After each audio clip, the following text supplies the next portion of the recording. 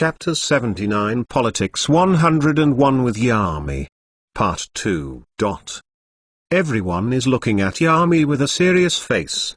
But Yami seems like he is oblivious to the looks around him and says with an even wider smile on his face, completely relaxed. Then Yami says in a cheery voice, "Oh yeah, that is a technique I created. I was intrigued when I read about the Uzumaki chains. It was truly amazing, able to seal chakra and restrain even the strongest of monsters. It was hard, but with my best friends Kushina and Minato helping me learn some few ninjutsu, I was able to figure it out." All the clan heads nod. After all, no matter how you look at it, there is no other way that he was able to do so. The only slightly surprising thing was his talent in few ninjutsu. Then suddenly the Uchiha clan head speaks in a cold voice. "What about the Sharingan that you seem to have?" Immediately a cold atmosphere descends on the room. The Hokage looks at the Uchiha clan head for daring to interrupt him, but he let it go after all. A lot of Uchiha did die in the war, even the Uchiha clan head's son did so. So if Yami Inuzuka did take the eyes of a Uchiha, that is a very grave crime. It could even be considered treason of the highest level. Then there is the possibility that the mother Yami Inuzuka cheated on her husband with another man, and Uchiha more specifically.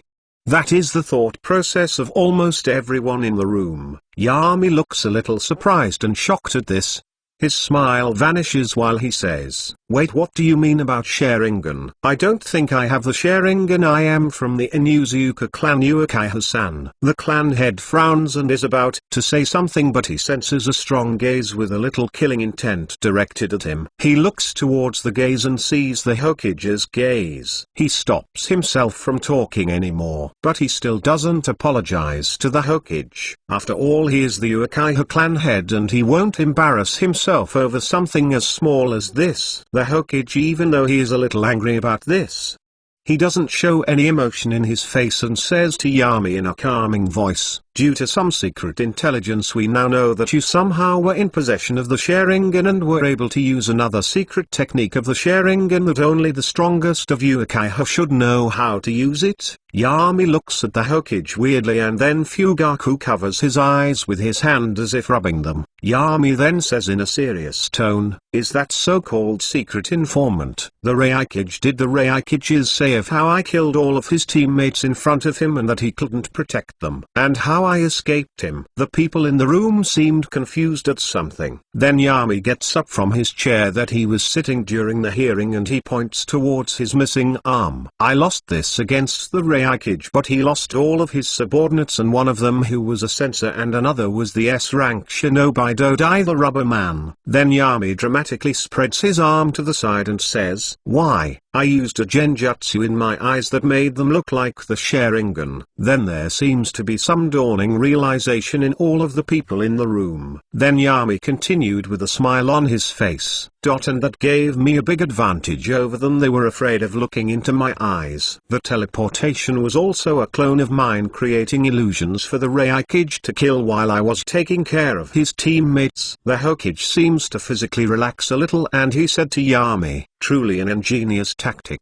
though it seems like the Reikage underestimated you for it to work on him. But it truly was a genius plan. Not only did you eliminate some strong enemy ninja, you also were able to hold back the Reikage, and you notified the camp of his presence and to prepare for it. Also you exterminating the mad dog of the Mist, the Kaguya clan, and that will give us a huge adventure in the war against Mist. Though I know you are hiding something, Yami Inuzuka." Then the Hokage takes a breath and says, "Jounin Yami Inuzuka, you are awarded 17 S-rank missions to your record, also another 15 rank to your record due to your good leadership on your part, and another 20 B-rank missions will be added to your record. You will also receive pay for the B-rank missions." Yami just nods towards the Hokage. Then the Hokage's eyes look around the room as if asking for anyone to dare to challenge his decision. Then as a final saying the Hokage says, "The accusation against Yami Inuzuka are all dismissed. They were all the lies of an enemy ninja." All of the clan heads nod, even the Uchiha. They don't dare to challenge the Hokage on his decision. Then after the matter is finished and done, all of the clan heads go outside of the room. When they are outside,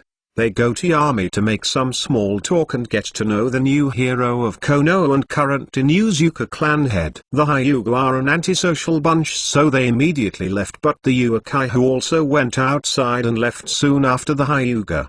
The clan head then says to Fugaku, "Never again activate the Sharingan in a clan head meeting like that." Mikoto looked surprised when her father said this. Fugaku looks at the clan head's back and says, "I apologize Yashiro-sama, it will never happen again." But the other clan heads didn't notice me, so I didn't see the harm in it. Yashiro looks at Fugaku and says sternly, "All of them noticed you. Even those who didn't were secretly notified by the others of what you were doing, Fugaku. Let this be the last time you ever do something like this." Fugaku looks at Yashiro Uchiha clan head and says seriously, "I understand Yashiro-sama." Then Yashiro looked sideways at Fugaku, completely ignoring that Mikoto was here, and he said, "Well, what is done and can't be changed, so what did you see? Was he lying?" Then Fugaku makes a strange face and says, "Chapter 80, I am back home." "Well, what is done and can't be changed, so what did you see? Was he lying?" Then Fugaku makes a strange face and says, "No, he was not. I checked his heartbeat, blood flow, body language and everything else. He didn't lie." Yashiro then nods and keeps walking forward. "I see. Come then, Fugaku. Mikoto, you two will need to also learn how sometimes you need to use diplomacy to solve problems. After all, Fugaku, you are the most talented Uchiha of your age and the next clan head of the Uchiha." It was true, Fugaku's talent with Genjutsu is one of the best the Uchiha has ever had. MC Poff. When everyone else dispersed, I invited one of the minor ninja clan heads in Konoha to join me for a walk. After some time I am able to convince the Unikama clan head. I just smile at the Unikama clan head and say, "Thanks Senki-san, the Unikama clan will always be a friend of the Inuzuka." This is one of the minor clans of Konoha. The Unikama clan, who uses a possession type jutsu of their bear summons. We just made an alliance together in case something like this ever happens to any of us. I will have his vote and he will have mine. My clan is stronger than his, so I will be the leader in our decisions. The other strong clans like Naruto already are in an alliance. The Abiram clan don't need an alliance anyway, since they are one of the 4 noble ninja clans in Konoha. Then I separate from him and go towards the Inuzuka clan compound. While walking I can't help but think of Fugaku activating the Sharingan. That was a lucky break. The Uchiha probably will not question me anymore. After all, with their pride they will never even question if their eyes are wrong. I had the Sharingan, of course. I developed some methods on how to lie to it. I also knew that they won't use any mind-reading techniques on an S-rank ninja like me. I can easily stop a mind read with Fuinjutsu, but that would definitely mean that I did something wrong. In the end it all went according to plan. When I go inside my house I sense someone trying to hide from me. And they are doing a very bad job at it. "Who I got you, Yami." Tsume drops from the ceiling and is trying to dropkick me. Without even looking at her I just dodged her kick and kept walking towards the kitchen. "Hey, don't ignore me, you bastard." She then tries to punch me. I just dodge out of the way with speed that she can't even see. The whole way to the kitchen she kept attacking me but couldn't even hit me at all. I go into the kitchen and start making some tea. Tsume is still attacking me. I just dodge her attacks, and she is punching my after images. Tsume looks angrily at me and gains an evil light in her eyes. "How about this, Barker Yami?" Bam! She kicked the teapot. While it was heating up, all of the tea is in the air and the pot is about to fall down. I just calmly look at her, grab the teapot almost as it is about to touch the ground. I then use the teapot, garb all of the tea in the air. Then I use some weak fire jutsu to continue warming up the tea. I then grab a cup with my chakra string, go to the kitchen table and sit down. I pour some tea for myself and look towards Tsume and say to her in a relaxed voice, "Do you want some tea?" Then veins appear on her forehead. "Wow, that is unhealthy for someone her age." "Shut up, you bastard," says Tsume while she is trying to punch me again. No wonder the future Kiba had such a terrible temperament. It seems like it was an inherited trait from his mother. I have already read her feelings. Even though she tried to hide them from me by acting like this, I just smile at her and say, "Don't worry Tsume, I am okay, it was just an arm." Then her anger melts away, her eyes start tearing a little, then she covers her eyes with her wild hair. She then gets close to me and hugs me, then I see her face. "Yami, I thought you were dead." While looking at her I can't help but think so, being at Tsunade really isn't as easy as it seems. Then I just pet her head and say, "So, you don't want tea?" Then she jumps away from the hug and just points her finger at me. "Why the hell are you so concentrated on the tea? You ruined a touching moment, damn it." I just shrug my shoulders. I sense her Ninken outside of the house running around with Shiro. "So where is your Ninken Kuramaru?" Then I widen my eyes for some dramatic effect. Don't tell me you lost him.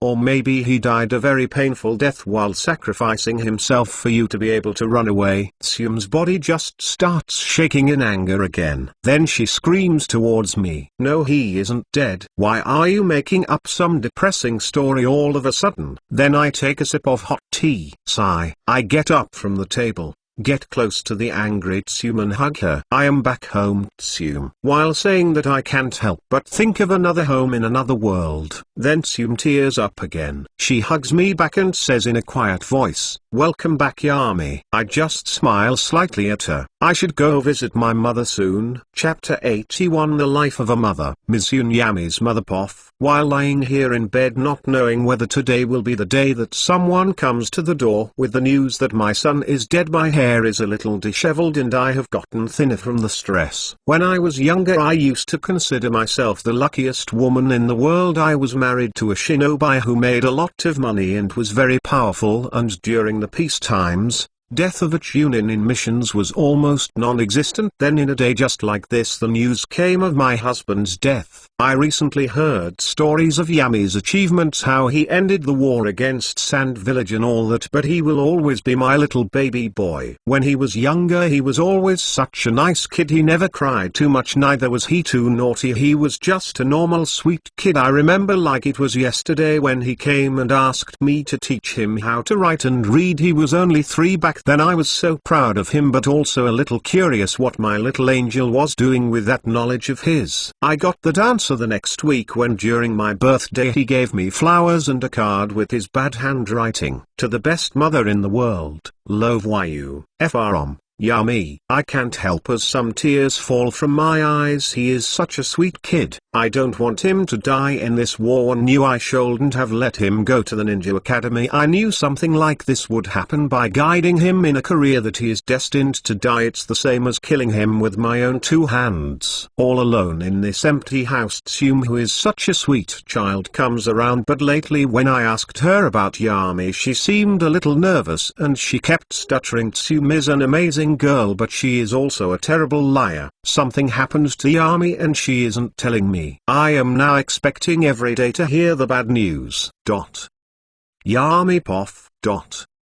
I am walking together with Tsume towards my mother's house. Tsume looks at me and says, "You know, I asked her multiple times to come live with me, but she always said that she likes it in the small house, and that it reminds her of you." I then act a little sad and nod towards Tsume. After I finish this greeting with mother, I need to go and start working on a prosthetic arm. Then with me at 100% I can confidently ask Danzo about the thing. I still have some blueprints from when I studied Chi's puppets. I will look through the research scroll and try to make an arm that will be able to allow me to at least use Tsunade's super strength technique with it. When I get closer to my house I can sense my mother's chakra weakening. SHT is that BTCH about to die. She can't die yet. I need her to be alive for dangerous people like Danzo and the others to think that they have an advantage against me. I need them to think that I have a weakness and an attachment to the village. I then start running towards the house, leaving Tsume behind, and I hear Tsume loudly tell me, "Hey Yami, why are you rushing?" But I leave her behind to follow me. As soon as I arrive in the house I immediately go inside her room and see her there. Disheveled hair, thin body and void eyes. Holy SHT, is she depressed or something? I can guess that she is probably depressed about me, but come on, can't she be a little more strong-willed? I am not even dead yet. I mean, I don't even have my family in this world and you don't see me bitching about it. I immediately use a diagnosis jutsu on her. Okay, so she is healthy but just a little weak. Then when she sees me, her eyes gain life again and she immediately sits up from her bed and envelops me in a powerful hug. I could feel her tears falling on my shoulder. I just hug her back and smile while telling her, "You shouldn't have worried for nothing, mother. Your son is powerful and a hero, so there is no need to worry about me. Also, I am not going to war anymore." I then use a subtle genjutsu on her before she notices my arm. I don't want her to have a cardiac arrest or anything like that. It would be very troublesome to heal her back. Then Tsume finally arrives while breathing heavily. Then when my mother sees Tsume, she just smiles at her. "I see, so you are back from your C-rank mission, Tsume." Then my mother looks at me and says while smiling, "Isn't she cute, Yami? She was so nice to me while you were gone, Yami. She even helped me cook." Then I notice mother secretly making an okay sign towards Tsume, who blushes profoundly. I just smile slightly while seeing their interactions. Wasn't she very depressed a couple of seconds ago? What a drag. After some catching up and me still maintaining my genjutsu in my mother for her to not notice my missing arm, then I look towards Tsume while eating some food that mother made. I then say to Tsume, "So you have become a genin now, Hugh?" She just nods while eating. Then she tilts her head like she remembered something and she takes something from her ninja pouch and ties it around her neck. Then she looks at me and while smiling she says, "Dada." I just look calmly at her and go back to eating without saying anything. It's really fun to mess with Tsume. When she sees that I didn't say anything to her, she then gets a little nervous and says, "So how does it look?" I look away from my food and back at Tsume. "It was a smart decision to put it in your neck." I unconsciously touch my neck, where the scar that the Hokage left when he almost chopped off my head. Though like all of my scars, they are covered under my transformation jutsu that I keep on at all times to cover my ugly scars. Then I notice Tsume smiling slightly at me and she says, "I know, right? Most people put in their forehead, but that would cover my hair and that wouldn't look as good." Oh right, I am used to ninja war veterans doing everything to protect their weak points. Tsume probably hasn't even gone in one war mission. If my dates are correct, her graduation should have been just recently. My mother just looks at Tsume and me talking. She keeps smiling in silence while seeing us act like this. Like this we all keep having some small talk until it becomes night time. Even though I don't want to keep up my act, one still ask my mother if she wants to come live with me and she says yes. Sigh, this will be such a pain. Then when we arrive at the house, I look at my mother and tell her, "You can choose any guest room you want, mother." She just smiles and nods. Then she goes upstairs. Tsume goes to do her own things in her room, most likely fall asleep. I should sleep too. This has been a very stressful day, but before that I need to reorganize some plans for the prosthetic arm. I go into my lab door and put my hand on it and a seal area appears all around the door and the seal burns off, allowing me to go inside. I look around and all seems normal. The self-destruct sequence is not broken and neither is the alarm, and the barrier seal is also not broken and neither is the notification seal or the second self-destruct sequence. There is some dust around but everything else seems okay. I guess no one was able to break in. Even if they tried, they wouldn't really get anything from it except a destroyed room. Then as I summon 3 clones to clean this up, after 5 minutes everything is clean again. Then suddenly I hear a knock on the door. "Can I come in?" So it's Tsume. What does she want at this time? "Sure, come on in." When she comes in, I see that she is wearing a green kimono and she seems to be blushing. I see that she is nervous, so she then pulls down her kimono on one shoulder. Then while stuttering she says, "So since you lost an arm, I understand that you might die one day. So since you are the most talented in Konoha, I have read some books and so let's have a baby together. Dot. Dot. Dot. Dot. Dot. Dot. Dot. This time I had to write 1.5 chapters as one because, well, you know, it's because I am addicted to cliffhangers. I have a problem, I know. Chapter 82 Annoying. Says, so since you lost an arm, I understand that you might die one day. So since you are the most talented in Konoha, I have read some books and so let's have a baby together. I just look at her seriously, go towards her and grab her by the back of her neck, lift her up. Tsume then gets a shocked look in her face. I go towards the door, open it with my chakra strings and, whoosh, I threw Tsume outside. She falls on her butt, and while closing the door I tell her, kids shouldn't stay so late, go to sleep Tsume. And I close the door. Tsume then is knocked off of her shocked state. She says nothing and just walks away. Though I can hear her quietly say to herself, bark at Tsume, that was so embarrassing. How will I talk to him tomorrow? Then I just deactivate my spying seal that I have all around the house. Kids are really weird in this ninja world. I know that Tsume is a kid. Her affection for me is definitely not love or anything like that. It is mostly a childhood crush and a huge amount of admiration that she has for me. And I should know this, after all. Admiration is the emotion furthest from understanding all love. I then open the storage scrolls and, poof, a lot of different books and scrolls come out of the scroll. Then I search through some of them and I finally find the one that was a study upon Cho's puppets that I did a long time ago. I open the book and start doing some light reading. Sigh. I really miss the sharing and I will need to get another one soon. 1 month later. I am currently in my yard lying in a beach chair while drinking some horrible tasting medical juice that I made. I am wearing sunglasses with black shorts and a loose white shirt. The juice helps my body develop faster strength and dexterity. Also it helps my hair roots produce black pigmentation. I don't want other people to know of my weakness yet. I then pick up the juice with my arm, the one who used to be only a stump knot. It looks like a normal arm with the same skin color as the rest of my body and all that. It's not even a transformation jutsu, though the arm is a prosthetic that I made by myself with fake plastic skin to make it look like my skin. Then I look at the genin team in front of me who are cleaning the grass as a D-rank mission. Poor bastards, they are doing the job all by hand while their Nara Jounin sensei is lying down on the porch cloud watching. I look at the genin team, 2 of them are civilian ninjas, so totally unimportant, but the third genin is Tsume. Ever since that day I keep teasing Tsume about what she did. It's just so fun. Tsume poff. I just look at Yami who is drinking his gross juice. I asked him once what it even was and he with a serious voice told me it was the source of his strength. Then when I secretly tried it once I immediately threw up and had to stay all night and clean it so Yami wouldn't notice. And in the morning he just had that knowing smirk in his face. Then there was that time when one morning he just came out for breakfast with a new arm like nothing happened then.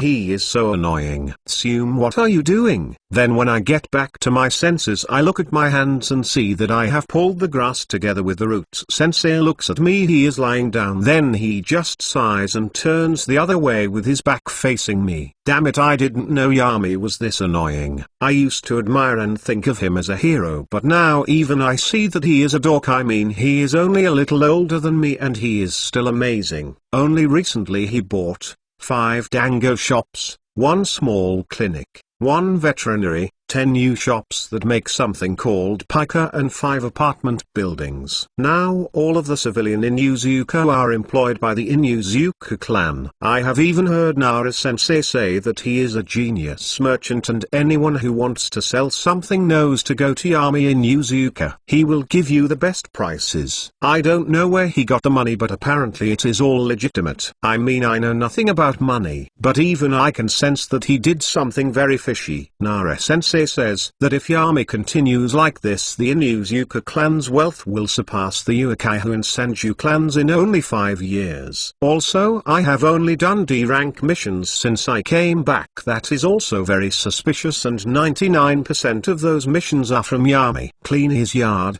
helping Lady Misun with grocery shopping, entertaining Shiro, giving a full body massage to Shiro, washing Shiro, playing catch with Shiro. He spoils his Ninken Shiro way too much, and the little bastard Shiro, as if reading his master's mind. When my genin team went to buy him his dog food, he just tires us all around Konoha trying to find his favorite food, which changes every 3 days. I look at Yami and he, as if sensing my gaze, looks at me. He takes his sunglasses off and with an obviously fake blush on his face pulls his shirt down on his shoulder while badly acting embarrassed. This bastard is so annoying. Yami poff.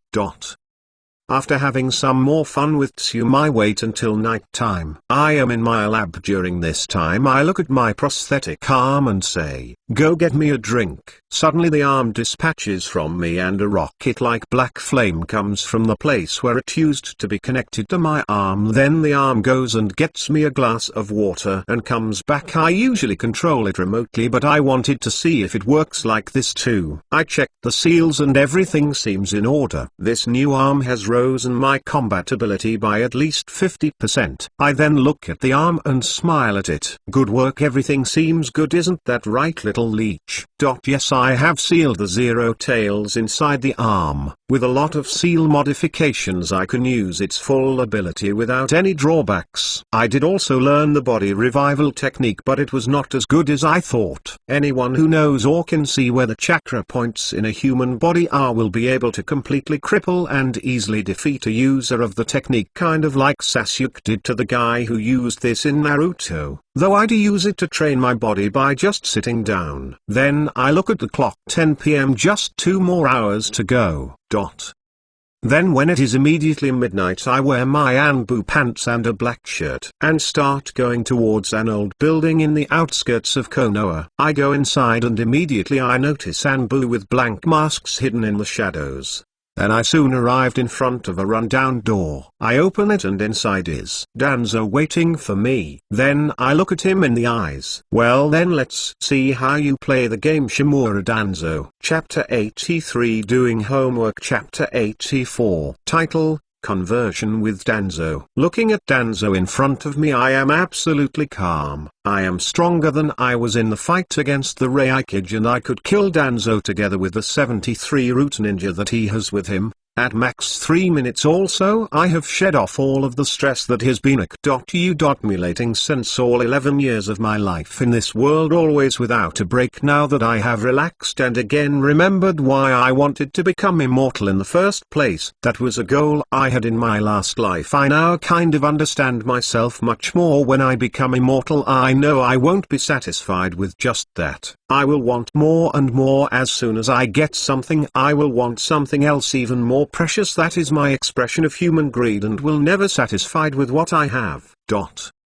Anyway, I sit on the chair in front of Danzo and I know that he won't appreciate any jokes or dull conversations, so I immediately go to the point and say to him, "I want some Hashirama cells. Can you find that for me?" Danzo's eye just widens a little and he says calmly, "What would such a thing be useful for to you?" He didn't even ask how I know that he is in possession of Hashirama cells. I just calmly calculate all of the risks and say the most appropriate response. "It doesn't matter to you what I use them for. I know that as long as it doesn't hurt Konoha you won't care." He looks at me with his emotionless eye. Even though he acts cold like this, I know that deep down Danzo wants to be acknowledged and appreciated for doing his duty to Konoha. I know that he feels inferior to Hiruzen, and I will use that against him. He just looks at me coldly for a couple of seconds and says, "Let's say that you are responsible with them and you somehow gain my trust. What does Konoha village gain from it? Trying to figure me out, aren't you?" Then I just act like I am thinking of something and like I have finally come to a conclusion. I then calmly said to him, "I promise you that in 1 year Konoha will have a wood-style user." Danzo then looks at me a little surprised.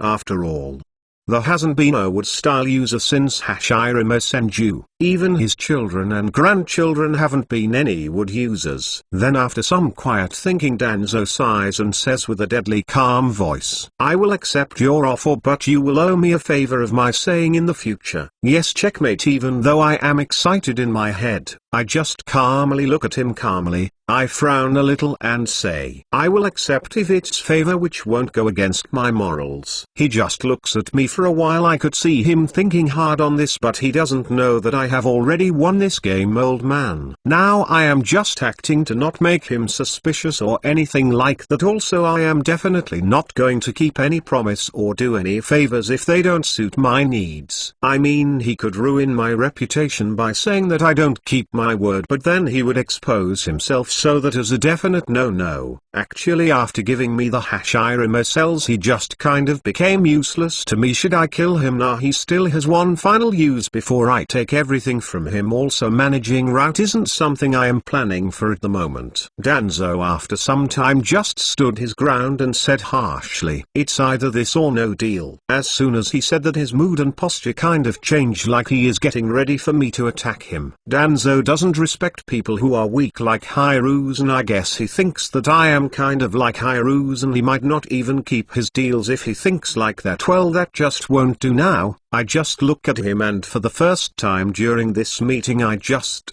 smile. No need to be so on guard, Danzo-san. I am after all only an 11-year-old kid. Right after that, I release a little bit of killing intent towards Danzo. As soon as I do so, Fosh Tenroot Ninja, they are around high Chunin level. They appear all around me, stabbing towards my vital areas with their tantos. As soon as they seem about to stab me, clank, they meet an invisible barrier blocking all their tantos. Fuinjutsu deals a lot with barrier jutsus. I know quite a bit of them. I just look at them and point my prosthetic arm at them. Then I just point my finger towards one of the root ninja and suddenly it falls down. Then all of the 10 root ninja actually fall down and die with no injuries to their bodies. Danzo sees them and doesn't say anything. I know he is panicking, but he doesn't express it. Well, barriers are made just to stop physical attacks. This is my modified barrier that stops a certain type of poison stored in my prosthetic arm from going over a certain radius and killing everyone around me. Then I just look at Danzo amusingly and say, "Okay, I accept the deal, and I will still owe you a favor." This action of mine is my warning to him. I am not Hiruzen. As soon as he steps out of line or does something, I will kill him. He won't know when or how, but he will die if he takes any action against me. Then I stop all of the poison and suck it back into my prosthetic arm with the help of another seal. Then I get up and start walking away while calmly telling him, "I will expect one of your root ninja to deliver the package." And then I walk outside. When I am outside of the worn down building, I can't help but think to myself, damn, the ability of the Zero Tails to sense negative emotions is really useful. The MC is warning Danzo that if he wants to try something against him, he better be sure he will succeed or he will be killed without him even knowing how. The MC now finally has the political power and real power to act like this. He is also using the Zero Tails power, which is sealed in his prosthetic arm, to read his emotions. Chapter 84 Experiments. After that whole conversation with Danzo, I go back home again. Tsume and mother are both asleep. I then go into my lab room. There are several unimportant experiments and notes around. Then I go into one part of the wall and run my chakra through it. A hole opens up below me and I jump inside it. When I arrive at the bottom, hundreds of Fuinjutsu seals restrain me. Then as soon as I go there, I pass through the hundreds of identification seals and dozens of self-destruct seals. When I enter there, I see the results of hundreds of millions ryo that I put in it. The room has seals all around the wall, making the walls seem like they are painted black, making it impossible for anyone to even enter in here. I am confident that even if Madara Uchiha wanted to enter here, he wouldn't be able to do so. Well, he might be able to brute force his way inside somehow, but as soon as he does so, the lab will self-destruct and will take everything inside it to smithereens. Even future Obito with his ability won't be able to enter in here. Anyone who is in here except me, it will self-destruct. The lab floor is about 300 square meters. There is also another lab one floor down from here, and there are mostly the research material that I have on the Zero Tails and so called demons naturally created from people's chakra and negative emotions. On this floor there are dozens of humans inside capsules filled with green liquids. Inside of them are members of the Kaguya clan. The liquid doesn't allow their dead bodies to decompose. There are also dozens of big, ancient looking computers around. Then I turn on the lights and then the room is completely lit up. Then in the middle of the room are 3 tables with 3 people from the Kaguya clan in them. They are dead, but I have healed their injuries completely and activated their brains. They should be alive, but they are not. They are missing a key component in their makeup. They can breathe and their heart also beats, but they are missing their soul. They have no conscience and can't learn. They can't produce chakra or anything like that. They are completely active and their bodies are alive with the machines attached to them, but they are not truly alive. So by studying this is where my theory on my own rebirth came from.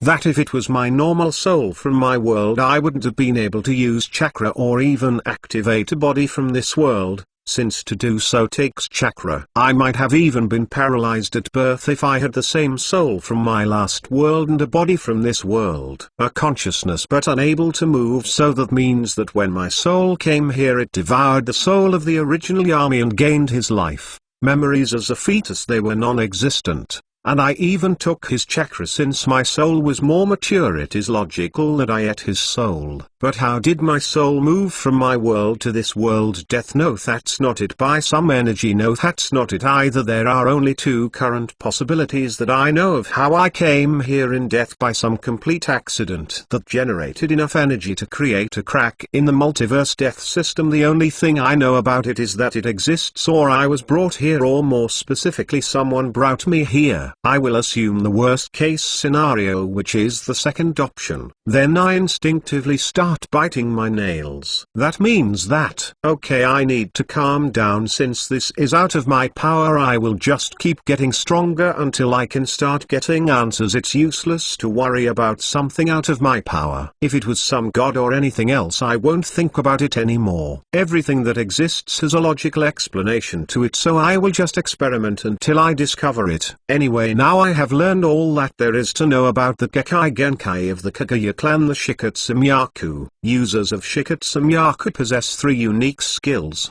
the ability to control their osteoblasts, cells responsible for producing bones; the ability to control their osteoclasts, cells responsible for breaking down bones; the ability to regulate their bones' calcium density. So long as their body does not tire out, users can take advantage of these abilities without limit. Quite a good ability. Then after I check that all the bodies are stable and I go downstairs. This is a totally different room. There are different flesh parts from the body of the Zero Tails. They sealed in tubes with green liquid. I have studied that every part that I cut off, it creates some type of mini Zero Tails, but they die soon after they are cut off and turn into chakra. I keep them always fed with chakra on tubes so that they can even stay alive a little longer. I have created some techniques that incorporate Fuinjutsu and dark chakra. They are surprisingly very compatible together. I can't wait to use them against a real opponent. Then I look at the middle of the room where a giant cube made out of glass filled with green liquid on the inside. There is also an animal in it as big as a lion attached with a breathing mask and tubes attached to it. The creature has dark fur. Damn, I really should have chosen a better name for him. Chapter 85 Spending money.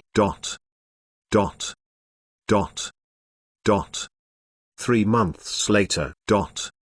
I am currently eating breakfast with my mother and Tsume, who just looks at me and in a bored manner while she says, "So when is Shiro going to finish his secret training?" I don't look at her and just look at the eggs that I am eating. Shiro should be done soon. Shiro, before the experiment, was at Chunin level. For him to go beyond that, he would have to wait for another 510 years, and at max he would only be able to go up to low-level Jounin. That might seem good, but to me that is pretty much useless. I thought that he might die during the procedure to nourish him with the flesh and dark chakra of the Zero Tails. I have already put numerous Fuinjutsu all over Shiro's body, from anti-corruption seal to the clear mind, anti-possession seal and all that. I even put a seal in him so that I could summon Shiro whenever I might need him. Kind of like a summoning animal, but not really. Then I firmly replied to Tsume, "Soon he should be done." Then I get up from my seat and thank my mother for the food. Then I go to the bathroom. While I am washing my hands, Tsume comes in after finishing her breakfast. When she looks at me she just smiles a little. Yeah, she has gotten over the phase of me teasing her. She knows what I am doing is just for fun, so she doesn't want to give me the PLEASURE, but I also know her weak point. I just smirk at Tsume a little and say, "So anyway, how are your missions going?" Her team hasn't been in a C rank mission ever since I came back. Obviously I am manipulating the system a little. It isn't all fun and games as it seems actually, and I am doing this for a reason.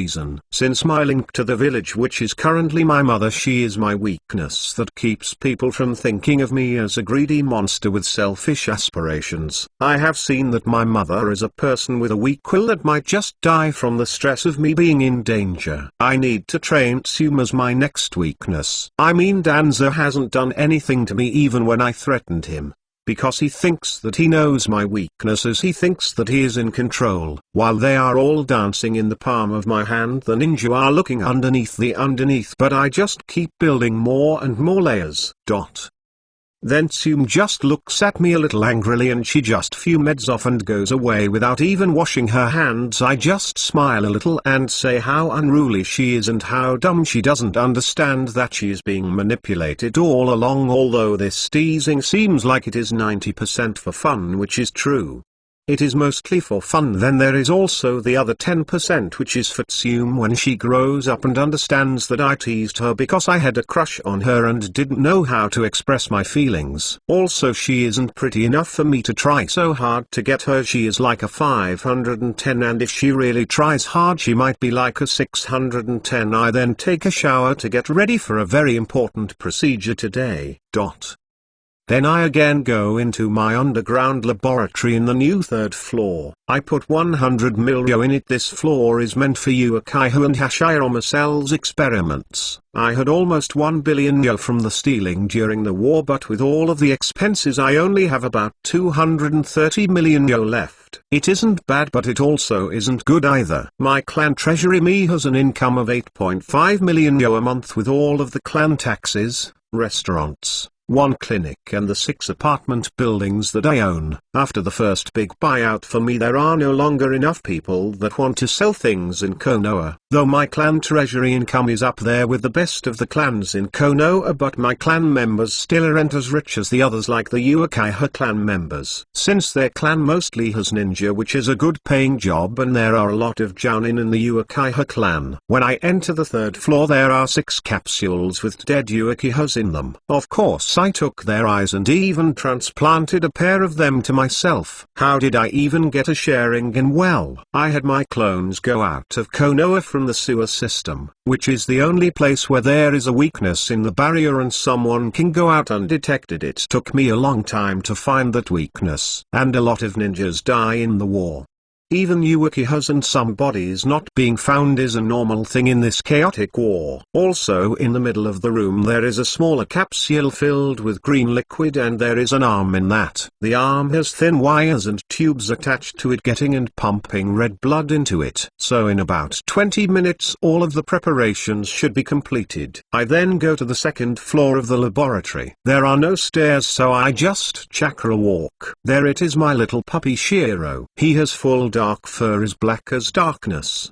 His eyes have now become red. Then I press a button at the side of the giant glass cube filled with green liquid. The liquid is all drained from it, and Shiro, who is now the size of a horse, I sense his chakra levels and I am quite pleased with his progress. He has the chakra levels of an elite jounin. Nice, but let's see if I need to kill Shiro or not. I look Shiro in the eyes. I couldn't sense any malicious intent from it, but since he was recreated from the Zero Tails flesh and chakra might be able to somehow cheat the chakra sensing, then I just look at him, extend my hand towards Shiro and say to him calmly, paw, WHINE. Shiro just W.H.I.N.S a little and puts his now giant paw into my hand. I immediately ran a full diagnostic jutsu on him. He is perfectly normal. The Zero Tails chakra only changed him physically, so no special chakra stealing ability and all that. It just simply gave Shiro a stronger body and some more chakra. Then I tell Shiro to use the Inuzu command beast transformation to transform transform into a small dog. He does so, and after I order him to go outside of my lab, he listens to me. As soon as he is out, I let out a sigh of relief. After all the seals that were around the room were about to obliterate Shiro as soon as he gained consciousness. Damn, I really put too many seals in here. I had to remote control thousands of them to not kill Shiro. Then I go back into the third floor again. I activate my new Sharingan and see that the arm is stabilized. Then I take out my prosthetic arm and link it to my shoulder blade to be able to be summoned whenever I want. So I now have like 3 arms once I finish the transplant, though the third prosthetic arm will be in a seal most of the time.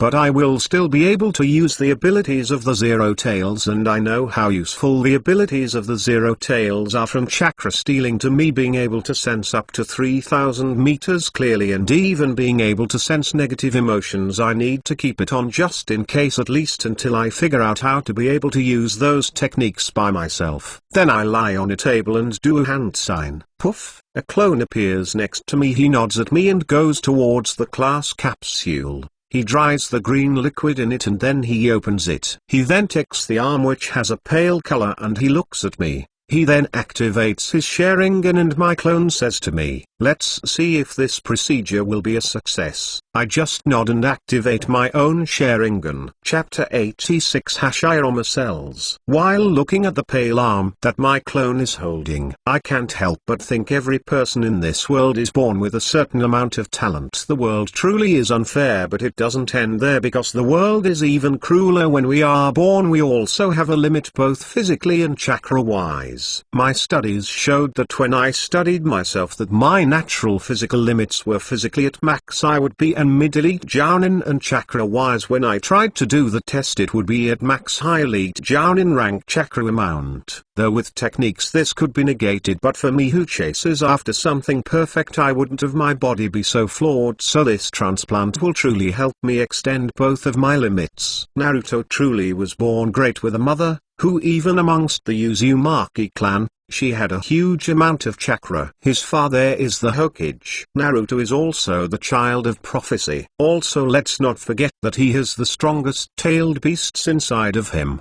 He is also this world's Jesus reborn. Oh yeah, he also got trained by legendary ninja Naruto. Uzumaki's story isn't of how an underdog won, it was how a very lucky and special person born with extreme advantages curb stomped everyone else. How will I even compete with someone with all of those advantages? I wasn't necessarily even reborn lucky or into a good clan. I am not necessarily talented or anything like that. Even in my first life I wasn't some genius, and I always had to try hard and use underhanded means to get where I was trying to go in life, and the world simply expected me to bow my head, be nice and hope Naruto comes to save me. No fucking way that is happening. If someone is going to save me, it will only be myself. He will slaughter even the gods whotry to control me. I will show them my human greed.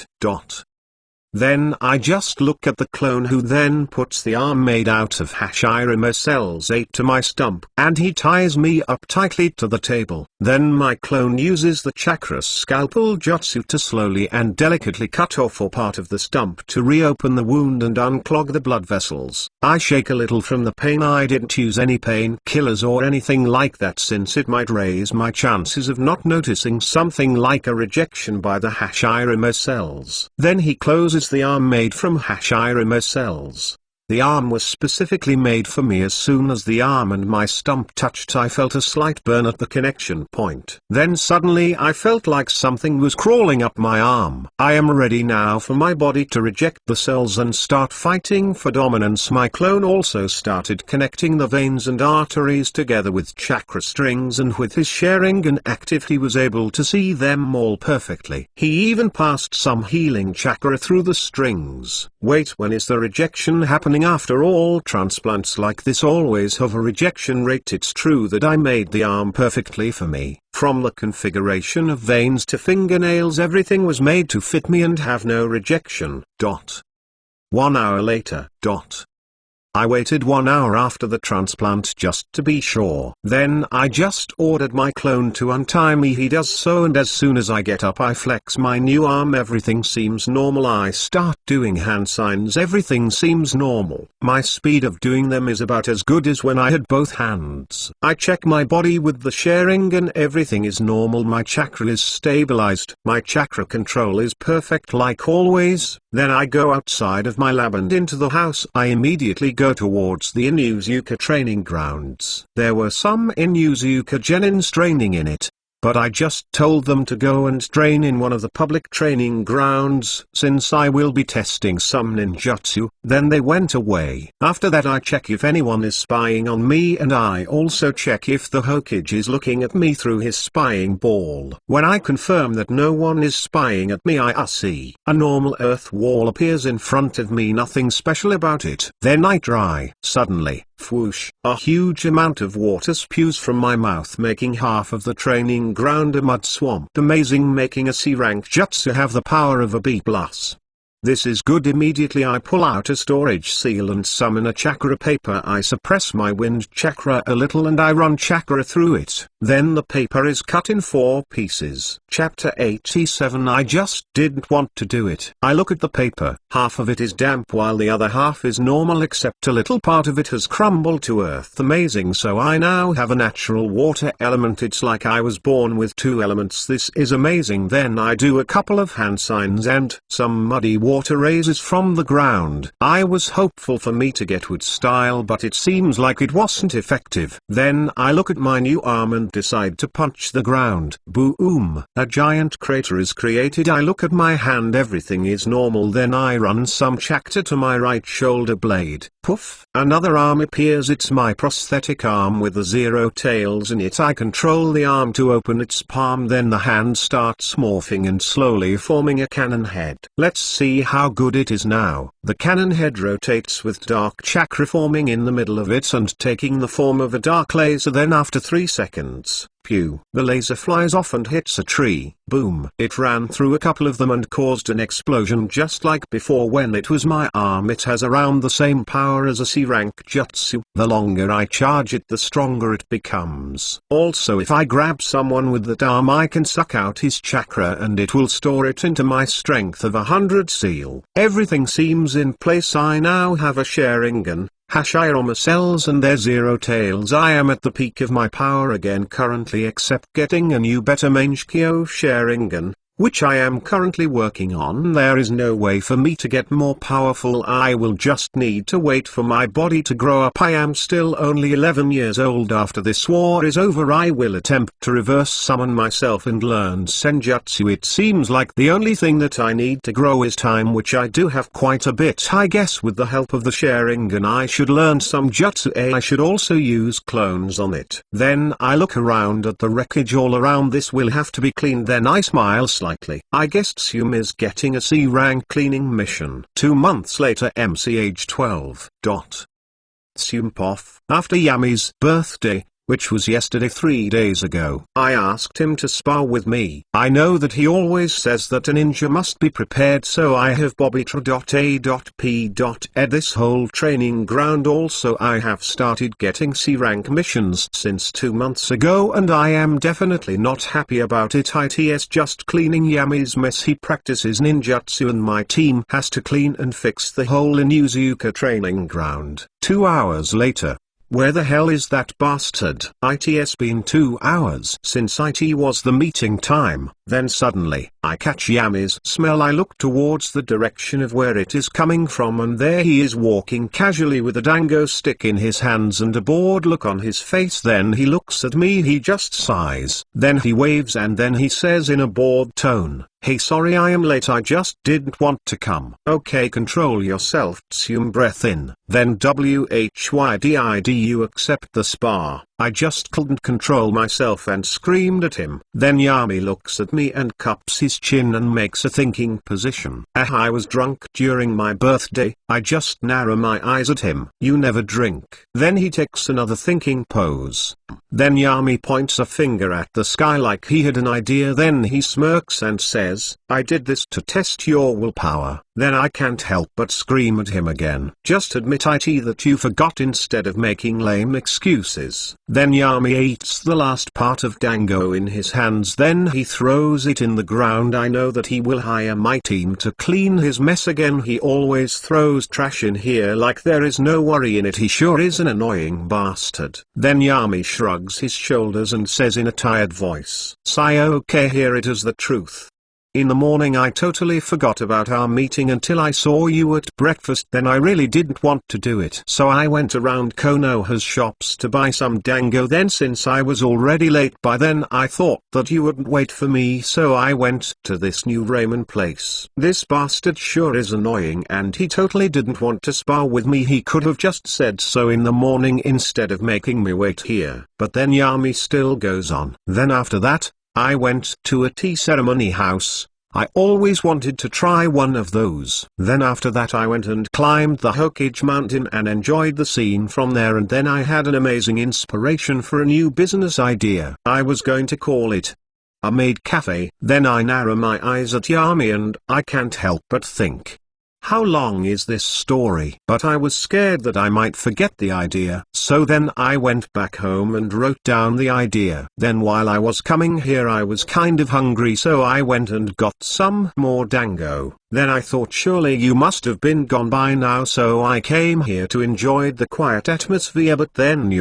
this bastard. My body is shaking from anger at him. Chapter 88. Always looking at his back. Chapter 89. This bastard. My body is shaking from anger at him. Then I immediately run towards Yami. He just yawns a little, and while he is yawning, four-leg technique, my nails sharpen and my hair stands on point. I then get close to him and am about to kick him in the head. Then he just brings the back of his fist to stop the strike. When I see that I put even more power into my kick, Yami creates a chakra sphere on the back of his fist, and when my leg connects with it, boom, I am thrown back and hit a tree. I try to move but my body is frozen. Then after 2 seconds I am able to move. I look at Yam and he is looking at an anthill and touching it with a stick. He even annoys the ants. Also it seems like he isn't even paying attention to me. Well then how about this? I signal my Ninken Kuramaru, who is hiding in a tree. Fang over fang. Both me and Kuramaru start rotating to use the technique, and we at the same time attack Yami.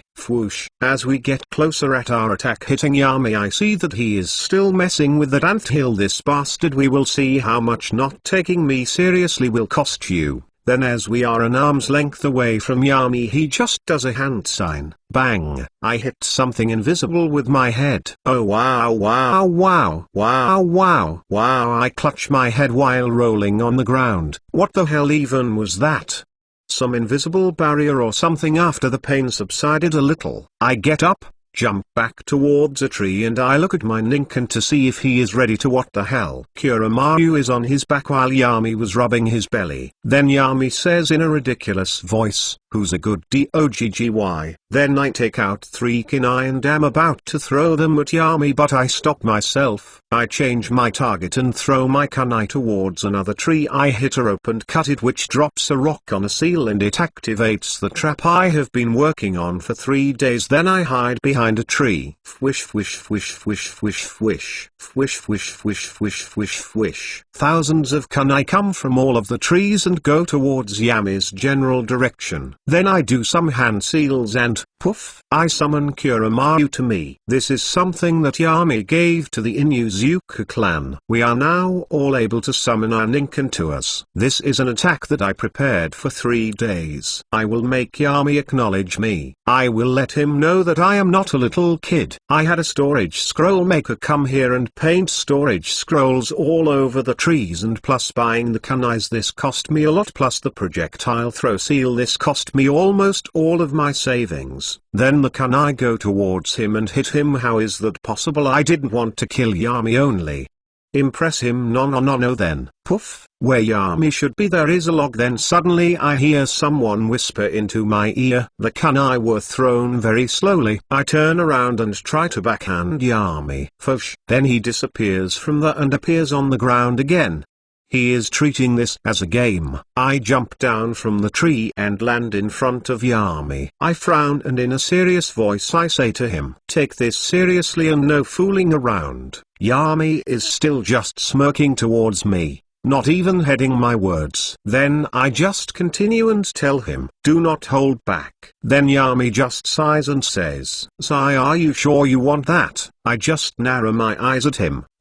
Before I can even finish what I am about to say, Yami disappeared from my line of vision. Fosh. Then I hear Yami say from behind, "A ninja should also know when he is outclassed and run away." I turn around and the only thing I see is a giant fist coming towards my face. I can feel the wind pressure almost suffocating me. I close my eyes. I could feel the scythe of the Reaper across my neck. Don't want T to die.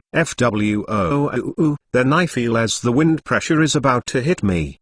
It goes around me and boom, I feel a giant explosion. I open my eyes and I see a fist in front of my face. It had stopped about 3 centimeters in front of my face. Yami then lowers his fist and I see him turn around and start walking away. I am going to try some sushi. I will be home a little late today, so don't worry about it. I can't help but think back on what my father always said, that only the strongest survive while the weak die. I am prepared to do almost anything in order to become stronger. Then I look behind me, but I can't picture myself even approaching Yami's power. I think that as I see half of the forest behind me destroyed. Third puff. Then as Yami is walking away, as soon as he is out of Tsume's sight, poof, he dispelled himself. It wasn't Yami, it was just a shadow clone all along. Yami wasn't even here.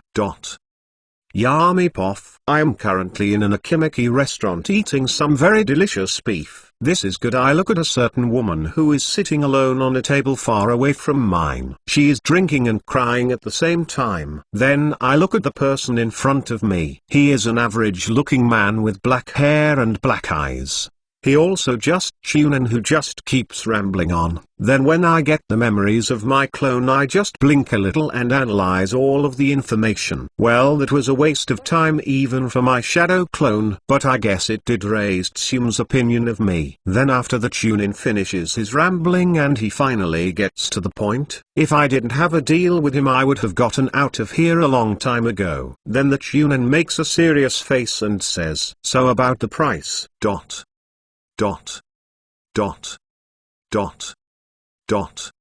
Chapter 89 Good Things. This Tsunen is nothing special.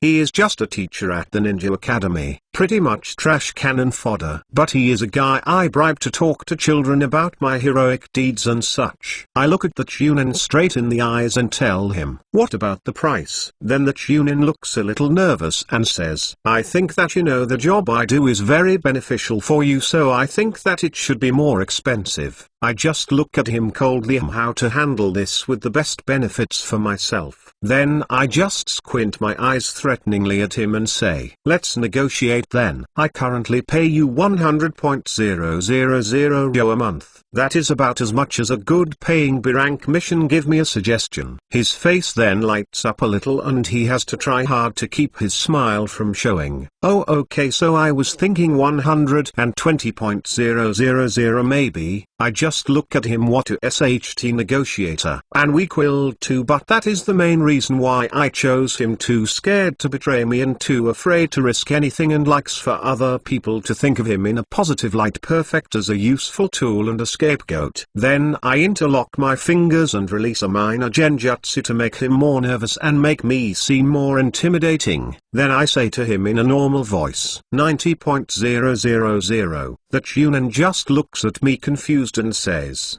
"What?" Then I just look at his eyes and coldly say to him, "You go up, I go down .80.000. Then he starts panicking. Okay, I am sorry for bringing it up. I continue to look at him coldly. You will get paid 80.000 this month. I never want to hear about this again, or I am going to find someone else. I immediately get up without even giving him a chance to answer. I go towards the drinking woman. She has tears in her eyes as she takes another shot of sake. I then sit in front of her. She doesn't even bother to look up. Her hair is disheveled and she smells of sweet sake. She is my teacher Tsunade. I look at her outfit. It isn't her Jounin outfit. It's her casual green kimono. When she looks at my eyes, I can see my reflection in them. Yes, a teacher.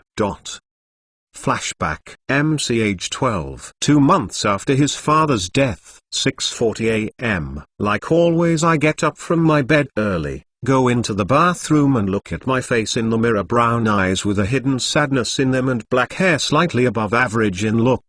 When I see that sad look into my face, I just smile at myself in the mirror. I need to be happy. Mother already has enough problems now. I know that she is worried about our poverty. My brother is only 3 years old and she has to go to work. She doesn't need to see me sad. When I look at my smile showing too much teeth, I smile in the mirror again. This one looks fake. Then I smile again in the mirror. 10 minutes later, I come out of the bathroom with a natural happy smile on my face. Then I go towards my school bag and grab it. Then I go into the kitchen and I see my mother, who is already in the kitchen cooking food. When she looks at me, I smile at her and she gives me a weak smile back. Then when I arrive at school, I greet everyone and they greet me back. I look at Linda and I wave at her, then she waves back. I go towards her. Before my father's death, I used to joke around and ask her out. We are friends. She always used to tell me that she will accept to go on a date with me when I really mean my confession. She is so pretty intelligent and she has a nice personality. Then when I get close and look at her blue eyes while I say to her with a smile on my face, "How is my princess today?" Since my father's death, I haven't asked her out anymore. It would just feel awkward to ask her out since I know that she would pity me and accept. I don't want a useless thing like that. I want it to be real. She just smiles slightly and twirls her blonde hair. "If you keep saying things like that, I might just fall for you." Then I smirk and say to her, "If you fall, I will catch you." She just smiles slightly and says, "Cringe." When she says that, we both laugh at it. After school, as Linda is picking up her stuff, she just waved at me and said while smirking, "So it seems like the perfect student isn't so perfect anymore, is it?" I just smile at her and say, "I am a bad boy. I will be whatever you like." She smiles a little and soon her smile drops. Then she comes close to me and grabs my hands, looks into my eyes and says, "I know it's been hard on you and your family. You know that if you need anything, you have me here." I just smile at her. She truly is kind. Be good and good things will happen to you. My mother says I am sure that good things will follow Linda. Then after Lisa goes away and school is finished, Miss Johnson opened the door and came into the classroom. She is wearing jeans and a plain white shirt. She has curly black hair and brown eyes. Then when she sees me sitting on my desk, she leaves her bag on the teacher's table.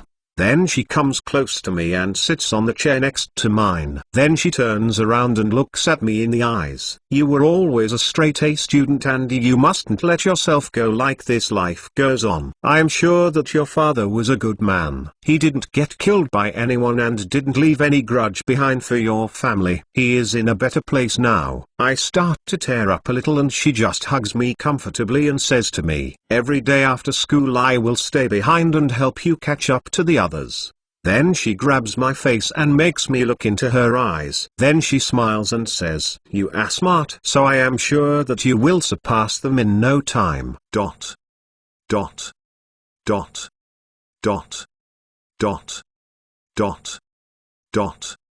Chapter 90 Darkness, Change. Pof. Yami. I just look at Tsunade's eyes and I can see myself in them. When I think back on those times, always looking at the best in people, how naive, understood that later when my teacher seduced me, I always thought that she loved me. How idiotic I was. never in control of anything, always afraid of everything. Then when she got run over by a car right in front of my eyes, the world is a number of infinite possibilities that must try to control. I will be in control now. Also I remember Linda.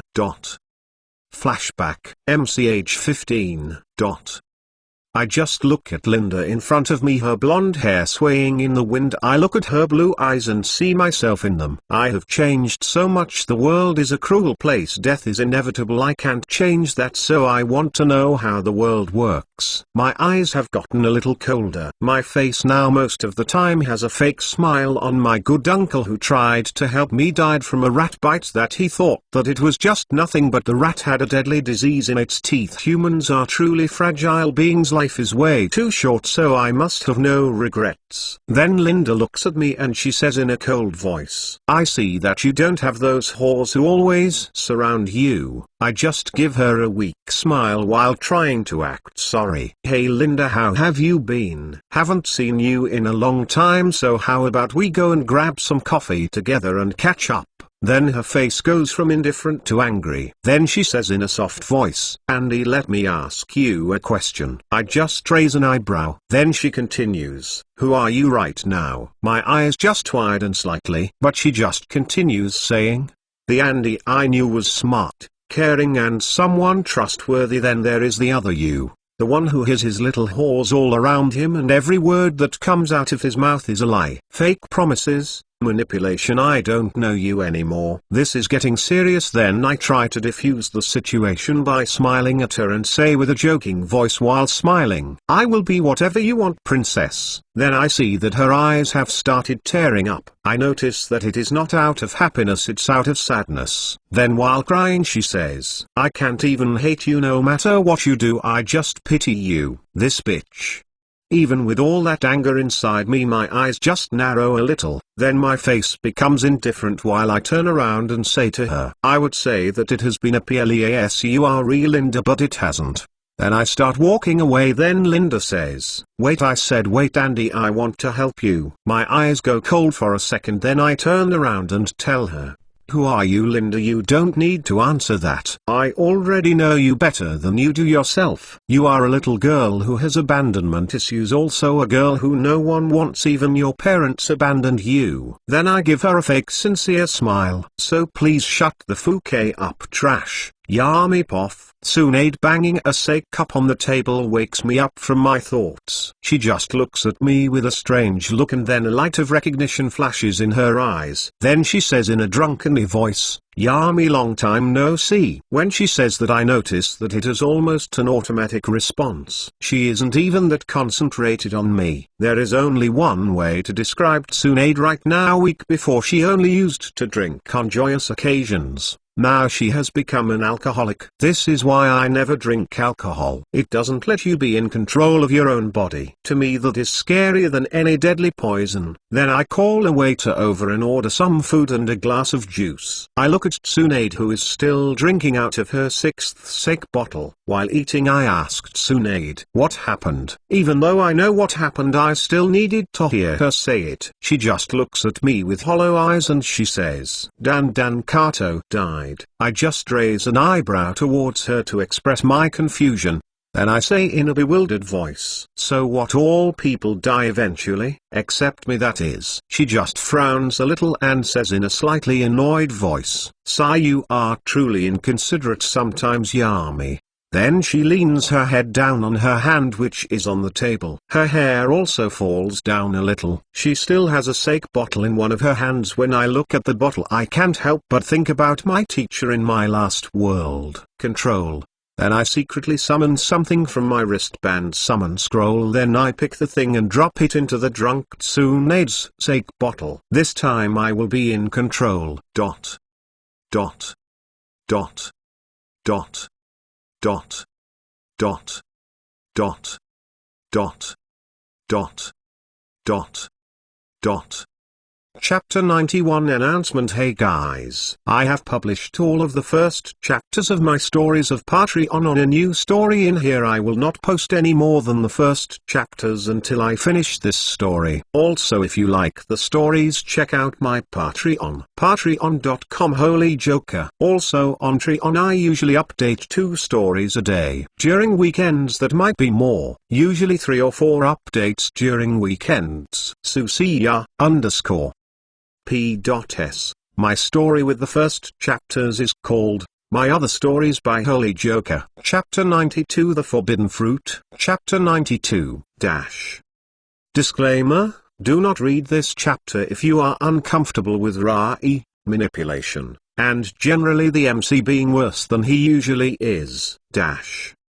After putting the thing on Tsunade's drink and making sure that none around me nor Tsunade noticed what I did, then Tsunade brings her head up from leaning on the table and looks at me while squinting her eyes and making a thinking pose. She must be really drunk. Then Tsunade just looks at me while thinking something and she finally says, "Sai, I am thinking of leaving Konoha for a vacation. I will also be taking Shizune, the niece of Dankato, with me. Do you want to come with me, Yami?" When Tsunade finishes saying that, she takes another sip of her sake bottle. She actually drinks the whole bottle in one fellow swoop. Yes, plan complete. Even though I am ecstatic of what just happened, I still had a calm face and my body language doesn't give out anything. Then I say to her in a calm voice, "I see that you have already made your mind, but I am sorry Tsunade, I won't be able to come with you." Then I also noticed Tsunade's slight rise in body temperature. She is also blushing a little. Then as she is about to open another bottle of sake, I immediately grab it out of her hands and say to her with a slightly forceful voice, "You have had enough for today, Tsunade." She just looks at me and extends her body over the table, trying to grab the bottle. "Give it back, Yami." Then as she is about to grab the bottle, she accidentally slips and falls on top of me, with her B.R.E.A.S.Ts all over my face. Then as she gets close, I just sneakily and without anyone noticing I activate my Sharingan. Then as soon as Tsunade gets off of me, she instinctively looks towards me and she drunkenly slightly sees my Sharingan. Then as she is about to say something, due to allowing herself to get drunk and her venerable mental state, Tsunade immediately fell on my genjutsu. Then when she gets up and stands in front of me, Tsunade grabs my face with both hands and says to me, "Sorry. Are you okay, Yami?" I just nod and say to her again, "I think that you have had enough for tonight, Tsunade." She just nods and I call for the bill. I pay for our meals and then we go outside of the restaurant. As soon as we are outside, I make a hand sign and, poof, I transform myself into an older teenage version of me. Then I put Tsunade's arm over my shoulder with her BREST feeling against my CHEST. Now I am about the same height as Tsunade. I then take her to a good hotel and when we go inside I pay for the room and tell the receptionist to not bother us. She just nods. When we go to our room, I go inside and see that it is a luxury room with a bath and a king-sized bed. First I just touched the wall once and an anti-sound seal array was conjured all around the room. I put a half-awake Tsunade on the king-sized bed. Then as I am about to take off my shirt that now smells of alcohol, 2 slender arms come around my neck and I can feel Tsunade's B.R.E.A.S.Ts on my back. Yami. She doesn't even need to say anything as I just turn around and kiss her. I can feel the alcohol in her breath. I start using a little tongue. Tsunade is a little surprised in the beginning, but then she grabs the back of my head and brings me down to lie on top of her while we make out. Then one of my hands goes towards her blouse and I untie it, sneaking it in and gently twisting her N.I.P.P.L.S, while my other hand goes towards her inner THIGH and close to that other place near her THIGH, MGH, and Tsunade also M.O.A.Ns a little, clearly aroused by the situation. Her M.O.A.Ns are muffled by me kissing her. She can't even think straight from all of the alcohol in her system. Then my hand slowly sneaks in her pants and under her panties. When I feel her pussy, I slowly rub it and start teasing around it with my finger. Then when I suddenly feel Tsunade's muscles around her vagina contracted a little, that is when I decide to put my finger inside. MGHH Tsunade M.O.A.Ns loudly on my mouth while I can feel her orgasm on my fingers. Then her body goes kind of slack. Then I separate my kiss with Tsunade. When I do that, she starts breathing heavily. Then I start kissing her neck and whisper to her, "Come on now Tsunade, are you all tired already? I didn't even get the chance to try you." She just looks towards me with half-closed eyes. I take off my pants and then I just take her hand and put it on my shaft. Her eyes immediately widen and she looks towards me, though I notice that she is still drunk. Then she gets up and also takes off all of her clothes slowly and sensually. After she's all naked and in her full glory, I can't help but admire her beautiful perfect body, her B.R.E.A.S.Ts even with their size are perfectly firm. Even in my past life I haven't had a girl this good. She then gets on all fours on the bed. I get on the bed again, and I also start fondling her B.R.E.A.S.Ts sensually. She then grabs my shaft and starts running her hand up and down, while with her other hand she is touching my face. I then decide that this is enough foreplay and I push Tsunade laying on bed under me. Then I line my shaft with her pussy. She is already wet enough. I grab her hips and push my shaft inside of her. Some tears fall off Tsunade's eyes during the insertion. Then I feel a type of warmth and pleasure I haven't felt in a long time. So I don't even wait for Tsunade and hold my grip on her hips while I keep pushing in and out of her. After some time Tsun gets used to the rhythm and she starts M.O.A.ing louder and louder. I can feel myself C.U.ming. Then I paint her WMB white. Then I can still feel myself hard, so I just turn her around for some DOGGY style. We keep this up until late at night and we both fall asleep on the arms of each other.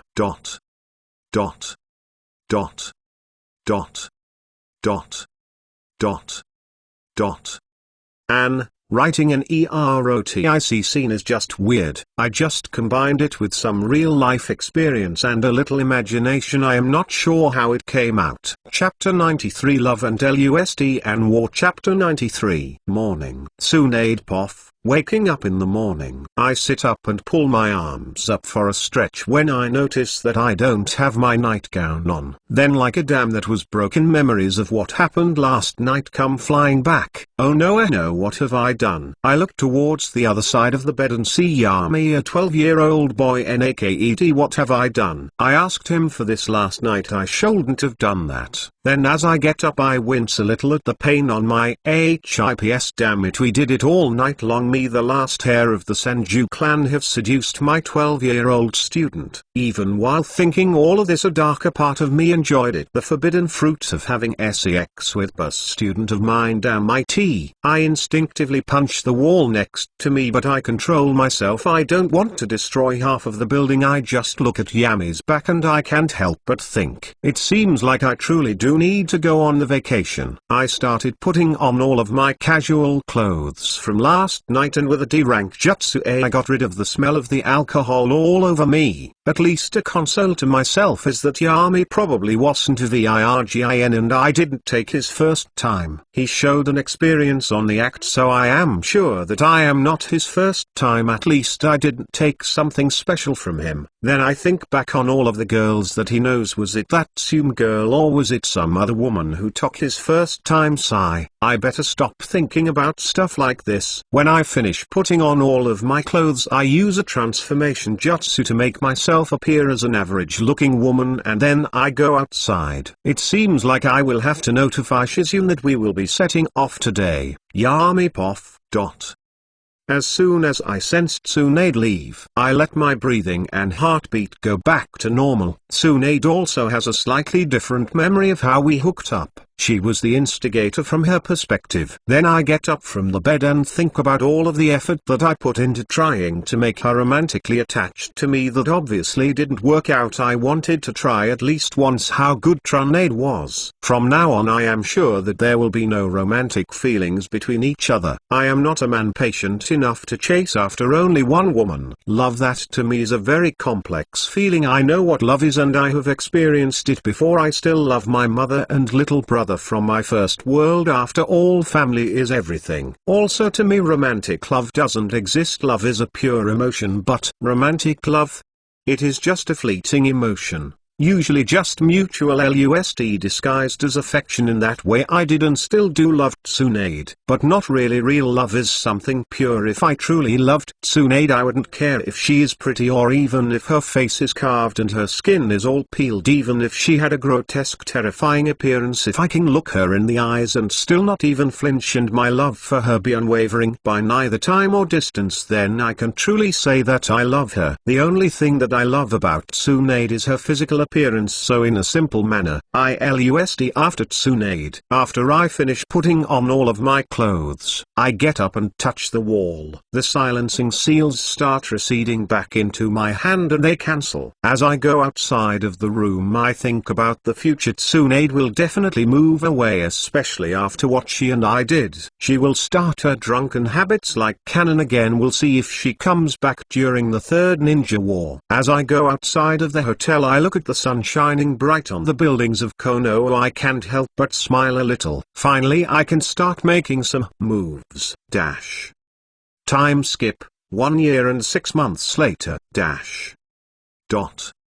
I am currently playing Shogai against Tsume's Jounen sensei and I just lost again. Well, he is a Nara after all. I win, Yami-san. I just smile and nod. The Nara truly are intelligent. Playing this game against him will keep me sharp and never let me underestimate my enemies. Then as we are about to start playing another game I sense the Anbu as soon as he enters my clan compound. As soon as he is on a tree he jumps down from it and I see that it was actually a male Anbu with a weasel mask. Then he bows down in front of me and says, "Yami-sama, I am here to notify you that the second ninja war is over.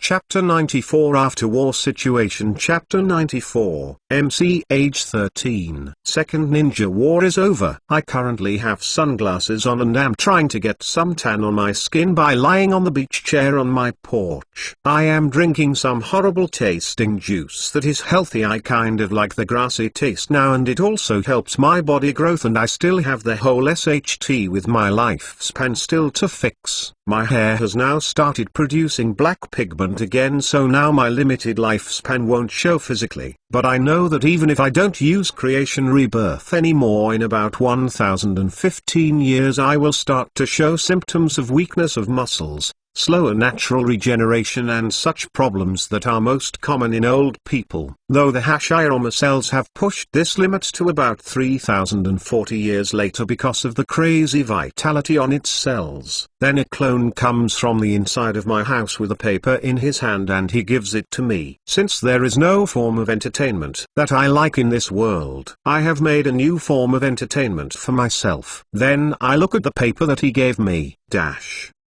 In Yuzuka clan, money, 230 mil. Income, plus 60 mil month. Members, 65 ninja. 0 elite jounin, 15 jounin, 2 special jounin, 9 chunin, 39 genin, 98 civilians, 62 academy students. I just smile at it. In Yuzuka clan my income is probably the highest of all the clans in Konoha. I could have already made the Yuzuka clan the Rick.H.E.S.T clan in Konoha by stacking my money. Since this is how riches are counted during this time, since there are no stocks or such things, I never tried to leave more than 100 mil in the treasury. Since that means that the money is just sitting there and not doing anything with it is the same as not having it. That is one of the things modern times taught me. I already have businesses all over the land of fire. My business plan was, for example, pay some thugs to destroy a shop and steal everything in it. Oh no, what is old Peter going to do now? Well, of course I will pay for his shop to be repaired and make him sign an overly complicated contract that he won't understand without a lawyer, which are not yet a thing on here. Also, I have been adopting a lot of orphans who I deem decently talented into the Inuzuka clan. When they get older they will all marry within the clan and my clan will finally have enough Jounin ninja. Then there will be no need for me to keep pulling the clan up by the nose. So that is pretty much my business plan, and since there are really no laws against this type of thing in here, I just take over businesses while the fat nobles stay in their castles doing nothing in there. Then after some decades they either become my puppet government or they get obliterated. Then after some time relaxing I sense an Anbu land in front of me. I signal him that it is all clear and he takes off his mask. Immediately his most notable feature is the Inuzuka tattoos on his face. Finally I was able to get one of my own in that division. And I made a lot of sacrifices. I spent a lot 4 hours of my time carefully making holes in Akira's 8th gate and closing them again to give him a permanent physical boost. Though he will die in around 2030 years thanks to the dark chakra, I ran through him to lessen the symptoms. At least he won't die for nothing. Like cannon fodder, he will die for my benefit. I also remembered from that one villain in Naruto that said that because he had the body revival technique he wouldn't be killed even if he opened the 8th gate. That was a complete lie. First, even with only the first gate opened he would suffer a backlash since he wouldn't be able to control the raging chakra on his body, and second, the 8th gate can't be opened and then live to tell the tale. It will literally expend all of the lifespan, plus with the gate full opened it will destroy and burn your body from the inside. A death that is very painful, and only people like Guy who know pain from his extreme training and opening the previous gates would be able to handle the pressure. Yami-sama, there is a new development on the after-war plans. Then he explains to me how after the war the Hokage didn't take any territories over and how he played passive on the Cage Summit. Okay, so now I know why there will be another ninja war soon. It was because Konoha didn't flex its muscles after the war. Could this even be called peace? There will definitely be small skirmishes among the nations. It seems like Hiruzen was too soft again. Sigh. I can't help but sigh at this. A leader needs to have both compassion and cruelty to be a good leader. By doing this we didn't even take any territory over, and let's be honest, the war was started for more territory and resources. We should have gotten that. At least the Hokage probably didn't want any more bloodshed, but by doing this he undermined all of the sacrifices from the dead ninja. The reality of war is to exchange the life of soldiers for resources. That was true in my last world and it still holds true on this one. So at least honor them by trying to get a good deal out of their lives. After that I dismiss the ninja. I have already placed numerous seals on him in case of a betrayal, so I am sure he isn't dumb enough to do that. After all, I gave him his power and I can take it away by eroding my seal on his 8th gate and killing him. I have already checked if he is a double agent and all that. I don't want an Itachi in my clan after all. Then it seems like it's time to start the next phase of the plan. I notify my mother that I won't be back for some time since I have something to take care of. Like usual, she started asking if it was dangerous or anything like that. After reassuring her, I went towards the Inuzuka training field. Then I did some hand signs and I slammed my hand on the ground. Poof. Dot. Dot. Dot. Dot. Dot. Dot. Dot. Dot. Dot. Author note: as we can see, time skips are happening. I am time skipping since there has been enough slice of life and clan building during the handful past chapters. The MC also has started to relax a little since he doesn't feel like there is a time bomb nearby except the whole Kaguya thing. He already is at his physical peak for his age. The MC has simply grown too fast and his body can't keep up. Chapter 95 Summonings? Question mark. Chapter 95. Dot. Dot. Dot. Dot. Dot. Dot.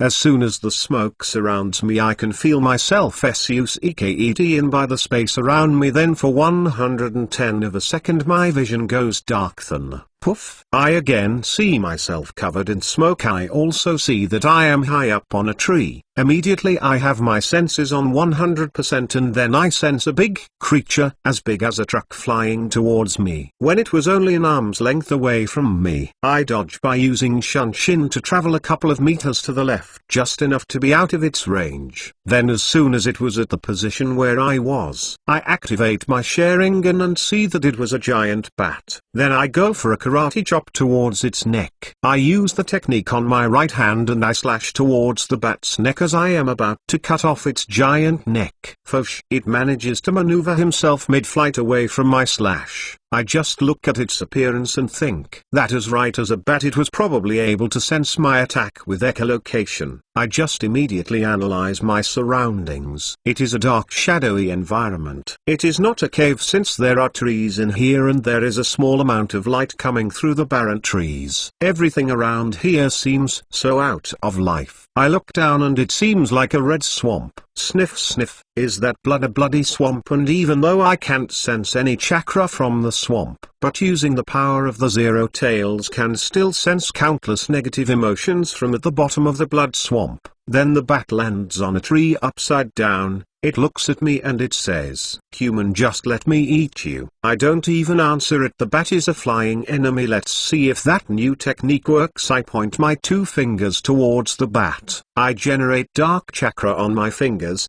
with a black dot appearing on my fingers with some kanji to it. Then I throw it at the bat and it gets absorbed in the bat's body. The bat just looks at me strangely when he himself starts releasing dark chakra which envelopes him with a powerful torrent of gravity. The bat has an ugly look on his face and he says desperately, what is?" But then the chakra that he himself is expelling starts taking the form of a box of black energy, covered in several spear-like protrusions which pierce the box, lacerating the bat inside from head to toe. Then when the bat is dead, the coffin dispels into nothingness and the body of the dead bat, punctured with countless holes all around it, starts falling down, leaving a trail of blood behind. Splash! As soon as it falls into the swamp, I just look at the body with my Sharingan to see what the thing in the blood water in the swamp is. Suddenly I see a giant figure move in there and there seems to be thousands of other minuscule small figures around it. I try to see the true form of this creature, and when I see the creature close to,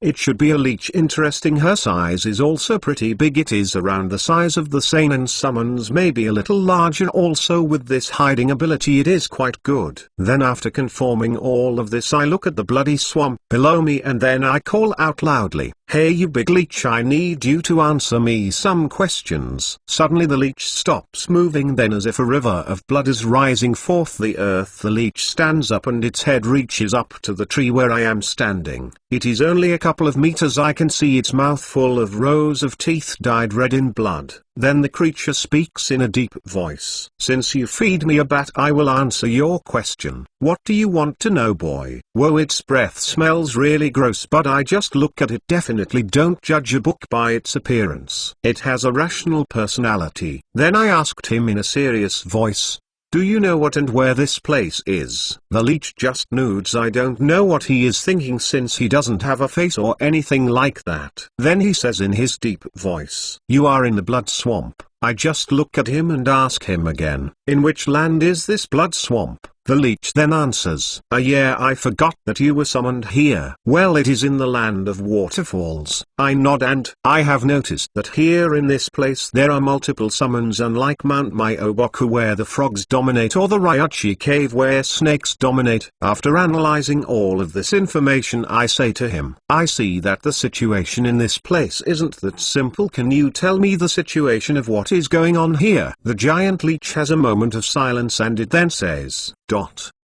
dot, dot, dot, dot, dot, dot, dot. Author note: what is Yami scheming again and what will his summon be? Find out in the next chapter of Naruto, Dream to Immortality. 3 updates today. Nice. Also 10 chapters on Patreon in advance. Chapter 96 Seals. Chapter 96. I see that the situation in this place isn't that simple. Can you tell me the situation of what is going on here? The giant leech has a moment of silence and then it says, "You are asking too many questions, boy." I just look at him and I get a certain idea with a smile and say, "I just want to help you." Then with a little anger on its deep voice the giant leech says, "I can sense your chakra, kid. Although it is good for your age, we have been living since the time of the Sage of the Six Paths. You are too weak and inexperienced to help me. I have answered all of your questions now.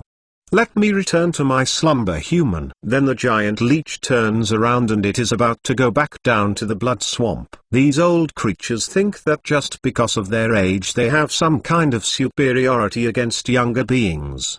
Their pride won't allow other people to help them. Well, then I guess only showing my power can change his mind. Well, I could probably coax him into it if I stay here for a week, but that is just a waste of time and I don't like wasting time. And what is the use of power if you don't use it? Then my face immediately goes cold and emotionless. I start releasing dark chakra all around me, forming a tornado of darkness with me in the middle of it. The leech senses this and turns around to look towards me. Then with a nonchalant voice I say to him, "Anyone who uses their age to display some type of non-existent power is truly pathetic if you are as old as you say, and this is all of the minuscule strength that you have. Then you should be ashamed to tell other people your age. All this shows is that in the thousands of years of your life you never really achieved anything significant." As soon as it hears this, the leech doesn't say anything, but it starts producing crazy amounts of negative emotions. Then, poof, on my shoulder blade appears a third mechanical arm which I use to fuel my dark chakra reserve with the help of the zero tails sealed inside it. I appear at the top of the leech and I punch down, splatter. Then all of the leech parts are dispersed. As I am falling down I just extend some chakra strings from my back and go to a tree and stick to it sideways. The punch definitely wasn't strong enough to blast him to smithereens like that, plus I can still sense his dark emotions, so that means that he is still alive. So this old guy truly had some tricks up his sleeve. Then I sense malicious intent behind me. Fosh! I immediately dodge and appear behind my attacker. It was a miniature version of the leech. I just look at it with my sharing and actively recording everything that just happened. I just kick the leech and its body pops like a balloon with blood flying everywhere. Then all of the body parts and blood of the giant leech flows together like a tornado and the leech is now fully formed back to his full size. He is kind of weak but his regeneration ability is quite good. Then as soon as the giant leech was fully formed it was ready, about to spit something at me. I immediately clasps my hands together. Then 5 small yellow orbs with skinny tails emerge from between my clasped hands and move above my head before forming a circle of 5. Then I raise my clasped hands above my head, and I slam them downward, sending the orbs into the ground. As a bright light is generated in the sky above the leech, 5 tall and thick pillars, which are connected to each other by chains, pin the giant to the ground. Boom! The leech is pinned to the ground and then it starts to disassemble its body. I make another hand sign. I summon 6 thin, wide beams of light that slam into the leech's midsection, holding him in place. Then it stopped moving at all, as if paralyzed. The leech becomes unable to move any part of their body, including the parts that were not struck by the beams. Dealing with a regenerative opponent is easy. You either obliterate them completely, which I won't do yet, since I don't want to kill this leech. The other method is sealing, which I am quite proficient at. I am sure that I am the best seal master currently alive, even better than Kushina or any Uzumaki. I already know all of the Uzumaki seals and have even started creating my own, usually to combine with dark chakra. Oh yeah, I look at the giant leech. I should try that new sealing technique, since the leech has such a strong regeneration. Even if anything goes wrong it probably won't die. Then I point both of my hands towards the giant leech. I create 8 black holes that emit dark chakra in the personal space surrounding the leech, with a 9th black hole manifesting in the center of the leech's body. Phoom. Whoa, I can feel as if gravity is holding the leech in place. This is pretty good. Anyway, then I get close to the leech and say to it with a cold voice, "Ready to talk now, dot. Dot. Dot. Dot. Dot. Author note: we see that the MC has progressed quite a bit. Now he has more fighting experience and his Fuinjutsu he has started getting creative with it. Chapter 97 Old creatures are such a drag. Chapter 97.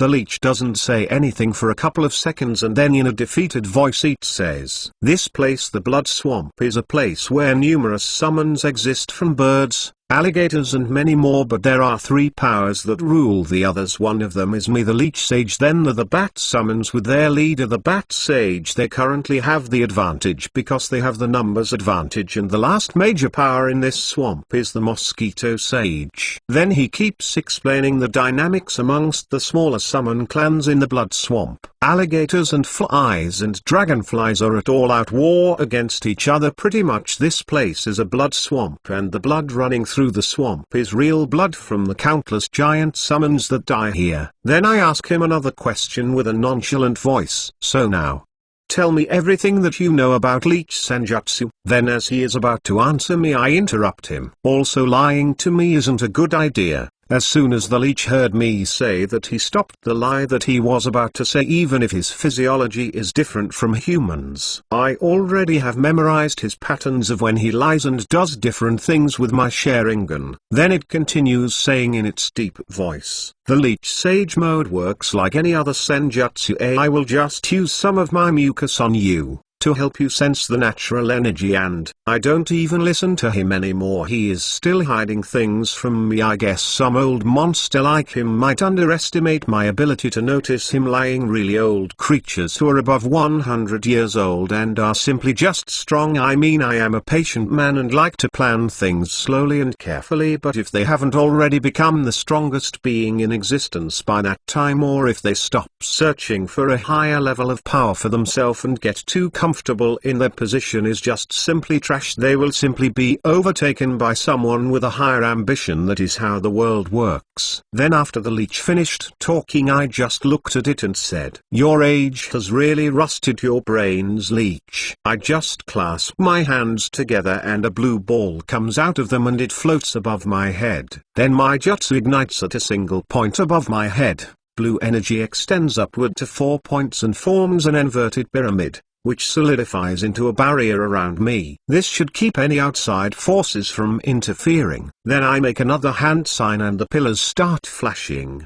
And I summon some black chakra from my mechanical arm. After that I make a ball of chakra in my hand and use the dark chakra to corrupt it, and I also use some Fuinjutsu on it. "Sorry little Leech, but it seems like you have to go." I then throw the ball towards the Leech and it gets absorbed by it. Then, after 2 minutes, the dark chakra ball comes out of the Leech and now it has a dark red color. As then I make a small seal on my abdominal muscles and store it in there. The Leech then says something. Who am I? I just smile at it and touch it with my right hand, and then I pull up my shirt and draw a circle with Fuinjutsu all around it and a spiral in the middle of the seal. I make sure to not connect it with my life force and such things, and more correctly the seal is not on my body but on my skin. Then I touch the restrained Leech and then with my other hand I touch my seal. "Who are you?" the Leech asked, confused before. It was sealed on my skin. What I did was steal its memories, and I am pretty sure that torture against millennium-old creatures like them is ineffective. So I took its memories and sealed its body. I didn't absorb his memories, since only dumb people absorb another person's memories. That is like asking for the memories to take you over, especially this Leech who has thousands of years of memories. It will definitely be able to take over if it absorbs my memories. Then I slowly use a seal to review the memories in my brain like a movie with my Sharingan. 1 hour later. Holy SHT, I know he was hiding something, but for it to be this big. Dot. Dot. Dot. Dot. Dot. Dot. Dot. Dot.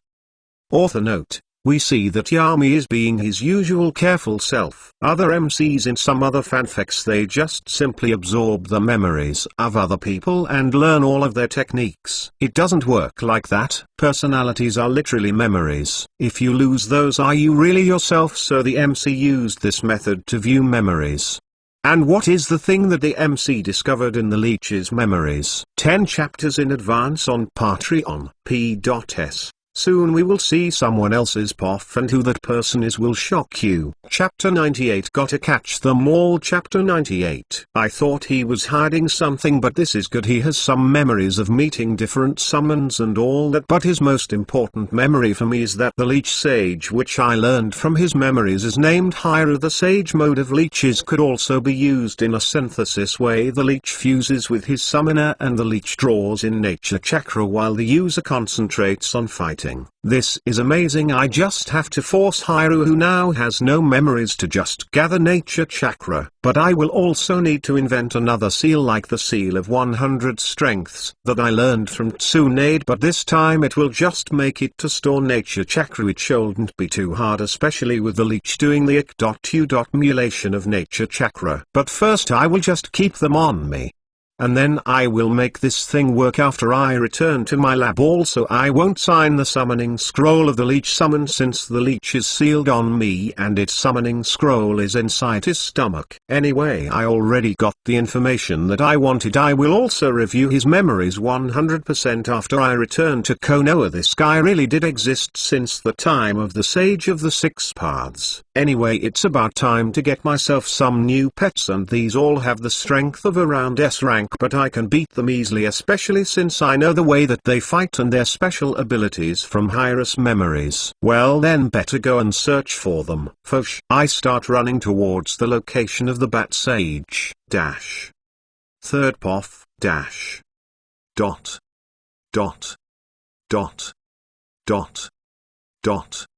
When Yami arrived towards the nest of the bats, it was inside a giant hollow tree. There are nests all around the tree. Yami analyzes the situation and looks for any opening, and then he counts how much bats there are currently flying all over the tree. There are 28 giant bats, all of them about the size of a truck. Then Yami just uses dot, and like a ghost with no smoke or anything, after using the technique, Yami appears above one of the bats, and immediately feeling the disturbance with their echolocation, all of the bats look towards him, but he just neck chops the bat below him, knocking out unconscious. And as he is falling down together with the bat, Yami just uses Shunshin again and appears above another bat, and even though the bat can sense him with his echolocation, his body can't keep up with the speed of Yami and he is knocked out also. This happens another 26 times and all of the bats are knocked out. Then after defeating all of his enemies before him, Yami seems to relax. But as soon as that happens, a surprise attack comes trees and attacks towards him a giant bat, bigger than any of the other ones he has already fought, and the bat bites Yam on the head. And it rips out his head from his shoulders with deep red blood spewing all over like a fountain. But then the dead Yami turns into water, and all of his blood that was spewing is also turned into water. When the giant bat sage sees that it was a genjutsu all along, and he tries to break out of it, but he feels a hit behind his neck and his world goes dark. After all of that, Yami also takes the memory of the sage bat and examined it. He finds some echolocation sensing techniques and a sound wave type of attack. MC POF. Dot. Dot. Dot. Dot. Dot.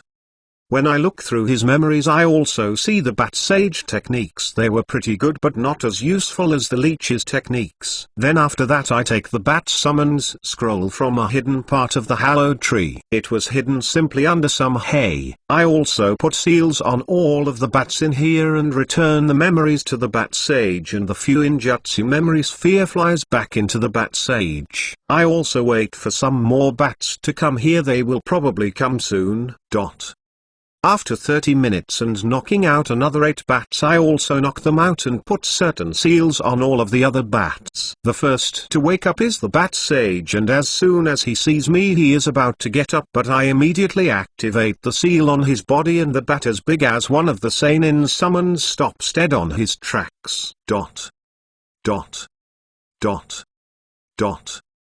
Author note: we see that the MC now has a very well-rounded arsenal of techniques to deal with different types of enemies. Anyway, good night now, I am going to sleep. Chapter 99 Conquering Chapter 99.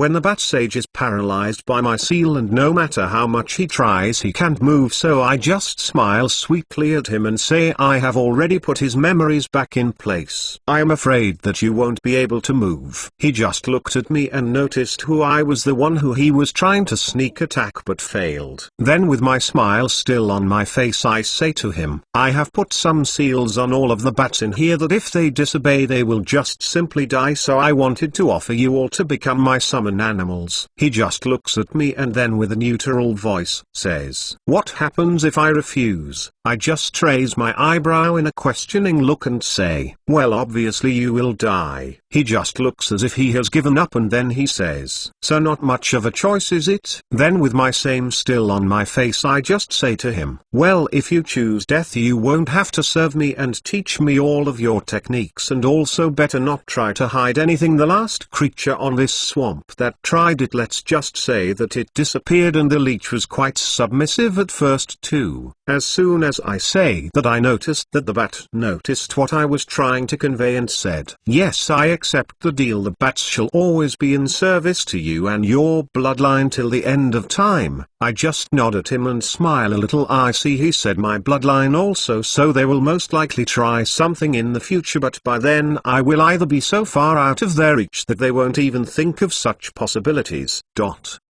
And just like that, after 2 hours I had their whole bat summon clan under my thumb to summon any of them whenever I like. Then I look at all of them bowing before me. They don't know that with just a thought I could obliterate their whole clan, even if someone is born from them, and they might think that the newborn is free. Wrong, the newborn also has a seal automatically made into his brain just in case. Then after that I traveled while flying on the back of one of the bats as it was taking me to their mosquito sage, and with my little army of bats following me. When I arrive at her territory I see thousands or maybe millions of small mosquitoes. Apparently the mosquito sage is a single person controlling all of the mosquitoes in the blood swamp. Also, the mosquitoes in here are all the same size as normal mosquitoes. When I start going forward and thinking if I should just burn all of the mosquitoes, the horde of millions of them split in half to reveal someone that I have never seen in reality, but I have seen it from the memories of the summons under me. I also know of all of her powers. When I look at her I see that she is a tall and large woman and has the appearance of a humanoid mosquito. Her body is very light, allowing her to fly, and her limbs have been enlarged and have clawed tips on them. Her biceps and shins are covered in long bristles and stripes which are akin to that of a mosquito. She has long hair and a human-like face, but other than that, her head resembles that of a mosquito with a second pair of compound eyes, 2 antennas, and a large stinger on her forehead. Wow, she really does look like a part human. That is gross. Anyway, I start walking towards her. She just says to me, I give up and accept to be on your service. I just look at her and a smile comes into my face, and then with a happy voice I say, is that so? Okay, then I accept. Give me your summon scroll. I also admit that I used mosquitoes to spy on you when you arrived here. She just throws a small scroll towards me and I immediately see that from its Fuinjutsu it was the real deal. I just bite my thumb a little and write my name on it, and the same as with the bats I put the summon scroll in a storage seal on my wrist. While I am still on top of one of the bats, I just look at them and smile at them all while saying, so the blood swamp is now under me. Also bats get every other summon creatures here. I will be signing some more summon contracts. Then I jump off the bat that I was flying on, and with perfect equilibrium I stand on a tree sideways, and then I point towards the mosquito lady and say to her, you will be teaching and explaining to me sage mode. Dot. Dot. Dot. Dot. Dot. Dot. Dot. Dot. Author note: this is when the MC starts becoming really scary, and here he also showed his true colors. All of the summons are terrified of him. Soon the whole blood swamp will have him as its new leader. Also the MC only has 3 S rank monsters under him. The other bats are all C rank with some B ranks. Chapter 100 Assassination. Chapter 100 dash. Time skip 1 years later. MC age 14 dash. Dot. Dot. Dot. Dot. Dot. Dot. dash. Kakuzapov, dash. Dot. Dot. When I enter the bounty building on the Land of Fire, I have a ninja on my shoulder, some Jounin from Kumogakure. Even though the second ninja war was over, there wasn't a definite winner, and in all of the lands there are skirmishes happening between the elemental nations. Which is good for me, since I can catch ninjas like this guy and earn some money, around 3 million here and 4 there. It all adds up, so that is pretty good. Then when I am inside the bathroom, I open the door when I use the sink and go into an underground room. There I see an empty room like usual and go towards one of the corners, and when I push a part of the wall it opens up like a window with a guy coming out. When he sees me he smiles and his eyes brighten a little. When I notice this I immediately say, "Bradley, you haven't gotten any bright ideas about the bounty on my head, have you?" Immediately as soon as I say that, Bradley puts his hands up and says, No, I was just excited to see you." I just look at him with an intense stare. As soon as he says anything suspicious I will kill him. Living as a rogue ninja and letting anyone have bright ideas isn't a good thing. So I, with a threatening voice, I say to him, "And why would you be excited?" He takes the body and gives me the money. Then he says, "Well, someone came asking for an assassination on a certain individual from Konoha." I just look at him. I have known Bradley for a long time, like 3 years. He has this weird habit of his that seems like he is about to almost get to the main point, but he doesn't, so I just ask him, "Get to the point or I am going to strangle you by your own intestines." He just looks at me panicked and says, Okay,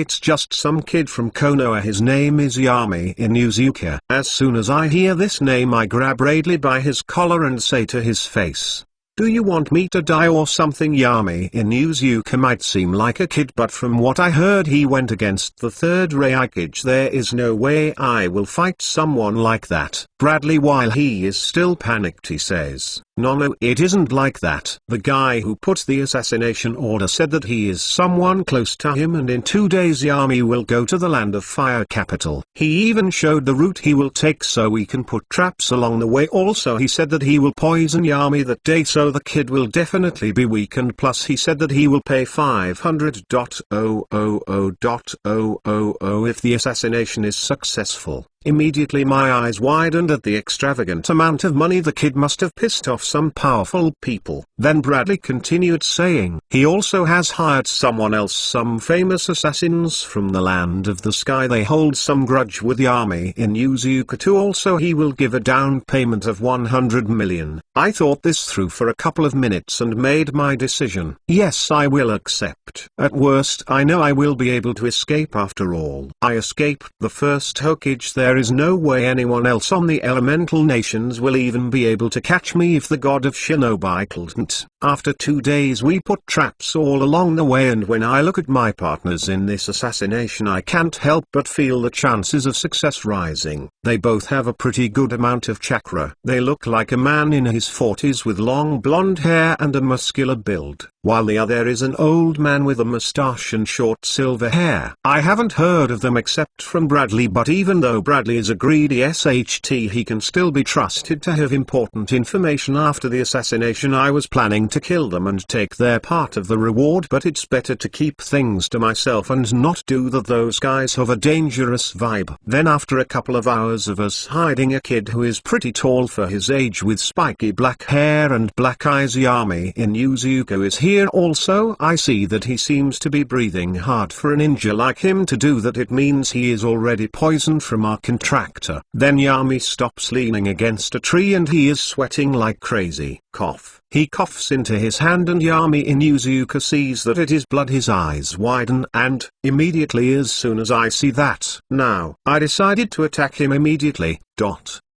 Dot. Dot. Dot. Dot. Dot. Dot. Dot. Author note, wow, at Yami got betrayed? Question mark.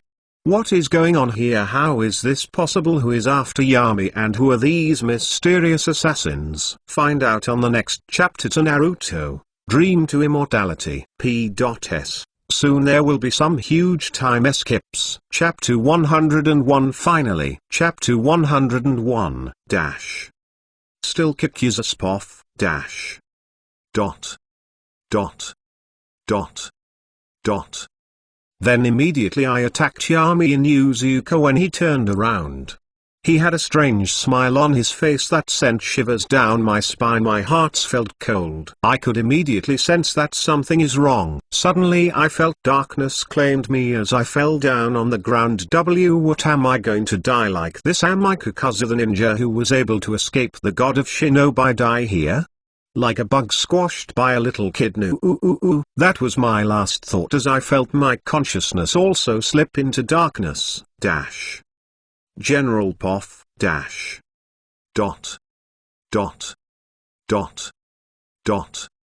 Next time Kakuza wakes up, he is under a tree that he was sleeping while leaning on it. When he wakes up he says, "Damn, what was I doing?" Then he sees the dead body that he had next to him. Oh yeah, I should go and deliver this to Bradley's station. I know that guy will give me the best deals. After Kakuza dusted himself off, he couldn't help but think, it's nice to rest sometimes. When he arrived at the bounty hunter's station, he went to the bathrooms and opened a secret door on it, and then he went to the secure room, and when he entered, Kakuza saw Bradley like usual sitting there on with only a hole in the wall big enough to fit the average human body. Kakuza then goes towards him and says, "Bradley, here it is, a new body." Bradley looks at it and says, "Majanen, he has a 3 million bounty." Then he takes a sack of money and hands it to Kakuza while saying, "Here it is, your money." Kakuza counts all of the money there, and after doing so he just walked away. If he had looked at the other side where Bradley was staying, he would have seen another Bradley tied up and unconscious with a hollow look on his eyes. Then the Bradley who talked to Kakuza just said, "You can come out now." The so-called assassins who were from the land of sky came out of the shadows. Then they all, poof, were back to their original appearances. They were all shadow clones of Yami in Inuzuka. One of them then pulls out a sealed memory and puts it into the real Bradley's head. That was in case someone ever investigated this thing, and Bradley now has the memories of really he himself doing the transaction with Kakuza. Then they untied him. Then they all, poof, dispel themselves. Yami Poff.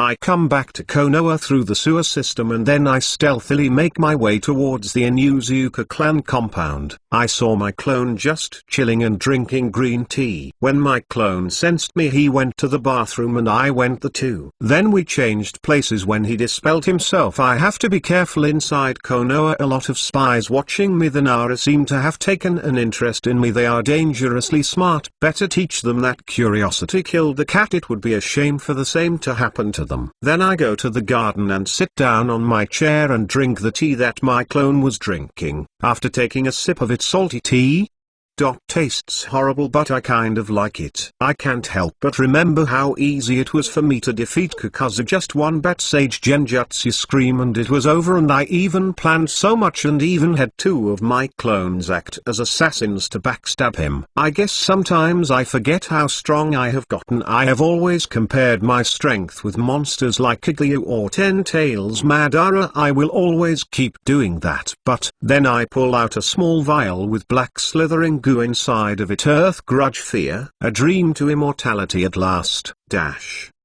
Time skip 1 year later. MC age 15.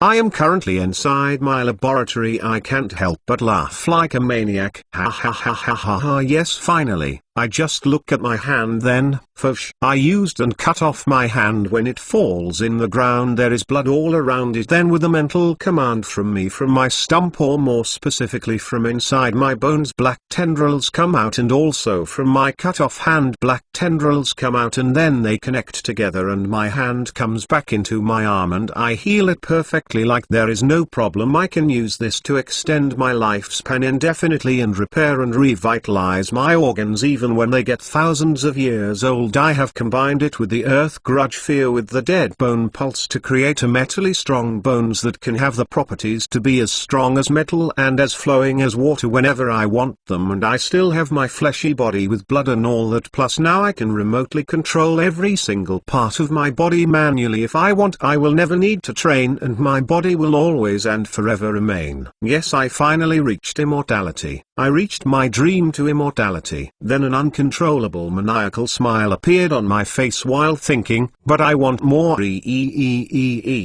dot dot dot dot dot.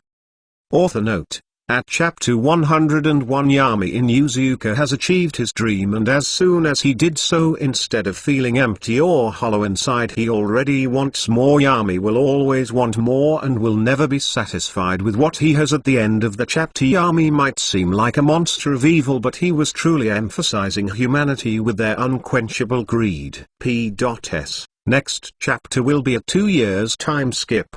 PPS. 10 advanced chaps of this story are in Patreon. Chapter 102 Student. Chapter 102 dash. Time skip 2 years later. MCH 17 dash. Dot. Dot. Dot. Dot. Dot. While walking around Konoha while reading a paper in my hand. Dash. Inuzuka clan members: 60 ninja, 2 elite jounin, 22 jounin, 6 special jounin, 11 chunin, 19 genin, 400 civilians, 100 academy students. Dash. The reforms with the Inuzuka clan opening dozens of orphanages all over my clan compound and taking in civilian children has truly boosted my clan members. When the number goes around 1,000 members, I will stop accepting any more members into my clan. The clan even had the first political marriage happen. We connected ourselves even more with the Unikama clan. Of course I wasn't the one getting married. After all, having me married to that trashy clan is like giving a pet a 5-star dinner, completely useless. We just married some talented genins together, and that was that. The 13-year-old husband was supplied by us and the 17-year-old bride from the Unikama clan, so she will be coming to the Inuzuka clan compound to live. The husband, like the average 13-year-old, is horny, so he will accept anything that moves as a wife. So yeah. Also, my clan finally has some elite jounin. I made them by using some Mosquito sage techniques. They are really useful, like chakra transfer. IFORCEIBLY raise their chakra reserves. It can raise it up to B rank. And just to be safe, I put some seals in case of betrayal, and they were good to go, and the lifespan expected was minimal compared to my 8th gate puncher technique that took a lot of lifespan from them. Anyway, now I'm officially the Rick.H.E.S.T person in Konoha with a net worth of around 6 billion ryo. Immortal Life has been treating me very well. Can't say the same about Tsume though. The guy just went up and killed himself. He wasn't exactly useful to me, so I let it happen. Plus I didn't want to ruin my relationship with Danzo. That guy is very useful when he wants to be. I just asked him once about S-rank jutsu, and the guy literally gave me half of Konoha's S-rank elemental ninjutsu. I owe him 2 favors now, which I am obviously not gonna keep. Then I arrived at my destination, the Ninja Academy. When I go there, I see that the teams are being assigned and then the Jounin sensei are appointed. Every Hokage has a legendary student or students, so I am going to need my first legendary student. When the classroom is all empty, I see my future student just staying the nervous. Might gype off.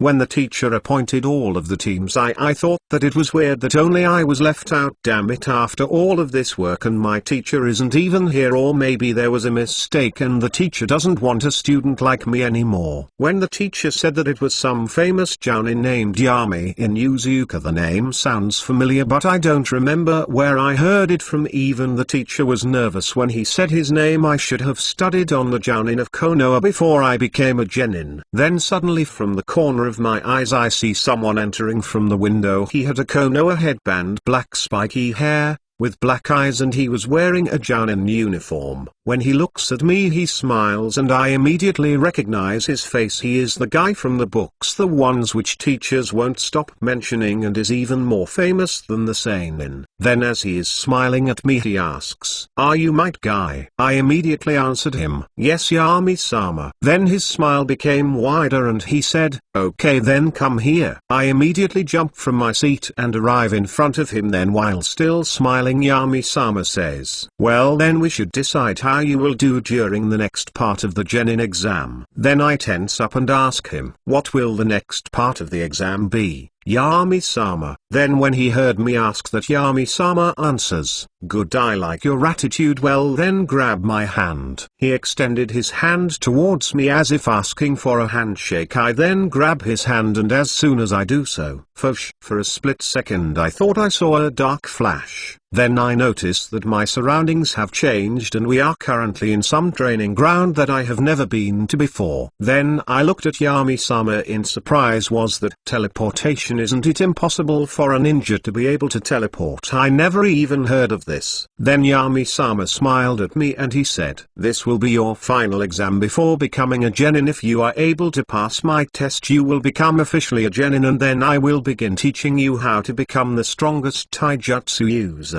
When I hear him say this, I can't help but be surprised. Besides my father, no one has ever believed in me. Then I look Yami-sensei in the eyes and think to myself, "I will not let you down. Dot. Dot. Dot. Dot. Dot. Dot." Author note: the MC chose Guy to become his first student and even went as far as placing him in an apprenticeship. Though this might seem like the MC truly believes in Guy, he doesn't believe in him because he already knows how strong Guy will become in the future. Chapter 103, My Youthful Genin Student. Chapter 103 Might Guy Poff Dot.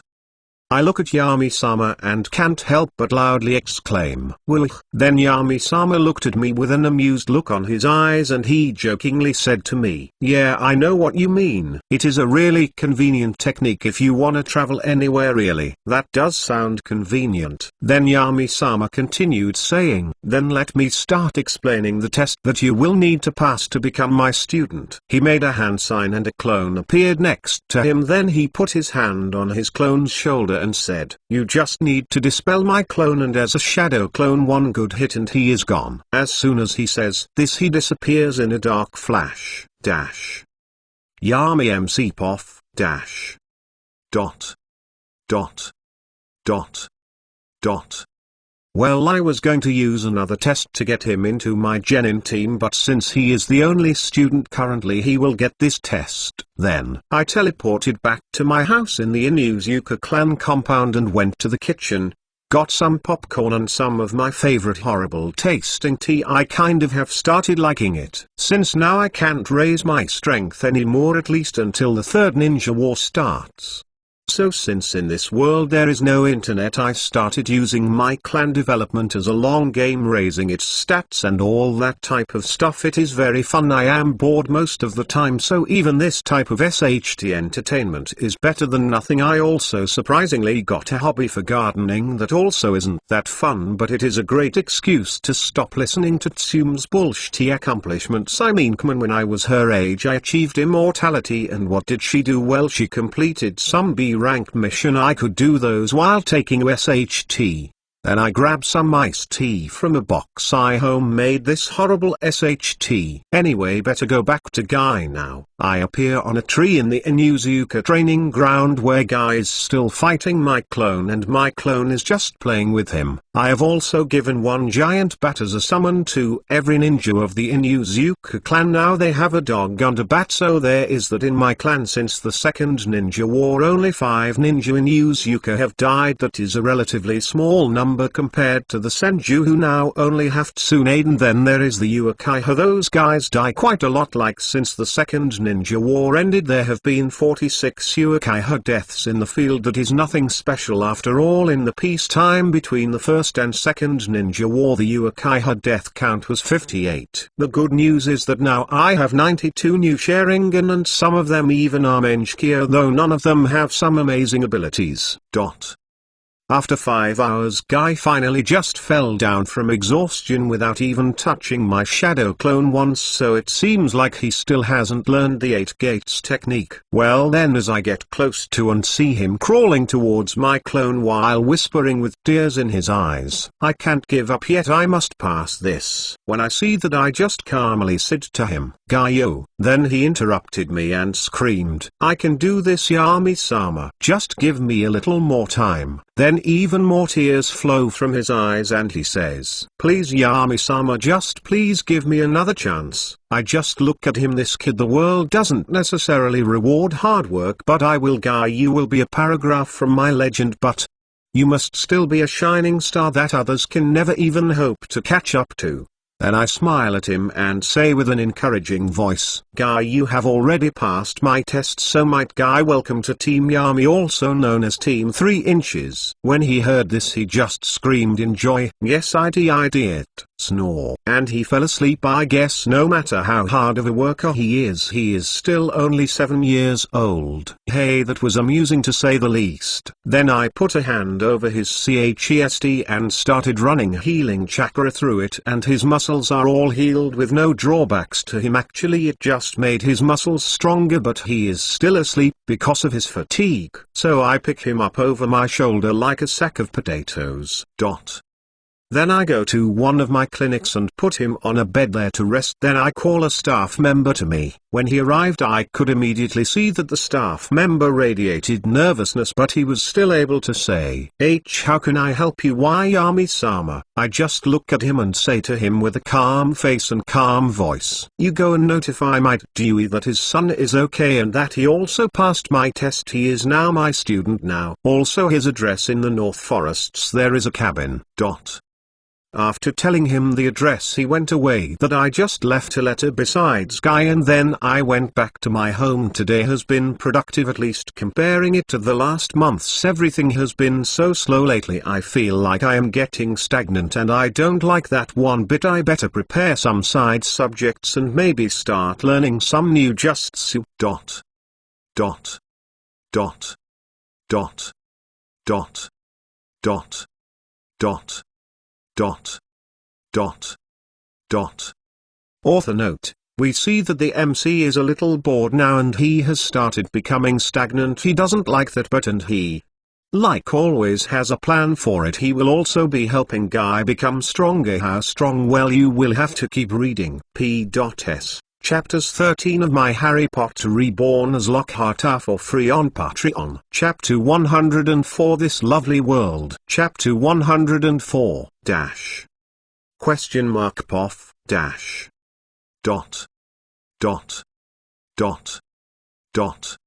I look at the green field around me with the city on the horizon. I can't help but think of how beautiful this world is. When Mother is drunk she says that God doesn't exist and that even if he did, he is an evil God after all, someone who is all powerful but still allows atrocities to happen all around the world, then that God is evil. Then I lie down on the grass as a butterfly flies above my head. Then I look as the butterfly flies down and I extend my hand and the butterfly rests on my hand. I am sure that God does exist after all. The proof is all around this world, from its smallest creatures to the giant monsters. Everything in a strange way it works good together like a mechanism. The world truly is perfect, and even though bad people exist, there are also good people to stop the bad ones. Then the butterfly flies off from my hand. Then I get up and dust my clothes. I look up at the sun and notice even though Mother drinks in the evenings, she always says to me that I must always be back for lunch or I will be grounded for a week. Sigh.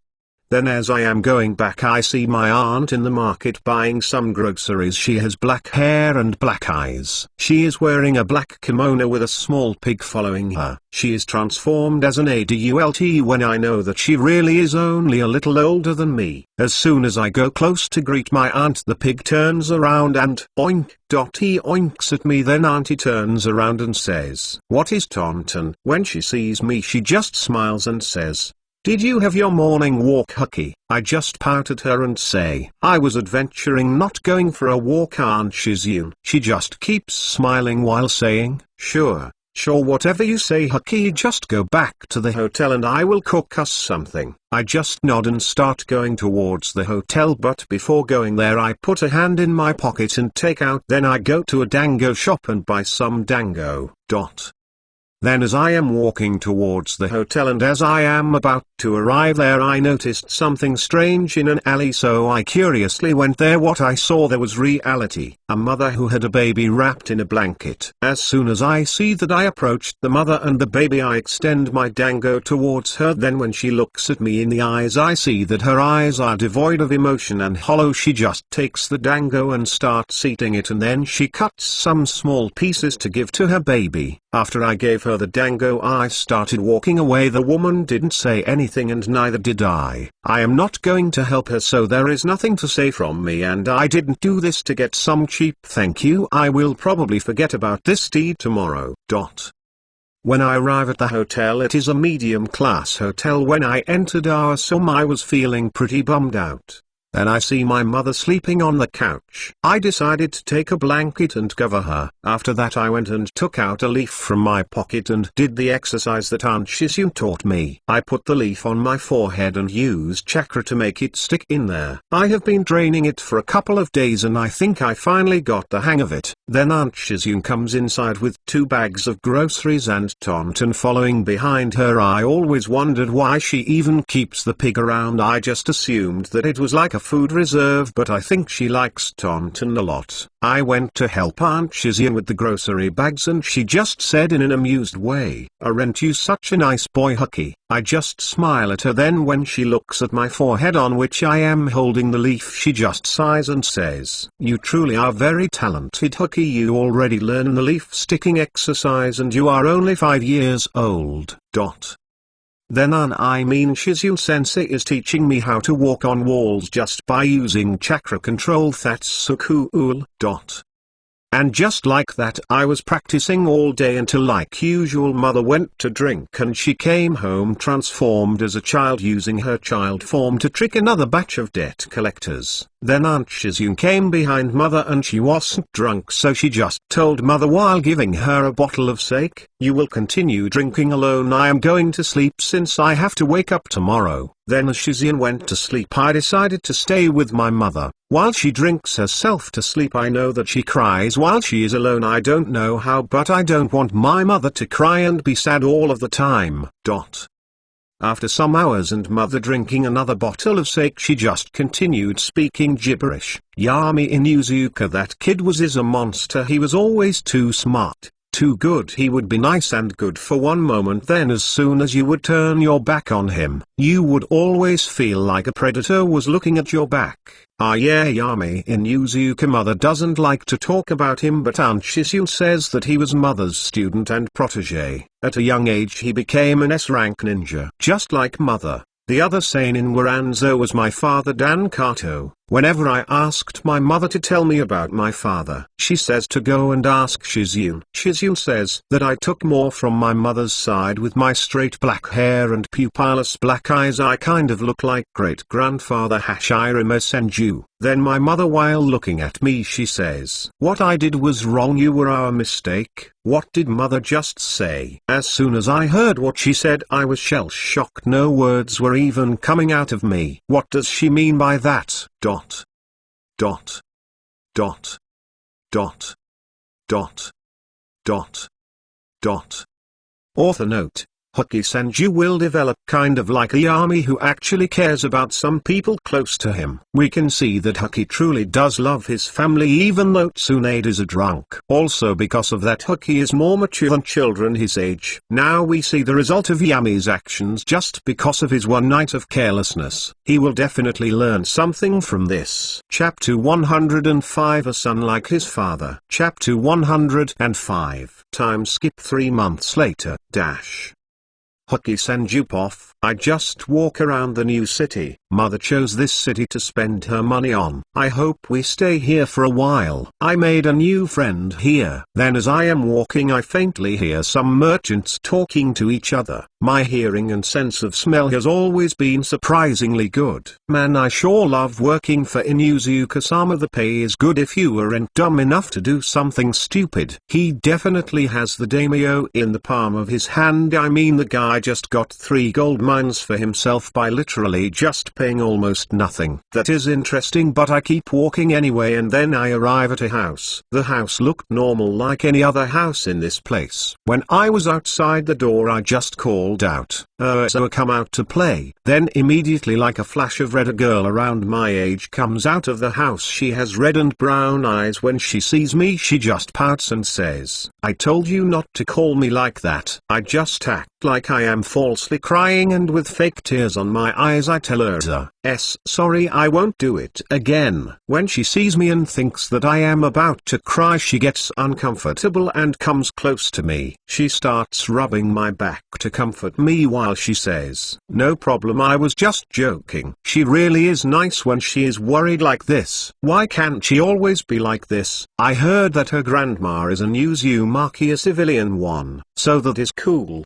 PFT. Then my act slipped and I chuckled a little as soon as Erza heard this. She just said in a cold voice, "Hokage, you wouldn't try to fool me, would you?" Then I just look at her with a serious face and say, "I guess I will have to use the secret Senju technique." Her anger slips away and she just looks at me in confusion and says, "What do you even mean by that?" Then I just clasped my hands together and loudly screamed, "Secret Senju technique, running away." And I immediately started running away from her. While running away I hear her scream, "Hokage, that was lame." As soon as she says that, bang, I fall on the ground. Why did she have to be so mean? Then she catches up to me and grabs my head with her hand. I just give up. After a couple of minutes of her screaming at me and me dodging her slaps but making it seem like they hit me, the Uzumaki really are crass. I mean wild. That is where mother got it from great-grandmother Maito. And then we start playing. We go around the forest trying to find bugs. We like to crush them. There are some strong ones out there. Then Azerza is about to say something. "So how?" I cover her mouth. She is about to say something rude to me, but when she sees my serious face I am even covered in cold sweat. I smell something very dangerous around and my instincts are running crazy. Then suddenly I see a big bear. He is as big as a carriage. There is no way I can defeat that. I don't even know one. Just so then as I turn around to warn Erza, crack, I noticed that she stepped on some leaves way too hard. Then the bear turned towards us. I am going to die. Then I look at Erza and can't help but unconsciously think, if I left Erza behind while the bear eats her I can run away. Roar. Then the bear comes running towards us. I am going to die. Then as if the voice of an angel, headshot, boom, the head of the bear is blasted off. Then I see that my savior is just a kid who is probably a couple years older than me and is wearing a green spandex. As I am still in shock I hear him say in a panicked voice, "A sensei is going to be mad at me that it took so long to finish this D-rank mission. He will probably make me drink that horrible tea while he explains to me my mistakes. But wait, this wasn't my fault." When I heard him talk to himself I wanted to say something but no words came out of my mouth. I immediately understood why. I am absolutely terrified. I look at my hands and see that they are shaken. Was I just about to die? If it wasn't for this guy I would have definitely died. I haven't experienced anything. I haven't even seen how the world is and I was about to die.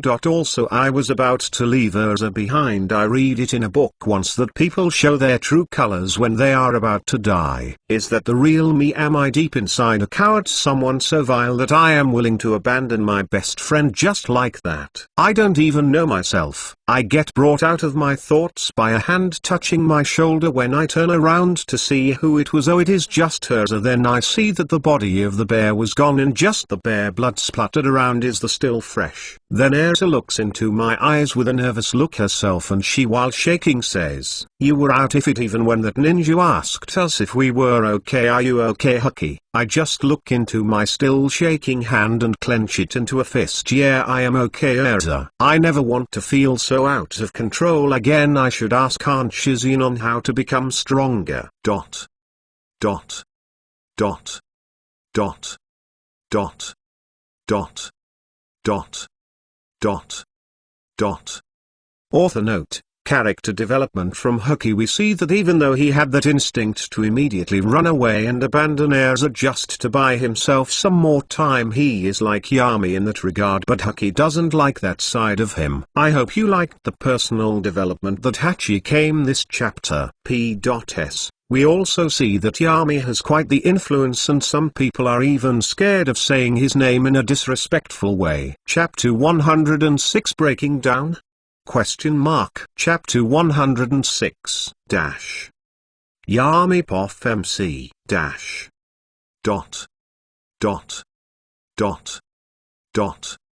I am just looking at some paperwork that my clones brought me. I am waiting for Guy to return from his D-rank mission of taking care of some bear that has been terrorizing a village. Then I hear an alarm clock go on inside the house. I just give a mental command and the clock is turned off. Fuinjutsu is the most versatile thing I have learned ever since I came to this world. Anyway, at least Guy is not dead or in danger. I have a seal on him that if he is in danger or dead it will notify me anyway. Guy has just been taught the 8th gate technique and I already copied it. Then I force my chakra through the gates. First gate open, second gate open, third gate open, fourth gate open, fifth gate open, sixth gate open, seventh gate open. Boom. My body is immediately flooded with chakra, continuously destroying and repairing itself, but still I can't use any jutsu, because of the rampant chakra inside of me. I can still heal myself with the Jiang-U. After all, the Jiang-U is not really a jutsu in the typical way. It is more like a parasite that I control. Then after a couple of minutes I close all of the gates and, phosh, my body started releasing steam and healing itself, and that is it for my daily training. In about 4 to 5 years my body will be at its best shape. After that I will stop the aging in my body. Sigh.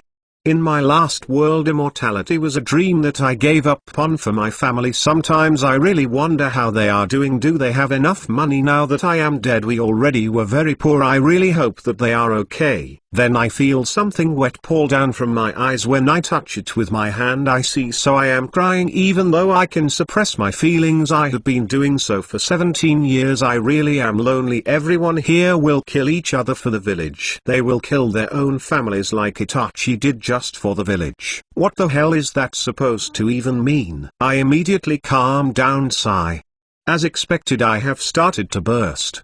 Before I was so worried about surviving in this world. Because of that I spent every moment planning and scheming that my feelings and fun came second. Now that I have immortality I have free time. That means my mind has the time to wander onto things like this. Then since my emotions are getting the better of me, I immediately put a full barrier around my house forbidding anyone or anything from coming in. Then I make a water clone and have him go outside to tell anyone that wants to come in that I am busy doing a critical experiment or something like that. I won't send a shadow clone since he might also be affected by my feelings. Then I also put an anti-spy barrier all around.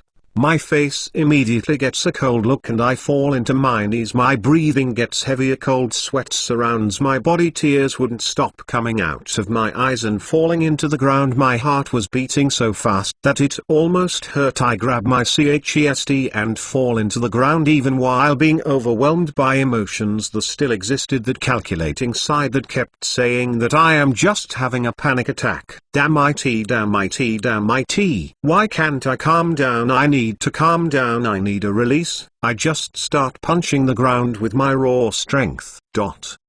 After some minutes I just lay down in the crater that I created into my backyard, crying silently in a more controlled way. Damn, I guess I really am lonely. I just point my hand upwards as if to grab the sky. This must never happen again. I need a release state or I am going to start doing irrational things and letting my emotions lead me. They are a part of me, so I would never get rid of them, but I need a way to take care of them. After thinking about it for some time I finally got an idea. My eyes eyes morph into the sharing, and since I am calm and now I summon 2 shadow clones to take care of me just in case. Fosh. I look at the world around me. I see that it is my apartment where my family used to live. I know this is a lie, and I know that I am in a genjutsu that I could break out of whenever I want, but I guess I will truly rest after 17 years of wearing a mask. I can let go. I guess spending some time with the real family is good. I open the door to the kitchen. I see my little brother with his blonde hair and brown eyes just drawing. He was always worthless. He liked comparing himself to me. I was his role model. Though I know, and he knows that I know, that he is jealous of me. I truly did portray myself as perfect in front of him. I just smile and go forward. He stops drawing and looks towards me. He smiles and says, "Hey brother, do you want to play D&D with me?" Unlike that annoyance that I felt in my first life when my little brother used to ask this, I just smile a little while saying, "Sure, let's play a little then." I just go towards the fridge to get some snacks. I open up the fridge and see there are a lot of food in it. Yeah, this is not real. Our fridge was always almost empty. I grab a couple of drinks as I hear my little brother say, "I will be an elf archer named." I never liked playing D&D with him, but now I guess I will get what I can, even while thinking all that. For the first time in a long time, a truly happy smile appeared on my face. Dot. Dot. Dot. Dot. Dot. Dot. Author note: I know that this might seem out of character for the MC, but if you have read his backstory in the auxiliary chapters, you will know that his first life story was quite a tragedy, and he truly loved people before he died, and even gave up his dream to immortality that he got from seeing loved people around him dying, from big things to small things like just a small rat bite. He truly cares for his first life family and him. Acting for 17 years, he had a crack appear on his mask, since he also kept the people here far away and didn't care about any of them. He can't give up one family just to have another. For someone like him, a person can only have one family. That is why he doesn't trust anyone in this world. They would kill family for something like a village. For him, even if the whole world is to torture in hell, he wouldn't care as long as his family is okay. He chooses and will always choose his first life family. His love is psychotic and twisted, but in a way also true. He will never care if his real family is rich, poor, evil or good. They will always be his one and only family. He will never abandon them just because he got reborn in another so-called family. Even if his first world family could be people that torture and eat babies for fun, he would still love them no matter what. P.S. Yami will still be cold and cruel like always. He won't be changing. He just had his inevitable burst. P.P.S. Also, does anyone know some type of reference with Holy Joker and Holy Saint Joe? A comment asked me in the last chapter about it. I didn't get the reference. I am disappointed in myself. I googled it, but I only got some Christian stuff about it. PPPS. In Patreon, Yami and Hokage have already met. Chapter 107, The 8 Gates. Chapter 107. After that episode of me panicking, I have my mask back on. I am at the best performance possible at the moment. I was truly repressing my feelings too much, I guess. I was overdoing it. Sigh. After that little dose of genjutsu, I am back to normal. It seems like the burst lasted just about an hour. Not really enough time for anyone to even take notice of stuff like this. After all, it could have been just an experiment gone wrong. After all, who are they going to question?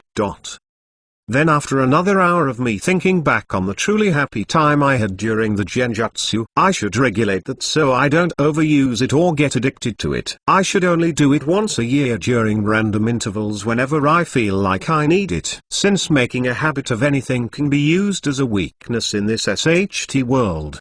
Then I sat on my porch while thinking of my future plans. That is when I sense that guy has entered my sensing range. I see, so he finally finished his mission. When Guy arrived, I noticed that he had a nervous look on his face. Then he came in front of and started scratching the back of his head while nervously saying, "Hey Yami sensei, how was your day?" I just smile at him and say, "Ah guy, I see that it took you 2 whole days to finish a D rank mission. In difficulty it was C rank, but the villagers didn't have the money to pay for a C rank, so my clone just made a deal with them on certain parts of the lands I would own. I will boost the economy on the like I did in many other farming villages. My very basic economic knowledge from the future is really revolutionary here." Then while guy is waiting, I take out my original book that I was writing in here. Its name is Romeo and Juliet, but I haven't thought of a good pen name yet. Maybe I won't even publish it. After all, I am flushed with cash currently.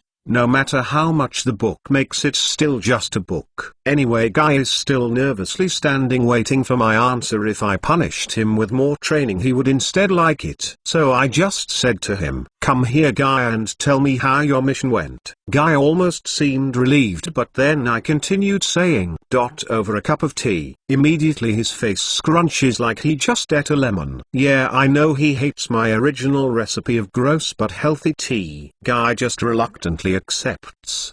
Not like he had a choice in the matter. He is currently 7 years old, but with my training, he can currently beat anyone in taijutsu in his group age. If Kakashi wasn't a thing, he could beat anyone in his group age at a straight fight, but he hasn't been able to surpass Kakashi's talent with hard work, at least not yet. I predict that at around the age of 12 guy will be able to beat Kakashi 910 times in a fight. But even though guy seems like a knucklehead, he is still helping Kakashi cope with his father's recent suicide. Truly a sad thing. It's really a shame for a ninja like Tsume to die. If only he had more uses to me, I would have bothered to save him.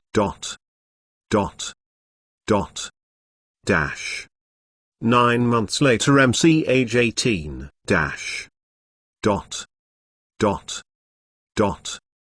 I just look at guy moving to attack me. It has already been a year since I started training him. When he gets close to me, I can hear him say, "Third gate open." Oh, so he is now able to open a new gate, and just as his speed increases he comes towards me. I just simply sidestep. Guy then turns around and tries to drop kick me, but I just jump back and his kick hits the ground. Boom. A small crater is created where his kick landed. And I also notice that the leg that he used to kick right now has a couple of very big muscle strains. But guy just winces a little at the pain and still charges towards me like a bull. Okay, that is enough now. I just appeared behind him in a blink and just hit the back of his neck, sending a little chakra through his body and forcefully closing all of his opened gate. If there was a competition on who held the most knowledge about the 8 gates, I would be either the first or second, depending on how knowledgeable the creator of the technique was about what he was even doing. Then before guy falls in the ground, I just catch him and lay him gently in the ground and start working on his injuries. Then when guy, who is still conscious, asks, "How did I do this time, sensei?" I just smile and say to him, "Better than last time. But your attacks were still predictable. You couldn't strategize while under the pain of opening the gates. But you will eventually get used to it." Guy just thinks back on his mistakes that he did during the fight and nods. After healing him, I just say, "Also better get ready. We have an A rank in an hour or so." Guy immediately panicked and said, "Wait, what? Why didn't you say that, sensei? And why did you even let me use my gates technique? We also haven't even gone to any B rank missions. Aren't we supposed to follow some type of order?" I just sigh and say to him, "I have gone on a dozen S rank, A rank and even easy B rank missions by myself. So what are you complaining about? Plus I won't let you do all the work like I do during our C rank missions." As soon as Guy hears the last part of what I said, he gets up and points a finger at me while saying, "Ah, I knew you were doing that. I always thought that it was weird that you were always sleeping during any type of attack, and now you even admitted it yourself." Guy still isn't the funny guy that he will be when he grows up. I guess I will have to teach him about other things than youth. To be honest, I wasn't asleep. I just used a genjutsu to make it seem like I was. I usually just watched him fight for entertainment. Then I see that Guy suddenly just falls to his knees and out of breath. After all, I didn't heal his stamina. Then I just pat his head and transfer chakra to him, giving him some energy to move. Then I said to him, You don't really need to pack anything. I have already got all of your things in a storage scroll already. You just get to the front gates and I will meet you there. Then I immediately teleport at my house and I just pack a lot of different delicious food. I am not going to eat cardboard food for nothing. This is way better than I heard the voice of Tsume say. So you are going on another mission. Over the years Tsume's voice is no longer angry or arrogant. She has truly changed a lot and definitely won't be the same as she was during canon. I just turn around and look at her. Dot. Dot. Dot. Dot. Dot. Dot. Dot.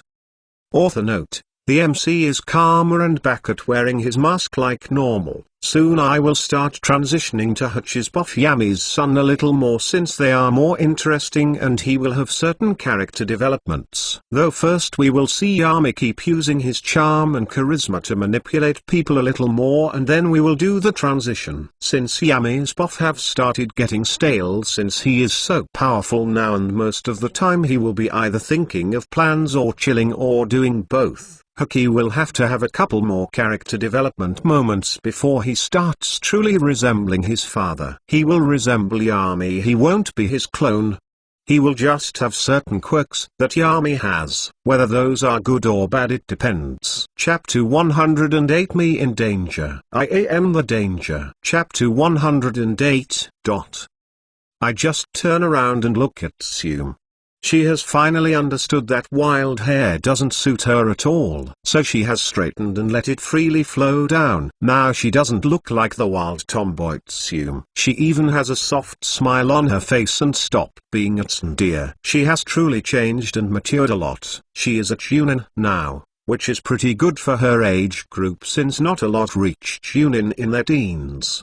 Not impressive but it's still better than Genin and now she also has a giant bat as her pet that she can summon. She should be able to reach Genin level in her 20s. She just sighs and then says with a tired voice, "Don't worry too much. I will take care of the clan while you are away. I won't let any old man ruin anything that you have worked so hard to build." I just smile at her. She knows some of the stuff that is going on behind the scenes. Since I have been taking any talented orphans into the clan, and well there is another person who would like those orphans to become his tools in his little secret boy band. This other person is Danzo since I also haven't delivered anything or shown any progress on the promise that I made him about making a wood-style user in a year in exchange for him giving me access to the Hashirama cells. So he started playing little political shadow games with me. It is true that Danzo is good at politics for a ninja that is, but for a person like me who comes from the 21st century my little brother used to be better at them than Danzo, so within the first month of our little games I economically ruined the Shimura clan, closed all of its shops and its only source of income being its ninja, which are strangely dying a lot in the conflict. The Hokage has decided to stay neutral during my Cold War with Danzo, and he better stay like that if he doesn't want all of the civilians of the Sarutobi clan to become beggars. Anyway, Danzo, like I predicted,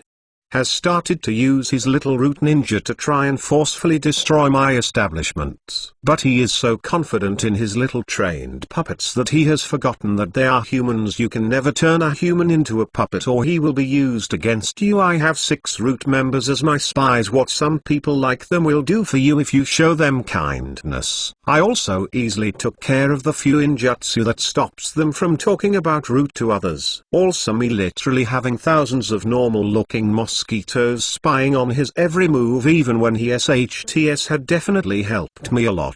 I accept that I definitely am an absolute control freak, and when I don't like something I change it, not the other way around. I don't like changing myself or others. Definitely terrible in a relationship. He hasn't even noticed that I have started having my clones assassinate his ninja clan members as soon as they take any mission B rank or above. The way that they die is different every time. Though they might start suspecting something, well, they have already started suspecting that I am doing something, but they have no proof, so that is that. though it seems like I will need to start moving my plan faster to the elimination of Danzo. I can't allow the third ninja war to start and give Danzo time to counterattack me. He needs to be eliminated now. Danzo is too dangerous to allow him to think of a good counterattack against me. Also, I poisoned all of his nephews. Of course, I made them look like some type of new natural sickness. He no longer has an heir for his clan. I think that he probably noticed what I have done to his nephews, and I must say he has good self-control. If he does even one careless move against me, he would already be dead, but I guess him picking a fight with me is already considered a dumb move made by Danzo. He thought that he could just use his political power as an elder to put me down. Well, that is too bad for him. He had tried a couple of times to poison my clan's water supply, but I also already expected that, so no one was hurt, and poisoned 97% of his root ninja as a warning to him. So now the root ninjas numbers are around 40, and most of them are at Genin or Chunin level. I mean, I just think, what would I do if I was in Danzo's position? And that is why I don't even take showers in my house in case of acidic water. And I have sent all of my ninja clan members in missions, so even if Danzo somehow kills my civilian clan members, I wouldn't suffer any huge losses. Also, I have Mosquito spying on each of my clan members in case of a traitor amongst them, or any of them being in danger while outside of Konoha. Honestly, this is like child's play to me. People say that a cornered animal is more fierce, and some even use it as a metaphor that a cornered enemy is more dangerous. But to me, a cornered enemy is already dead in my eyes. Danzo is already dead. Really, the only thing keeping him and the Shimura clan alive is the Hokage. He might act recklessly if Danzo suddenly dies. Every clan head knows the battle in the dark going on against me and Danzo. Of course, there are some unspoken rules about not involving the rest of Konoha and causing a civil war, but honestly, that sounds more like one of Konoha's problems than mine. So I already recruited most of the clans in Konoha to my side. I have also already hired some strong rogue ninja to kill any Shimura clan member, and they will be rewarded quite nicely if they do so. If Danzo decides to make the first move and make a move that has the slightest chance of causing a civil war, then he will just give me a reason to kill him. Honestly, I am just waiting for the inevitable wrong move that he will make so I can get rid of him and then make the Shimura clan a subordinate clan of the Inuzuka. Honestly, that is their best outcome. Well, it is their only outcome where they aren't completely obliterated. Danzo really did a bad move. He should have known that I already hold Konoha's economy by the throat. If I wanted, I could put a little pressure in there and start choking Konoha economically. Monopoly is such a good thing for me, especially when it's not illegal. I would give Danzo and the Shimura clan around a couple more months before they die out. Now I just should look out for any irrational moves from the Hokage. After giving some instructions to Tsume on how to do nothing and just keep the clan going how it is, I even made a couple of clones to be here and notify me if something happens, and I will be here in a flash, literally. Then I arrive at Konoha's front gates ready to put another A rank mission on my record. I really should start experimenting with the Byakugan when I return from this mission.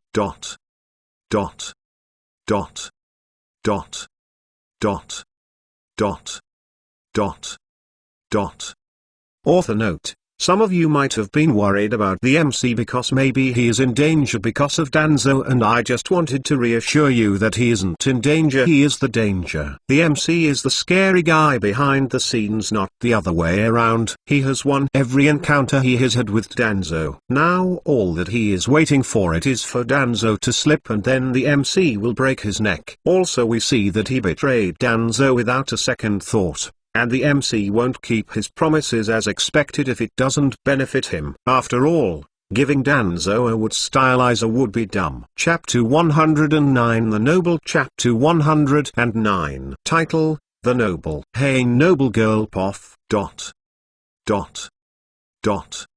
While waiting for the Jounin that will be escorting us from Konoha, I look at his student. His name was Gay or Guy, something like that, and he is doing push-ups that Genin will be escorting us. I am not sure how effective this protection will be. Plus, the important thing is that he dresses really weird with that green jumpsuit and weird bowl haircut. I hope his Jounin sensei isn't like him after all. My gaze wandered towards my father, who has brown hair and is chubby. The fat bastard, he is trying to sell me Yami to some killer. He says that the other nobles can't see it and that it is too late to do anything about it, but this ninja already has more influence in the land of fire than the daimyo, which I doubt. After all, what would a born and bred killer know about politics? But enough about that. I am sure that I won't even be appealing to the Jonin. I wore a normal white shirt and brown pants that aren't attractive at all, plus my brown eyes and brown hair with my glasses. I am not very attractive like my sisters, but they have already been sold, married away to other noble families for alliances. They are all into loveless marriages and just waiting to pop out babies.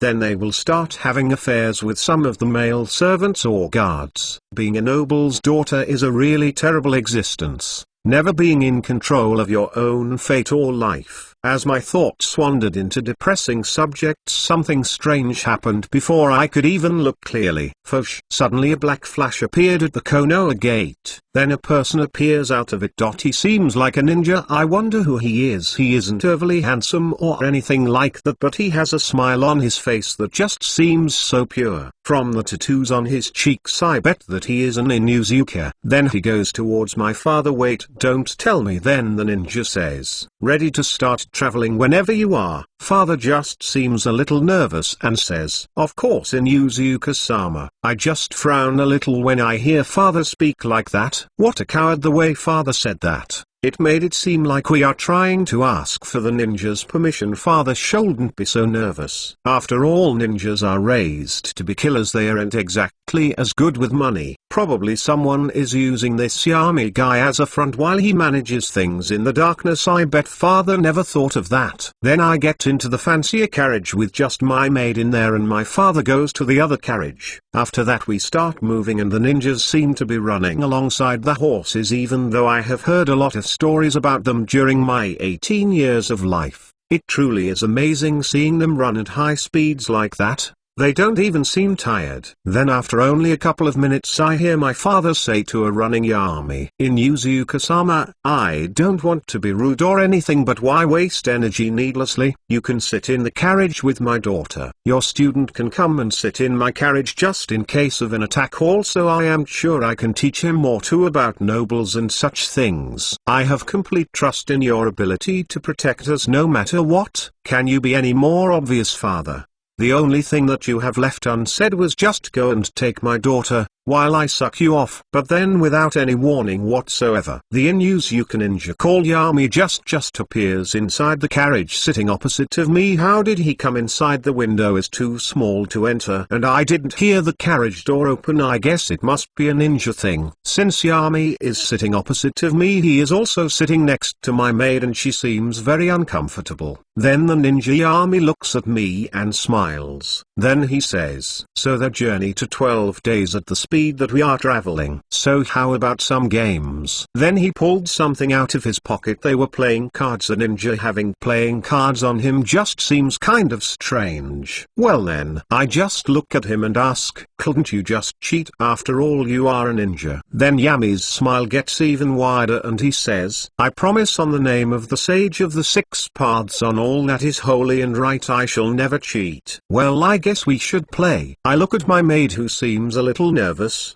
Then I said, she will be playing also. Yami just nods. Sure, no problem. I guess I could play games better than doing nothing. After some time I just stare at the cards. I can't help but think, how was this even possible? After 16 games we even started betting money. After the 4th game I just look at our resident ninja. We have played 16 games and he has lost every single one of them. His luck is horrible. I don't even play poker. My maid just learned how to play the game and even she won money, all of Yami's money that he was concurrently carrying, all 100.000. I just look towards the maid that has been my friend since I was young. She is 90.000 richer. I didn't lose money. Actually I won 10.000, but I was wondering, is my maid some type of gambling genius? I just squint my eyes and look at her body shaking and a happy smile on her face. She did just more than her yearly wage probably. I am not really sure how much father even pays her. Then I look at Yami. Unlike us, he is the only one who lost money.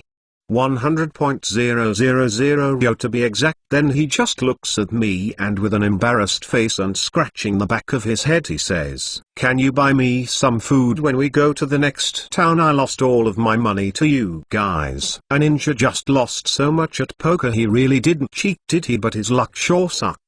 I just smiled at Yami and said to him with a familiar voice, "Sure Yami, it is his money after all, and I guess he isn't such a bad guy." Then suddenly he just hugs me, bringing his arms around my neck and our bodies touching together. I could feel his body heat. "Thank you." I blushed a little but he couldn't see it. Then when I came to my senses I told him, Okay, stop now Yami." Contrary to my plea, he just gives me a deeper hug and says with a whispering voice, "Nice people like you really do exist. You just rekindled my faith in humanity." When he says that, I can't help but wonder, he really is a good guy. I just hug him back a little. If I am going to be sold to some noble, it wouldn't be so bad to ...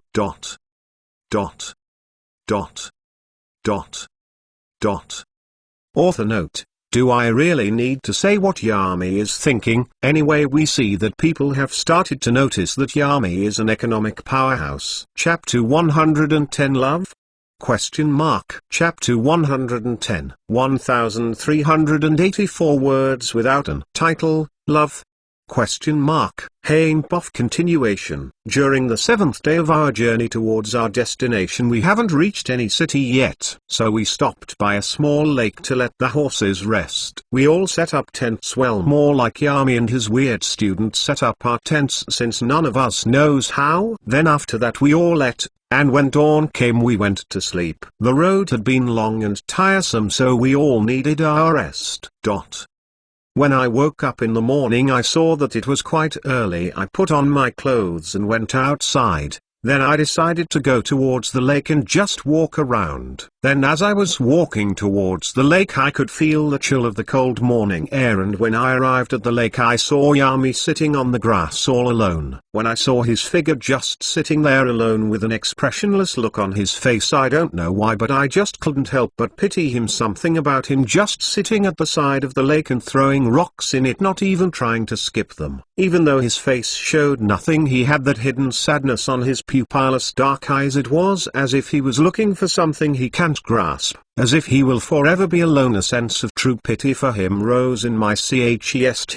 I instinctively wondered if I could do something about the loneliness that he is experiencing. That is when I decided to take action. I just walked normally. I could hear the animal sounds coming from the forest. Then as I got close to Yami he just turned around. He just smiled at me, and then I felt that his whole vibe changed. Like he was just simply happy. I even wondered if that lonely figure of Yami was a fragment of my own imagination. When I sit down on the grass right next to him, I can see the fog come out of his mouth as he says with a jovial tone, "Good morning Hein, I see that you are up early." When I see how jovial he is I just smile back. "Hey Yami, what you doing?" I wonder if I was just seeing things and thought he looked sad. He just looked at me and said, "Nothing really, I am just bored." Then as I sat next to him, as I jokingly said, "Well, sorry for not being interesting." When I said that in a joking manner he just sighed and gently replied to me, "Don't worry, I know being born boring wasn't your fault." I pout and slightly punch his shoulder. "Hey, don't say that about a lady like me." He just smirked. "Oh my lady, where is your dress and your butler who is secretly in love with you? And where is the guy whom you will have to forcibly marry and have a horrible life with?" I just look at him grimly, pushing down their hard truth that the joke had hidden behind its funny tone. "Your sense of humor is like your name, very dark." He just laughs a little at the pun and says, "And your jokes suck like a lady at a brothel." I just look at him confused by what he said. What is that supposed to mean? I asked Yami out of curiosity. After all, he is generally pretty knowledgeable and he is very blunt in explaining things. He just looked at me surprised when I said that. Then he answers with a weird look on his face. Right, you really are a lady. What is up with that look on his face, as if he really is shocked by something? What is up with that look on your face, as if you are mocking me? He just smirks in an evil way. Well, my joke was an innuendo at how a WH in a brothel sucks a customer's DK to PLEASURE him. Then she could also, wait, what, do they really do that? That sounds kind of gross. That is where they pee from. Wow, I think I am about to throw up.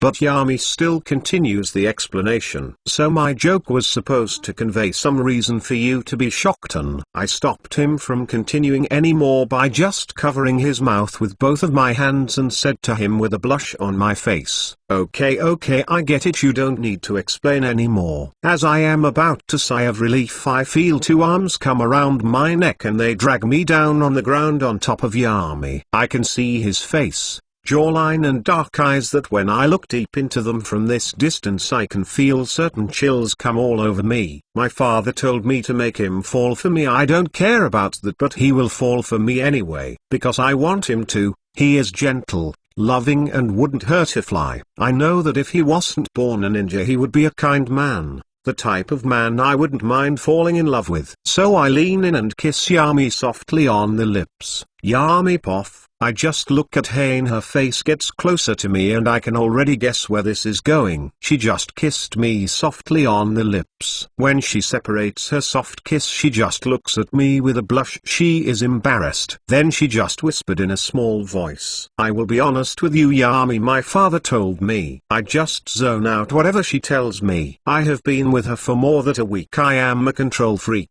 I literally spy on whatever she is doing. 247 I already know about the situation. After she finished her whole speech, then she started crying while saying, I really do love you, Yami Inuzuka. Thank God she finally got to her point. I was about to fall asleep. I already know that too. I am not some anime protagonist who can't notice other people's feelings. I haven't had to seduce a girl in almost 2 decades. In my first life I was pretty good at seducing, lying to girls, but I thought that I had lost my touch since I couldn't seduce Tsunade.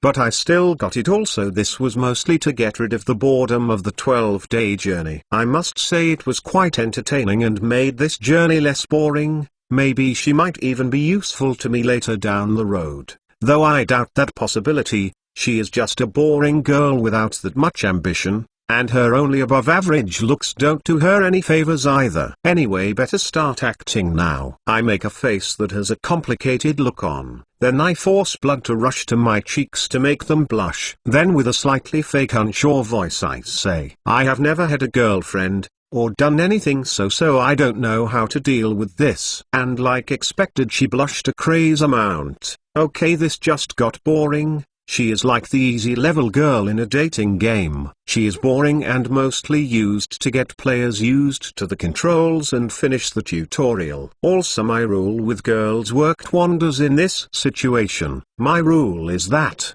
one has to always make the girls think I was pure mindless, nice and a virgin.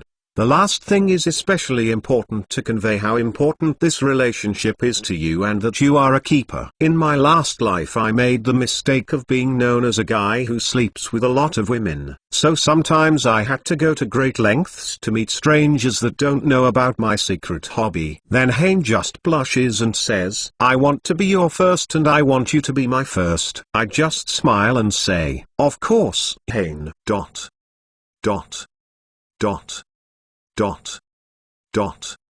Author note. And now we are back at this sc.u.bagmcpoff.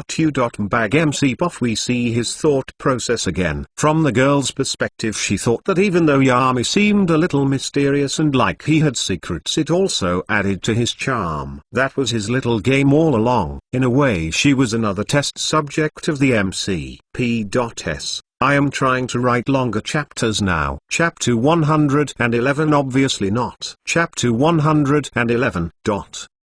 Gaipoff.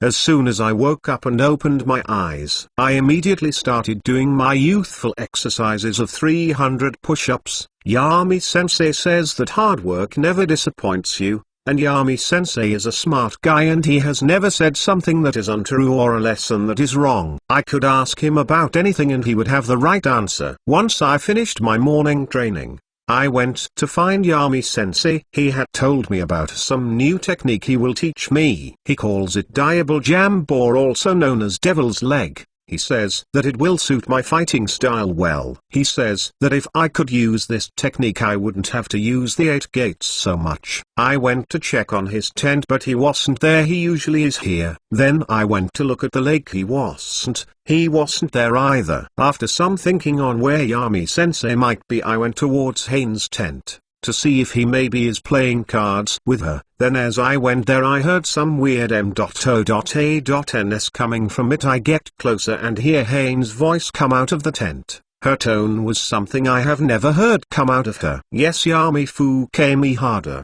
So that is what is going on. As soon as I hear that I remember the embarrassing lessons that Yami-sensei taught me about the birds and the bees. He really went into detail and even gave me lessons on how to theoretically coordinate a threesome. I ran away from there before they noticed me. As I was running away I couldn't help but think, who knew they were like that, Hain and Yami-sensei? I never knew. Then as I was running I arrived at the lake. I kept wondering if Yami-sensei will marry Hain-sama or something like that. Then during breakfast I ate my food very fast. I was too embarrassed to be in their presence, but I still saw that both Yami and Hain acted like everything was normal. 3 days later.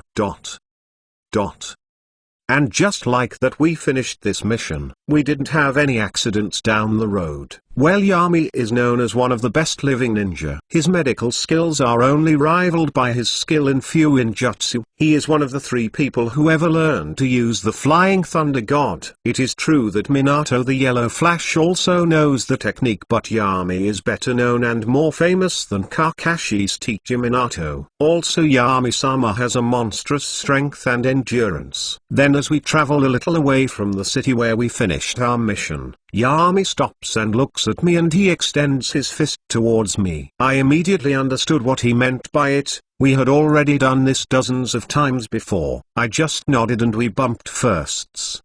Immediately, my field of vision changes and we are in a room filled with different seals. There are some robot arms doing something. Wait, they seem to be making some type of soup.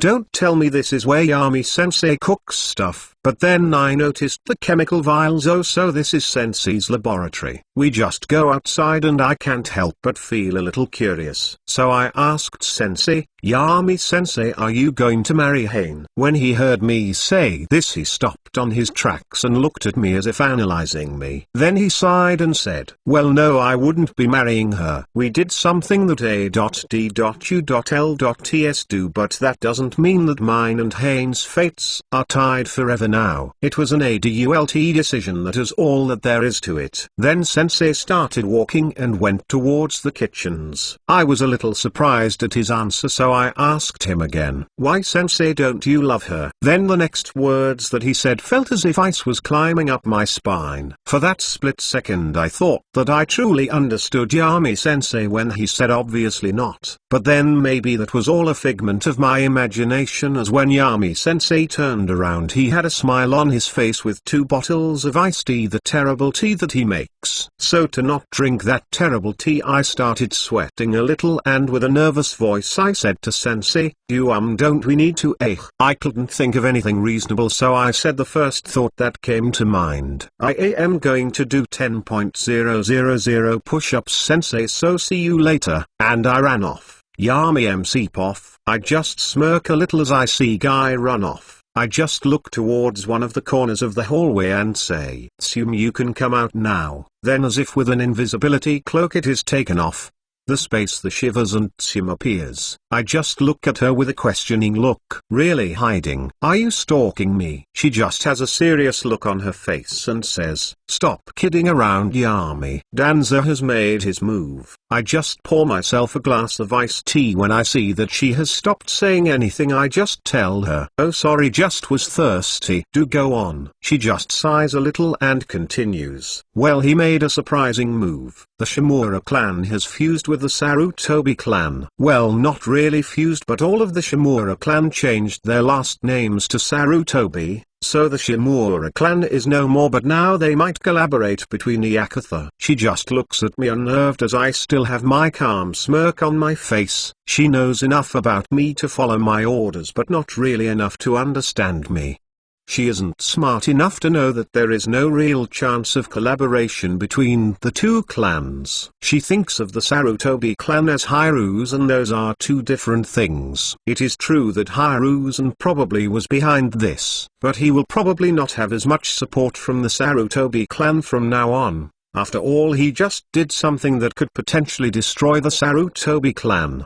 They think that Hiruzen has literally put a ticking time bomb on them. After all, now I have my sights on the Sarutobi clan. I am not going to pursue them, go after them or anything like that, because it would be just a waste of time. After all, they will soon go against each other. Also, Hiruzen's and Danzo's relationship has most likely deteriorated even more. After all, he just literally made Danzo seem like a BTCH on the eyes of the clan heads who are watching this. Generally it might seem like a good move, but this is such a bad move on the long run for both of the sides. Plus there are also the kids. When parents can act, civil kids can't, so that is where I come in. Then I just look at Tsume with a smile on my face and say, well, now isn't that interesting? I wonder how the kids will act when some of their parents rage at home for the trouble that this will bring them. You just have to look at a child to know the situation at home is. Tsume finally understood a very small part of the big scheme that is really going on in here, and her face just scrunched up as she said, "You really are cruel, aren't you, Yami?" I just smiled at that. Everyone is cruel in their own way,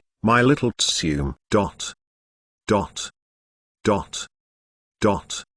Chapter 112 Team 3 is complete. Chapter 112 Title, Team 3 is complete. Kurenai Uepoff. I look at my friends sitting next to me.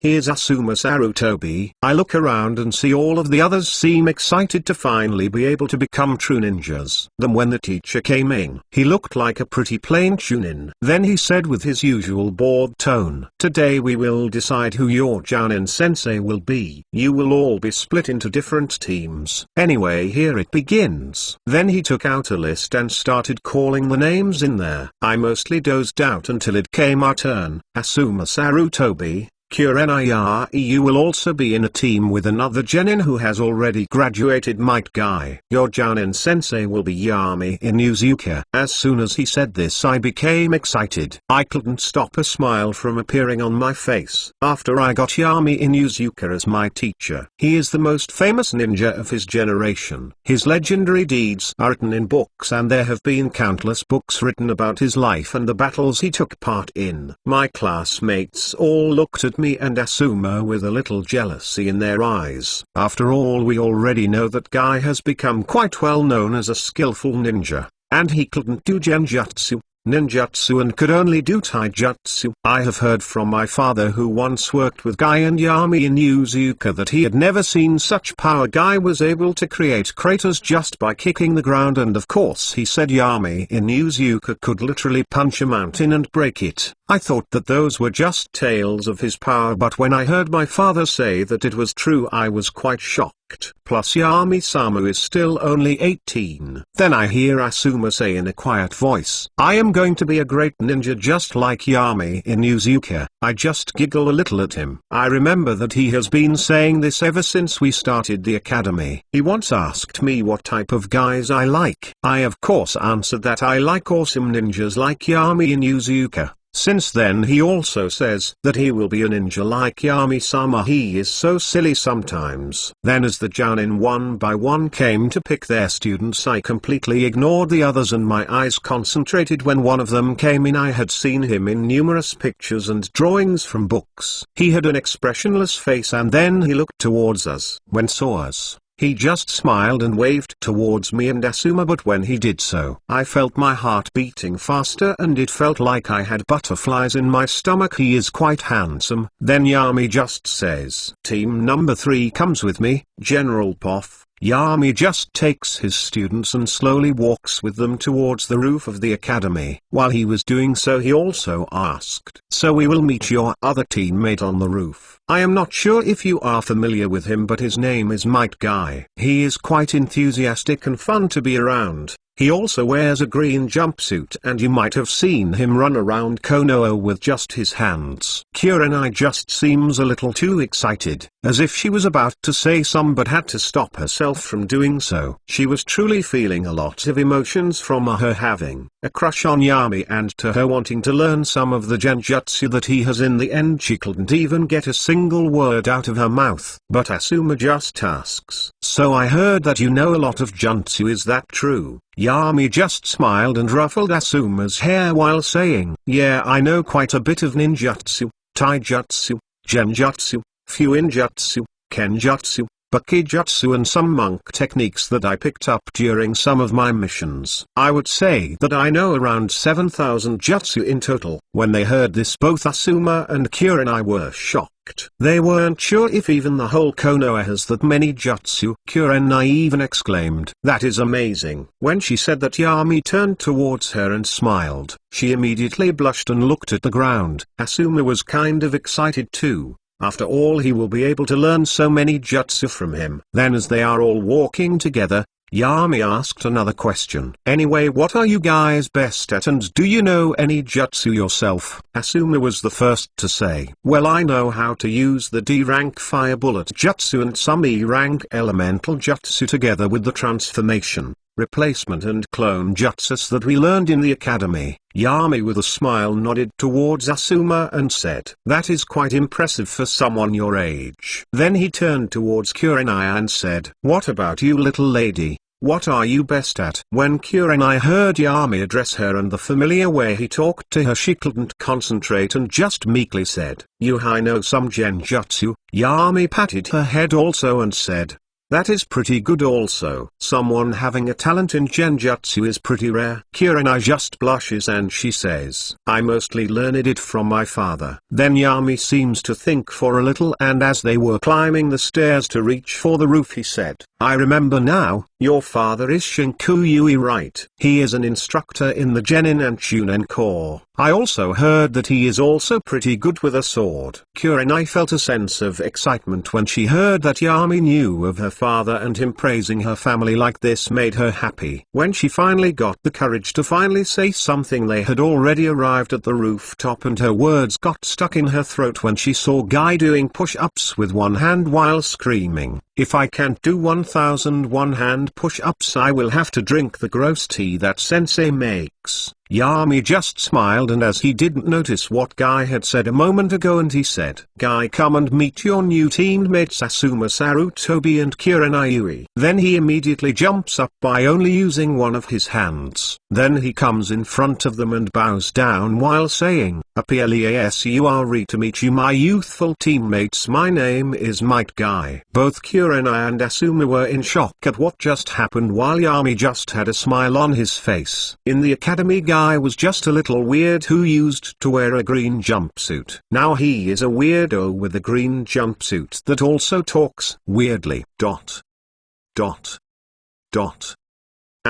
Yes, Kurenai does have a crush on Yami. P.S. Have been sick for the last couple of days. Not health problems.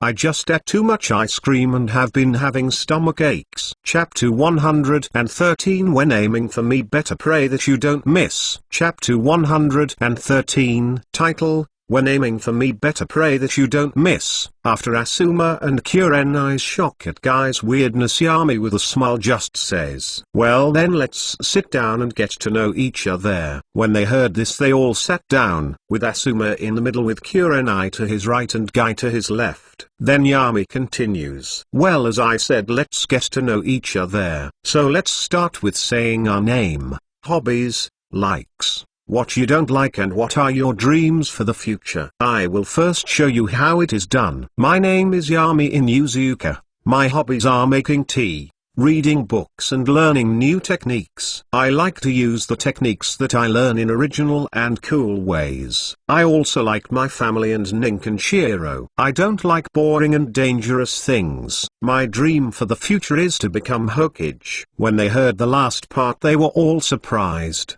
Even Guy was surprised. He didn't know that his sensei wanted to become Hokage. But it wasn't strange since he believed that his sensei could also become Hokage. Kurenai and Asuma were surprised too, since becoming Hokage means that their sensei would be the future village leader and they would be just like the seinen. Then next was Guy, who said, "My name is Might Guy. My hobbies are repeated side steps and hitting focus mitts. I like super spicy curry rice and curry udon, though I find it impossible to dislike food. I don't particularly dislike anything, and my dream for the future is to show the world that I can be a great ninja with just taijutsu, and I also want to be the strongest taijutsu users." Then Kurenai and Asuma tell their own hobbies, things they like and dislike. When it came to their dreams, Kurenai just blushed, looked at Yami and just said that she wanted to become a great ninja. Asuma was the same. He just looked at Kurenai,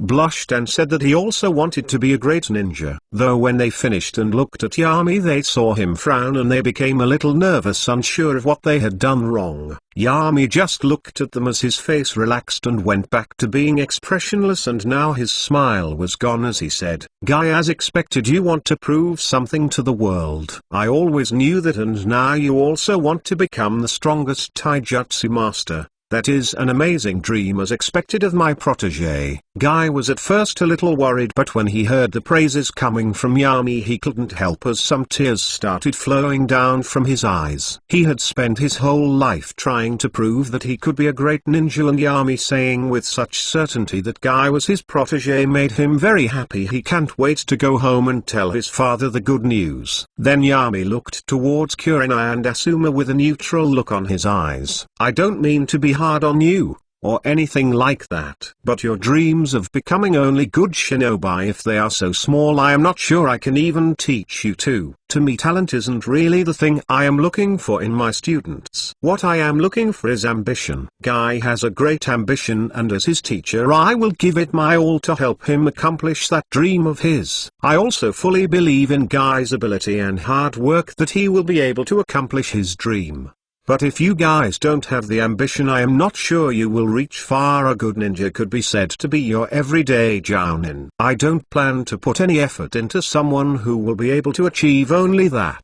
I plan to make legends, not just some jounin. When Kurenai and Asuma hear this they both freeze, shocked hearing their hero that they admired say that. Then Yami continues, "I will see you in training grounds number 7. In there, I will see if you are really ready to become Genin." Fosh, and in a black flash Yami disappeared from where he was sitting. Kurenai and Asuma were shocked and a little down. Guy was happy, but when he saw his new possible teammates' faces he tried to reassure them that Yami didn't really mean it like that.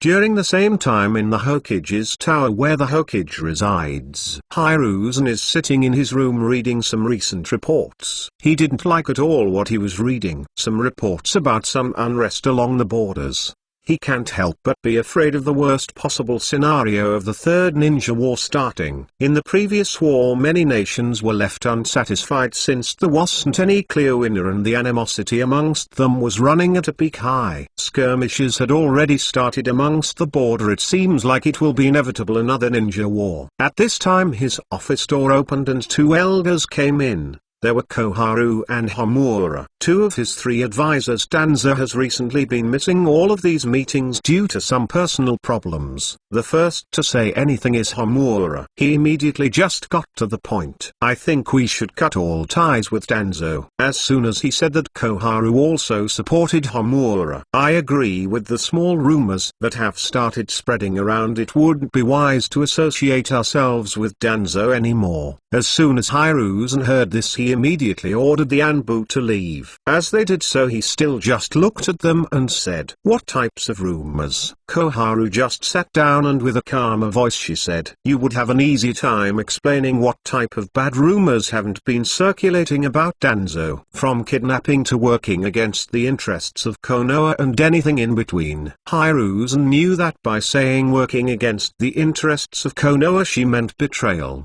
He knew that Danzo would rather slit his own throat than betray Konoha. But the general population didn't see it like that. Then even though Hiruzen was pretty sure he knew the answer, he still asked, "And who has been spreading these rumors?" Homura just answers with a slight fear in his voice. "Who do you think?" Koharu answered by saying, "Yami and Yuzuka obviously. It seems like Danzo bit more than he could chew. You better not make the same mistake, Hiruzen. Yami and Yuzuka, even though he is young, he is very dangerous both power-wise and politically." As soon as Koharu said that, Homura, as if remembering something, said, "By the way, I am afraid that I will have to be the bearer of more bad news." Homura took out a letter with the daimyo's seal and read the letter out loud. "By the order of the daimyo and the ruling council, it has been decided that due to careless use of power, tax evasion, suspected kidnapping, suspected trafficking, suspected grave robbery, suspected collision with the forces who do not have the best interests of the Land of Fire, Danzo Shimura is therefore released of his duties as an elder and is not allowed to have any say in the Land of Fires or its territories.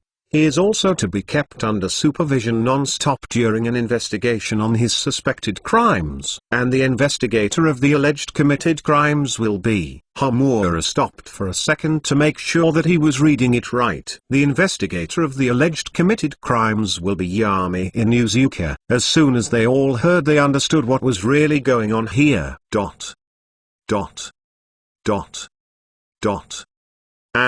Yami is the investigator in this case. It's like saying, the robbery will be investigated by the one who was robbed. So he will definitely find the robber guilty. Yami as low doesn't necessarily even need proof since the medieval system is very flawed. P.S. This also fans the conspiracy that Yami has a connection with the daimyo. P.P.S. I moved back to my apartment, which is close to my college, 2 days ago, and even took my little brother with me since he wanted to come. Now Mom told me that she is coming for a visit. SHT. I have to clean all of the mess I have in my room and everything. Damn it. Fu King SHT. Chapter 114. Danzo is. Chapter 114. Title, Danzo is. General Poff. The next day, Guy, Asuma and Kura and I were at training grounds number 7, then exactly on time for the meeting. In a dark flash someone arrives in front of them. It was Yami with a serious look on his face. While looking at them he says, "Okay, now that we have introduced ourselves, I will tell you about your exam to see if you can truly become genin." Yami takes out one bell and says, "I will make a water clone which has only 10% of my strength, and I want you to work as a team and try to take this bell. If you do get the bell, you pass. If you don't, you fail. You have 24 hours to do this, starting now." Then Yami makes a water clone and gives him the bell. Then he himself disappeared in a black flash, but not before leaving a shadow clone behind also, in case of injuries. He himself went to meet with the Hokage about Danzo's accusations, which he had no evidence of, but medieval law sucks full of corruption and bribes, power in the hand of the powerful, while the weak are suppressed. Yami isn't going to just change the system, he is going to abuse the hell out of it. Then when he has absolute power he might change it. While Yami was going towards the Hokage's tower, someone else was in a cell, guarded by dozens of Anbu. He was a one-armed old man. He has a bandage around one of his eyes and he has an X-shaped scar on his chin. He was Danzo Shimura, one of the ex-elders of the Konoha Council. He has fallen from grace. Yesterday in his capture the last of the root members got killed. His clan doesn't exist anymore. His political power is gone.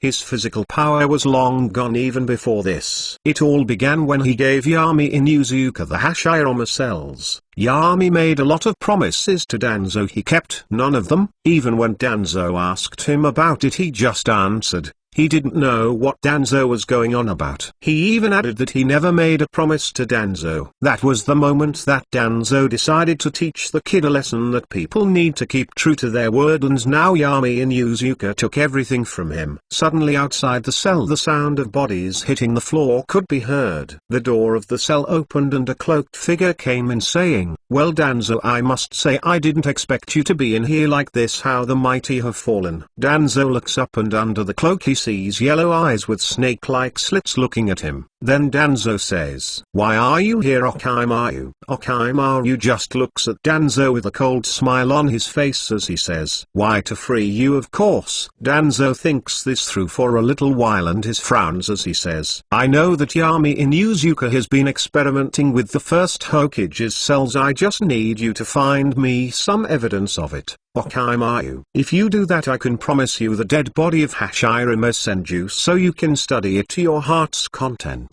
When Danzo says that, Okimaru's eyes shine a little and he licks his lips in anticipation of this. Suddenly he started laughing. "He ha ha he, this is good, come with me. I am sure that Yami knows that you know this, so he won't leave loose ends. He will definitely kill you if you stay in here." Danzo gets up and goes outside. As he does so he starts casually walking with Okimaru. After all, they are in no rush. Okimaru isn't incompetent enough to be unable to stealthily take out some bamboo. As they were walking towards the outside of the T&I department, everyone inside was already unconscious. Okimaru is not an S-rank ninja for nothing. His knockout gas and different chemical weapons can be devastating to even the most elite ninja. Then when Danzo saw the light, he had a heavy heart, thinking of what he will do after escaping from here and how he will be able to clear his name.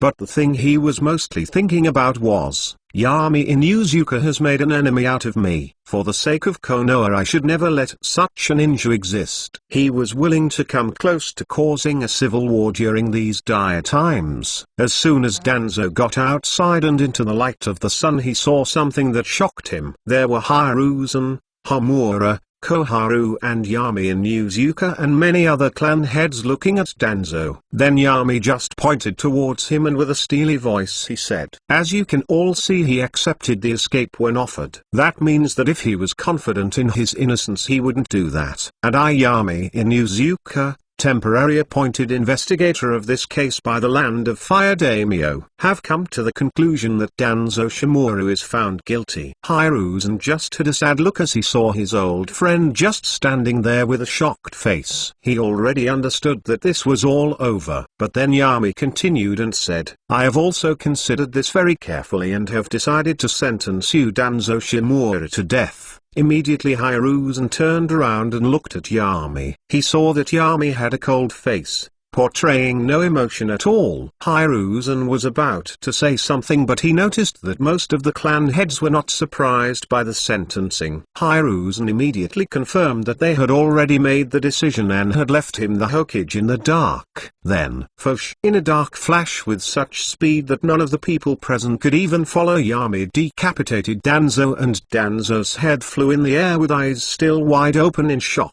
Okimaru just looked at this and smiled. He had already made a deal with Yami Inuzuka, and unlike Danzo he wasn't dumb enough to take anything other than a payment up front. The clan heads who were surprised and weren't in the loop were the Uchiha, Hyuga, Yamanaka, Akimeki and Nara. The other clans were already in on the scheme, had absolute calm faces. They had a secret meeting before this where Yami had informed them of his decision. But even though they didn't display it, they were surprised that Yami had decided to immediately carry out the execution. None of them even had the slightest thought of betraying him. After all, look at what had happened to the Shimura clan.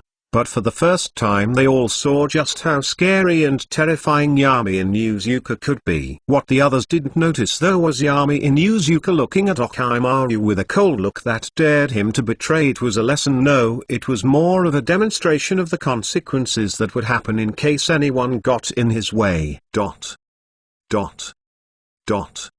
An Yami is showing them his decisiveness. He has made an example out of Danzo to show that they shouldn't take the risk and go against him. And him becoming the investigator in Danzo's case is like saying to them that he will definitely not make things fair in a fight against him and he will use any means necessary. P.S. 17 chapters in advance on Patreon. Chapter 115 The Dangerous Boy. Chapter 115. Title: The Dangerous Boy. Hi Poff. It has been 1 week since that day. I still can't get the image of my dying friend out of my head. In my own mind I have killed and cursed Yami Inuzuka countless times, but in reality I didn't dare to act. We are dangerously close to another ninja war. I should try to negotiate with the other great hidden villages. I know that another war wouldn't accomplish anything, only more death and destruction, weakening us all.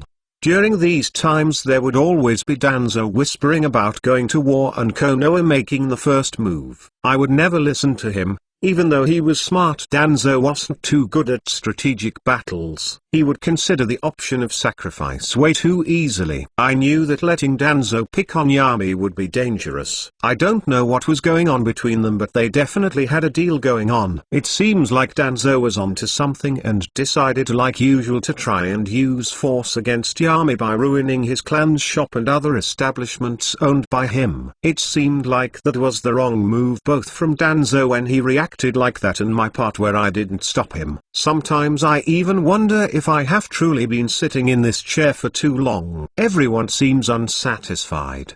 Not just the other great villages, even Konoha is craving for war. Are they all mad?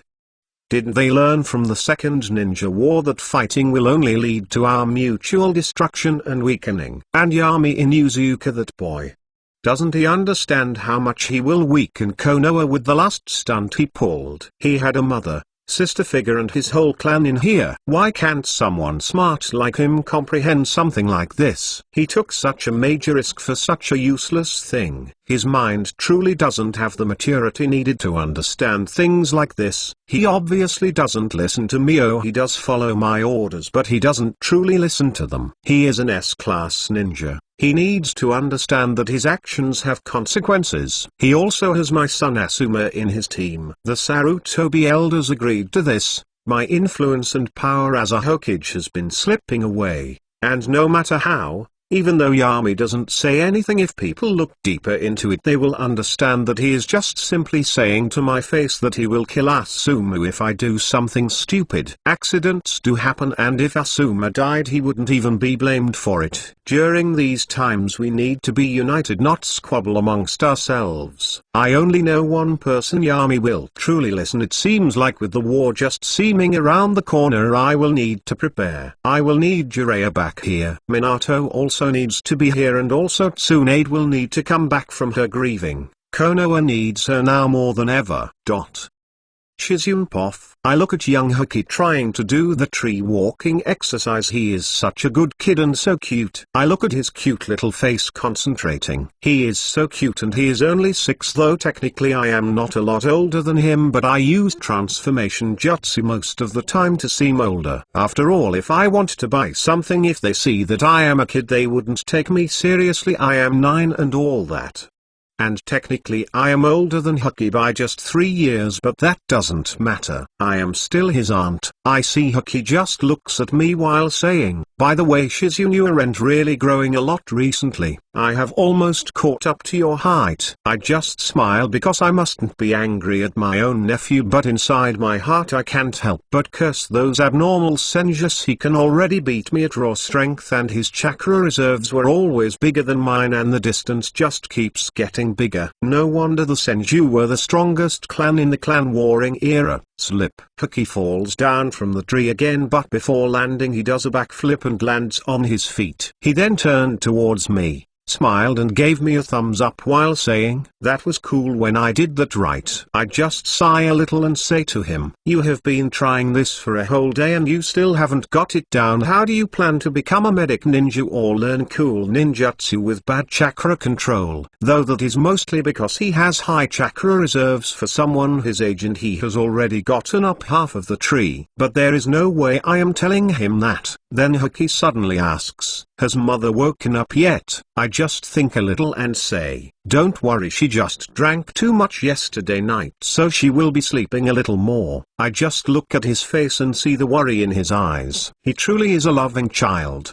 Even though Tsunade doesn't necessarily pay him attention to Hokage like any other mother would, he still loves her with all of his heart. Even though I never expressed it, I am disappointed in Tsunade. Hokage is the proof of love between Uncle Dan and her. So why does she ignore him so much? I have noticed that sometimes she even goes out of her way to not look him in the eyes. Hokage doesn't say anything and acts happy all the time, but I know that deep down he is sad and hurting. Then suddenly Hokage's face brightened as he looked towards the side of the forest where our camp is. Even though he isn't a natural sensor, Hokage has good hearing, eyesight and especially good smell. I look towards where he is looking and see Tsunade. She still seems a little sleepy. She has a small note in her hands and then she says, there are worries over the rise of skirmishes around the border and Konoha has called me back. Then Tsunade has a conflicted look on her face, like she seems unsure of something. Finally she just sighs and says, you will also be coming with me? Hokage just smiled and pumped his fist on the air as he said, yes, I am going to join the ninja academy. I just looked at Hokage's excited face and thought that since I already have the power of a genin, I will just return to Konoha and immediately graduate. But why is Tsunade just looking at Hokage with a worried expression on her face? Is something wrong? Yami Poff, I am sitting on my chair in my personal office in the clan head's house. I just look at the paper in front of me. It was all of the reports that the mosquitoes have relayed to me. It was written by the Mosquito Sage. Those little intelligent guys truly are great spies, and they are literally spread all around the 5 great nations' capitals and hidden villages. I have the best spy network. I will soon spread them in major cities and all that. Soon I will have information that no other spy networks could hope to achieve. I will have everything under control. Time until the 3rd Ninja War starts in 8 months.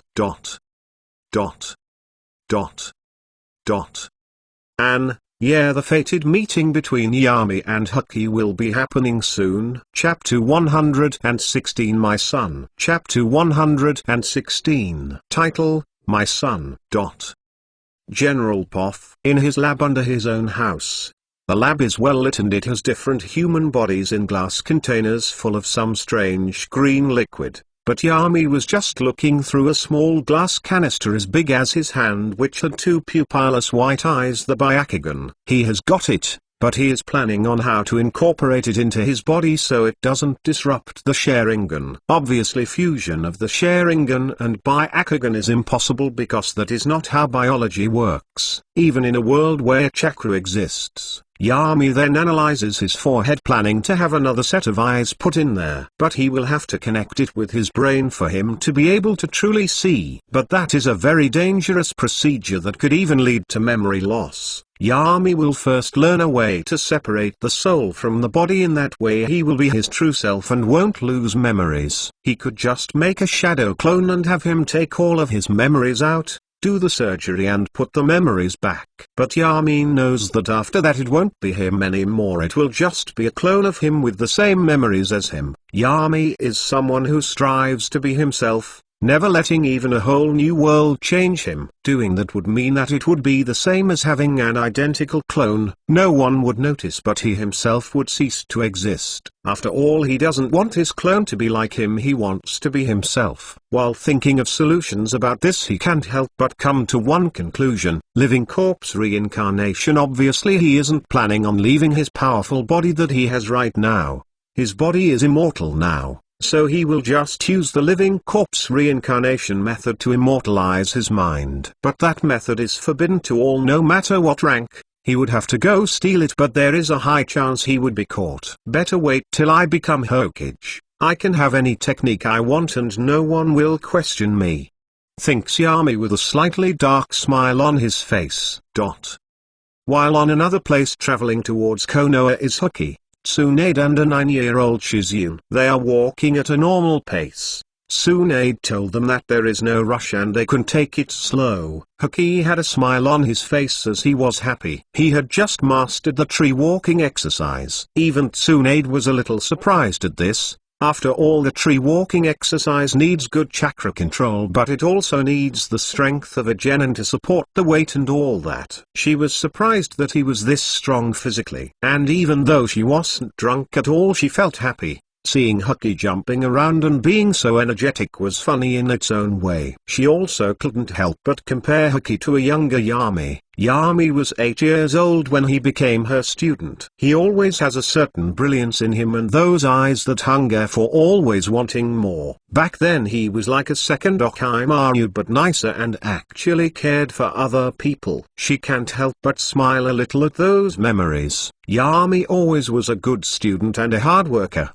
Though he did have that mischievous side of him, he was serious most of the time. That might have been because she spent time with Yami when he was training. Even though Tsunade is nervous to meet Yami, she also can't help but feel a little melancholy when thinking about her only student who is alive. While Tsunade is thinking this, suddenly Hokage hugs her. "Hey mom, come and teach me something else, I am already bored out of my mind," said Hokage with puppy eyes. Tsunade just sighs and takes out a small storage scroll from between her B.R.E.A.S.Ts.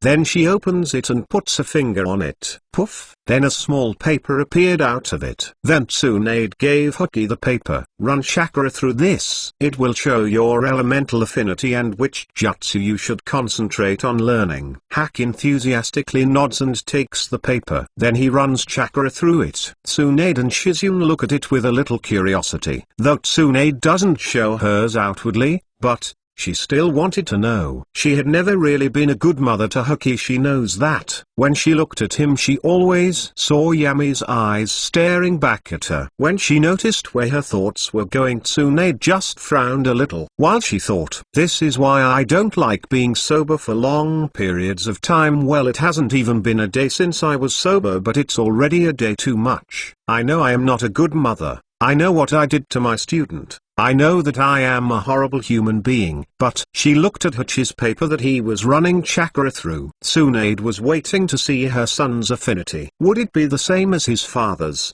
After all, he looks a lot like Yami, sometimes even acts like him during certain situations.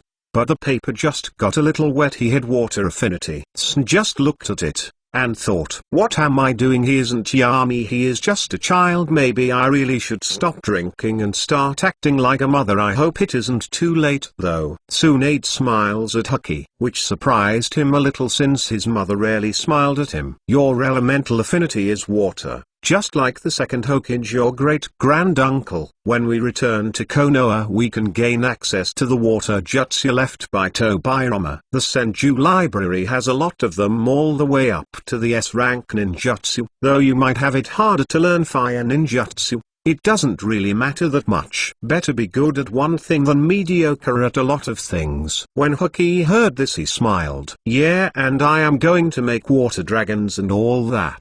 I will surpass even Tobirama and become the greatest water style user that ever lived." Tsunade just smiled at him. When she saw Hokage saying that, she just went towards him and hugged him. What they didn't see though was a mosquito just looking at them. As soon as it saw this, it immediately sent the information to its queen.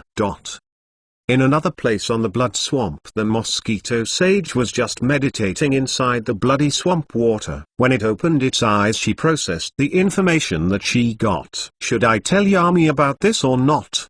She contemplated on her next action. But as soon as that thought came, it immediately went away. She knew Yami pretty good, better than all of the other blood swamp creatures. Since she was the one who taught him how to gather and train sage chakra, he would probably torture me to insanity while the other creatures watch just so he can make an example out of it. Yeah, better tell him then. Though the mosquito sage with a little fear on her heart, Yami was eating with his mother and Tsume when a mosquito flew in and landed on his finger. Then he just saw what the mosquitoes saw: Tsunade with Shizune and a child with black hair and black pupilless eyes. "What?" thought Yami with his thoughts in confusion. Immediately when he saw that, he understood what was happening. Fosh! In a dark flash, Yami appeared outside of Konoha. Then his skin turned red, his black hair lengthened, it became spiky and it went up to his lower back. Under his eyes black markings had appeared. Tsume was 8 kilometers north. He didn't have any duration markings there, so he couldn't teleport. Boom! A crater was created as he used all of his strength to kick off the ground, running towards his destination. His speed created sonic booms. While doing this, he couldn't help but think, that is my child. For the first time, Yami's mind was in shock. Yami is a little panicked. Something that he simply dismissed has come back to haunt him. Just because he couldn't keep it in his pants and he let his lust for Tsunade affect his plan. P.S. Always wear a condom, my brothers. Chapter 117, Meeting of Son and Father. Chapter 117. Title, Meeting of Son and Father.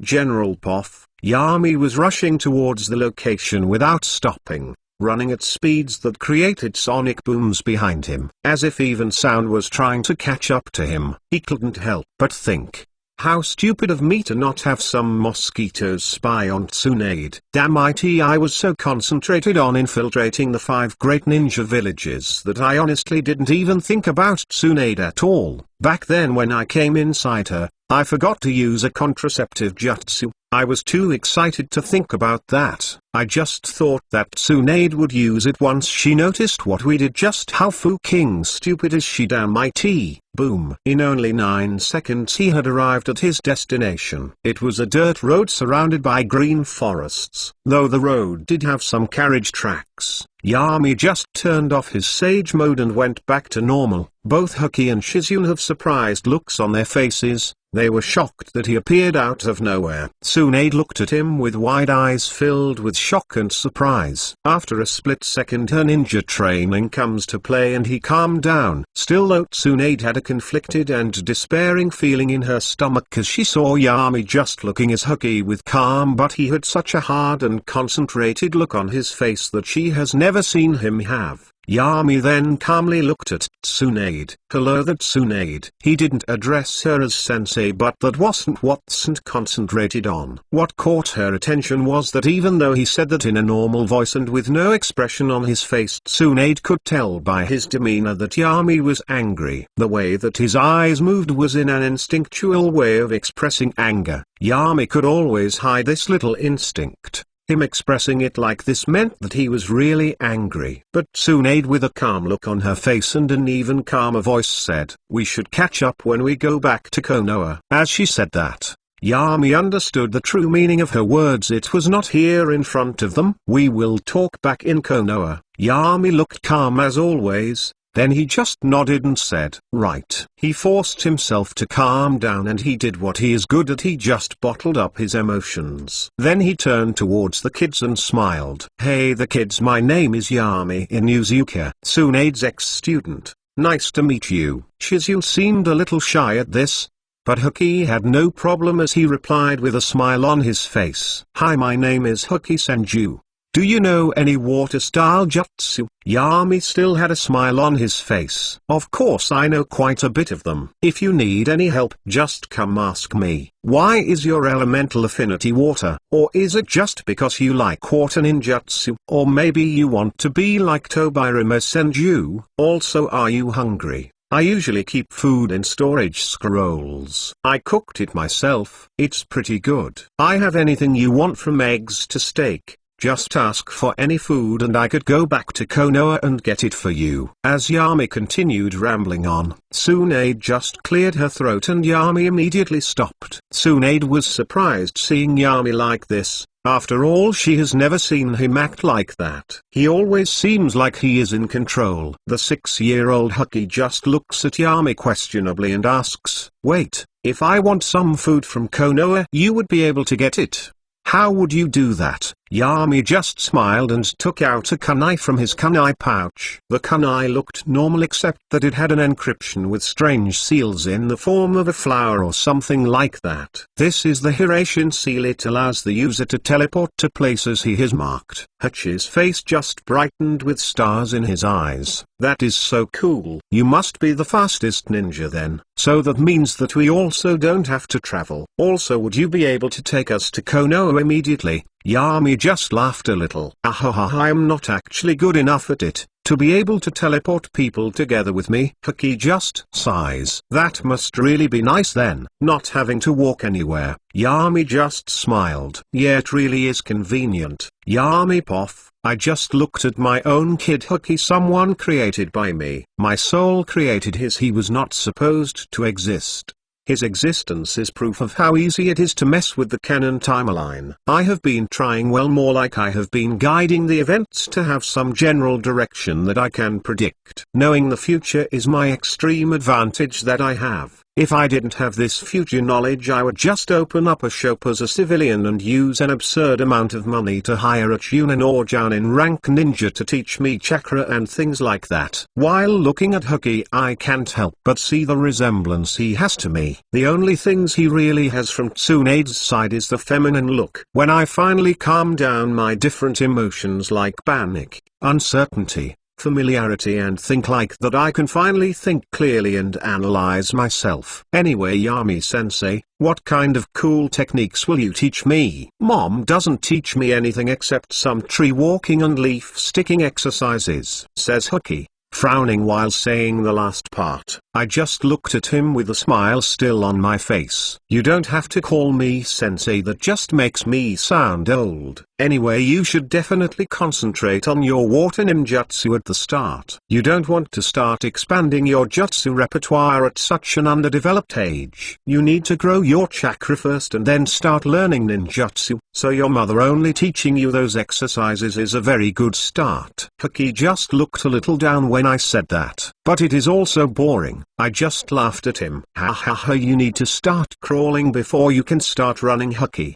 But I still have a more exciting technique that I can teach you. Anyway, I know a lake close by that is a good place as any to learn water ninjutsu. I noticed Tsunade frown a little and say, we are still going towards Konoha, and at the pace we are going it will take at least another say to arrive at our destination. This BTCH, does she have a death wish or something? I just turned towards her. Well, you and Shizuan could go at a faster pace like ninja while me and Haki separate from you and we visit the lake. He could learn a lot there with the high amount of water helping him use ninjutsu easier and learn them faster. Even though I said that with a smile on my face, Tsunade saw the look in my eyes. I deleted and rewrote this chapter so many times. I wanted to portray a nervous, excited Yami. Now he had a son, a true family, but he also knows how this world is. His cold and calculating thought process is telling him something dark, while his emotions are telling him that he should still be a good dad to Haki, even if he could grow up to be his adversary due to how the mentality of this world is. If he grows up to go against him, then he will kill Haki then. But that is also a risk. He is currently in a conflict on how he should feel or even how he should act as a father really. Yami doesn't do evil things just to be evil, he had a reason and a motive. But he still knows that there are people like Itachi who would massacre his family for the village. He also knows that even Kaguya got betrayed by her sons. P.S. Yami also lied at not being able to use Hiration to teleport together with other people. But why? PPS, 20 chapters in advance on Patreon. PPS, Yami won't suddenly just become a nice guy. Nor will he care for Haki, it later depends how this situation develops. Chapter 118, First Day of Training. Chapter 118. Title, First Day of Training. Tsunade just looked at me with an unsure face, but she relented and just said, okay, but don't waste too much time on the lake. I just nodded and Haki jumped up in happiness while screaming, yeah.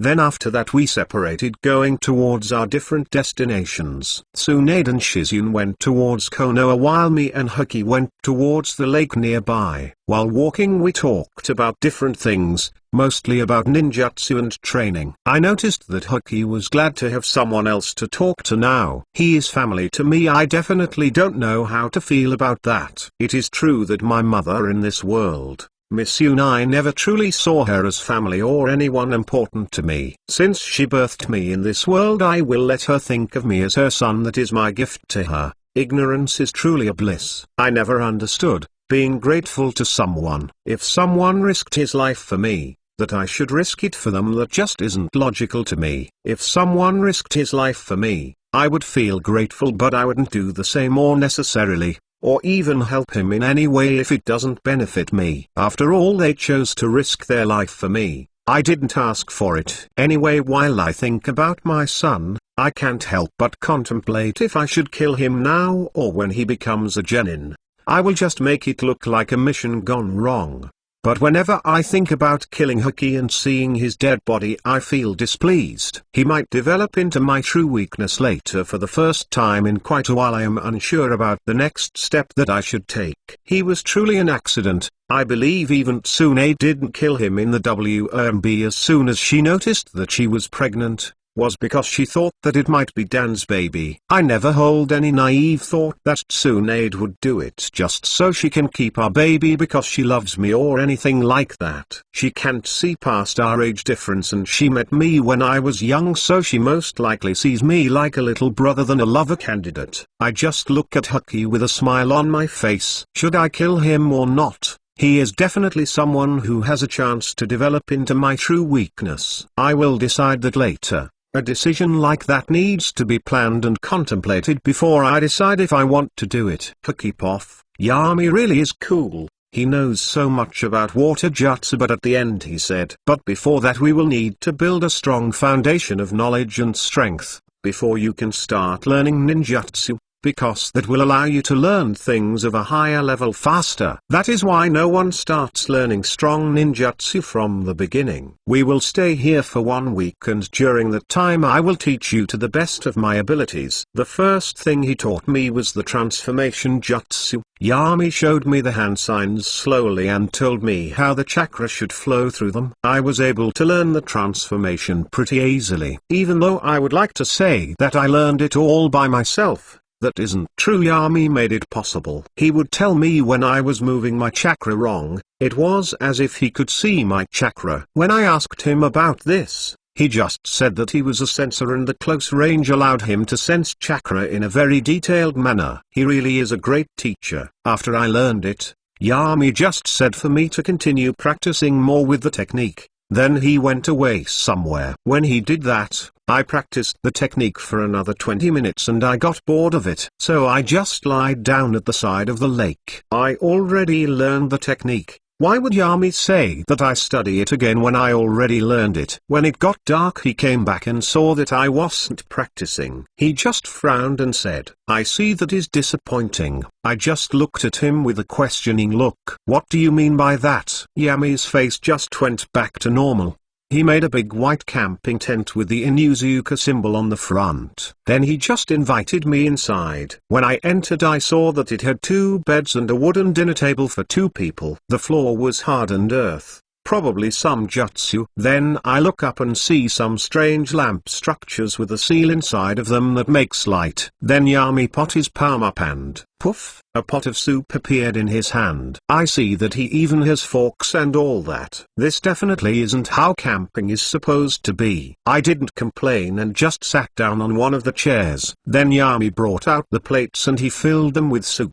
Then in an uncomfortable silence as we ate, I couldn't wait anymore and asked Yami, Yami, you seem angry. Did I do something wrong?" Yami just looked at his plate with soup, and said, "Sai, I don't think you should be a ninja Hokage." When he said this, I got a little angry and narrowed my eyes. What is that supposed to mean, Yami? Who is he to decide what I should or shouldn't be? I mean, I learned the transformation jutsu in just a day. I think that is pretty good. After all, Shizune always said that I would learn these techniques when I am in the academy. Yami just looked at me in the eye, and for the first time since I met him, he had a cold look in his eyes. When I said that I will go away for a little hunting, I was actually watching you. You gave up only after 20 minutes of practicing. You have potential to be a strong ninja, but that is it. You don't have the drive or the will to really put your money where your mouth is. I just looked at him with even more anger. What does this have to do with money, and what does the last part of what he said even mean?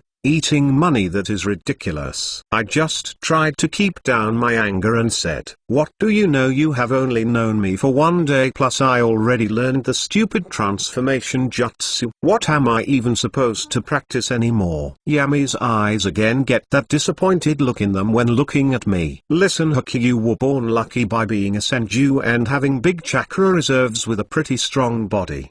But if you don't have the will to train endlessly for hours, you will not become anything great and most likely die a meaningless death just like most of the Senju clan did." When I heard that, my anger exploded. What is the hell? The Senju made this era happen. They made Konoha. They are the greatest clan to ever live. Then I angrily stormed out of the tent. Who does he think he is, insulting my clan like that in front of my face? He should be thankful to the Senju. Everyone should. They created Konoha.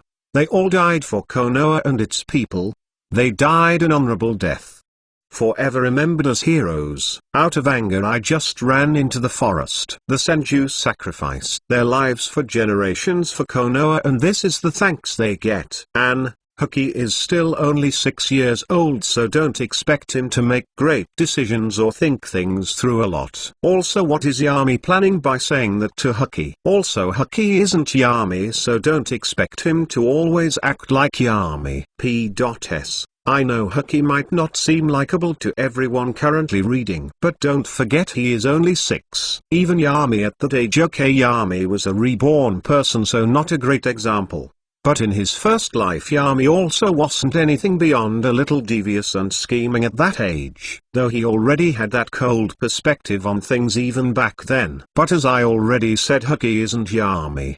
They are two different people. Discord.gg/ZFJC2U5. I have a video of a journalist criticizing hentai watching people, but it was discovered that he himself watched hentai. Chapter 119, The Inevitable Training Montage. Chapter 119. Title: The Inevitable Training Montage. Yami Poff. I just see Hokage, my son, run out of the tent. As expected, he got offended way too quickly. But I guess it should be expected of a 6-year-old, though he will still learn his lessons. That is my job as a father after all. Then I just stealthily followed him as he was running. Well, trauma is the best teacher in my opinion. That is how I learned most of the important lessons. Then as Hokage was running, when he ran quite far away and was a little out of breath, a big brown snake I had under a genjutsu. The snake was as thick as a tree and as long as a 2-story house. The big snake was hiding in the mud when Hokage ran past it and didn't notice that it was there. The snake under my genjutsu immediately, "Fosh!" The snake prowled towards Hokage. "Ah!" screamed Hokage as the snake slithered and wrapped its body around Hokage and started using force on its grip that it had around his body. His bones started cracking a bit as Hokage just screamed even louder. "A help, Fosh!" I appeared behind the snake and slap. I just slapped the head of the snake and the head burst, exploded like a watermelon. The snake body without a head loosened his grip and Hokage fell on the ground with a traumatized look on his face. He also seems to be breathing heavily and taking deep breaths. I just looked at him coldly with my eyes shining as the full moon behind me, with Hokage looking at me with a terrified look on his face while I continued saying, "The world doesn't consider anyone special. Just because you were born into the Senju, there is no stopping you dying from something like slipping on the banana peel and breaking your neck. You are not special. No one is, and everyone can be killed. Take that lesson to heart, Hokage." Then I start walking away towards the tent, leaving Hokage behind. As I was walking, I just continued saying with a cold voice, "Everyone can have a little luck and be born in a good clan, but they all die the same when a kunai is stabbed in their skulls. Even a cage can be killed by a kunai. So if you don't want to die by some wolf or some other animals, follow me back to the tent. Remember, you chose to be trained by me, so don't start complaining now." When we return to my tent, we go inside and sit down on the table again. We didn't talk at all. He still had a horrified look on his face, kind of disappointed that he hasn't already adapted to it or suppressed his feelings to make himself calm down. I wonder if he will be able to use wood style in the future. I am definitely experimenting on him and deleting his memories. After all, when I.M.P.R.E.G.N.A.T.Ed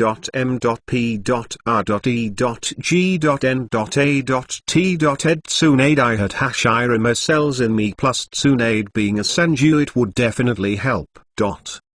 1 week later. Finally, he is how I wanted him to be. I am just sitting on a tree branch watching Hokage walk on water while fighting one of water clones. He is doing pretty good for himself. True, a water clone has 510% of my power and it is mostly used as a distraction or trap by most ninja due to the liquid properties of the water. When the clone it is stabbed, it has a sensation kind of like the same as stabbing a human. Use it with some genjutsu to make the water that flows from the clone red like blood, and then you have a pretty realistic distraction. Even though the water clone is pretty weak in a fight, your everyday Chunin would have a hard time fighting against my water clone. Then I look into the fight and analyze it. Hokage makes some water clones for himself using the water of the lake he is standing on. He makes 10 water clones and I can sense his chakra levels plummet to around 20% left. He has genin chakra amount,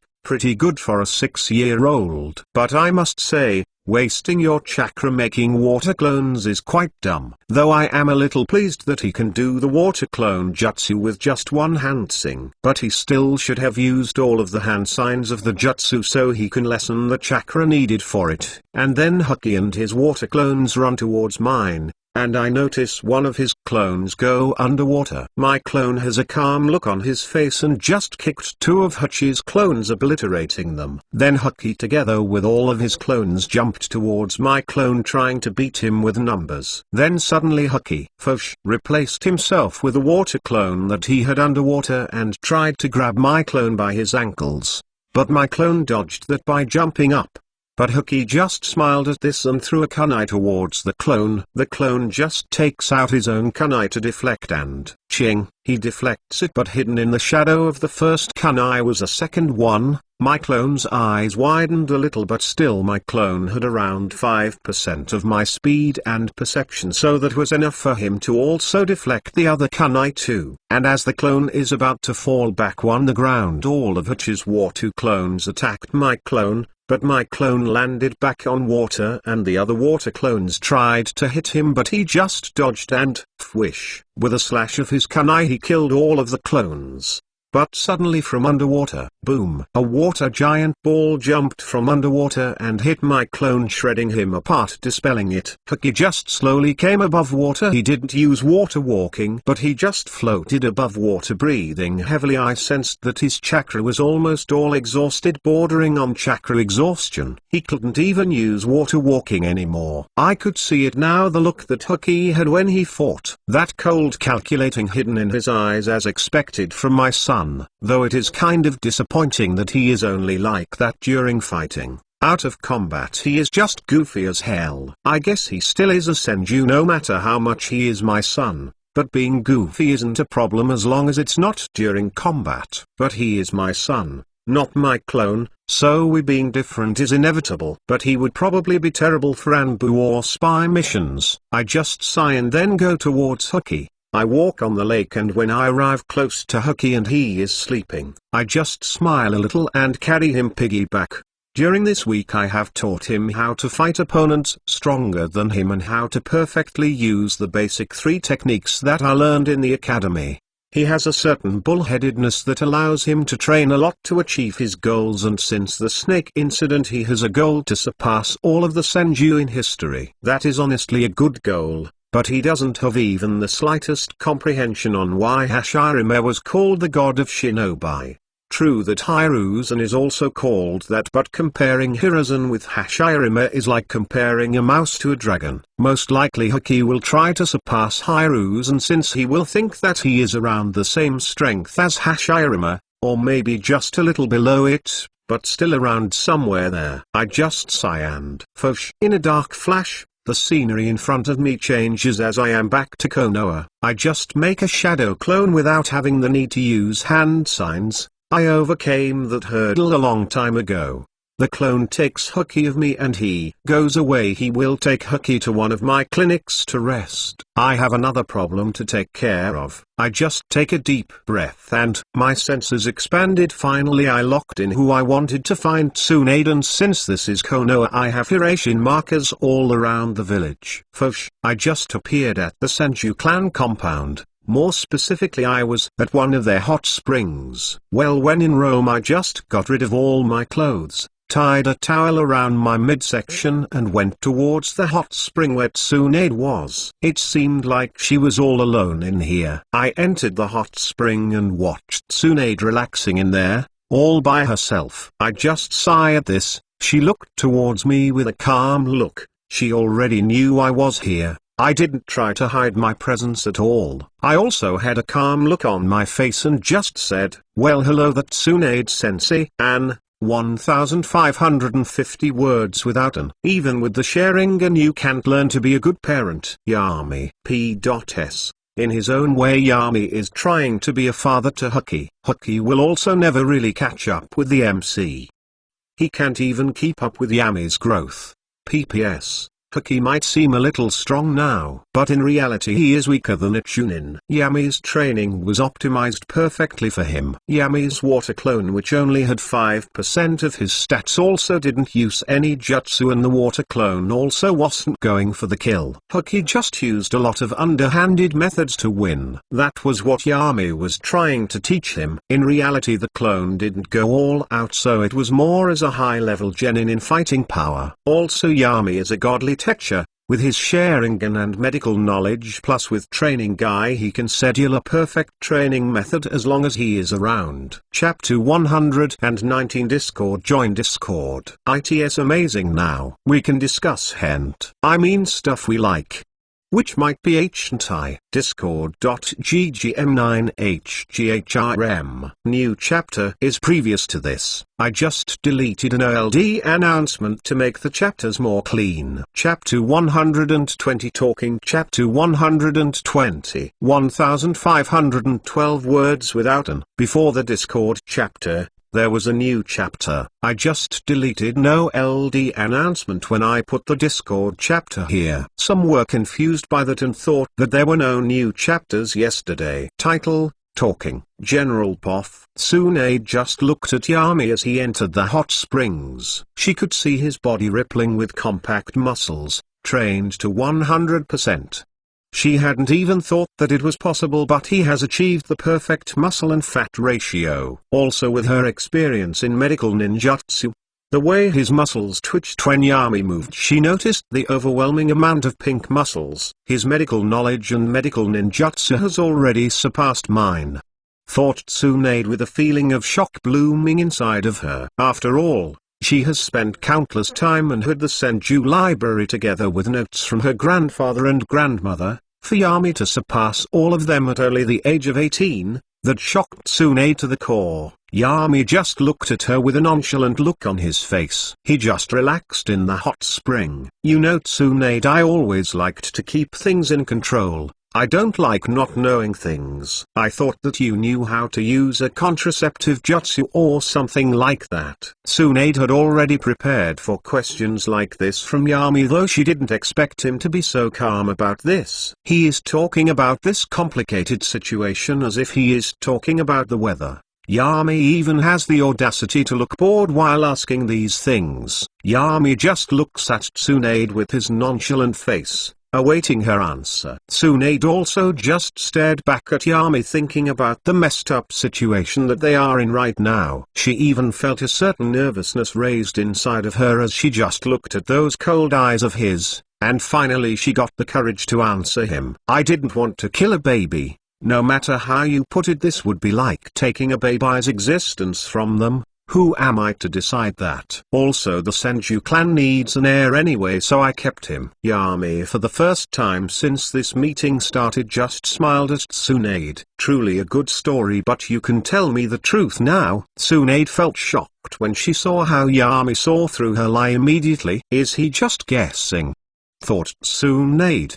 while trying to keep herself from giving any information to Yami from her body language. Her body didn't give out anything, so she tried to keep to her story. I don't know what you are getting at, Yami, but that is the truth. If you decide to believe it or not is up to you. The amused smirk on Yami's face unnerved Tsunade to no end. I suppose it is only to be expected. You have my pity, said Yami with the smirk still on his face, while coal black eyes looked at Tsunade. She felt as if he already knew everything just by looking at her with his dark eyes as Yami continued saying, "Do you know what classifies as truth or lies?" Tsunade just frowned at this. "Where are you trying to go with this, Yami?" said Tsunade with an impatient tone in her voice. "Just humor me, will you, Tsunade?" "What does truth and lies mean to you?" asked Yami in a mysterious tone that creeped out Tsunade to no end. Even though she felt a little fear from Yami's words, she didn't display it on the outside. "They mean what they are supposed to mean," answered Tsunade with a casual voice that she was faking. Yami still kept smiling at her. "There is no such thing as truth or lies in this world. There never has been. There are only plain,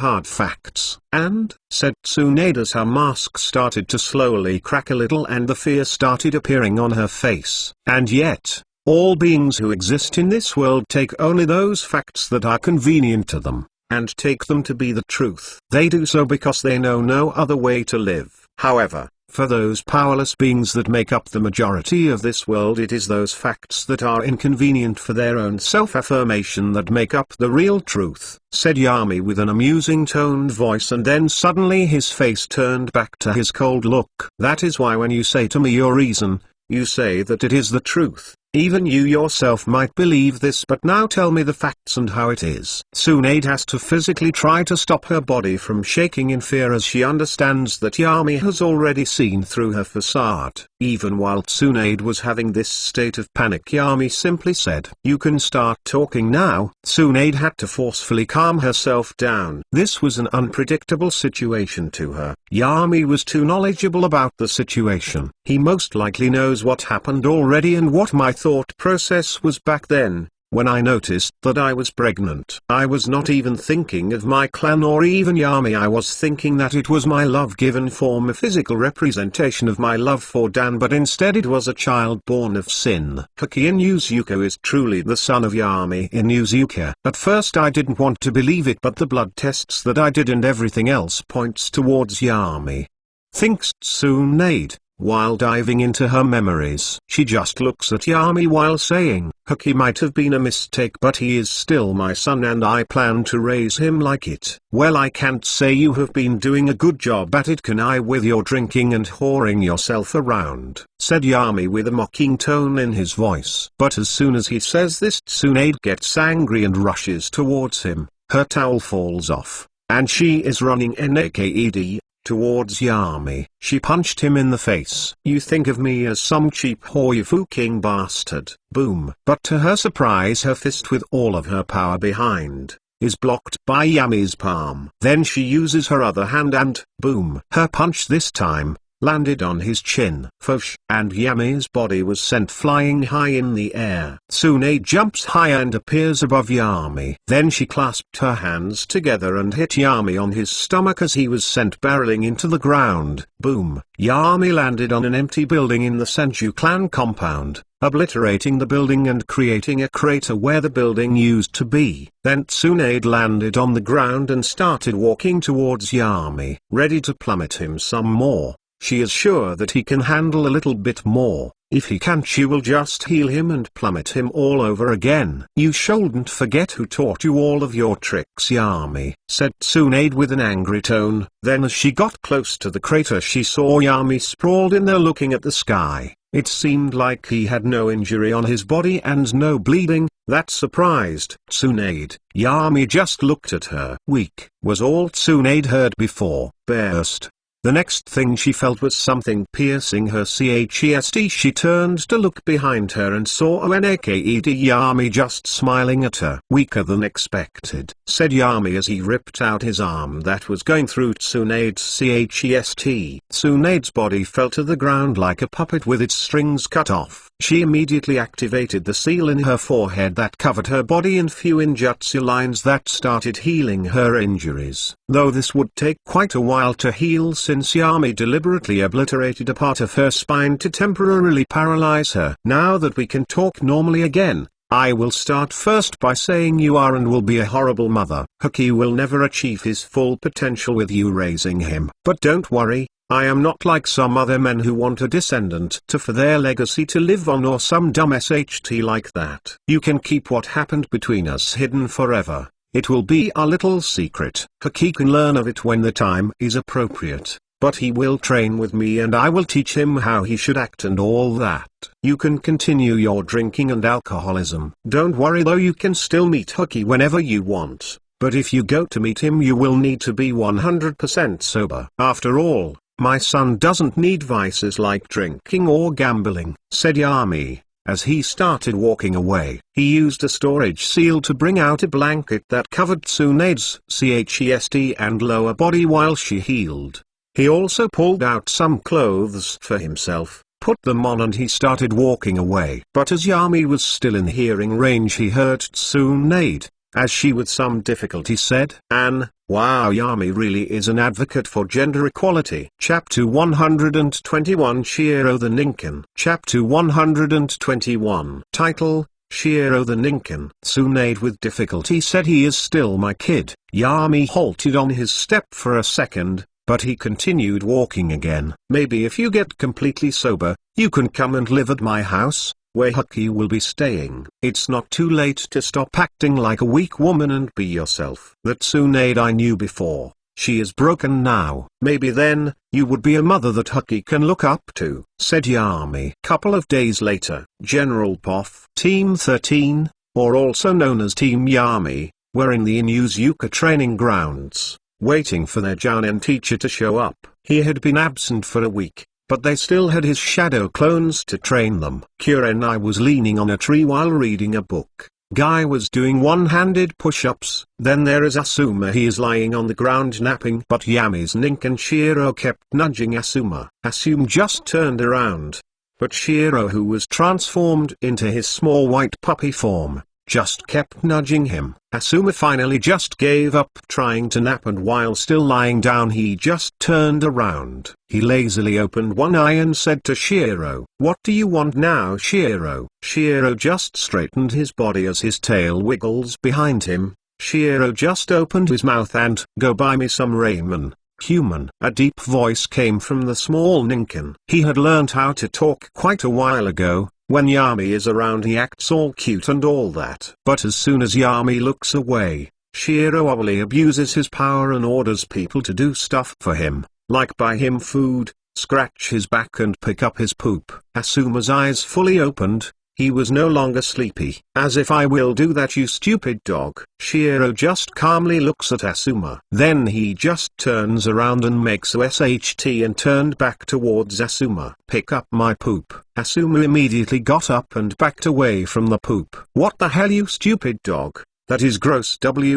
Why would you do that?" Shiro just smirked and said, "Pick up that poop." "No way I am doing that, you stupid dog," angrily said Asuma, with a face full of anger. Shiro keeps humiliating them repeatedly like this. He is very demanding and thick-skinned. When Yami isn't around he even walks like he owns the land he is stepping on. You know how Yami-sensei is about cleanliness, Asuma. He would probably ground you for a month. You know that Shiro also likes to exaggerate things when he reports to Yami, so you have to take that into consideration. Even while saying this, Kurenai had a calm look on her face. She and Shiro had made a deal that she would help him if he gave some of Yami's shirts to her. Kurenai knows this is kind of creepy, but as long as no one finds out, then that is okay. Guy didn't care about any of this as he started doing some thumb push-ups. When he heard all of this, Asuma decided to give it up. With a resigned face he asked, "So does anyone have a plastic bag or anything like that?" Shiro just innocently looks at Asuma and he says, "I have a thin napkin if you want." Asuma just sighed in resignation as he felt his pride being stepped on and strangled to death. Then came the final nail in the coffin as Shiro said in a haughty voice, "Maybe if you do your job well, I might be generous enough to pay you for a D-rank mission. Human bitch. Unknown to them, the biggest thing Shiro and Yami have in common is their pettiness. While this was all happening, Yami was hiding in the trees looking at them. His Ninken Shiro truly is a source of entertainment for him. His personality is just too fun. He had just taken care of registering Hokage in the academy. He also just finished putting some explosion seals inside Hachi's scalp. It's true that Hokage was his kid, but why would that make any difference to him? Itachi was Fugaku's kid, look where that went. Anyway, Hokage isn't that important at the moment. He should concentrate on the more immediate stuff. Yami poff. Even while looking at my genin I couldn't help but think about my latest problem. My power has almost peaked again. I have 5 hearts that I have created by myself, for myself. I even replaced my original heart with a better wind affinity heart. My chakra will still continue to grow until I naturally have as much chakra as 5 strong cage level chakra. I even have wood style now. With just that alone I would easily classify as S rank. But wood style uses too much chakra, and it's nowhere near Hashirama's level. But I am still nowhere near satisfied. Kaguya the other Otsutsuki, I want to be so strong that even the Shinigami himself would fear taking my soul. But if I reached that goal, what would I do next? I want to be omnipotent and omnipresent. I want to be God, not some god just in name, like the god of death or so on. I want to be the god. The one who knows everything and has the power to do everything. Even after that I want more. There definitely exist other worlds out there. I want to conquer them all. I want everything that the multiverse has to offer and some more. I want to play with people like they are my toys. I want to be able to express my sins upon the world without fear of something happening. Is that so unfair to ask for? Then a twisted smile forms on my face as my thoughts go into dark places. If I was born with the ability to choose and have free thought, why shouldn't I chase towards godhood? If from the very start, no one has stood upon the absolute throne of worlds, not me, nor even their so-called gods. However, that intolerable vacuum has to come to an end. Henceforth, I shall strive to stand upon the absolute throne heavens and rule over all. Okay, that is enough time contemplating stuff like this. I haven't even achieved my current goals. Biting more than I can chew would be dangerous. I need to be extra careful if I want to reach my dreams. After Asuma cleans Shiro's feces, I just started normally walking towards my team. I had a look of complete disinterest as I just looked at them with a bored look in my eyes. Hello there, my students. How was your training while I was away? Hope you didn't fuke around and waste your life away. I joked with them in a soft tone. Come on now, sensei, you don't have to word it like that. It's just 1 week, said Asuma as he tried to soften the talk a little. I just gave him one look and he just shrunk back. Then I noticed the look on his eyes as he then tried to change the subject. Also, Sensei Shiro is being cruel and petty again, complained Asuma, all the while pointing at Shiro. I just looked at Shiro. He was on his back, showing his stomach to me as his tail was wriggling around. He acts innocent as he tries to play with me. Is what Asuma said true, Shiro? I asked. Shiro just turned back on his feet and with an innocent look in his eyes he said, of course not, Yami. You could even ask the others. I just looked towards Guy, who had stopped his training as soon as I arrived. I was training, sensei, so I wasn't really paying attention, answered Guy. Next was Kurenai. She looked unsure of what to say. Then I noticed Shiro making strange expressions towards Kurenai, but I simply acted like I didn't notice it. He is most likely threatening to expose the weird stuff that she does with my shirts. I really don't know how to confront her about that. It's like the FIB agent can't comfort someone for watching weird PRN since they would have to admit that they are spying on them. So I just let the situation be. I am sure that Kurenai will grow out of her creepy phase. Hopefully. I am not sure. I don't think Shiro said that, answered Kurenai with a guilty expression on her face. I just shrugged my shoulders. Well, it doesn't matter anyway, as I just came to tell you all that I have registered you for the Chunin exams that are going to be held at Kusagakure.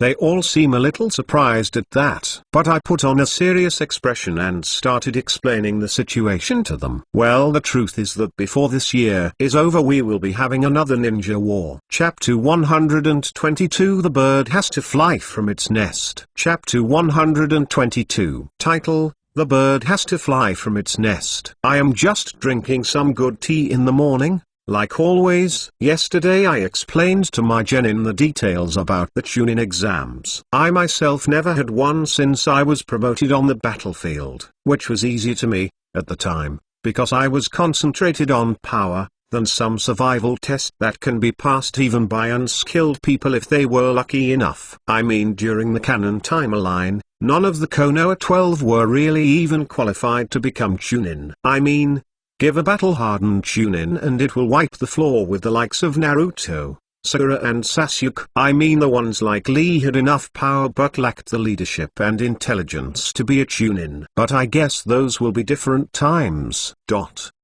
3 hours later and I am at Kusagakure. Of course I didn't teleport my genin here. They need to learn how to handle their own problems now. And since war is close by they need to be especially careful. Kusagakure, or also known as the village hidden in the grass, isn't anywhere as impressive as Konoha. It is a small ninja village and generally has a very gloomy atmosphere. I mean, even the buildings are painted in darker colors. Anyway, I have a lot of Hiraition seals around here too. This is my backup, in case I ever become a missing nin. In the next election of their cage, the guy who I control should become the next leader of the village. I have stacked the deck so much in my favor, it really does reassure me somewhat. I am not as worried about the third war as I was about the second. I was a weakling back then, only as strong as a Chunin, but now it's different.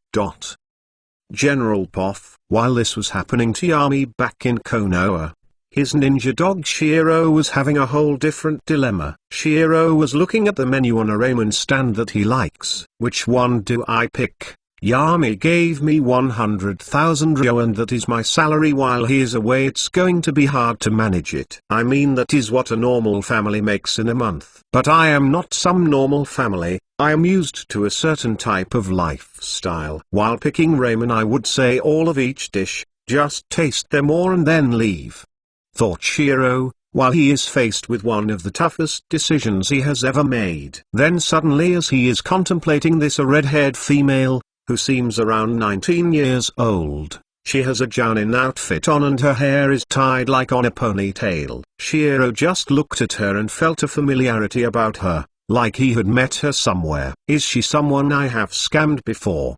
Thought Shiro. He truly scammed and bullied a lot of people so he can't remember them all. Shiro was about to insult the tomato hair lady but his instincts stopped him from doing that. I guess I shouldn't do that. She seems dangerous and unstable. Plus the negative emotions coming out of her are overwhelming. Is she the Nine-Tails Jinchuriki that Yami sometimes talks about? Contemplated Shiro. 2 months later. It was your average sunny day here in Konoha. The sun was bright, the birds were singing, and people seemed to enthusiastically talk to each other. But if you look underneath, you will find a lot of ninja, who are on edge. The skirmishes amongst borders of the countries are escalating. Soon enough Anbu will have to be sent out there, and then all hell will break loose. The third Hokage was taking care of some paperwork. In such dire times each paper had to be looked over carefully. After all, war times are very close. There must be some budget cuts that need to go towards the army. The Hokage was deciding if raising taxes would be a valid decision that would give the ninja better equipment, and because of that, it would raise the chances of victory dramatically. The Hokage, even though he has finished grieving for his friend Danzo, he still remembered when he would ask Danzo for counsel on decisions like this. He was always an extremist. If Danzo had his way, 80% of the budget would go towards our army. But even with such bad suggestions, Hiruzen still got a lot of insight from it. Danzo's peerless spy network would have to be replaced. Okimaru has been working on taking over the job, decided Hiruzen. At the gates of Konoha, in a black flash, Yami and his genin team appeared. Everyone was uninjured and looked the same, except the genin looked tired. and had Chunin vests on them, so they had all graduated and become Chunin. Yami just looked at his team and said, "Since I have teleported you here and now you are all Chunin, there is no need for you to go into C or B rank missions with me anymore. You can do them by yourself." Yami just looked at them and smiled slightly. "But remember, you will always be team number 3, and will always be my students. Now you can fly on your own, so go and spread your wings, make me proud, leave behind a legend that will be spoken for many generations." While Yami was saying this, Kurenai was blushing, Guy was crying, and Asuma just smiled a little. They had come so far in so little time because of Yami. Then Yami started walking away from his students. When Guy, Kurenai and Asuma see his back, all three of them bow down to their waists and loudly say, "Thank you for everything, Yami-sensei." Yami stops in his tracks. His face has a calm expression like always. A small smile appeared on his lips as he turned around and gave his students a thumbs up. "I am proud of you guys, and just because you are Chunin it isn't the end of the road. Read the books that I gave to you as presents after the exam. They have a step-by-step explanation on how to become an S-rank ninja. I made it for each of you, especially for your chakra natures and specialities." When they hear that, they are all surprised that Yami spent so much time writing a book for each of them. Even when he is not their teacher, he will be guiding them on. After that whole fiasco with the kids, Yami went to his clan company and saw that everything was okay. As he is walking every Inuzuka, when they see Yami they bow a little and say, "Yami-sama." Yami just smiled at them warmly. Then while he was walking he sensed Shiro sleeping in one of the dog houses. That is where they raise their ninken, and he was a little curious at what Shiro has been up to when he has been away. When Yami enters the house, he sees a lot of dogs all around. Everything seems normal. Some dogs are playing, some sleeping, and so on. He stops his chakra flow and dulls his emotional state, to stop Shiro from sensing him. Since Shiro has had a fusion with some flesh of the Zero Tails, his sensing abilities are pretty good. Then Yami finally entered the last room. In there he saw Shiro on his back. He is covered by dog food while some other dogs are liking him. M.O.A.Ns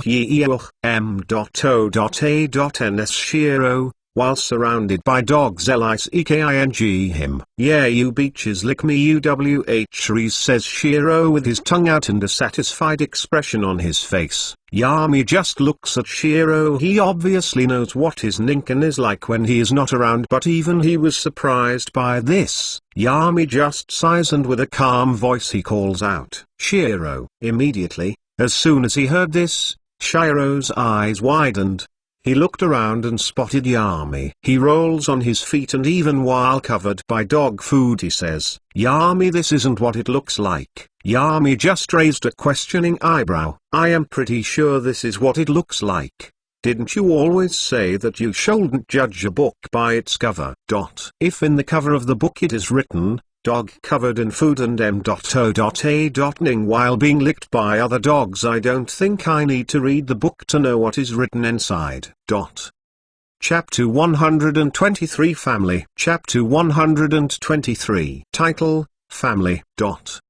After the whole fiasco with Shiro being gross, Yami went towards his house. He hadn't been back for 2 months since he was at the Chunin exams. They were boring as heck, and he spent most of his time looking for any good-looking kunoichi female ninja to manipulate to sleep with him. There weren't really many important foreign powers in Kuzugakure during the exams because of the times of almost conflict. When he arrived at his house, Yami felt the 4 chakra signatures in his backyard. He enters the house, and with his instinctual silent walking, he arrives at the backyard. In the backyard there is a sakura tree, and upon there he also sees Tsunade, Tsume, Misune, his mother, and Hokage. His mother and Tsume were sitting on the porch, while Tsunade was instructing Hokage how to walk while at the same time holding a leaf on his forehead. Tsunade was sober, which was Yami's condition, for her to meet up with Hokage. Yami just looked at this with analytic eyes. He determined that Tsunade must have been sober for some time, since she and Hokage showed such familiarity while she was instructing him. "Hokage, concentrate, don't think about anything else," instructed Tsunade. while she was also doing the same exercise as her son, so she can show him that it is possible. She even encourages Hokage, which pushes him to try harder since, before he got to live in Konoha, he never got any compliments from his mother. Yami just went forward and gave a casual greeting. "Yo.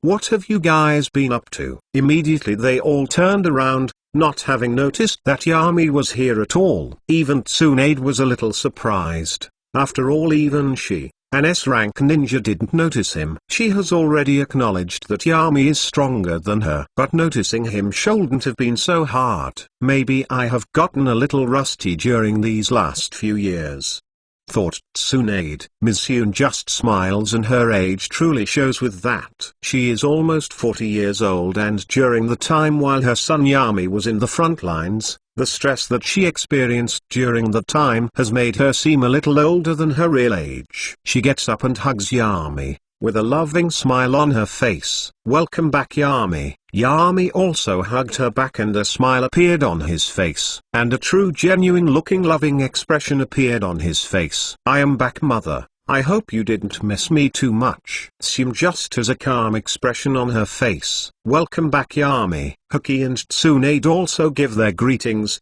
while the latter had a strange look in her eyes. Tsunade hasn't forgotten about the things Yami said to her, and him punching through her with his fist. She still remembers the pain of her spine being obliterated and having to carefully and slowly heal. The type of injury is very painful, but not overly so. Tsunade has had to heal from worse during the Second Ninja War. Yami sat down with Tsume and his mother while Tsunade continued lecturing Hokage on how to control his chakra better. But still they weren't having any progress, and Hokage was still deep up to his knee on the pond, while trying to hold the leaf on his forehead. Then after a dozen of minutes of just watching, Yami decided to take action by himself. "How long has Hokage been training in this chakra exercise?" asked Yami with a curious tone to his voice. Tsunade just gave him a side glance, her eyes shining in the light as she answered. "He has been at this for 2 weeks, but is doing very good progress for his age. I remember that Jiraiya couldn't do this exercise up to his 20s,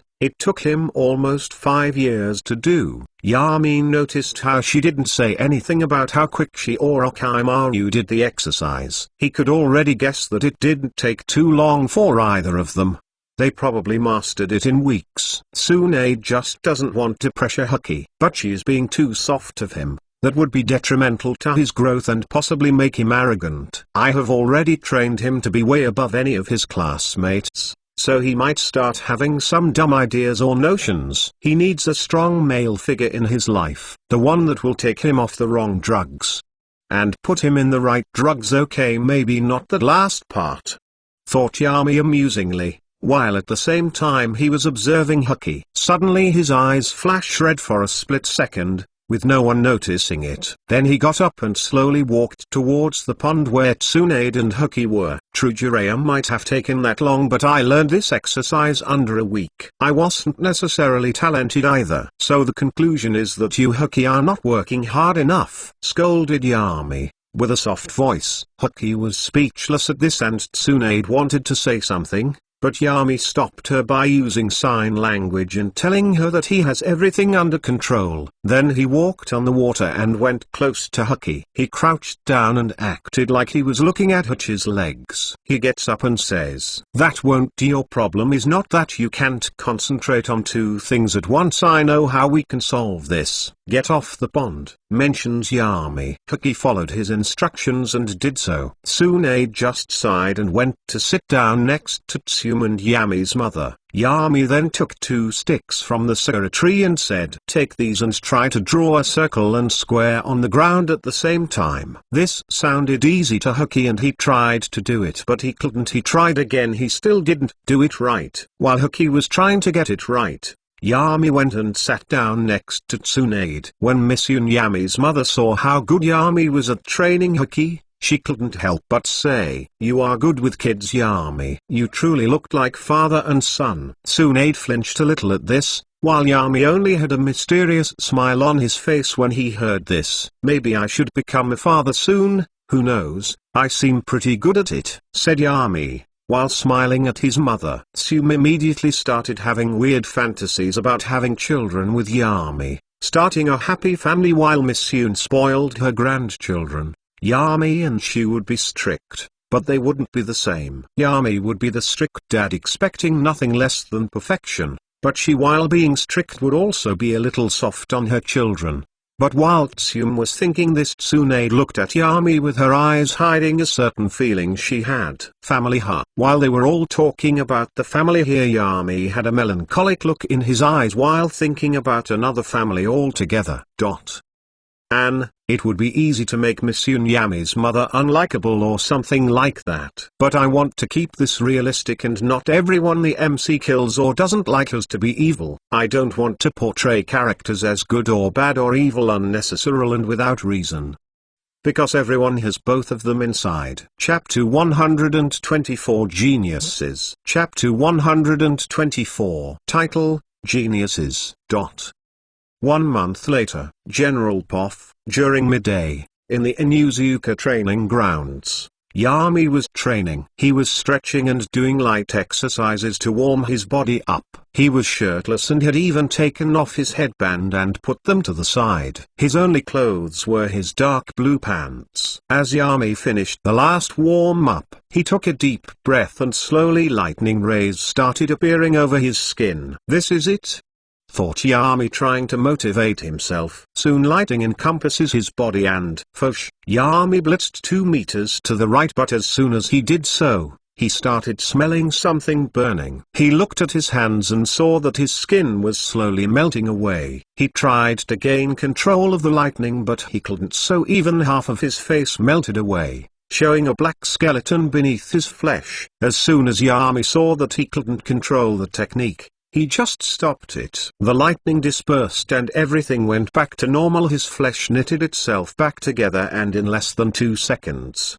his flesh was back to normal. I can't seem to have control over the lightning I generate from the technology. If only I had the jutsu scroll for the technique and how it is used, contemplated Yami. He wasn't able to use the technique because he couldn't copy even with the sharing and something at the level of the Reikage's lightning chakra cloak. But even at the failure, Yami wasn't disappointed at all. He was at least making progress, and when he kills the 3rd Reikage and experiments on his body and reads through his memories, Yami will figure out how the lightning armor works. I will not kill the Reikage for almost killing me during the Second Ninja War. Revenge is something that clouds the judgment of people and makes them act irrationally. I will kill the 3rd Reikage because that is beneficial to me. Plus it wouldn't significantly change the future events that I know if I decide to kill him during the 3rd Ninja War. Though with my power rising to such levels lately, I have not even been that worried about such things like the timeline. I already have eyes everywhere in this world,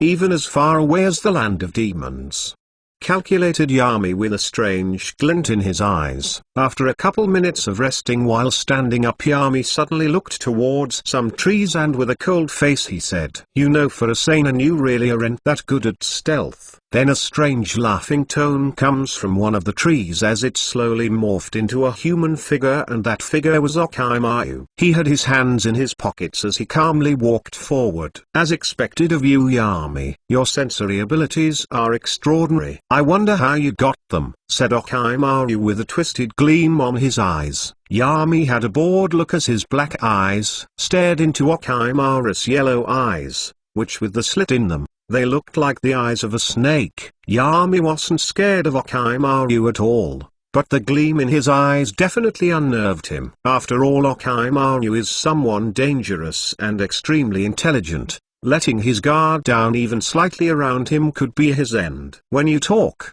it almost feels like you are about to get to the point of something, but then you just babble on and on and on, says Yami calmly while trying to discern Orochimaru's goal. Orochimaru doesn't take what Yami said as an insult and he starts getting closer to Yami. His hands come out of his pockets as he says, "Tell me, Yami, what is the meaning of life?" Yami still just had a bored look on his face as he said, "Sigh. Life is what you make it out to be, Orochimaru. Now can you stop bothering me?" Yami waved his hand to tell Orochimaru to go away. but Okaimaru's eyes had an even crazier glint on them. This slightly worried Yami and he clenched his muscles, ready for any sudden attack or anything like that. But Okaimaru asked again. What is your view on power then, Yami? Yami just rubbed his eyes while acting annoyed. Sigh, you know I was in the middle of something before you came here. And you coming here and asking these questions. Not only does it seem suspicious, it also seems like the kind of thing that the T&I department might like to investigate, Yami said to Okaimaru while giving him a hidden threat. Come on now Yami, me and you, we are the same and I analyzed your behavior reports ever since you were young. You are a lot like me and your dream isn't to be Hokage or anything like that, your dream is immortality, exclaimed Okaimaru as the grin on his face widened. You want to be perfect, don't you? I have an idea. If you help me with something, I can give you a certain technique who would allow you to be perfect. As soon as Yami heard Okaimaru say that, his eyes became dull and the aura around him became colder. Even Okaimaru felt a small chill on his back,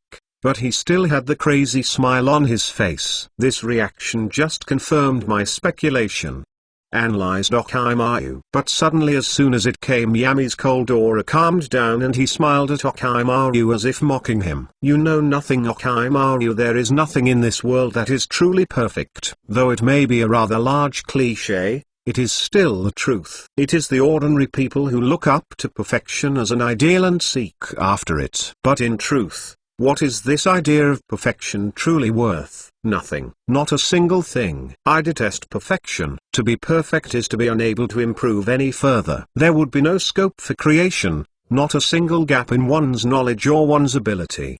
Do you see now? To true scientists like you and I, perfection is tantamount to despair. We aspire to reach greater levels of brilliance than ever before, but never, never to reach perfection. That is the paradox through which we scientists must struggle. Indeed, it is our duty to find pleasure in that struggle. In other words, the second you allowed yourself to spout a ridiculous word like perfect, in truth, you had already been defeated. That is, if you wish to be treated as a scientist. Okaimaru's eyes widened at the things that Yami said.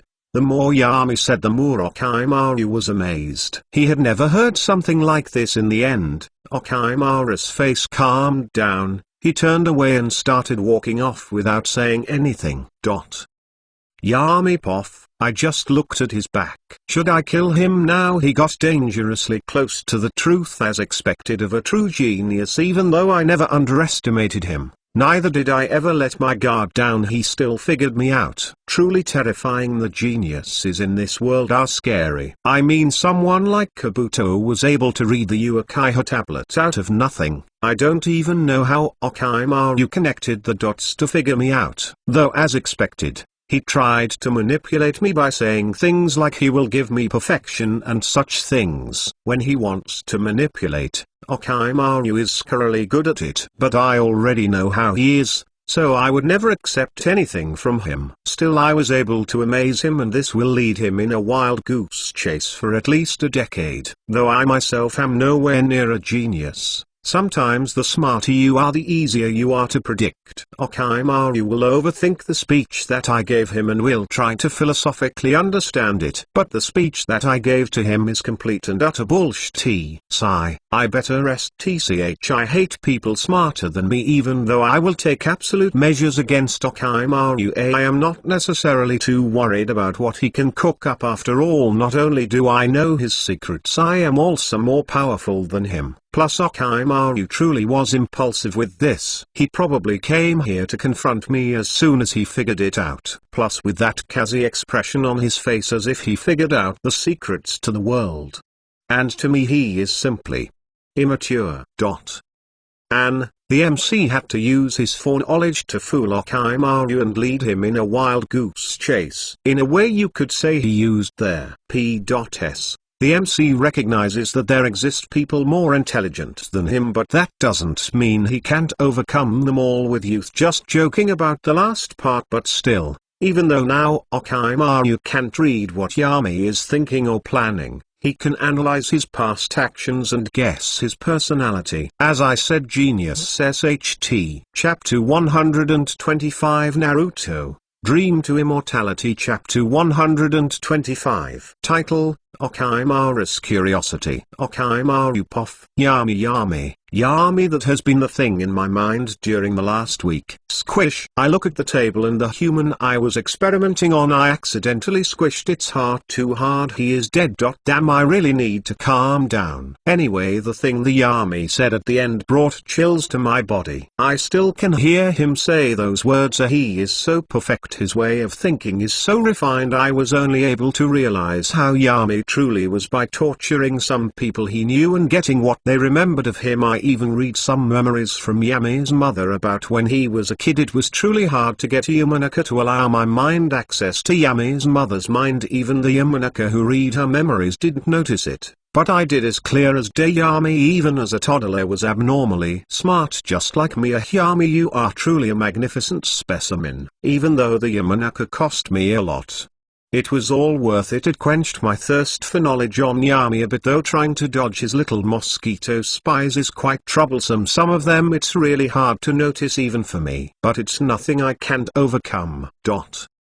I have already got the first half of the living corpse reincarnation. I am almost at the stage of fully immortalizing my mind. I was only able to get this part because of my old dead friend Danzo. Even he wasn't able to get the second part, since it is in the Forbidden Scroll. The one in the Hokage's office is obviously a fake. But I do know the location of the real one now. If only I could steal it. I was going to ask Yami for his cooperation, but he refused me so fast. I am so close to the immortality that I have dreamed of for so long. Finally I will achieve immortality, and then I can start working towards my dream of learning all of the jutsu in the world. Anyway, Yami, when he acted angry and cold when I said what I had observed from him, he was faking it, but I didn't notice it at all until he just smiled a second later with that. He really told me that he can just fool me whenever he wants. But who else should I investigate to be able to get a clearer picture of Yami? While thinking this, I decide to burn the body of the person I killed, since it might start to smell bad. Suddenly I get an idea. A person who knows Yami since young and saw his personality develop even while he was younger. Who better to ask than my good old teammate, Tsunade.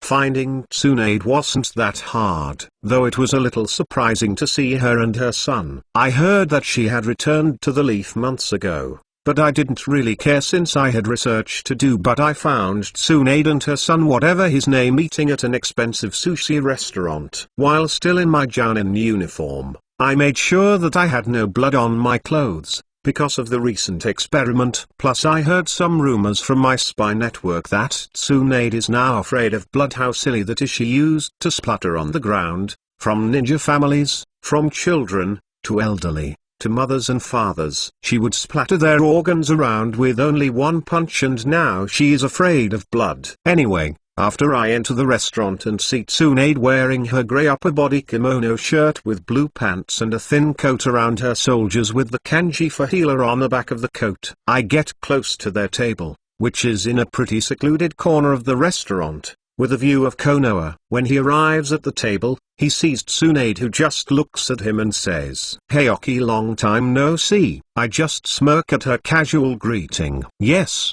long time no see, Tsunade. Now you even have a child. Who would have guessed Tsunade would become a mother? Tsunade just shrugs and says to her son, "Come on now Hoki, introduce yourself to Okimaru. He is an old teammate of mine. He is like a weird uncle to you. I wouldn't recommend following him in a dark alley or eating the candy he gives to you." I just look at Tsunade, with a strange look on my face. "Tsunade, I think you are not giving young Hoki any truthful information about me." Tsunade seemed to think a little more, and again she turned to her son. "Oh yeah, actually it's not just the candy that he gives to you that you shouldn't eat. You really shouldn't consume anything Oki gives to you." I just shake my head at this. It is ridiculous, and the poor child seems confused what Tsunade even means by what she said. My face becomes serious as I asked Tsunade, "Tsunade, lately there has been a certain individual of interest to me." Tsunade just has a confused look on her face. Then she looks at her child and says, Let's go back to the house, Hucky." The kid nodded and started walking away as he said, "It was nice to meet you, Uncle Oki." I just smile at him and wave back. The little kid has had a good influence on Tsunade. It got her out of a phase where even I was unsure she would get out of. Then Tsunade takes a roll of sushi with her chopsticks and eats it. And with her mouth full she asks, "So whomever is that person that you want to know about?" Talking with her mouth full, that is as unladylike as you can go, but if I said that to her she would definitely punch me. I have known Tsunade for a long time, ever since back in the academy, and by the look in her eyes she already knows what I am going to ask about. As I was deep in thought, a waitress came and with a very obviously fake smile asked, "What can I get you, sir?" "Some fried eggs, and possibly make them as hot as you can when bringing them here." I answered, "Eggs are my favorite food and I generally like hot food." The waitress nodded and went away. I smirked towards Tsunade. "I am sure you know that we are talking about Yami." Sigh, "Well, as my teammate I can still only say to you he is dangerous," says Tsunade while pointing towards the waitress that just took my order. I looked at the waitress and noticed nothing strange about her. Her chakra reserves are even lower than your average civilian and there are no mosquitoes. I look at Tsunade with a little confusion evident in my eyes. Then she makes a hand sign that represents SPY. "What?" "OSHT. I have been concentrating on the mosquitoes and forgot that he might actually have real human spies on this." Damn, I got sidetracked, even while thinking that I still have a calm look on my face. Well, now that I know that Yami is still spying on us, I can't really say anything. Tsunade still looked at me intently and said, "I live with Yami in Yuzuka in his house together with my son, so don't mess around. He will not play around with you. With the war on the horizon, he will definitely go for the kill and make it seem like it was done by enemies. I would suggest you also stop investigating him, or you will be killed." When I see Tsunade's look in her eyes, I just nodded to express my understanding of the situation. She simply just told me that Yami will not be as soft as some other people. He will kill me whenever and wherever. He could strike while I am sleeping, eating, drinking, or even while I am in the bathroom. Yami will immediately go for the kill, so that means that even I underestimated him a little and thought that he wouldn't do that. Also, her saying that she lived with it meant that she would take Yami's side if a conflict took place. Damn. I mean, Yami took out Danzo because he got in his way, but I am not doing any of that. I just want to understand him. With that being said, even during the rest of the meal I was restless. With what Tsunade had just said, we made some small talk during the meal, but I wasn't really even concentrated on it. Yami Poff. While sitting on my couch inside my house, I look at the small contraption on my hands, a Rubik's Cube, easy and cheap to make. Now I just need to open a company where the labor is cheap for maximum profits. Land of Wind would be good. The people in the desert don't exactly have a rich economy, but Sand Village is a big problem. They would definitely sabotage my company if it's in their lands, so I need to find another place. Oh, I know. How about Land of Sand? That place is west of the Land of Wind and it is a generally unknown place, which is often overlooked and is not really in that many maps. It's decided. Then I will open a company that for different small and easy to make things. Maybe since the land is so poor, the officials should also be very corrupt. How do I use that? Maybe bribe them to have some people who might be in labor camps to come and work there for me. That would definitely cut some expenses down and more money for me. I guess a shadow clone could go there and put some of their high officials under a genjutsu that would put wage expenditure to zero, not paying people for their work. Okay, then that is the plan. So Yami is not going to pay his workers. Is that really a surprise though? The guy really is greedy. He doesn't even need that much money anymore. That is capitalism as its best. P.S. Okimaru has been warned by Tsunade. Let's see where this goes. P.P.S. I also wanted to express Okimaru as a human. After all, he isn't some type of god who learns and knows everything about Yami. He is just smart. Like really smart. Chapter 126, The Coming of the Third Ninja War. Chapter 126. Title, The Coming of the Third Ninja War. While I am contemplating different business ideas, I can sense Tsunade walking towards the clan compound. Hokage had arrived earlier, but he went with Maysoon, my mother, to do some shopping. She truly adores Hokage. He is like the normal kid, as normal as a ninja kid can get, that she can finally spoil with gifts and all that. Even though she doesn't know that Hokage is literally her grandson, she does act towards him like she is his grandmother, or more like an aunt. I know that Orochimaru and Tsunade met. I also know that Orochimaru has noticed that I use mosquitoes to spy on people. Well, it was bound to get out sooner or later anyway. And the summon lands do occasionally communicate amongst each other, and me taking over the blood swamp is a pretty big deal to them. So I had the waitresses spy on them. Tsunade noticed the waitress, and that was also a distraction since I actually had a spying seal under their table. That is one of the restaurants that I own, though to know that you would have to go through a special case of files in the Civilians Council's business room, which is a room full of copies, leases for restaurants and other businesses. I know the management in Konoha sucks. I am definitely changing that when I become the Hokage. I am really good at this. Anyway, Tsunade comes inside the house, and then comes to the living room. Sadly, TVs haven't been invented yet at this time, which kind of sucks. I remember from the anime that during Naruto's generation, movies and TVs were already a thing. I kinda don't know how to create a TV. I never googled it as far as I can remember. If I had even a single memory of it, I would have gone through my memories and reread the memory and become the inventor of the TV that would have made me so much money. A monopoly like that would be priceless. Though I already have way more money than I might need, but there is never too much money. I bear the door open and Tsunade looks at me, and with a complicated look on her face she says, "As you predicted, Orochimaru did come to me, to ask questions about you." I could see her astonishment at how I was able to predict what Orochimaru would do next. Obviously I predicted that he would ask Tsunade. After all, as her former teammate, Orochimaru trusts Tsunade quite a lot. After all, he hasn't gone rogue ninja yet. But I just smiled at her, as I added more fuel to the fire. Yeah, he isn't as cunning as he thinks he is. Tsunade just sighs at that and said in an exhausted tone, "Anyway, Hokage told me that he will be attempting an early graduation.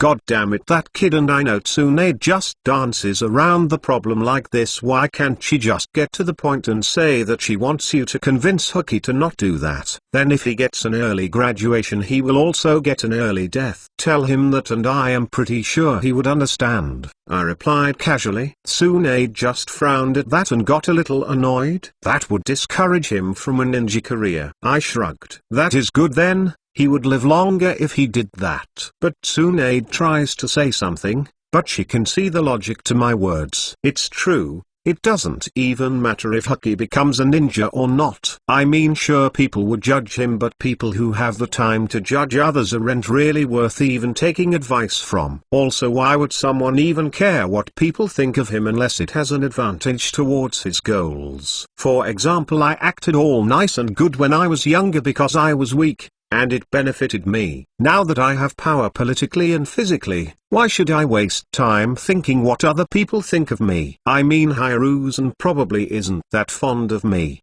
and Tsunade too might not like me that much right now since I am too dominant on everything I do.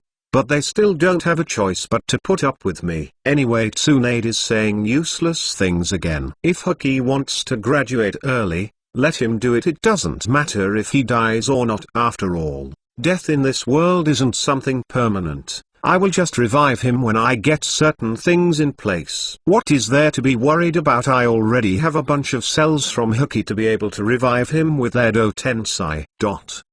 3 months later, General Poff, all of the elite Jounin were assembled on the Hokage Tower. They were all inside a room with a map of the elemental nations in the table in the middle of the room. The Hokage was looking at all of the members present. Then he said, "Orochimaru, Tsunade, Minato, Jiraiya, Yami and Fugaku. You are all the pillars of Konoha. I need every one of you to go and lead the troops to guard the borders of each of the nations." Hiruzen mentioned all of the current S-rank ninja in the village except himself. The other Jounin who were here weren't offended. After all, they knew it was the truth. The Hyuga were a little miffed about a new Uchiha being called but not a Hyuga. but they also knew that they didn't have any exceptionally strong members of the Hyuga clan. War is expected to erupt soon, and I don't want any of our borders unguarded. Today I have gathered you all here to decide which border each of you will be guarding, explained Hiruzen with a grave expression on his face. Yami is the first to speak immediately.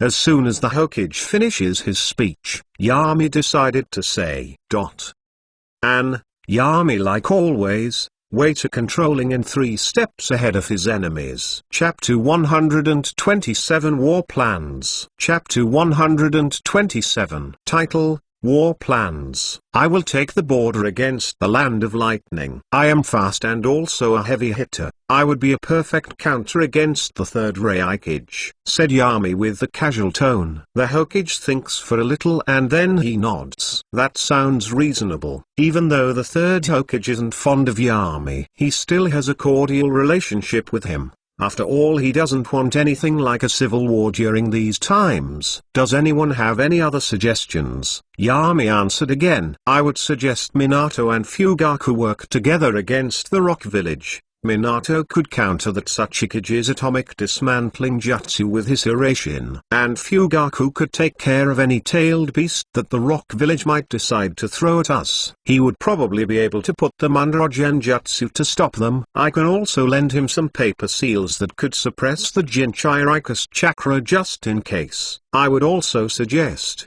that Tsunade and Jiraiya handle the hidden sand village. Tsunade would be enough to hold Chio and her brother. Since the K's each died, that would be enough, but their Jinchuriki of the One-Tails would be a little hard to handle if they decided to use that one too. Then comes the real problem in there. Since I have heard rumors from my spies that the most likely candidate for the next Kazekage would also be able to control gold dust, with all that it would seem a little hard for only Tsunade alone to handle this. All of the people in the room looked at Yami with wide eyes, amazed at what he said and how he was able to make such an analytical plan. Plus the spy network also seemed quite good considering the information that Yami just easily gave away. The Hokage just looked intently at Yami. He wasn't dumb enough to not see Yami's usefulness. He just came up with an amazing plan in case of war, so Hiruzen decided to ask Yami again.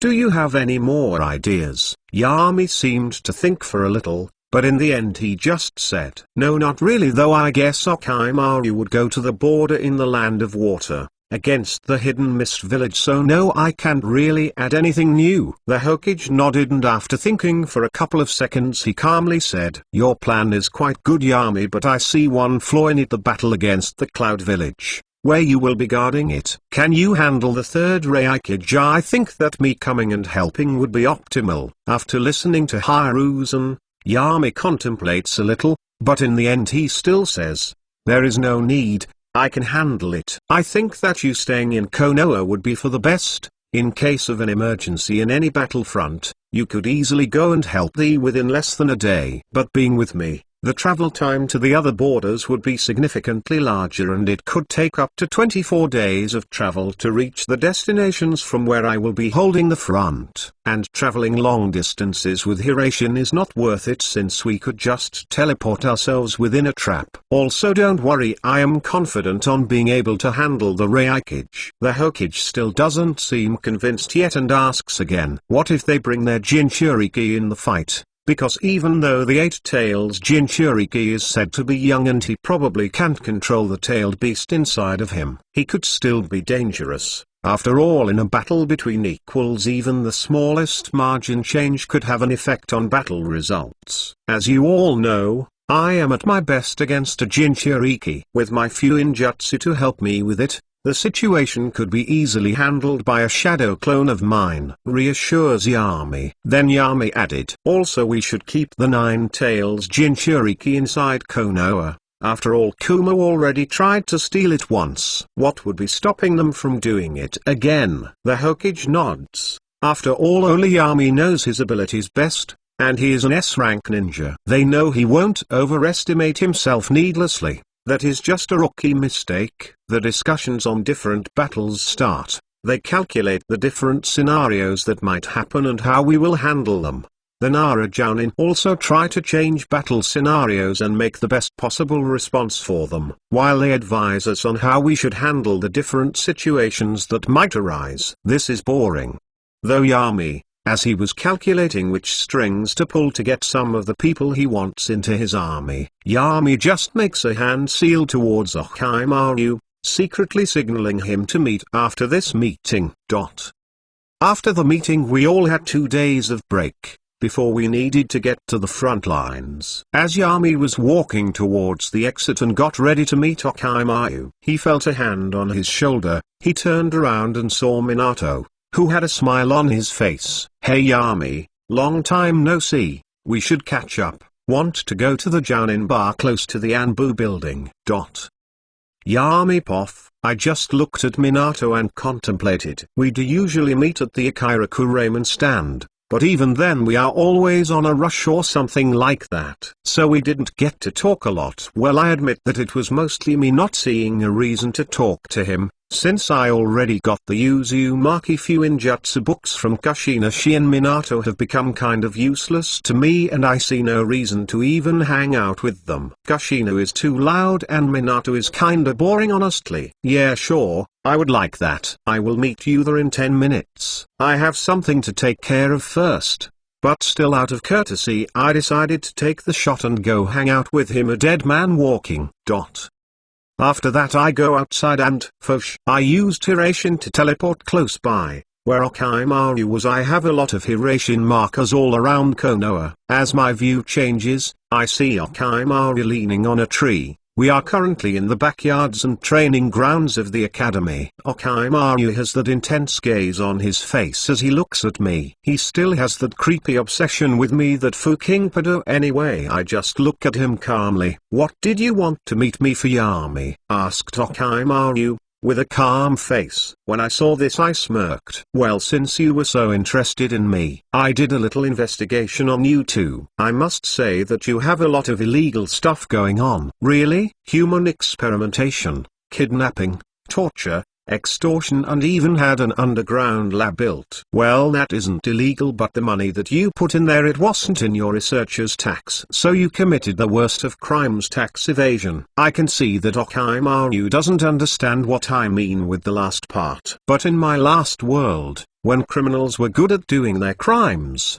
and not leaving any evidence, tax evasion was the crime that they mostly got caught with. I mean, that is how some of the most infamous criminals were caught. Actually, the law exists even in the Naruto world, though it is mostly overlooked, which won't happen once I become Hokage. I am definitely going to abuse that law. Still, I decided to clear things up for Orochimaru by saying, "Don't worry about that made-up law, I am just joking." But really though, Immortality, I can't say I understand you. To me, if life has no end, there would be no meaning in life. I see Orochimaru immediately start to analyze every word I say, trying to understand my motives, especially now that I know all of his dirty little deeds. Like always, it is so easy to make smart people overthinking bullshit that I say. Meaning in life, what the hell is that? Can you eat it? Why would anyone need a reason to live? People just live. With or without reason. People can make their own reasons to live and they can make their own goals that they want to achieve. But I let Orochimaru contemplate the things I said for a couple of seconds as I said to him again, "Okay, now that you understand the situation you are in, I would like to make a deal with you." Orochimaru comes back to his senses and a smirk appears on his face. "And what would that deal entail exactly?" My smirk matched his as I said, "Well, I am a curious man,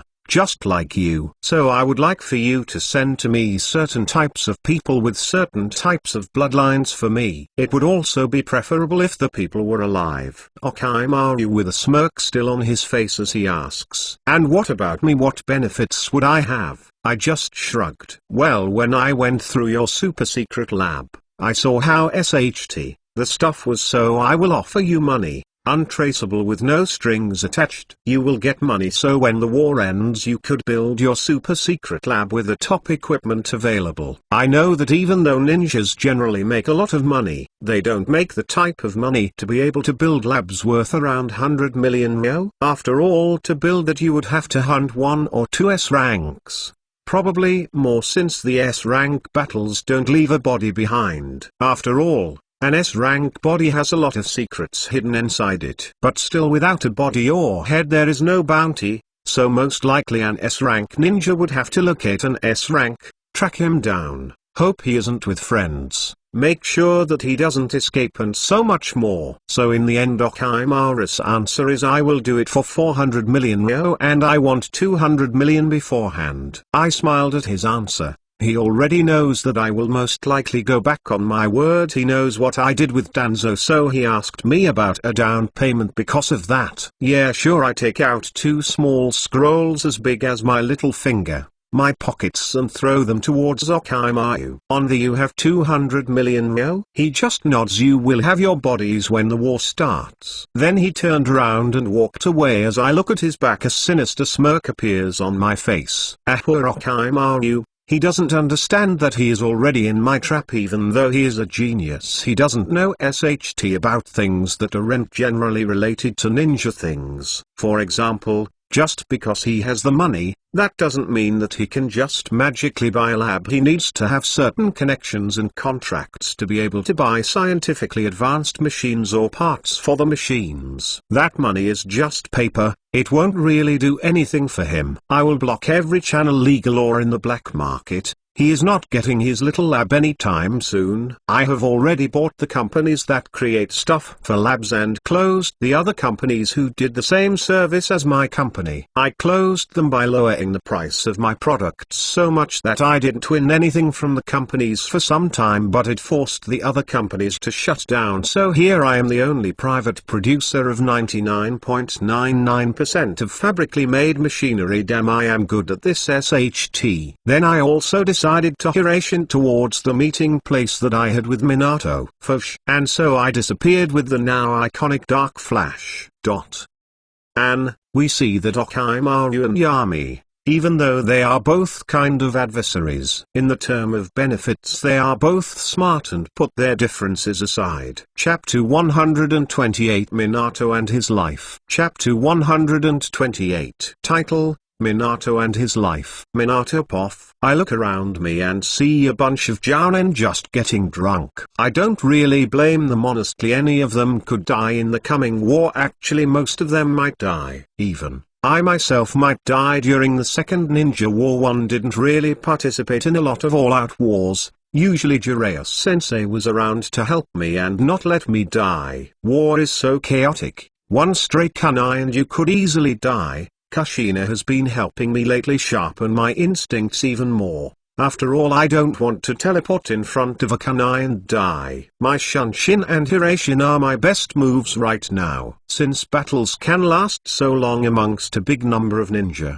I usually save chakra and use Shunshin or Hirashin. That is how I earned myself the moniker Yellow Flash. I even have a bounty of 64 million, though amongst the Konoha S rank I am quite new. Also, I don't have a finishing move in my arsenal. I definitely need that. Plus I have Kakashi to take with me. I truly hope he survives this war. Poor child, his father committed suicide and he was the first to find the dead body. Anyway, I look at the clock and see that Yami will come in 5 minutes. He is very punctual about things like this and will always be on time, like exactly on time. As I am currently sitting on one of the tables as I wait for Yami now, that is an amazing person if I have ever seen one. Ever since I was young I was way better than all of my peers. I understood that, so I liked to help my friends be as good as me. After all, having another friend watching your back is never bad. I even wanted to graduate with my friends, which would have been when we were all 10, but then I saw him, Yami, in Yuzuka. Everything I did good.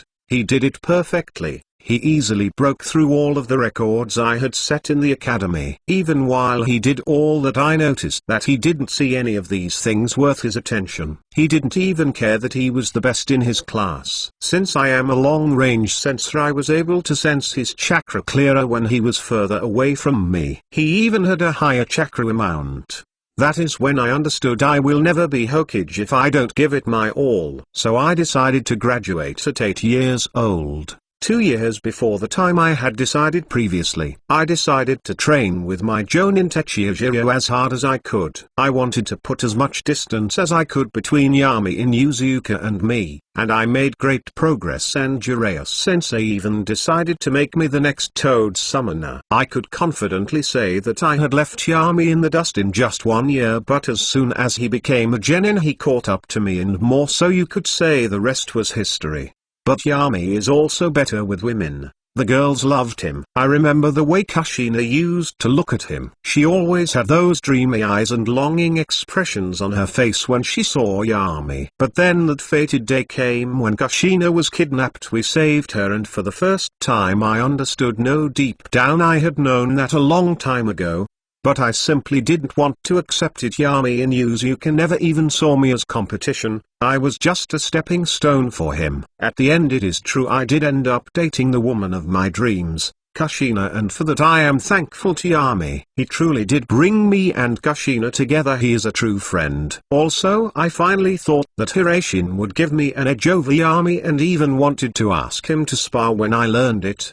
But I got news that he also had learned it. 1 week after me. I had the help of Kushina to learn and master the Hirashin, but Yami still outdid me and learned it by himself. That guy really is super talented. I also noticed that while I was deep in thoughts I drank half a bottle of sake already, without Yami even coming here yet. I look at the clock and see that he has another 2 minutes until he will come. Exactly on time like always. I wonder if Yami is dating anyone. If he isn't, maybe I can return the favor and find him a girlfriend. I think that one of Kushina's friends, Mikoto, would be nice for Yami. She is pretty and is from a great clan, the Uchiha clan. But maybe Yami is dating someone in secret. But even then, technically me and Kushina are dating in secret. But ask any jounin and even most chunin will know that we are really dating. But now that I think about it, I have never even heard of any rumors about Yami's love life. Damn, I am thinking about getting Yami a girlfriend at the brink of another ninja war. One must really be drunk. Should I dispel the alcohol inside my system? I came here to relax, so that is what I am going to do. Then as I was thinking that,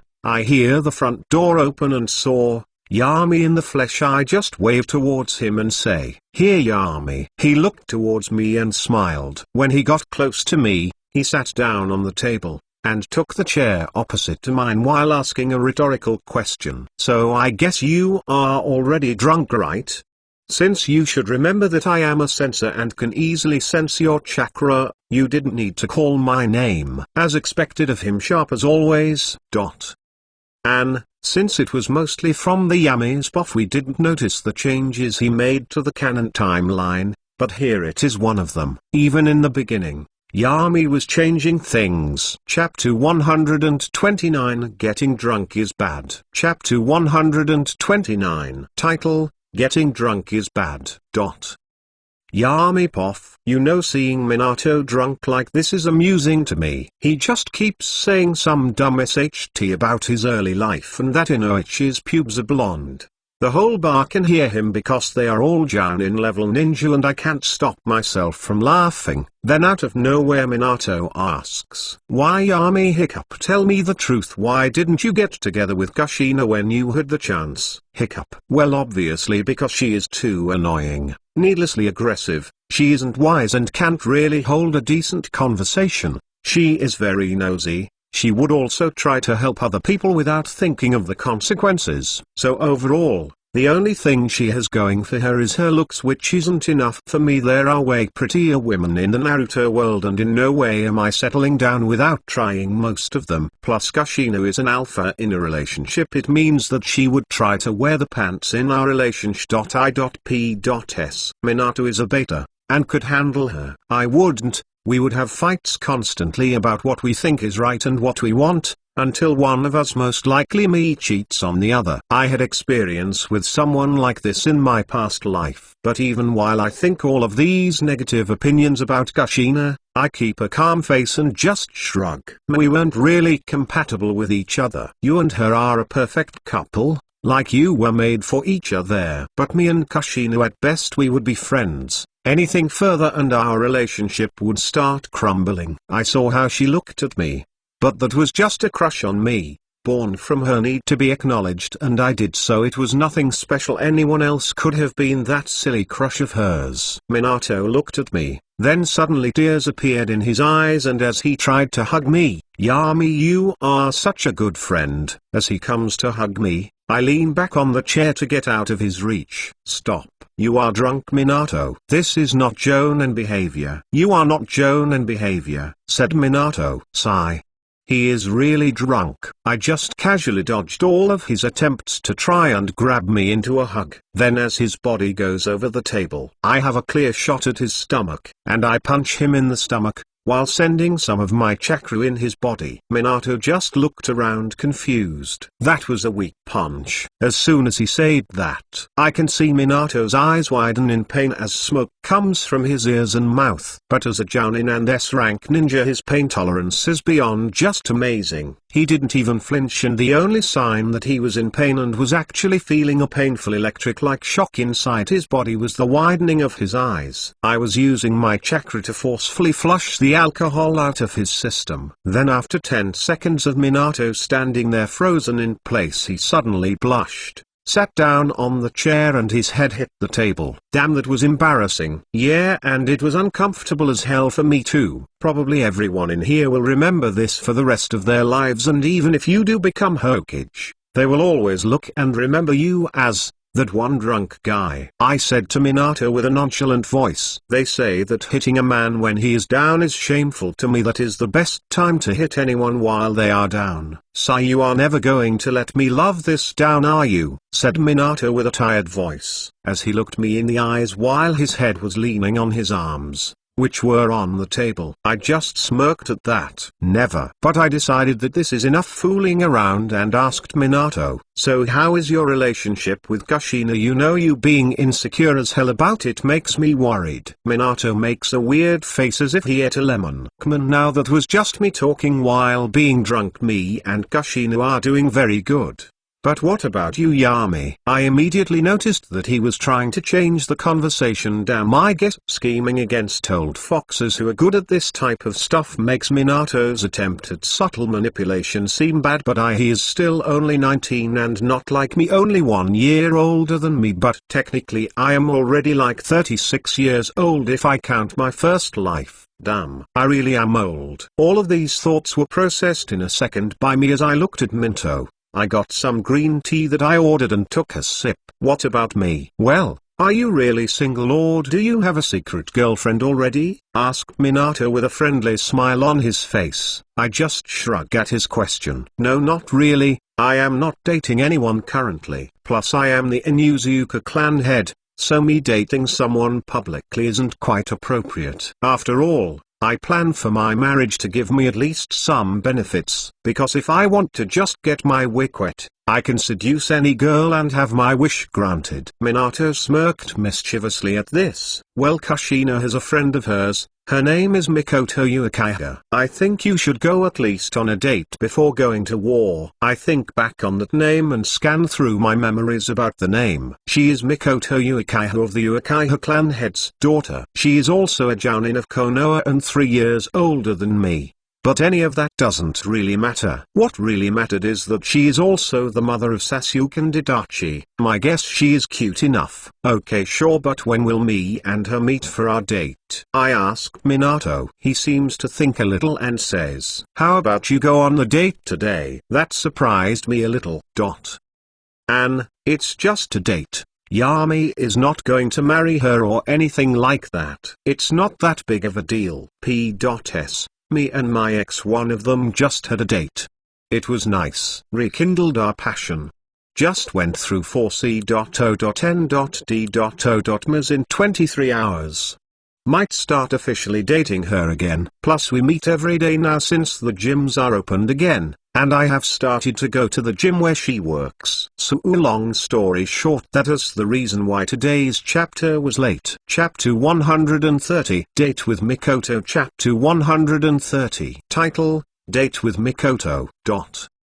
A couple hours after the conversation between Minato and Yami. "Mikarapoff, my name is Mikoto Uchiha. The Uchiha clan head's daughter. Well, technically I am, but father always told me that the true leader would be whomever I marry. I look at my best friend in front of me. She is Kushina, and she keeps telling me, "Come on now, you have to smile. If you don't, your face looks emotionless and might scare him away." I think back on how I got roped into this. Obviously tomorrow almost all of the Jounin will be deployed to the borders. Konoha's geographical position is in the middle of all the other great ninja villages. So during times of peace it is a blessing, since we have trade routes and merchants take their carriages along the land of fire, so it generally brings more money in. But in the times of war it is a curse. Every war we have fought, we have always been so close to the collapse of our village and foreign invasion that it isn't even funny. Oh, I let my mind wander again. I really need to concentrate. This is my first real date. I am 21 years old and this is my first real date. Damn, that sounds so lame. I am definitely not telling anyone that. Kushina is gushing over me like always about my hair and that, but I just look at myself in the mirror and see I have tied my hair in a ponytail and my face seems passive like always. Kushina calls it emotionless and scary,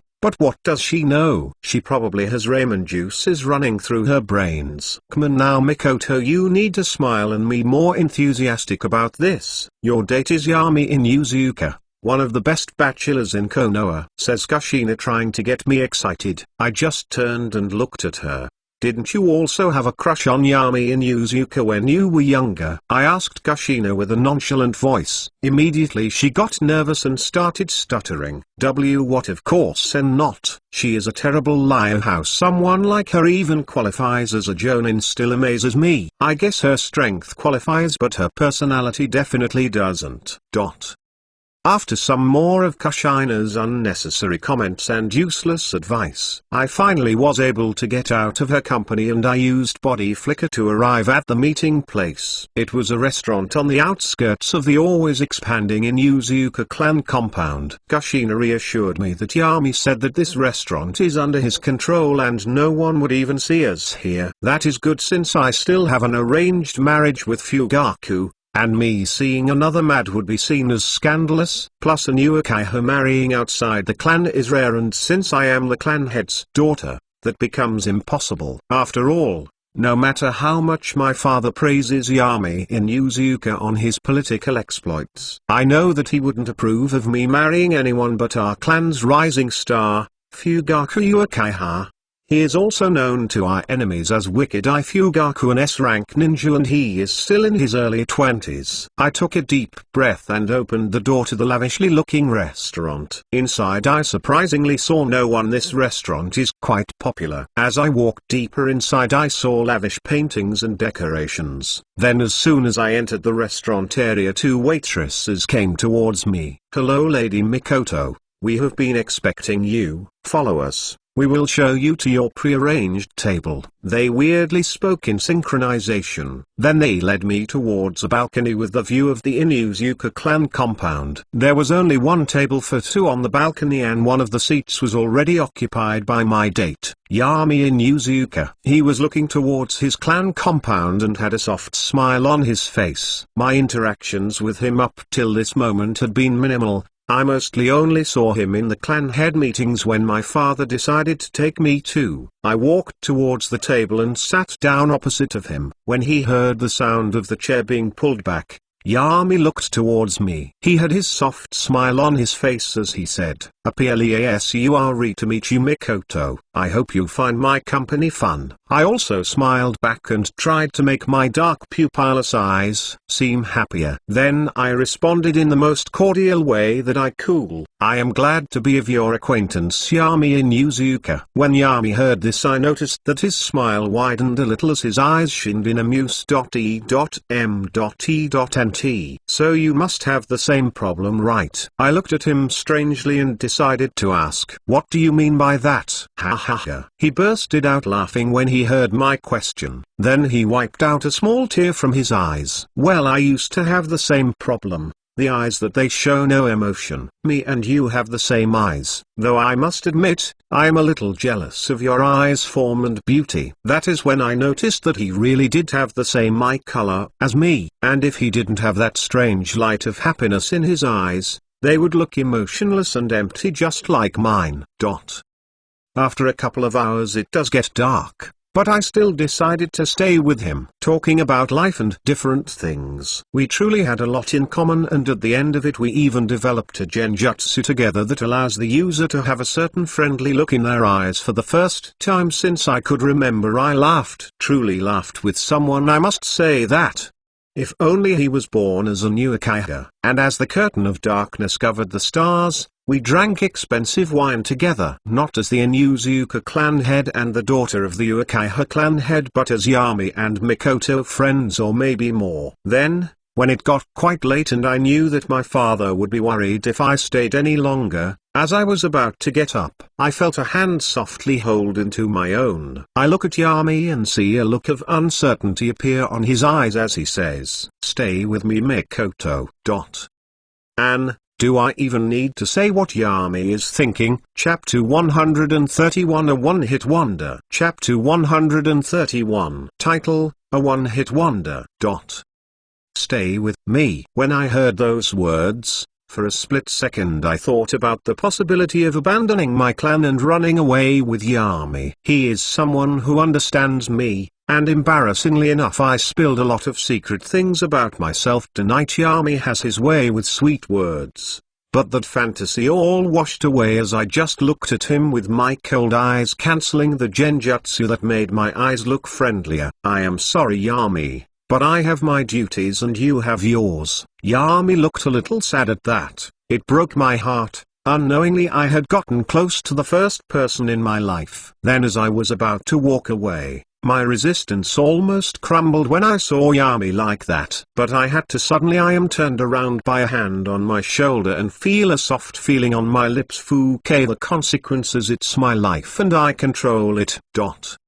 Next day, Yami Poff. I wake up inside a hotel with a soft bed below me and remember what happened yesterday night. We did it 3 times on the table and then 4 other times in here until we got tired. By we I mean only Mikoto. I am immortal and have an almost infinite stamina since it regenerates so fast. I feel Mikoto stir a little as the sun hits her eyes. I just turned around and looked at the naked body in the bed next to me. Her skin was like a pearl. Damn, she is so hot, but sadly she won't be able to hold this beauty forever. Her tits will sag and her face will wrinkle. Unless she had immortality, which I won't give to her. After all, if I do that, there would be a 100% chance of her betraying me and cheating on me in the future. After all, infinity is a long time, and having someone be loyal for that long is simply impossible. Romantic love isn't some magical power. Romantic love is something temporary that will fade away with time, or even more correctly, love is a chemical reaction that compels animals to breed and then it slowly fades away, leaving you in a loveless, stranded marriage. Surprisingly, Mikoto was a virgin. Who would have guessed? Doesn't she have an arranged marriage with Fugaku? And she is around 21 years old. Damn, I guess Fugaku was waiting for her to get used to the idea of them together and accept it. Such a nice guy and a damn cuck. This is what happens when you wait too long. Another guy will bang your girl. Also, now I have learned my lesson, and every time I came inside of her, I used a jutsu that temporarily stops her from getting pregnant. I ain't getting no more kids to raise. One is already bothersome enough. I got up from the bed and went and took my clothes from the ground where they lay. I put on my Jonin uniform. As I am doing so, I hear the bed shift a little, and when I turn around I see that Mikoto has woken up in all of her naked glory. She still seems a little sleepy and tired. While looking at her, I can't help but think that she is quite intelligent. She made a clone and sent it to her father, saying that she will be at Kushina's place. I decided to take this opportunity and ask her, so on which border you will be during the war, because if you are in the one where we will fight against the Hidden Cloud Village, we could have some fun during this SHT war. Mikoto just seemed to think a little and said with a voice that didn't express anything, I am deployed in the battlefield against the Hidden Sand Village. Well, that is disappointing. I guess this will be only a one-night stand between us then. I want you to know, Yami, that this was only a one-time thing. I have a duty to my clan to fulfill, said Mikoto. I noticed that she is probably expecting some type of response from me. but I just shrugged my shoulders and casually said, "Oh okay, sure thing." I saw her eye twitch for a split second. Hey, was she expecting some type of sadness or regret from me? No thank you, I almost broke my back last night carrying the conversation. She is as unskilled at social skills as she is at SUCKINGDCK, which is bad, very bad. She almost scratched me with her teeth a couple of times, but still she is pretty enough, so I overall had a good night. Then I went towards the door to go outside, but I turned around one last time. See ya around Mikoto. I saw her eyes narrow at me, with a little anger inside of them as I left the room. Sorry Mikoto, but I am more of a one-hit wonder. I am not the type of guy who would fight too hard for a girl. If she doesn't give me head on the first date, I am bolting out of there. I ain't ready to commit yet, I am only like 1836 on the inside. Just like that I went towards my clan compound. I had my mind back in the game now, already brewing new plans and schemes. Next day, I jumped from tree to tree outside of Konoha, with hundreds of other ninja following me. Finally war begins again. I will be sure to milk it for all it's worth. Even though I have dozens of jounin behind me, those who I really wanted were some other people, and they are here too. Guy, Asuma and Kurenai. They will start creating their own reeds branching from me. When I become Hokage, I need them to have the reputation of the seinen. I made a shadow clone, and gave it one of my kunai with the Hirashin seal in case the group gets attacked, which is unlikely. Then in a black flash, the view in front of me changed into a green field in front of me with countless tents all around. I had directly teleported to the Konoha camp where I needed to be. Immediately when some of the people in here saw me, they recognized me. I just waved at them and ordered, "Call all of the jounin present in the camp. I will be discussing the defense strategy with them." They nodded and got to notifying the jounin. I just went towards the big tent in the middle. It was the camp leader's tent, aka my tent. There was a round table with around 30 seats, and one of them being higher signifying higher authority. I went and sat on that seat. After 5 minutes, jounin just kept coming into the tent until almost all of the seats were occupied. They all looked at me with respect and admiration, while awaiting my orders. During the Second Ninja War, one was just a simple kid. No matter how much authority I was given, people would instinctively think of me as a kid. But now I just interlock my hands in front of me while I lean them on the table. I see some jounin being from different clans like Hyuga, Uchiha, Akimeki, Abraham, etc. I even saw a couple of Inuzuka. When I saw that they were all here, I started by saying, "We will go into the counterattack immediately. We will not give the chance for them to make the first move." Immediately they were all shocked by what I said. Hiruzen is a passive person who wouldn't attack without being provoked, but I am different, and in this camp I have almost absolute authority, and this will be the plan. I smirked towards them as I started explaining the plan. Yay, finally fighting will happen again. I am happy. Only 2 arcs left after this one, till the story is finished. Chapter 132, A Certain Rapping Killer Bee. Chapter 132. Title, A Certain Rapping Killer Bee. Looking at the people in front of me as I told them that we plan to be the ones to take the initiative and attack shocked them. After all, Hiruzen was very passive and wouldn't attack unless we were provoked. But if we attack right now, we could have the initiative and easily crush anything they throw at us. Since it is so early in the war, well, the war hasn't even officially started, but so the third Reikage is in his village. Attacking now is the best time. We are in the land of hot springs. This would be the battlefield. Since Konoha almost never went to fight in the land of frost, which is the land between land of hot spring and land of lightning. Though our enemy's camp lies in the land of frost, and the cold and snow around might give the Cloud Ninja an advantage, since it would allow them to have more water around them to use against Konoha Ninja, who are mostly fire style users, though some of them still seem a little unsure. After all, while the camp leader has the authority to order an attack like this, doing it at this scale without the order of the Hokage is strange.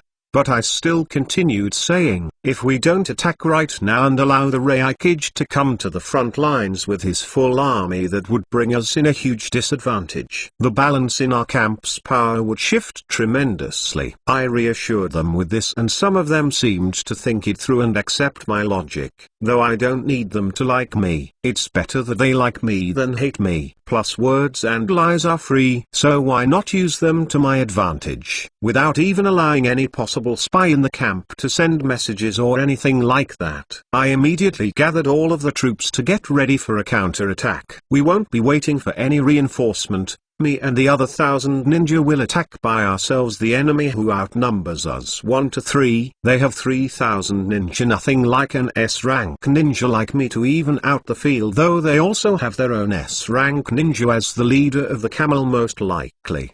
Contrary to what I said to the other people, I want to lure out the third Reikage. After all, he is ready to be my stepping stone now. General Poff. While Yami was preparing the army and explaining the chain of command to the cannon fodder, the genin and chunin. Now if anyone knew the real Yami, they would ask, where is the corruption? Then the answer would be, that he put people of the clans whom he had an alliance with, higher on the chain of command. Though some of the people were only put up there as doll commanders, since the one really giving orders were Yami's clones. Then the Konoha ninjas started their journey to attack the enemy camp, who was in the land of frost. The camp was surrounded by earth walls and it had frost and snow all around the camp. In only 2 hours they arrived at the soon-to-be battlefield. It seemed that as 1,000 ninja traveling would tick off any ninja scout worth anything. But no matter how much they tried, the Kumo camp was still unprepared, as countless fire jutsu landed on them. Yami Poff. I smiled at the chaos that was caused by the fire jutsu. I smiled even more as I saw the snow and ice all around melt and turn into water. People might think that this would give an advantage to the enemy, but they don't know that the strongest water style user in this battlefield is me. I immediately did some hand signs, and the water that was being melted from the ice and snow slowly rose into the air and flew towards the clouds over the cloud ninja camp. Then up in the clouds the water was pressurized and turned into a deadly weapon, dropping down on the enemy, forced to cut through thin steel. I could hear the screams of my enemies reverberating through the battlefield. I used my chakra control and sensory abilities to maximize the jutsu's killing efficiency. I truly haven't been on a battlefield in quite some time, so I just decided to use an S-rank jutsu. I didn't even feel the strain, but I did hear the screams from the enemy camp. Or I would have heard the screams until some kind of huge octopus creature, with the head seeming like a cow and one of its horns cut off, appeared out of nowhere, covering the cloud shinobi to protect them from the attack. Then the creature just roared at my jutsu and it destroyed it. While looking at its giant form, I couldn't help but think that tailed beasts really are something else, aren't they? The beast just looks at me and opens its mouth, and a dark chakra ball starting to form inside of his mouth. I immediately analyzed the attack and easily guessed that it was a tailed beast bomb. But contrary to my expectations, the 8 tails swallows the tailed beast bomb, and then boom, he spits out an explosive beam with a wider range. Even while my hands were making hand seals, and I even already knew that tailed beasts could already do this from the anime, I was still amazed by the raw chakra that it has and the destructive power it displays. If I wasn't so uncomfortable with having another intelligent being inside of me, I would definitely get one for myself. Then as the ninja behind me panicked at the attack and thought that they were about to die, I just put my palms forward. A giant translucent invisible barrier appears in front of me, and then, boom, I could see that when the attack made contact with the barrier, it was able to crack it a little, but the explosion wasn't able to get through and hurt anyone behind me. While the other Konoha ninja were terrified by this, I just simply had a huge smile on my face. I must say, this is quite amazing. Little octopus, the power was perfectly controlled. So Hidden Cloud Village now has something that has never been done before, a perfect Jinchuriki of the 8 tails. And finally a big stage fight for the MC. In the 3ND Ninja War he would have never been able to stop a tailed beast attack so easily. Chapter 133 Fight Against the Eight Tails. Chapter 133 Title, Fight Against the Eight Tails. When I said that the people behind me were terrified even more. After all, tailed beasts were scary, and if someone with the intelligence and knowledge of a ninja was able to control one, that would make it terrifying. Then I create two shadow clones and they nodded and went to command the army behind me. With the smile still on my face, I just sighed a little as a certain seal on my stomach, where a certain leech who now has no memories is sealed. The seal opened a little and red chakra surrounded me and my skin turned red, while my hair lengthened, even my pupils turned red. Under my eyes also appeared dark red markings. I controlled my body with the help of the Giant and formed a transparent barrier in front of my eyes while I activated the Sharingan, but now it still looked like I had my normal eyes on, and it also protects my eyes from small projectiles. And then, boom, the ground under me cracked as I threw myself towards the eight tails. When I got close to it,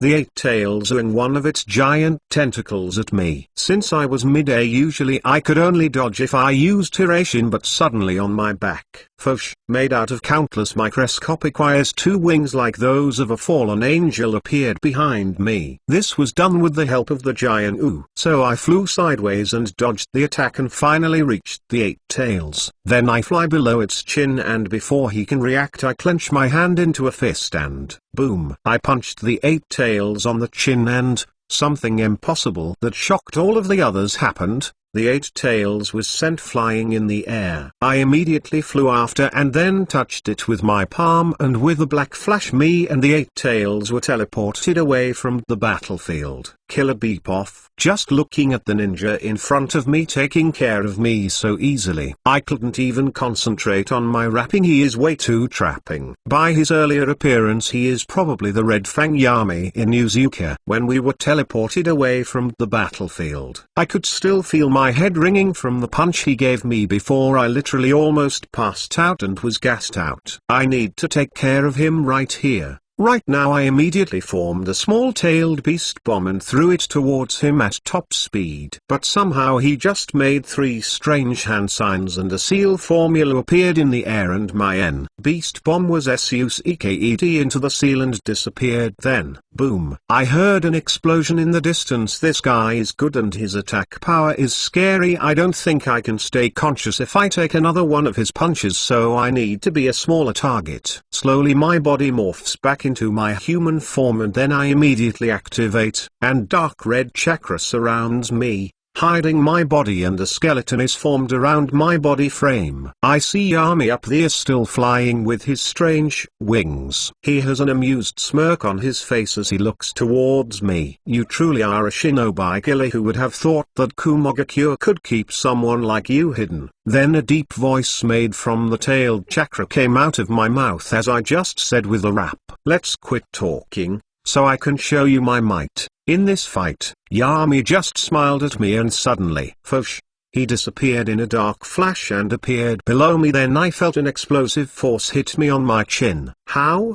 Was the last thing I thought as I went unconscious. Yami poff. I just simply used the Hiration marker I left under his chin when I first punched him to teleport back to it again. Then after I punch him and his brain hits the inside of his skull, Killer Bee falls down on the ground at my feet unconscious. I must say that the fight was exceptionally easy, though it was mostly so because he made such rookie mistake. But I would have easily defeated him either way. The only difference was that I didn't use as much force that I would have used if he was in his giant octopus form, or else his head would have either flown off like a baseball or burst like a watermelon. I see that even though he was unconscious, the eight tails chakra was being released even more, so it is trying to return back to its giant form. The eight tails is trying to take over his body when he is unconscious and protect him from me, since he thinks that I will kill him. But I just simply touch his stomach and easily go through his chakra cloak as my finger synced on the flesh of his midsection. A spiral Fuinjutsu seal appears as the eight tails chakra forcefully recedes back into the teenager Killer Bee's body. He seems to be around my age, probably a couple of years younger. Then I sense that the 8 tails, still trying to forcefully break through the seal. I just sigh and I run chakra through the tips of my fingers, with a kanji for each element on them.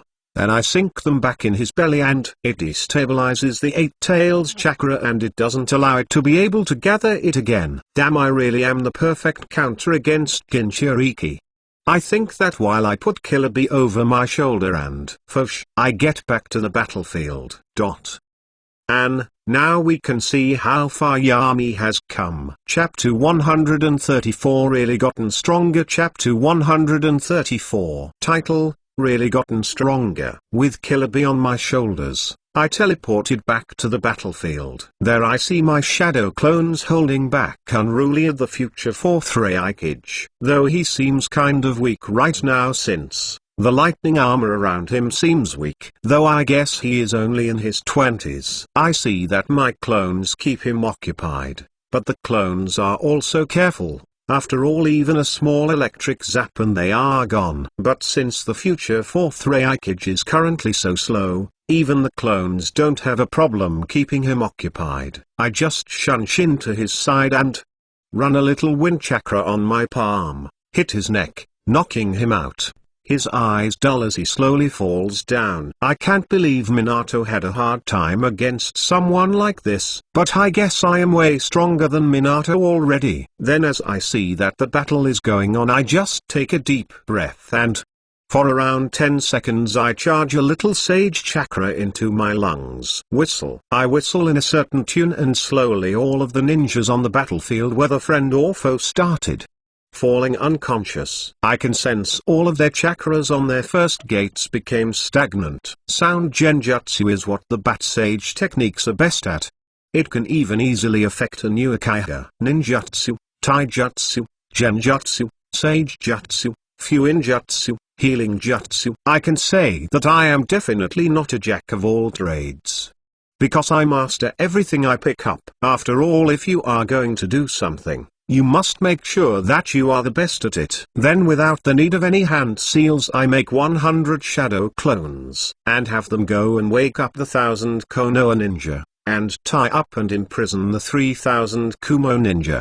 This has been an absolute victory from Konoha, or more like an absolute victory for me. Cookie MC's son Poff. I am currently in the academy classroom. I am finally graduating. Honestly, I am glad about that. The Fang Earls coming after me were crazy. All they saw was the Senju name and they came towards me like headless chicken. But I guess even with all of the hassle, anyway, our teacher comes in and looks at all of us. His eyes stay on me for a second longer than they stay at the other kids, but it isn't anything special. I wonder if I fought him, would I be able to beat him? I am obviously only 6 years old, but Yami has taught me that if I see a Chunin in battle, I must run away. If running away is not an option, then I must fight them to the death. But he also said that never fight a Chunin head on. I am nowhere near being able to do that, so I must use my head and use strategies against him. Then around a dozen or so ninja wearing the Jonin uniform come and line up in front of the class. Team 1,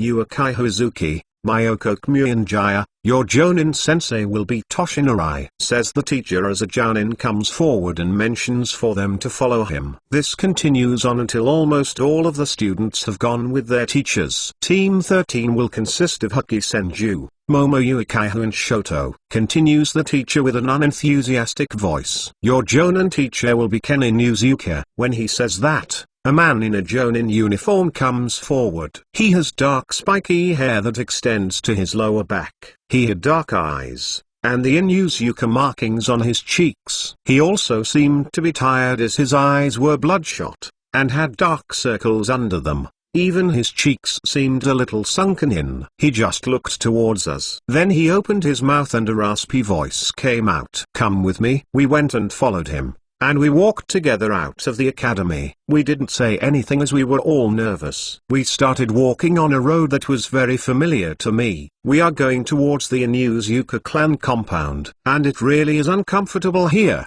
No one has said anything since we left the academy. Then we arrived at the outskirts of the Inuzuka compound. Ken took us to a fancy restaurant, and as we sat down, He cleared his throat and started saying, "Well, honestly, I didn't really want to be your Jonin sensei, but a certain someone asked me to do it. I would rather be fighting on the front lines and at least being useful in there and see Yami-sama fight one last time. I hope that you will become Chunin within 45 years because I can feel that my body has started getting weaker. I will probably die within this decade by natural causes." We were all surprised when he said that. After all, he was talking about death like it was nothing. And he only seems to be in his 20s, so him not having a problem with his death is shocking. Is this what it takes to be a ninja? Willing to sacrifice your life in the darkness and endure? Then this time the girl in our team. Her name is Momo Yuikaiho and she has dark eyes, pale skin and a very beautiful but cold face. But even her eyes widened when our teacher said that. She couldn't help but ask, "Isn't Yami Inuzuka the best medical ninja to ever live, surpassing even his teacher Tsunade Senju? Shouldn't he help you since you are in his clan?" Ken just laughed loudly at this. "Ha ha ha, your name is Momo, right?" Momo just nods at this in confirmation. "Well, Momo, he is the reason that I am currently able to even walk. My body should have given up a long time ago. But Yami helped me move for at least a little while more. But enough about me, about you. Tell me about yourself, while we wait for the the waitress to come here. Anyway, tell me your likes, dislikes, hobbies and dreams for the future," said Ken as he smiled at us. The first to talk was my last teammate, the one who barely passed. He had red hair and black eyes. He also had a huge grin on his face. "My name is Shoto. I am a civilian orphan. He was about to continue but someone barged into the restaurant and screamed. Chapter 135 Others' Schemes and Plans. Chapter 135. Title, Others' Schemes and Plans. Shoto was about to continue but someone barged into the restaurant and screamed, "Big news! Yami Inuzuka has captured the eight-tailed demon and the third Reikage's son." Everyone who heard that was in shock. There hadn't even been any real full-blown battles amongst the boarders. The first one happened and it was an overwhelming victory for Konoha. Then the guy went on explaining that the evil Cloud Ninja said that they wanted to meet for a treaty, but instead the Konoha ninja were attacked and ambushed. And as expected, almost everyone believed it. After all, this is the only source of information, so facts can be muddied up and work on Yami's favor. Hokage had a shocked look on his face and so did his teammates. But Ken, his Jonin teacher, had a wide smile. "Damn. Wish I could have been there," said Ken as he had a wild smile on his face. His body, which had a certain fragileness to it, was revitalized and full of energy when he hears what Yami had done. "I owe Yami everything, my life, fame and even power.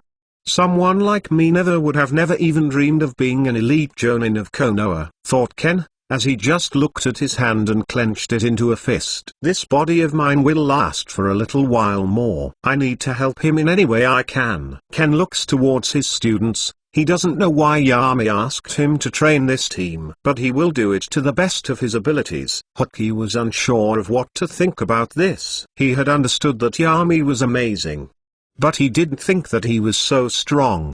His teammate Shoto, even though he was shocked, he didn't understand the true effect that this event of Yami will have. It could possibly lead to at least a 50% reduction in the power of Hidden Cloud Village. And the Reikage's son was taken prisoner during the confrontation. Plus losing someone like Killer Bee isn't a small matter either. He is possibly even more important than the third Reikage's son. But in the Hokage's office, something else was happening. While the Hokage was a little glad that Asuma had now become a Chunin, because he wouldn't be 100% in Yami's control now. Those Sarutobi clan elders, doing something dumb like this is unexpected of them. Did they somehow expect Asuma to spy on Yami, or did they send him to Yami as a peace offering and let me and Yami tear on each other while they disassociate themselves from me?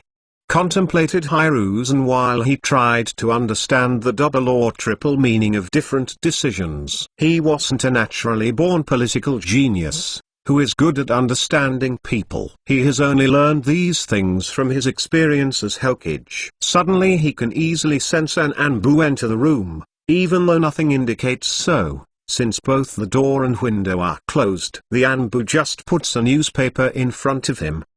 The newspaper was also one of Yami's inventions, that is quite misinforming.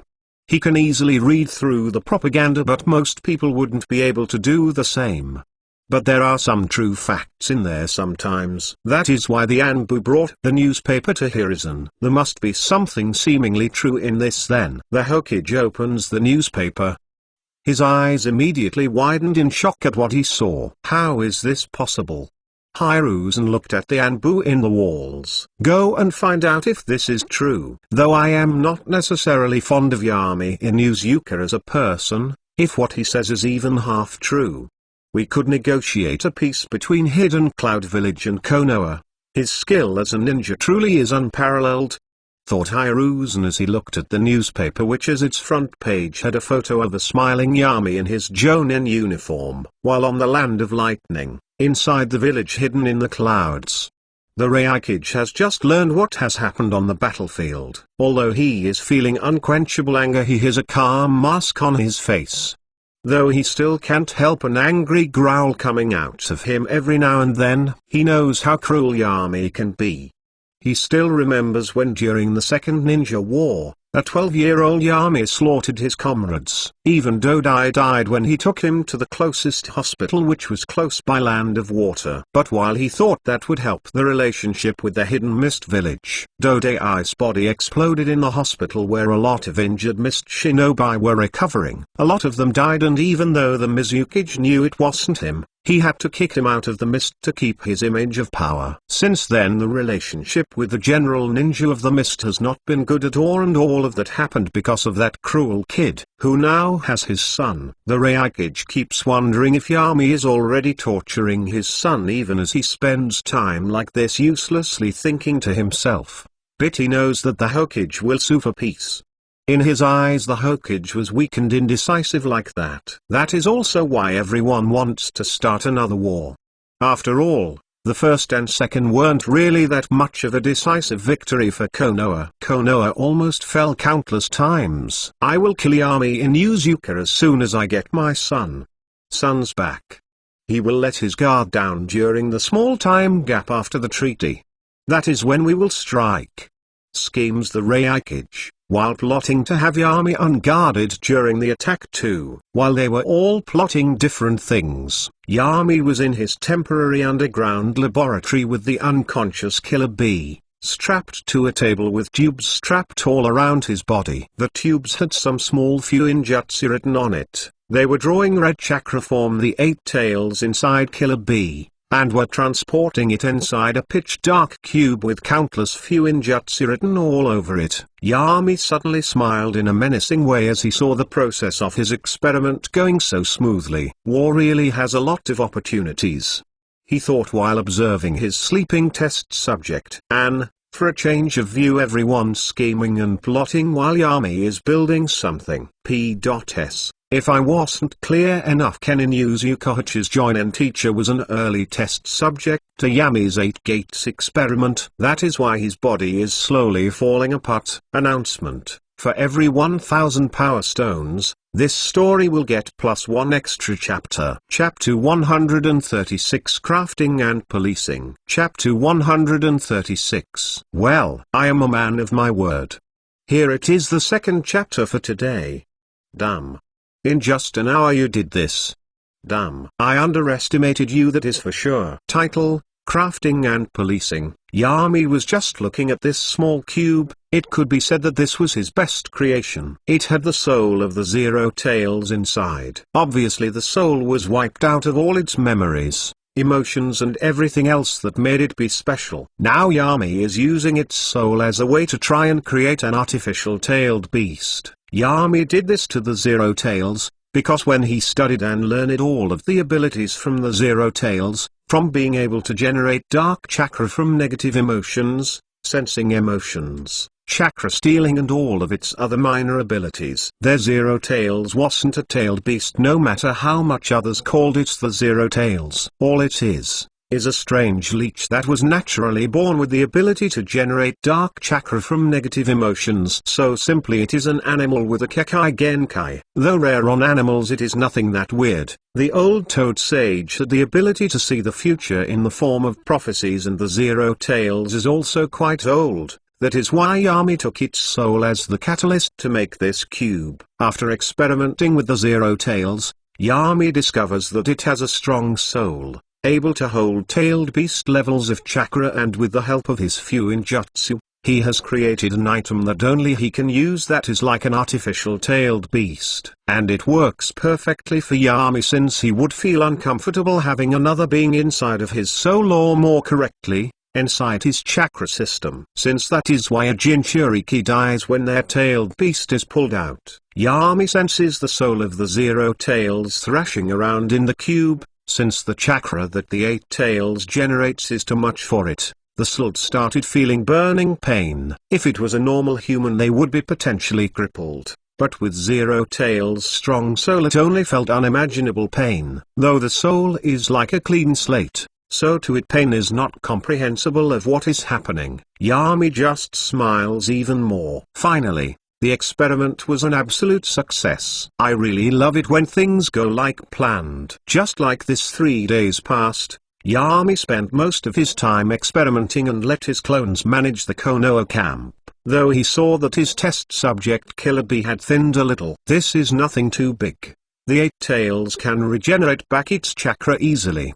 Summarized Yami as he had a now red cube in his hand. It had changed colors, and the Zero Tails soul had already lost its sense of being, so it now is just a chakra storage and purifying machine. It also adapted to the 8 tails chakra and already started producing tailed beast chakra. But, as Yami was celebrating about his recent success, the Hokage wasn't far away from his camp. He also had 10 Nanbu around him for protection. Konoha and Kuma had made a secret arrangement of exchanging prisoners. The Hokage was also hoping to be able to sue for peace. When they were finally able to see the camp, they slowed down and half of the Anbu went forward to confirm their identities.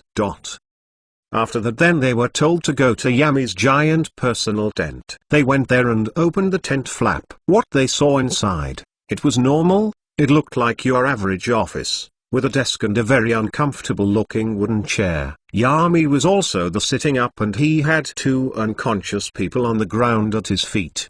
They were Killer Bee and Unruly, a future 4th Ray Hokage. Yami poff, when I sensed the Hokage from kilometers away. I simply got Killer Bee out of my underground laboratory, and with a single hand sign, a staircase that takes me to my tent is formed. Then I tie up Killer Bee and dispel the clone I had acting as me in the tent. I also have the future 4th Ray Hokage with me. I must say, this is quite nice. I can feel a sense of excitement hit me when I feel the power that I possess. As I am contemplating this, my tent flap opens up and Hiruzen comes in together with his 10 personal Anbu. I can already easily sense where they are. Damn, these guys suck. You wouldn't have me protected by these weaklings, that's for sure. I also immediately noticed the look in Hiruzen's eyes.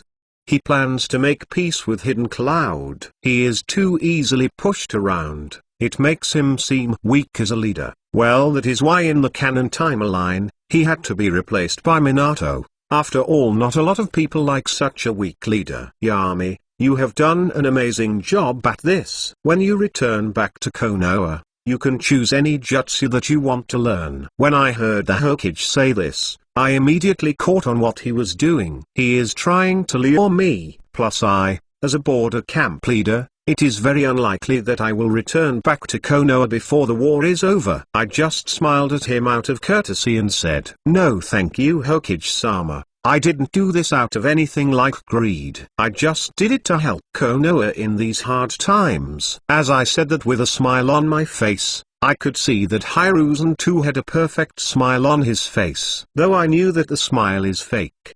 After all, I have already spent 18 years amongst ninja. I can know even when a ninja is lying. Plus I have waited all this time for techniques. I am not going to ruin my plan to get them just because I was a little impatient. Oh, I am forever grateful to you, Yami. You have helped Konoha tremendously. You have saved so many lives. From both sides of the war, from what I heard. It was quite merciful of you to hold the 3,000 Cloud Ninja prisoners. Thanked Hiruzen. I again immediately caught on what he was playing at. And you being a little hypocritical, calling me soft for not killing the prisoners. Hiruzen. I mean, you literally let Danzo walk around, even when you definitely knew what he was doing. But I still had a smile on my face as I nonchalantly said to Hiruzen, well, I was just waiting for your order, Hokage-sama. We can execute them right now if you want. I am ready whenever you are. When I suggested executing all 3,000 of the Kumo ninja, Hiruzen was shocked, and he said, yeah, Yami can't be tricked so easily anymore. P.S. Soon Yami and the third Reikage will meet. Ever since the third Reikage almost killed Yami, and Yami killed all of the Reikage's comrades. Announcement. For every 1,000 power stones in this story, this will get +1 extra chapter that day. Chapter 137 Ceasefire. Chapter 137. Title, Ceasefire. When I suggested executing all 3,000 of the Kumo ninja, Hiruzen was shocked, and he said, no, there will be no need for that. We will be negotiating a deal with Hidden Cloud now. I would like you Yami to be part of it. Come on now, old man. When you say the talk, you must also walk the walk. This is why people view you as a weak Hokage. Of course Hokage-sama, I answered. After all, even while thinking all of this I had a calm look in my face. There is no need to aggravate the Hokage. I know that he is already mad at me for killing Danzo, so I don't need to give him another reason to try and undermine.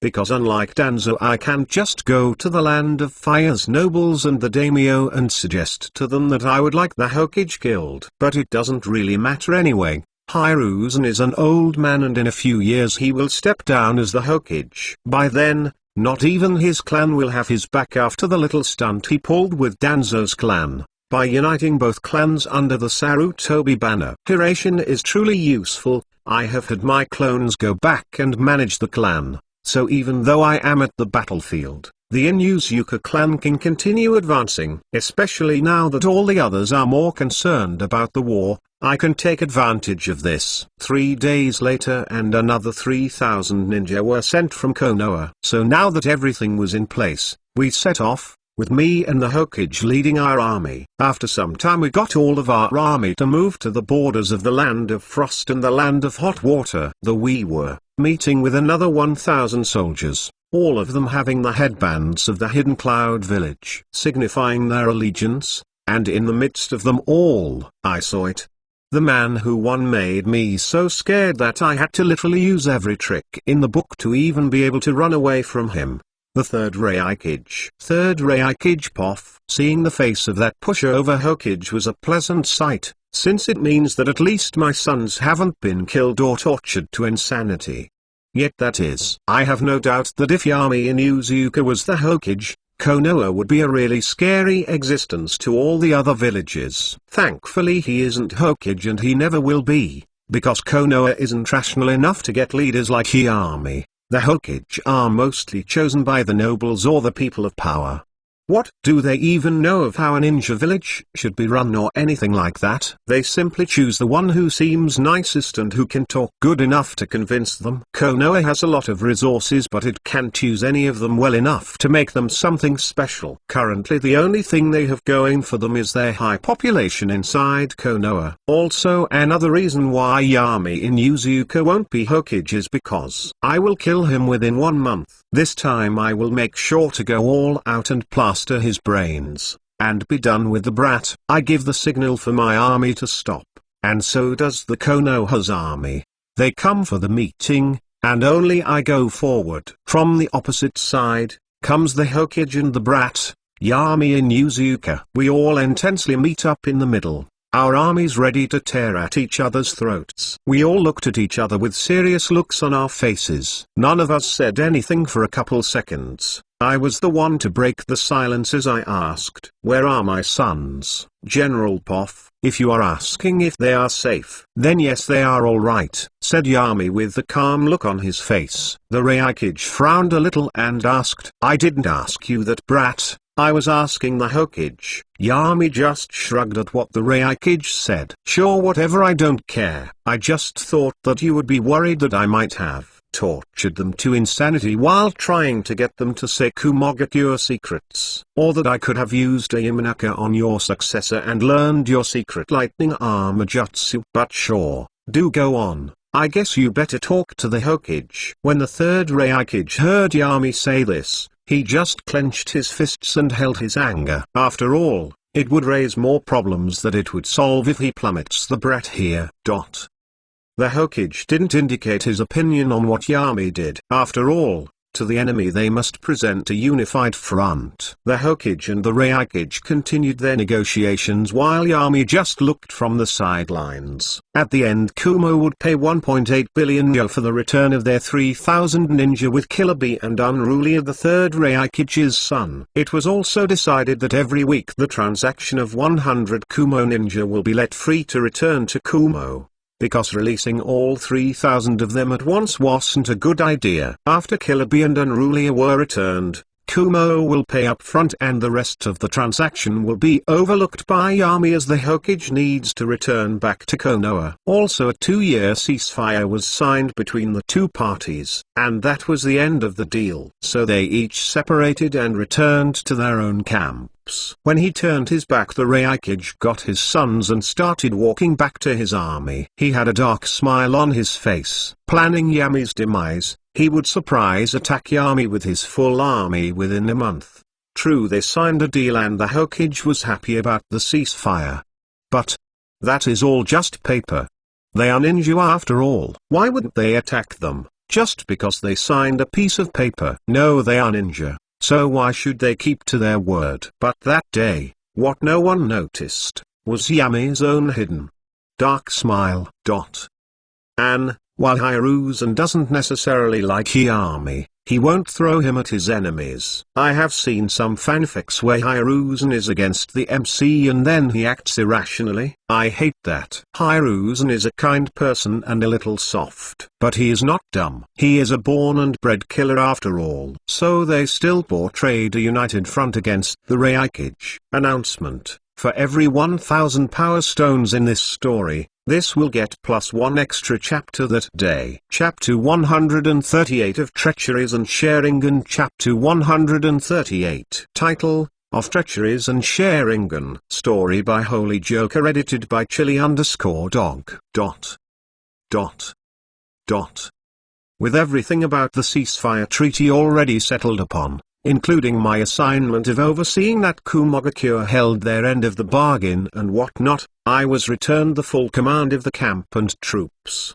Good ol' Hiruzen decided he was no longer needed and, as per the general war strategy, mostly my general war strategy, he had already made his way back to Konoha along with his personal Anbu guard. Perfect. All according to my calculations. I have been left to my own devices, which are the same as always, doing whatever is necessary for me to obtain what I came here looking for. On the road to perfection there's a lot of sacrifices of other people to be made, and I'm willing to do so. Now, about my first true cash-in in this war. Taking advantage of the almost real-time intel I get from my spy network, mainly coming from my thousands of insidiously attentive Mosquito spy summons, I have started to receive the most interesting reports. I have thus been able to determine, with almost 100% certainty, that the third Reikage Almighty will go back on his word and try to increase his chances of killing me by launching a surprise attack. He sees this situation as his best chance to try to get his Osae for revenge against me, and maybe strike a decisive blow against Konoha. All in one fell swoop. Emphasis on the word dry. And while it is indeed true that both the Reikage and his Kumogakure would lose quite a lot of credibility by pulling such a sneaky and dishonorable stunt, even to the point of hindering any future dealing with another hidden village, it nonetheless seems like the third Reikage considers me a bigger threat than whatever could come out of becoming unable to negotiate with the other great ninja powers. He's not stupid, I'll give him that. Now, Here's the thing, allowing such a move from my enemy is certain to bring many risks to me. For a good example, there is the very latent risk of the third Reikage leading a tandem formation together with the Jinchuriki of the Hokage. That could become a problem. I might even have to draw upon my Mangekyo Sharingan if that happens. But that would also give me a good reason to use it again since I haven't had the need to use its power as of late. On another note about the Sharingan though, I am still annoyed about the fact that I can't use the Suzu. I've done some casual thinking while preparing my disgusting tea, and came up with an answer eventually. My theory regarding such an intriguing conundrum is that this is an exclusive power of the Uchiha themselves, and not the Sharingan per se. But what is the meaning of such profound words, Yami? Some may be asking themselves, well, that just means that Suzu is an innate power residing inside the soul of a Uchiha, indicating that it exists at birth, and technically not through the unlocking of the Mangekyo Sharingan, or any form of dojutsu for that matter. But that doesn't suggest that the Mangekyo Sharingan has nothing to do with the Suzu. I know about the strong emotions that trigger the Sharingan's evolution into the Muz, but it goes without saying that they also shake the soul of the Uchiha to the core with all kinds of emotional energies colliding, the ones against the others, love,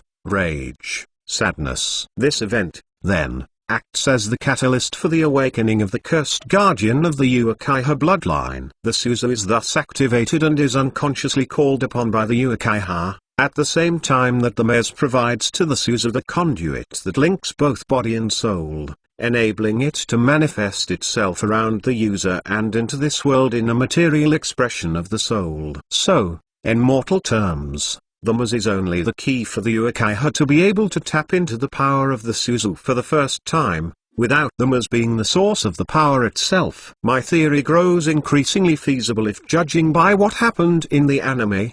During the Fourth Ninja War, Madara Uchiha was able to channel Suzu without even having his eyes on his sockets, let alone having the Mez activated. Then there is also Shisui Uchiha, who was able to use it although in a weakened version with only one eye. Of course, if we take into account that they were both geniuses, that there may be differences with what was depicted in the anime and what is true for my world, and many other variables.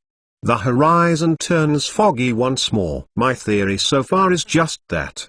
A theory. That's why it becomes clear as water that I will need to further study the souls of the Uchiha in order to unravel the truth behind the Suzu. If I was reborn as a Uchiha, by now I would have already got my pair of flawless eternal Mangekyo Sharingan, along with the full body Suzu.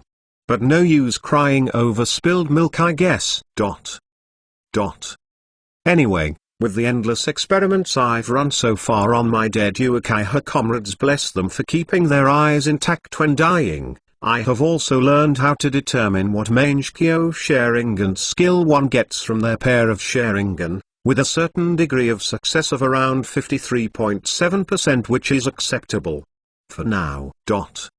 So, if the Mangekyo is obtained through extreme torture, the streamlined method, the person being tortured to insanity would want to get away from these dire circumstances by whatever means available, so he would get teleportation-oriented skill, just like the first Mangekyo I had. Now, just like I did with the Suzu, I have come to a conclusion by using the anime for reference. When Rin died by the hands of Kakashi, Obito refused this reality where his friend killed the girl he was in love with. Hence, what did he get? His own pocket dimension. That Kaguya? Truly an amateur ability that one. Anyhow, moving on. Sasuke had great hatred towards Konoha and the people who had made his brother go through all that pain and self-sacrifice. Hence, he got the eternal black flame, Amaterasu. He had already been led astray by Orochimaru, giving in to his anger. But most importantly, he used to look up to his brother, only to then hate him, only to later kill him. Therefore it was to be expected that his Muz would replicate his brother's skill, reflecting the inevitable insecurities of Sasuke when he compared himself to Itachi. So, he got Amaterasu and the ability to control the Amaterasu, representing his D.E.S.I.R.ed and final victory against his anger. In overall conclusion, The Mangekyo Sharingan skill is the way the yokai who unconsciously overcompensate for their own flaws. At least in battle. It is so, that with the help of the people who were so kind as to donate their bodies to me tacitly, that I now possess the knowledge about these matters and am ready to construct my very own customized pair of Mangekyo Sharingan. The ones I have on currently are simply not enough to reach the apex. I have already set my eyes on one distinct specimen for the base of my custom Mangekyo. Yes. It seems like Obito's will have to do. Now that is an ability that allowed Kakashi for that small amount of time that he had Obito's Mangekyo, to surpass both Sasuke and Naruto with the Sage of Six Paths power, which pretty much made them demigods. A smile appeared on my face. Thankfully I was inside my tent and alone, so no one noticed it. I want Obito's power. Nonetheless, I have to be patient about this. Luckily I'm good at playing the long game. I have to let some events play out first before acting, otherwise, Obito could get another Mangekyo and that would be an undesirable outcome for me. I already have DNA from Obito, that was too easy to get. But I still need some more things before everything falls into place. But now, I have a bigger fish on my plate. The third Reikage. He has to die in this third ninja war, there is no other way around it. And he will definitely die. Time skip. 2 months later. I am at another dealing with the Reikage, for the weekly prisoner exchange. I am currently waiting for the Kumo ninja to arrive. I was here to stop them from setting some type of trap or something like that. Duration is difficult to counter. After all, I could literally be in Konoha and out of any danger in seconds. But give me a week and I could create a barrier made especially for my duration mark. Obviously, though, I know that the Reikage sometimes coming late to these meetings might seem like a power play by the bastard. But why should I care? I would easily beg for my life if it meant I would live. After all, what is dying with pride really worth? Let me tell you, dog SHT. That is what it's worth. No one will remember you. No one will even recognize you, after which you have become maggot SHT. So, in reality, it's worth SHT.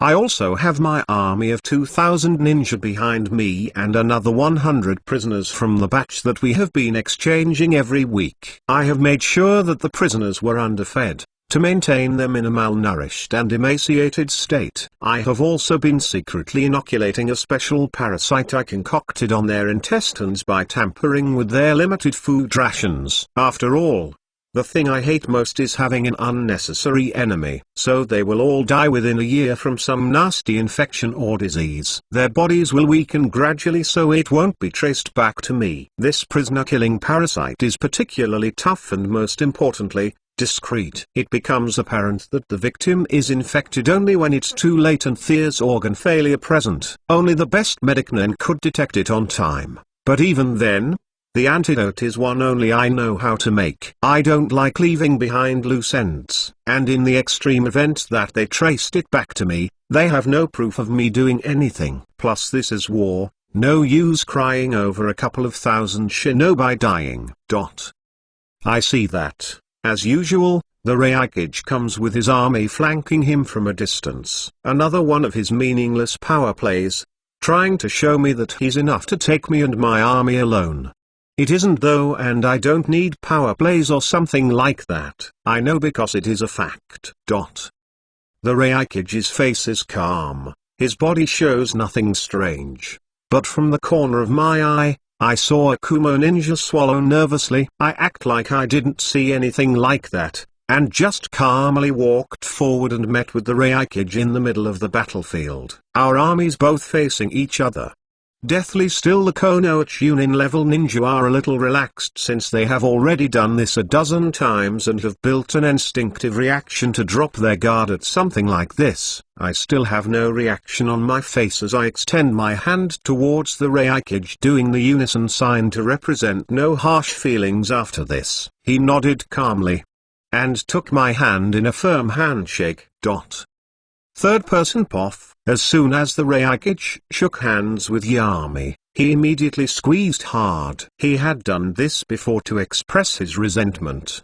But the real reason why he had done so, was so Yami wouldn't be alarmed when he did this for real. He wanted Yami to instinctively drop his guard, even for one split second. That is all he needed. As his squeeze got even harder, the Reikage then immediately swung Yami by the arm, entered in his lightning armor mode, and boom! He slammed Yami on the rock-solid ground, headfirst. Yami saw what was happening but had no time for his body to catch up with his Sharingan that he keeps activated during these meetings. Thanks only to the giant Ooh, he was able to manually control his body to an absolute level and had created a new way mirror-like membrane in front of his eyes so when he had a Sharingan active it wouldn't show. Then the Reikage swung Yami around again like an enraged gorilla, but then boom! Yami's skull hit the ground again, even harder this time, creating a crater of considerable size under it. As his head was stuck underground, his body on the outside had suddenly gone limp.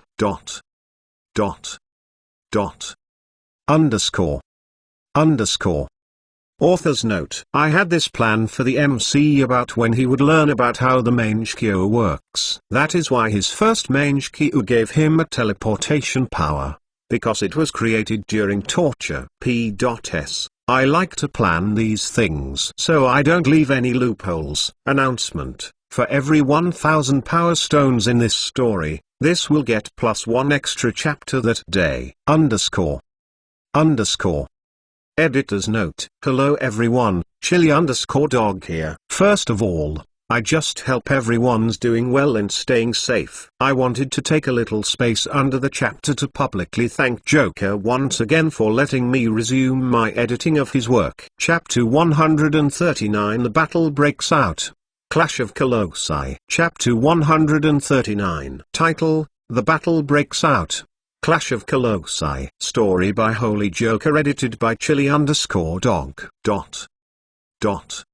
The sounds of a certain spine cracking and breaking in terrible ways, still echoed all across the Broom Valley that divided the land of frost and the land of hot water. Yami's body lay the limp, lifeless, no response whatsoever, his pulverized head underground, while the rest of him leaned against the hard frosted rock. The hot blood had started to melt the thin ice sheet that covered the chilly ground, but the third Reikage was a cunning old fox.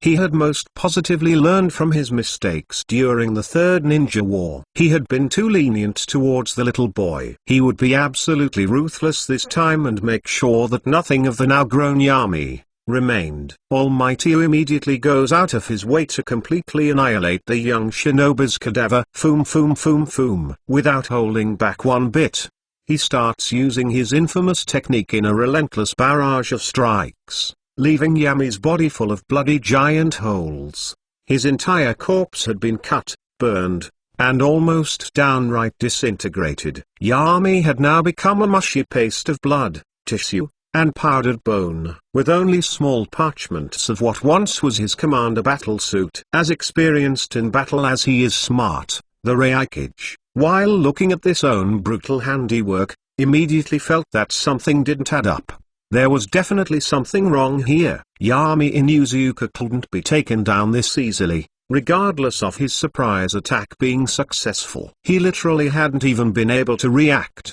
let alone counterattack. Had the boy that escaped him that one time with only 12 years of age really fallen prey to his own arrogance and carelessness? Almighty wasn't convinced of this at all. And he was proven right just seconds later, as Yami's remains shattered like mirrors simultaneously. Genjutsu instantly deducted the third Reikage. But when did he use it? I didn't perceive any signs at all. Then another Yami appeared. The Reikage was right about to engage Yami again, when suddenly the world around him had started to crack like a mirror, crash. As if a thick glass barrier was broken all around him, a new picture, completely different from the previous one, took place in front of his eyes that were now open in mild shock. He was being held by Killer Bee's Hokage tentacle, as it kept transferring chakra in order to break him out of the genjutsu he had been put under.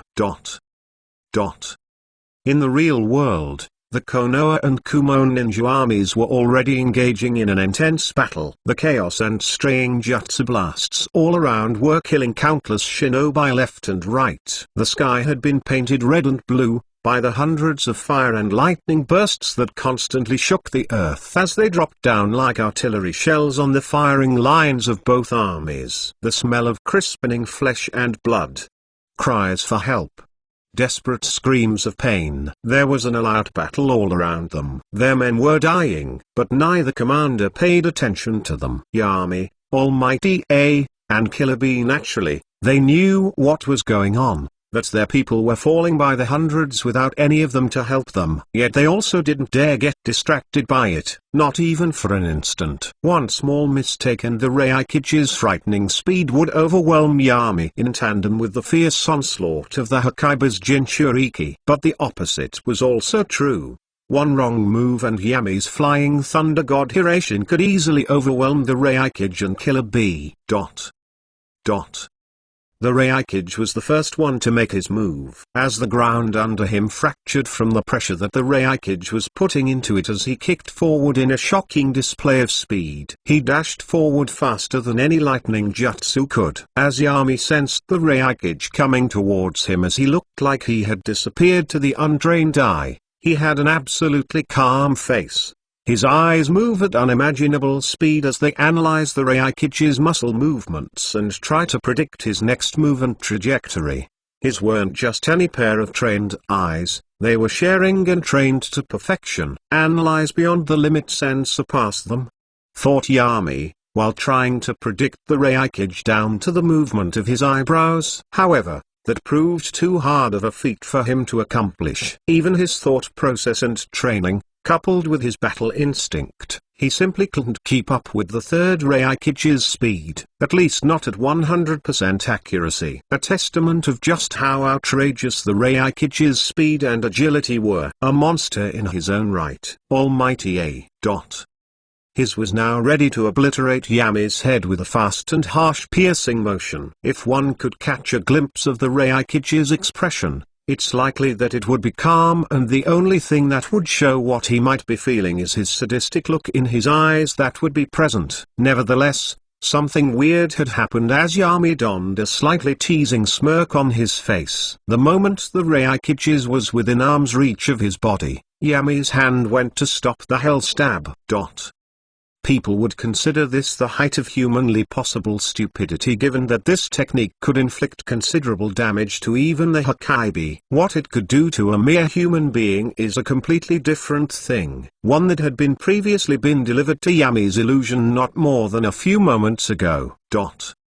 By the time the crackling finger of the Reikage is about to enter contact with the hand of the Inuzuka, Yami's hand also got filled with chakra in less than a split second. Yami was about to use that technique to contend against the Reikage's. But then, in a black flash, before anyone including the Reikage could notice, Yami was behind him. He teleported to a Hirashin formula kunai that he had secretly buried in the ground. Yami then swings his wind chakra scalpel at the Reikage's back.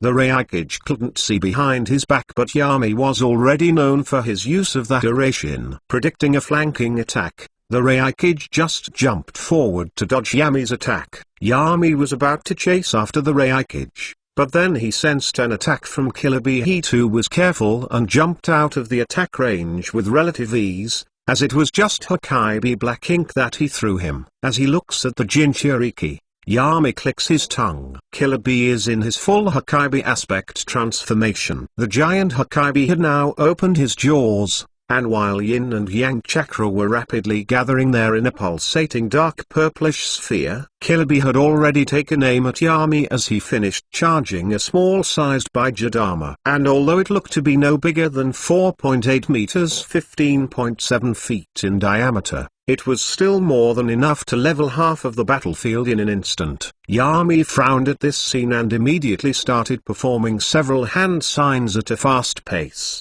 He was getting ready to create a barrier to contain that dreadful technique. However, the Reikage wouldn't allow this. so he again moved in to engage Yami and provide support for the Hokage-clad Killer Bee. He returned the favor by appearing behind Yami and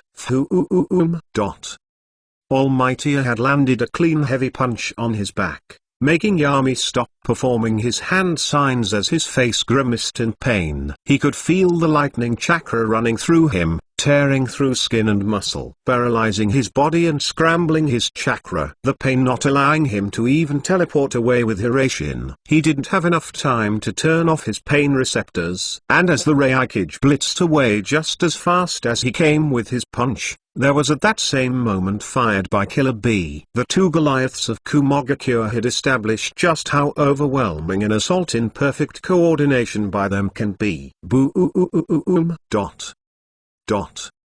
Differing from an ordinary bomb-type attack, the explosion wasn't like that of a ball of fire and more like a blinding flash of pure chakra being set free in a violent rampage, destroying any matter that stood in its way. Everything around the zone of impact had seemingly ceased to exist. There were countless casualties from both sides of the conflict. The attack had, as expected, caused immense devastation all around. Trees, water, rock, metal, flesh, no matter. Anything in range of the giant blast had sucked you. And before the terrifying power of the second strongest Baiju. Yami Poff. I can feel it. Everything burning right off. A catastrophic amount of pain hitting me like a train. This is simply too troublesome. I could have killed the Reikage ever since the fight started, regardless of how fast he is. I would have taken one single attack, for me to end him and paint the ground red with his insides. Nonetheless, I require his body to be as intact as possible for it to be useful to me. It is quite harder to win right out of the bat when you need to take care to not obliterate your opponents in the process. Abruptly, I look at my hands, trembling from the shock of pain. And by hands, I mean my calcined hand bones. I could feel that all of my hair and half of my face had been burned off as well, including half of my skull. Thankfully I saved the Sharingan inside my eye socket. I could at least protect my vital organs and my Jiang-U hearts in that decisive moment. Sigh. It seems like I will have to get serious. I get up and move my hands. Not by the use of the nerves or anything like that. My dark bony hands move by the use of the dead bone pulse Shikatsu from the Kaguya clan. General Poff. The Kumo shinobi were happy that this attack had paid off. Their hefty sacrifice had been worth it. The Konoha ninja were now trying to scatter in despair. But then, Whoosh.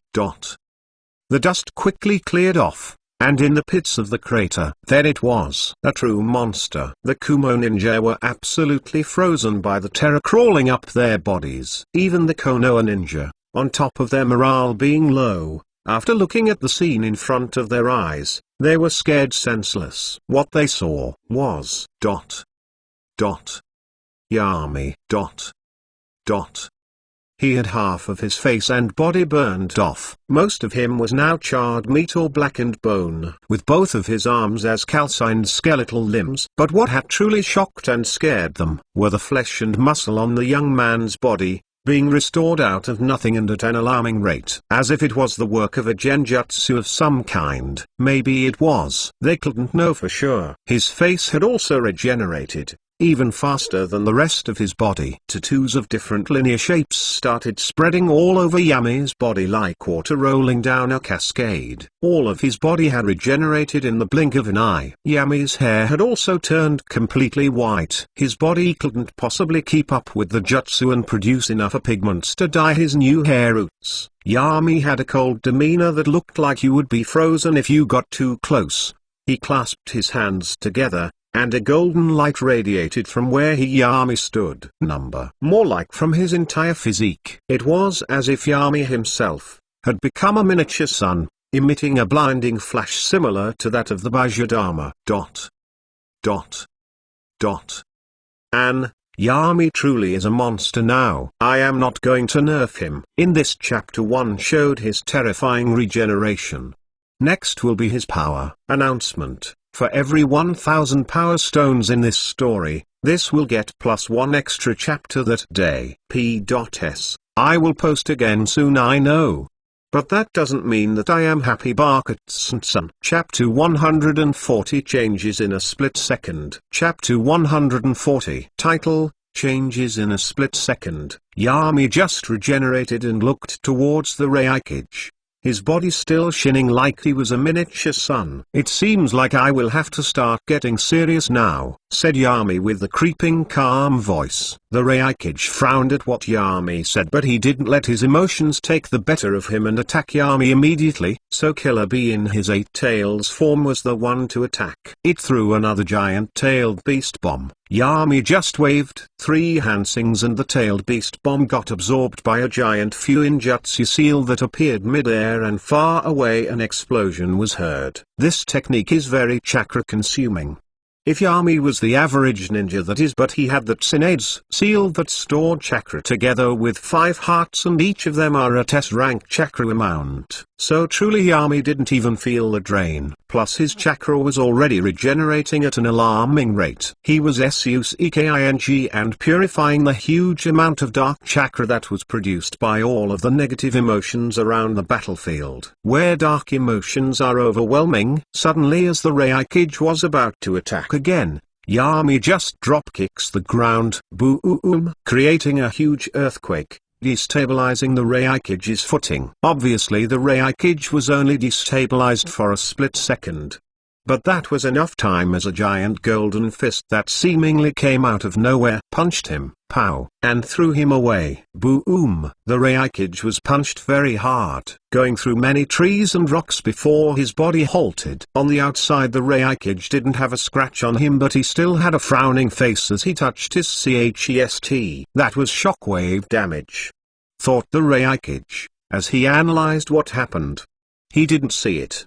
But, Fosh, he went back at the side of the 8 tails bee. He looked at his opponent and he saw Yami, who now had white silver hair, with a smile on his face. Yami just clapped his hands again.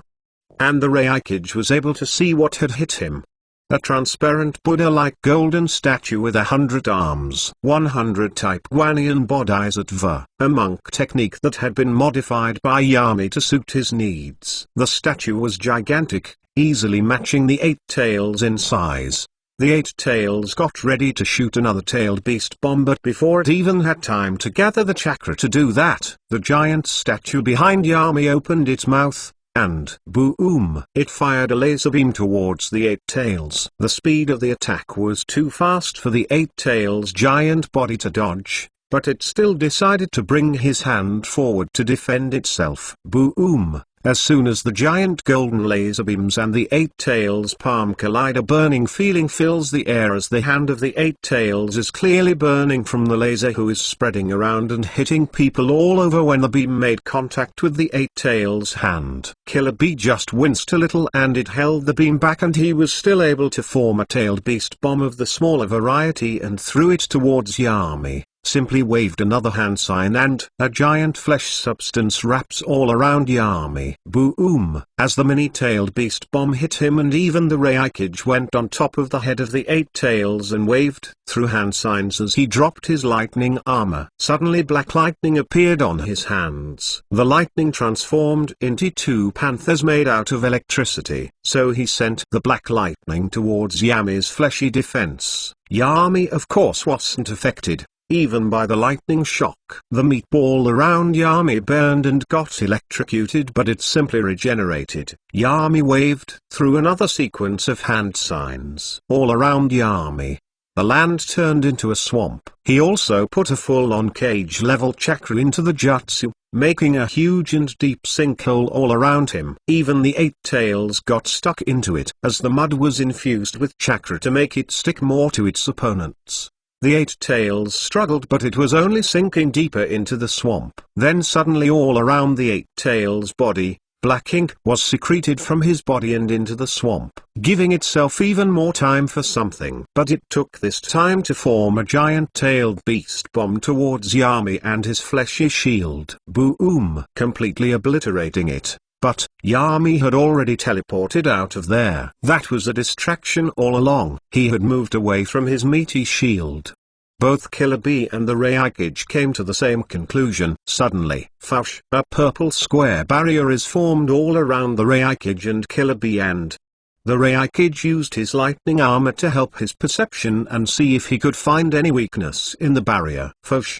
The 8 tails disappeared from under its feet. The Reikage was worried for Bee for a split second as he was falling down. Yami took that opportunity as he appeared from underground. The Reikage was midair, so he couldn't dodge, so he used his attack again to attack the technique Yami threw at him. The Reikage frowned and it looked for any weak spots in my defense. But then, Fush, 3 normal-looking kunai were thrown behind the Reikage. He looked around to see who did that and saw it was Yami's shadow clones. The kunai had his Hisration mark as he appeared behind the Reikage.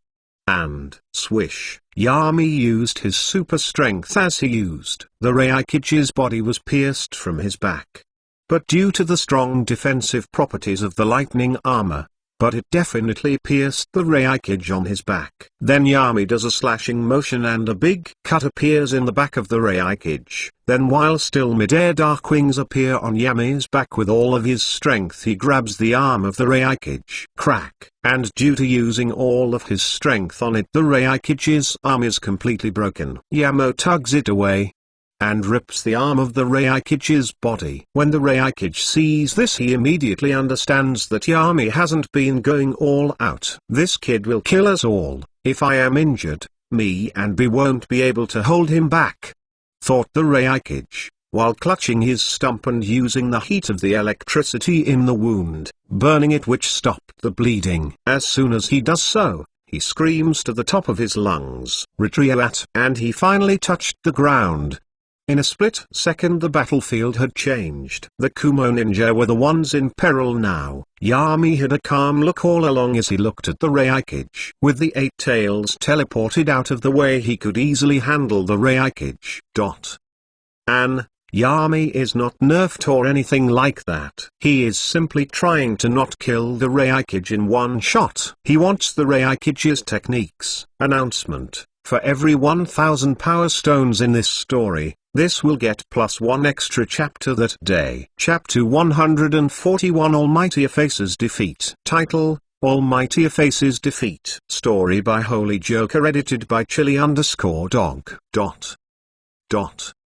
The Reikage immediately ordered the retreat of his soldiers. He might not be a match anymore for the monster in front of him, but he can hold him back. He looks at his son, Unruly, and their eyes meet each other. His son wouldn't be useful in a battle against Yami, so he had gone to fight against the other Konoha ninja. Whereas he is still an S-rank ninja, he killed a lot of them. As the third Reikage's and his son's eyes meet, the Reikage, even with his arm ripped off of his torso, he smiles at his son. It would be shameful and sad for his last memory to be of me fearing for my life, thought the Reikage. I took a gamble and lost. Now I will pay the price. He simply says something to his son, who is far away and can't hear him, but from reading his lips he can tell what his father said. It's your turn next. The Reikage's son. No. The new Reikage. Tears came out of his eyes, but his face hardened as he screamed at his soldiers, "Retreat," ordering them. He followed his father's wishes. The third Reikage was a little relieved at this. This all happened in a split second, and he then turned towards Yami, who had a calm look on his face. To hold him back long enough, I need to put some distance between us, contemplated the Reikage, using all of his vast life experience to try and use the best possible move. The Reikage jumped back in blinking speeds. Yami just looked at this calmly and asked, "Why are you putting so much distance between us? If you want to make sure it hits me, then you should get up close and fire. Or is it that you're afraid of letting even a part of me out of your field of vision by getting close? If that's the case, then it is a foolish thought. Distance only has meaning in a fight between equals. With you and me, distance holds no meaning at all. Watch." Fosh. In a black flash, Yami appeared in front of the Reikage and placed his hand on the Reikage's chest, right above his heart. If I do this, My hand is almost instantly at your heart," said Yami with an absolute calmness to his voice. He wasn't bragging or anything. He was simply stating a fact. When he hit the Reikage's back, he had already marked him with the Hirashin formula. The Reikage was already dead, he just didn't know it. Yami's hand easily went through the Reikage's defenses, and with a simple wind scalpel, he touched his heart. Cough. The Reikage coughed blood.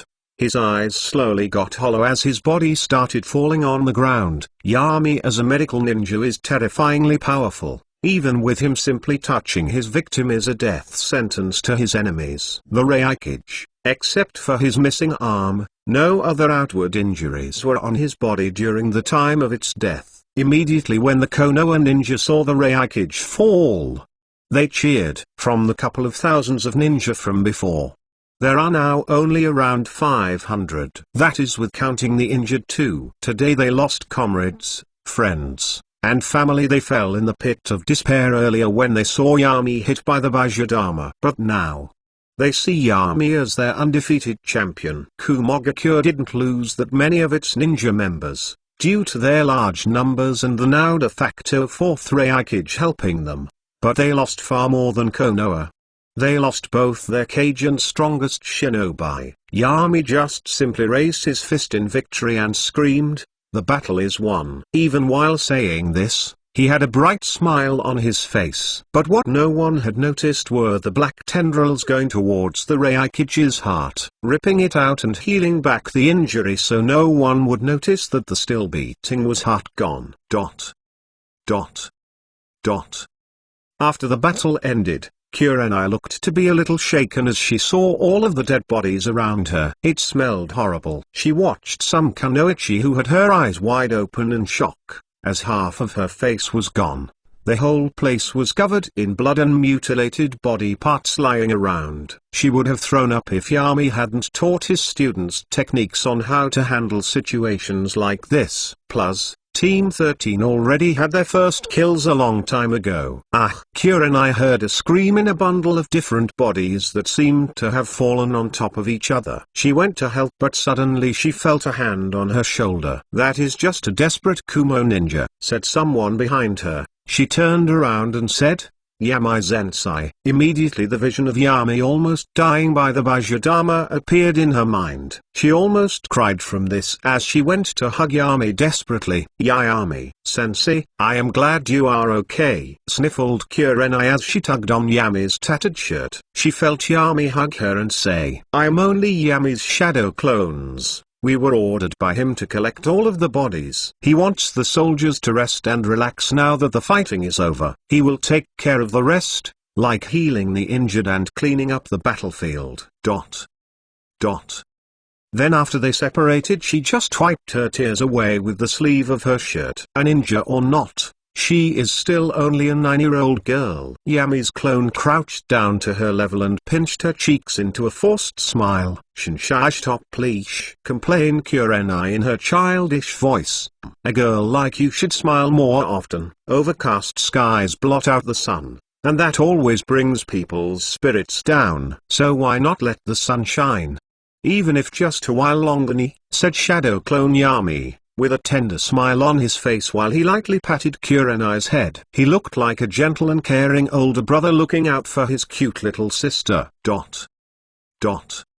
After some time it had gotten dark outside, as Yami, well more like his clones, buried the bodies. Coincidentally, a dozen Uchiha and Hyuga clan members' remains had been destroyed during the battle. It was actually very useful for Yami that Kilabi had used the Hokage's Bajradama so freely. The thought of something being wrong with the disappearance of so many clansmen with dojutsu would never cross Anon's mind. 2 hours later, and Yami's thousands of clones had taken care of everything that he wanted. The remaining Jonin from Yami's army came into his tent. Now, there were only 20 Jonin alive, 2 of them having to retire due to one losing his kidneys, and the other's eyes getting slashed with a kunai, leaving him blind. They all sat down. They looked a little nervously towards the head of the table where Yami was sitting on his slightly decorated chair. His hair had turned back to coal black since his body was back to producing black pigment. He looked fresh and vigorous as if nothing had happened in the last few hours. Yami smiled mildly to all of the jonin in the room. They were holding their breaths for what Yami would do next. Would he give chase to the now and Kumo shinobi? Would he order a full invasion into the land of lightning? Or would he rather let them lick their wounds while they waited for the reinforcements to arrive? Yami could see what they were all thinking. His smile was still on his face as he got up from his chair and went to the side of the table, where there was a floating teapot with weird seals all around it. Good evening Konoha Jonin. Please, relax. We will talk about what happened and what comes next. But before addressing that, let us drink some tea. Underscore. An, Yami he really is sc.u.mbag and I love him. Announcement. For every 1000 power stones in this story, this will get +1 extra chapter that day. Chapter 142 The Debrief. Yami's Authority Challenged. Title, The Debrief. Yami's Authority Challenged. Story by Holy Joker edited by Chili_dog. Good evening Konoha Jonin.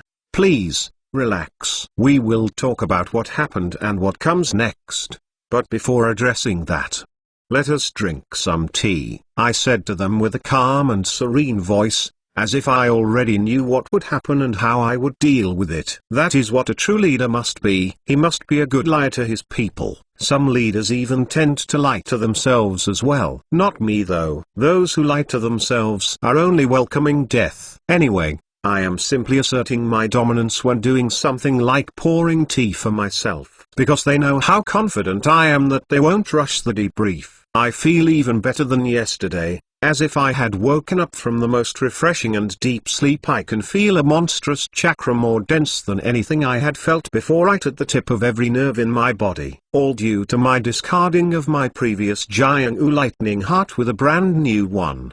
The third Repercussions. I can feel that he truly wasn't your normal gauge. His chakra levels were monstrous. No wonder he tied with a tailed beast in a battle of endurance. No Repercussion will ever be his equal. After pouring myself some tea, I go back to my seat and look at all of them in the eyes, one by one. They might be jonin, but my stare makes them a little nervous. After all, I did just take a point blank by Jadama 2 hours ago, and I am now comfortably drinking tea, without so much as a scratch on my face. I have the Repercussions body and have decided to sue for peace. I told them about my decision. I would like to refute this, Commander, said one of the jonin, as he stood up to make his voice reach every corner of the tent. By his looks, I can easily tell he is a new Uchiha. Plus the Uchiha clan symbol in one of his sleeves is a clear giveaway. Well then. Time to make an example out of this little SHT. I calmly looked at him. I am sorry, you must have misunderstood. I wasn't asking for your opinion. I was simply informing you of my decision, I stated calmly, leaving no room for discussion. The Uchiha seemed like he wanted to say something, but he saw the look on my eyes. He just sat down with an unsatisfied face, folding his arms to express his disp.l.e.a.s.u.r.e. This is why no one likes the Uchiha. They think that they are all some geniuses just because of their Sharingan, but they are simply some pampered little men who are too slow on the uptake. I don't say anything and keep looking at the Uchiha. The others seem to get a little uncomfortable when they notice me staring at him intently. Uchiha, if you want to say something then say it. Don't be a little cat now. At least stand by your own words. Do not simply return to your seat as if nothing came out of your mouth, because something did come out. If you feel that you are in the right, then we can settle this in a swift duel, I stated as the Uchiha just sweated a little and reluctantly said, no. Everything is okay, Commander. I just got up and walked around the table until I stood behind the Uchiha's seat. I then uttered to him in a cold voice, listen now little man, dare to question me one more time, and I will have your head on a stake for insubordination. I'll even nail your head on it myself. Do you understand me? I shouted the last part, daring him to question my authority one more time. He just looked at me. At my cold back eyes, his bravado went away never to come back, and a look of fear appeared on his face. Not even a Sharingan could stare at my eyes if they belonged to a coward. I could easily guess what he was thinking. He is most likely remembering what happened to Danzo and his clan. Almost drawn to extinction just because of one man's mistake. Trying to FCK with me, he surely doesn't want to do the same. I said, "Do you understand me, you little SHT?" I repeated the question loudly, as my eyes widened with a psychotic look appearing on my face. More than one Jonin recovered their posture in their seats. I don't want to be seen as a pushover like the third Hokage, but fighting anymore would truly be useless to me. I already have a higher reputation. I have the Reikage's body and the Hokage's chakra. Yes, Commander Yami. This will never happen again, answered the Uchiha truthfully with his tail between his legs. I see. So even the Uchiha aren't dumb enough to cross me. Good. Or I would be forced to eliminate their clan. I would then have to keep Mikoto alive, and since I would have killed her clan, she definitely wouldn't listen to me. So I would have my way with her until Sasuke was born. The reincarnation of one of Higoromo's children of legend, Indra. He will prove an important tool for me in the future, I'm sure. General Poff. While Yami was dominating the Jonin on his camp and showing the Uchiha who is the one in charge, something else was happening in Konoha. In the Inuzuka training grounds, Shiro was just laying down. Unlike his usual sinful, erratic, and chaotic behavior, he had one eye open as he looked at Hoki and his team training. Even though Yami didn't say anything specifically, Shiro already knows who Hachi's father is. He couldn't help but judge these people in his mind. How do these dumb people not even understand the basic SHT? It's just a 2 plus 2. I mean, why would Yami even allow someone else in his house when he has those things right under? Suddenly, Shiro scratched his ear as he saw Hoki doing some moves and training the Senju taijutsu style. Shiro Poff. The style was modified a little by Yami to suit Hachi's more flexible joints. Hoki had a more thin and fat build. But even with all that, I can't help but think if Hoki is adopted, I mean that kid is nothing like Yami. Yes, there are signs here and there, but nothing that truly defines Yami. Like his alpha and domineering attitude. If Yami walks in a room, everyone will have to look at him, because his presence demands it. Hoki is nothing like Yami. He can't even come close to Yami's greatness. No one can comprehend Yami. No one can win against Yami. Thinking about how his opponents try to outsmart him, not going to give him a chance to use his super strength. Not good. You've completely misunderstood Yami's power. That's right. Yami isn't feared because he can use his super strength to punch mountains into dust. Yes, his strength is terrifying, but that alone would not have been enough to subdue those Konoha clans and Land of Fion nobles who would rather die than obey. There was only one reason why those as powerful as the Uchiha, and even the daimyo, do what Yami wants them to do, despite their motives. Just because he's too powerful. All of Yami's abilities are far beyond anyone else's. Going to take precautions against his jutsu and monstrous strength. Your plans aren't good enough. Going to take precautions against everything else. Your plans still aren't good enough. Even if everyone that opposed him were to combine their minds, and take precautions against unfortunate events like the sky falling or the earth splitting, it wouldn't matter. Yami's abilities would be far beyond any of their plans.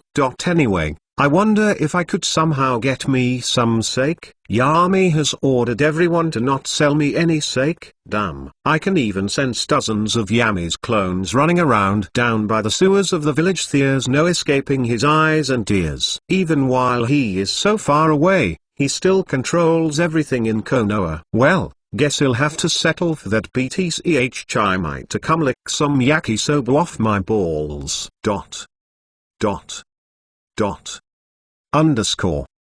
Underscore. Author's note. A little bit of a look into Shiro's head. He has been with Yami for a long time, so he can see the signs that Yami and Hoki have a connection. Also, his view of Yami is like that of a god. He sees Yami as this godly figure who can do no wrong move, and that Yami will never lose in anything. P.S. Shiro has copies of the abilities of the Zero Tails, and his chakra amount is A rank and chakra regeneration is S rank because he can use negative emotions to regenerate chakra. His overall power would be around S but on the low side, nowhere near Aikage, Hiruzen, or even Seinen level. But yes, Shiro is strong, but currently not useful to Yami, since he can't keep up with Yami's fast growth in power.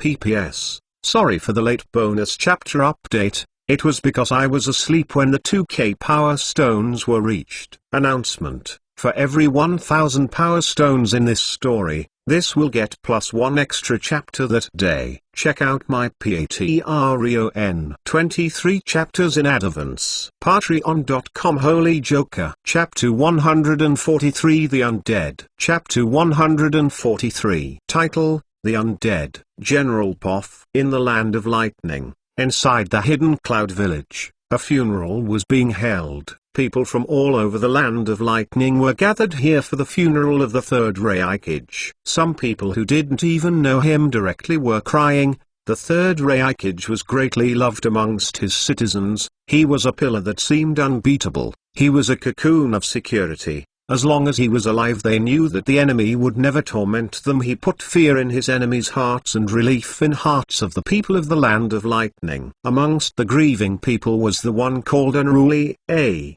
the third Reikage's son and the soon-to-be 4th Reikage. He didn't have any tears on his face, just a look of determination with his eyes holding a shed of sadness within them. People came and went, but he still just stayed like that, unmoving, but still greeting any important person that came to offer his condolences. No matter how fake they were, he just accepted them.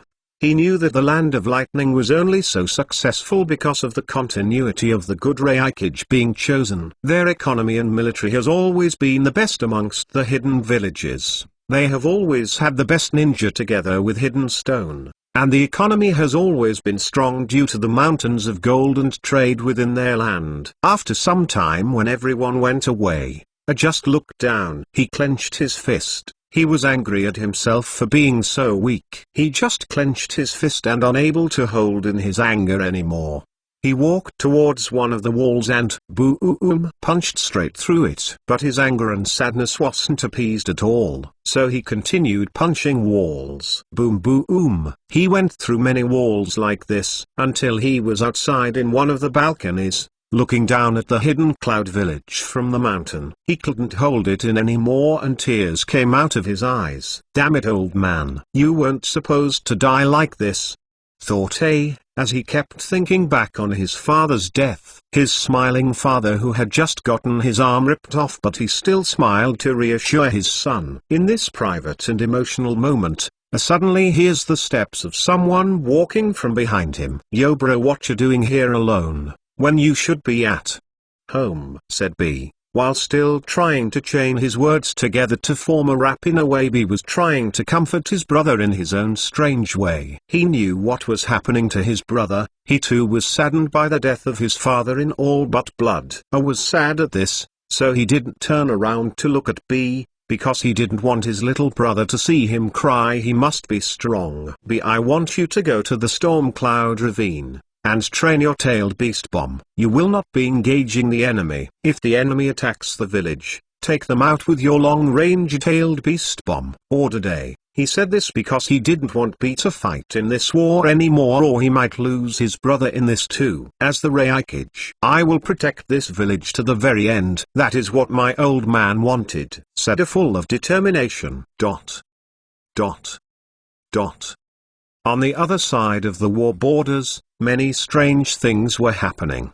Bloodline limit users were disappearing with strange circumstances in the Land of Water, and there has been proof found that it was the Eerie village elders. So the situation heated up and it was expected of a civil war to break out in Eerie. After all, the Bloodline limit clans were given the most dangerous missions. and together with their children being taken like this, they couldn't take it anymore and things started heating up. Due to this situation, Konoha could finally take a breath there. And the ordeal with Yami in Yuzuka killing someone monstrous like the third Hokage spread all around the lands.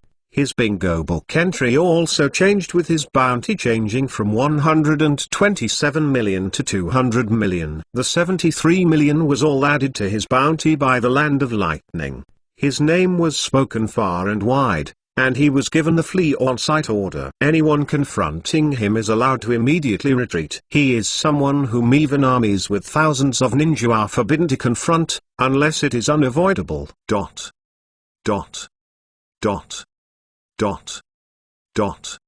In the Hidden Stone Village, the Tsuchiki Onoki and the Hidden Stone Village council members all sat around a table with Onoki at the head of it. "So the fourth Hokage is a green brat, huh?" said Onoki as he looked through some intelligence reports. "It also seems like some new hotshot just jumped up 2 steps. Konoha truly has some amazing talents sometimes." Then he showed to the other council members the report page he was holding. Yami in Yuzuka. Flee on-sight order. Nicknames: Red Fang, Sky Slayer, Demon Child Yami, Dark Flash, Yami of the 10,000 Jutsu, Yami the Undead Ninja. Rank: Jonin S rank. Net worth: unknown, estimated in the billions of ryo. Bounty: 200 mil. Missions record: S68, A123, B63, C93, D86. Estimated abilities: dangerous in long range, close range and medium range. Be aware of his genjutsu, taijutsu, especially with the power he has displayed lately. Ninjutsu is very lethal. He is considered unkillable by known methods. It is assumed that the brain might be his weak point. If confronted, flee on sight. When the council members looked at this, they seemed nervous, but then one of them said, "But Tsuchikage-sama, I think that Yami in Yuzuka isn't a threat, and wouldn't the atomic dismantling jutsu directly counter Yami in Yuzuka's regenerative power?" Onoki nods at this. Good attention to detail, Jama, but he also knows the same jutsu like that yellow-haired brat, so his speed would be very troublesome. The other council members nod at this. Then how should we handle him in case of an attack from him? Onoki just scratches his chin and while deep inside his thoughts, and in the end he just says, "That is what we are here to figure out. After all, I believe that soon the Hidden Cloud Village will either sue for peace or they will get eliminated by either Konoha or some other villages. Their losses have been enormous lately, and that might give the one who has lately been secretly taking control over the smaller hidden villages from the shadows enough courage to go in an all-out attack against the Land of Lightning." The other elders all nodded in agreement at this. They could just send some Jinchuriki to deal with Minato and Fugaku, but Yami is a whole different type of monster. There is no definite weakness to Yami. He is way too versatile for anyone to be able to take advantage against him. Author note: if you want to support me, check out my Patreon 23 chapters in advance. Patreon.com Holy Joker. Join the Discord. Discord.ggm9hgrm. Announcement: for every 1000 power stones in this story, this will get +1 extra chapter that day. Chapter 144, Yami's Son. Chapter 144. Title: Yami's Son. Story by Holy Joker, edited by Chili_dog. To keep off, I slowly open my eyes and look around me. I seem to have fallen asleep during training in the Inyuzuka compound. "So you are awake, sleepyhead." When I heard this sound, I immediately turned around and looked at Yami standing upside down in a tree. But Yami is in the front lines. So this must be one of his clones. I rub my eyes a little and yawn as I say, I must have just lied down to take a nap. It seems I didn't notice it and slept a lot more than intended. Yami's clone suddenly smiles. "So, do you remember anything before you fell asleep?" I think back on it. Not really. "Why, did something happen?" The clone just shrugged. "Nope, nothing happened. I just was worried about you. and wanted to ask how training has been going lately. It's been good. I decided to just say that and not elaborate anymore. I mean, I have made such progress that seems to be at a snail's pace compared to when Yami taught me. I could beat a Chunin with just a week of training. Now, I haven't learned anything. I mean, sure, I learned about some new ninjutsu, but I don't have enough chakra to use any of them. The Senju library is a treasure trove, but I can't really use most of the things, so I give them to Yami's clones, then they modify techniques to perfectly fit me. Yami said that as I grow older he will continue to give me the modified techniques that I gave to him. I see that the shadow clone seemed a little unsure of something as he frowned and finally said, I think that you should be deployed where the original Yami is. He will help keep you alive and he can protect you. Lately, I have been understanding more and more of what Yami is trying to teach me, even though he doesn't say it. Well, he will probably never say it. But I know that he does care about me in his way. He will never truly hurt me and will always protect me. He is like a dad. But he is way too young to be one. I consider the clone's offer. I know that I will be safe if I go there. But I also know that I will never grow if I will always be under Yami's wing. I decided to tell my decision to Yami's clone. I know that I will be safe if I do that, but I know that I wouldn't grow if I was under Yami's wing. While saying this, I was a little scared. I knew that I would have to go into a dangerous situation and might die. But strangely, I have never felt calmer. I can think clearly and my face is cold, with no emotion in it, portraying nothing of what I am thinking. The clone just looked at me with a strange twinkle in his eyes. Then out of nowhere, something that I have never heard Yami or any of his clones do happens. He laughed. Ha ha ha ha ha ha. His laughter was very strange. It was too trained. It also had a certain coldness to it. You are my something else, aren't you, Hokage? I didn't understand what he meant by that. But as the clone continued laughing, I noticed that during certain intervals the smile would be a little wider, as if he had heard the funniest inside joke ever. 2 months later, Yami's age 19. Land of water borders. 2 months and there has been no battle, only small skirmishes against the mist village. I was currently on a patrol run. It also seemed that even with the Senju name I am still treated as a genin, which is nice and all that, but my patrol team is my teammates, Shoto, Momo, and Kai-sensei. Suddenly something strange happened as Kai-sensei signaled us to stop as we were jumping trees. Did he maybe notice any mist ninja around here? Who knew? As we were thinking this, Sensei disappeared from where he was. Clink. Another noise was heard and then a thud. Later the teacher came back with a 10-year-old girl under his arm. The kunoichi seemed to be struggling, but she was already tied up by Kai. It was her and some other genin. No wonder the hidden mist keeps losing ninja like flies. They don't even have jonin teams for a talented kid like her, said Kai-sensei as he threw the girl on the ground. When I look at her closer, I see that she has a special tape on her mouth to stop her from talking. She has long auburn hair, she has green eyes and jade-like skin. She seems to be around 10 years old. She suddenly looks at me and my teammates with fear in her eyes. Then Sensei rips off the tape of her mouth and says, "Okay, start speaking, kid. I want to know who you are." Someone with your chakra at your age wouldn't be a non-name ninja. So there is a high chance you are from a clan. Tell me which one and you will live. Immediately when Kai says that, he releases killing intent towards her. She jumps a little back in fright, but she simply answers, My name is Tsume." Kai immediately just widely smiles at this and stops his killing intent. Tsume. That is indeed a very good last name.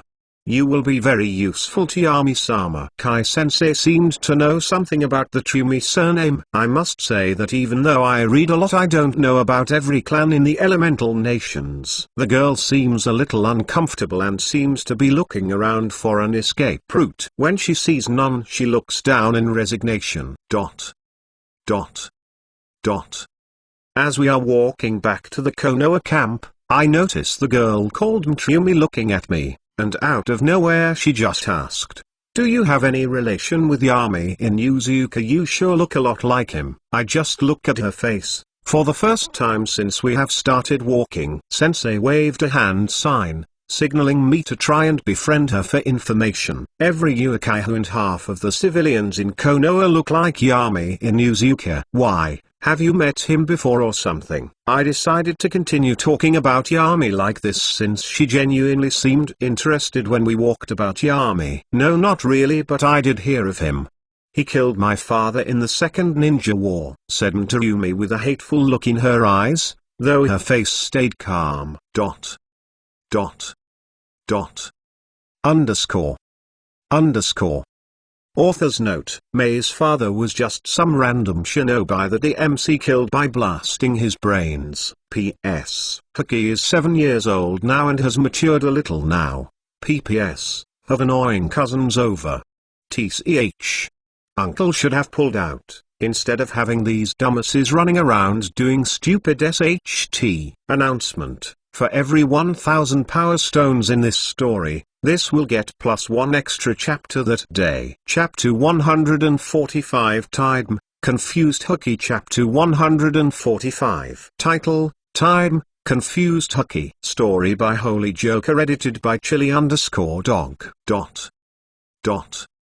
Hokage looks at the tied up when she just told him that Yami killed her father. He was a little surprised, but he could understand that Yami has already probably killed hundreds or maybe even thousands of ninja. He isn't necessarily fond of Yami, but he cares about him. He is like a big brother who in his way tries to teach him life lessons. But that still didn't stop him from sympathizing with him. At the oldest she should have been 5 years old at the time, when her father died. Depending on the year he died. His father also died, before he was even born, so he can understand. Having no father growing up can be hard. Noticed the pitying look Hokage had on his eyes. She frowned and said, I don't need your sympathy, little boy. Hutch's eye twitches a little when he was being called a little boy. But he still calmly answers, ugh. Is that so? And how old are you? Little girl. Even while tied up and walking, puffed her chest in pride and said, hey, I am 9 years old. Well, I am 7, so there isn't any big difference, answered Hokage, as he calmed himself, not allowing him to get inside his head and get a rise out of him. Then as they were walking slowly, night came and they set up camp. Kai, since he is a Jonin and part of the Inuzuka clan, he has certain privileges. He waves some hand signs and slams his palm on the ground. Poof! Smoke appears as a giant bat, as big as a horse carriage comes out of the smoke. The bat looked towards Kai and a smile appeared on the bat's face. Thought to the Genins and the smile looked terrifying on the giant bat's face. Hey Kai, how have you been? Asks the bat in a strange, old raspy voice. Kai just shrugs. I have been okay, thank you for asking. The bat nods. That question had more layers to it than your average greeting. Since the bat is his bat summon, it knows about Kai's body condition. He doesn't have a lot of time left, plus he has been with Kai for many years now, so they know each other pretty well. Kai then gives the bat a message to give to the Konoha camp leader in the front lines against the Hidden Mist village. This camp leader is Okaimaru. They are notifying him that everything is okay and that they will be a little late. Plus the message was filled with dozens of secret messages that identified that it was him.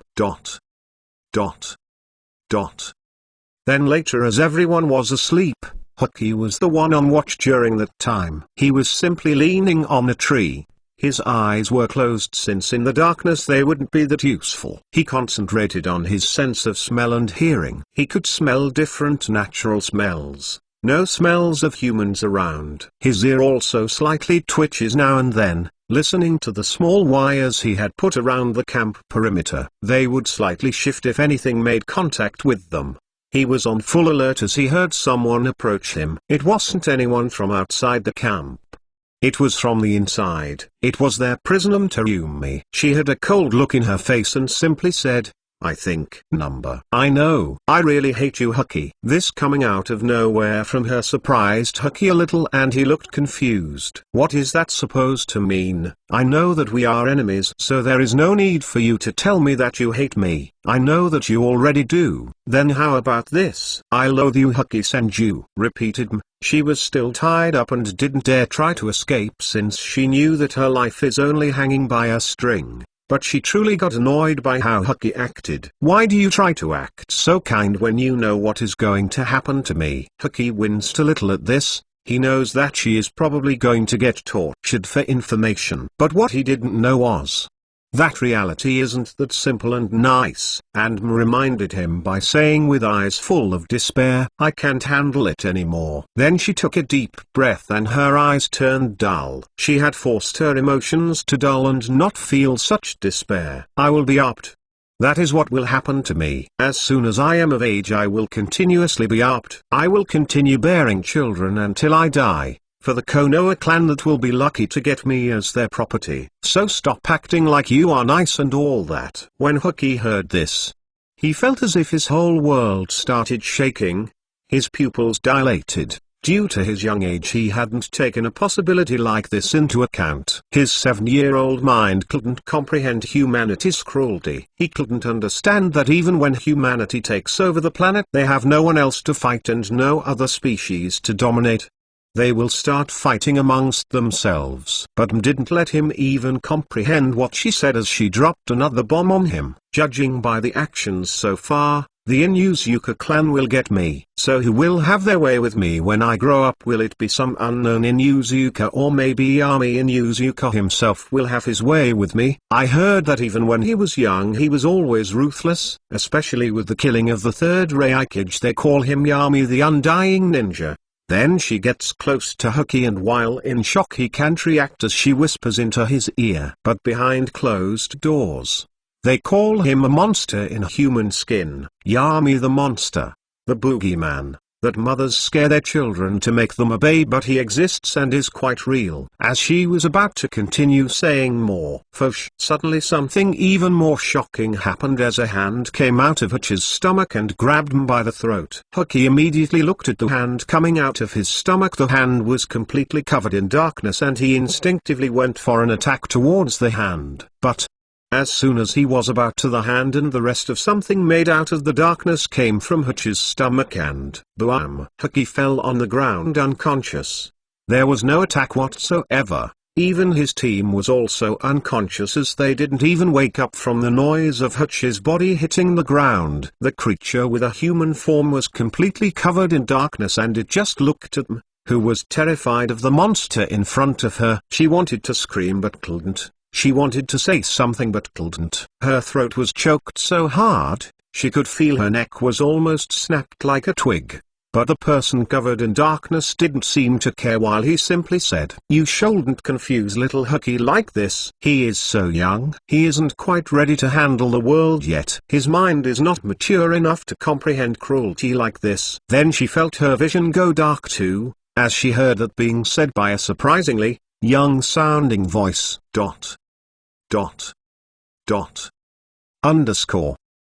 Underscore. Author's note. Yes.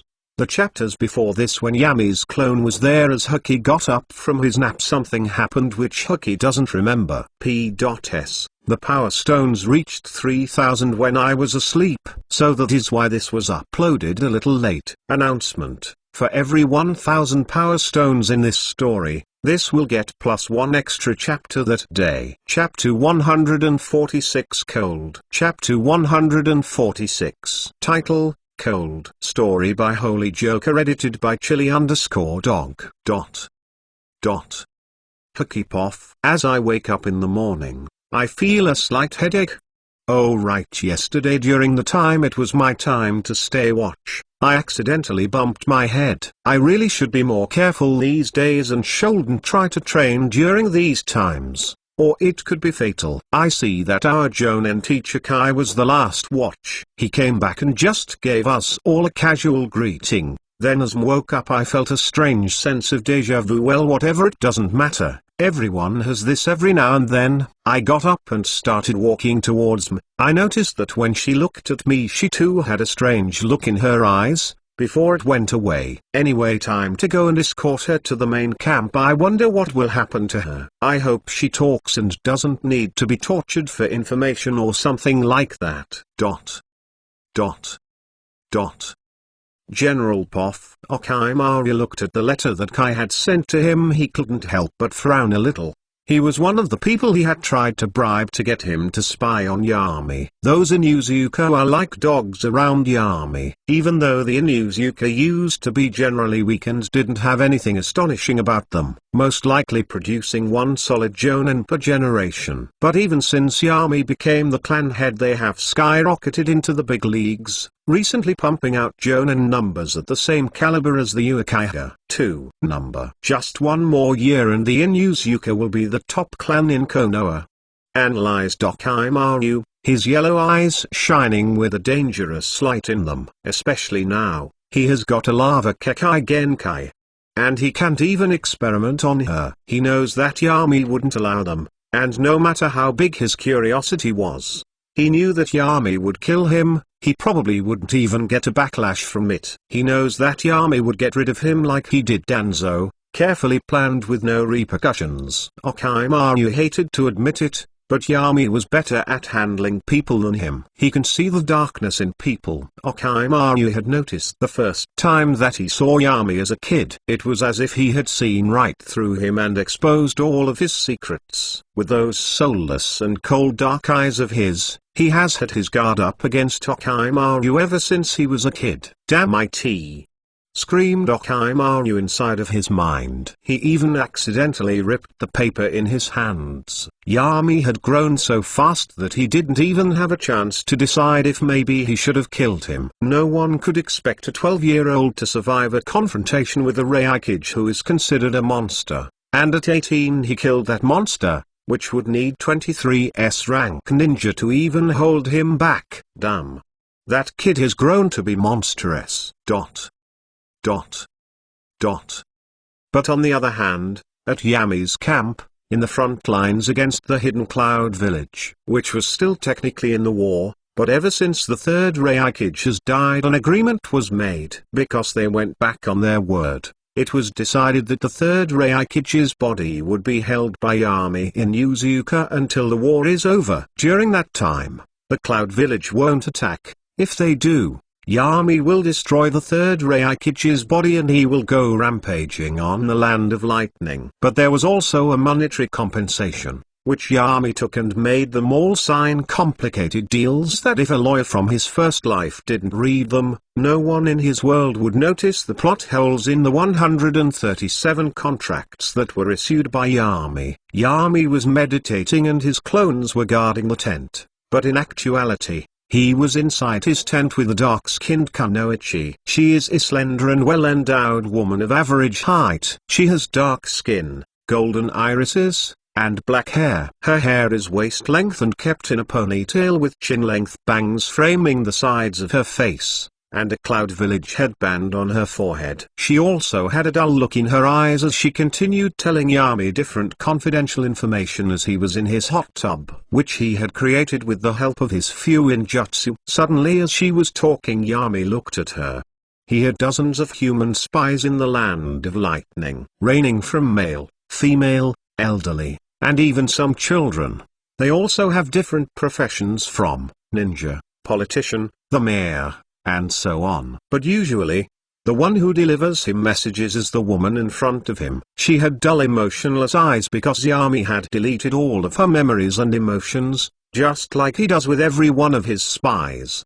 He can't help and sneak a look into her voluptuous body. He feels himself get a little hard when he sees this. So he simply said, "Take your clothes off and come here." The woman got up and took her clothes off. She continued talking with Yami and telling him certain information. But since Yami already knew this from the mosquitoes, He considered this information useless. Yami frowned a little when he saw the emotionless look on her face. So he simply said, "Turn your emotions on." Suddenly her emotionless eyes got a certain light on them, and when she looked at Yami's body she blushed a little and looked away. Yami just groaned in annoyance. Him being able to see right through her acting got him turned off. Truly being able to read people so good is annoying to Yami sometimes.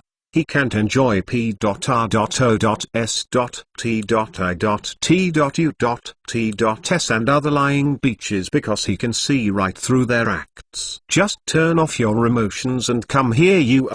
What's your name again? Matilda, Maria, or something? The woman was not bothered at all by Yami not even remembering her name as she started answering. "My name is M." "Stop. I don't care," ordered Yami with a certain annoyance in his voice. His son had disappointed him quite badly recently. He had to have the clone he had sealed inside of Hokage appear and delete Hutch's and Mei's memories due to Hokage going into a panic. The woman's eyes turned emotionless again. "Anyway, my last child has been very disappointing. He is 7 and is barely even a Chunin. So, with your strong lighting element and my genes, do you think we could make a better child?" says Yami, not even asking her if she is okay with it. He already knows that the woman in front of him is closer to a machine than a human. True, it is a good machine since he programmed her brain, but still, she is just a tool. Sigh, I like some emotions into the women I bed.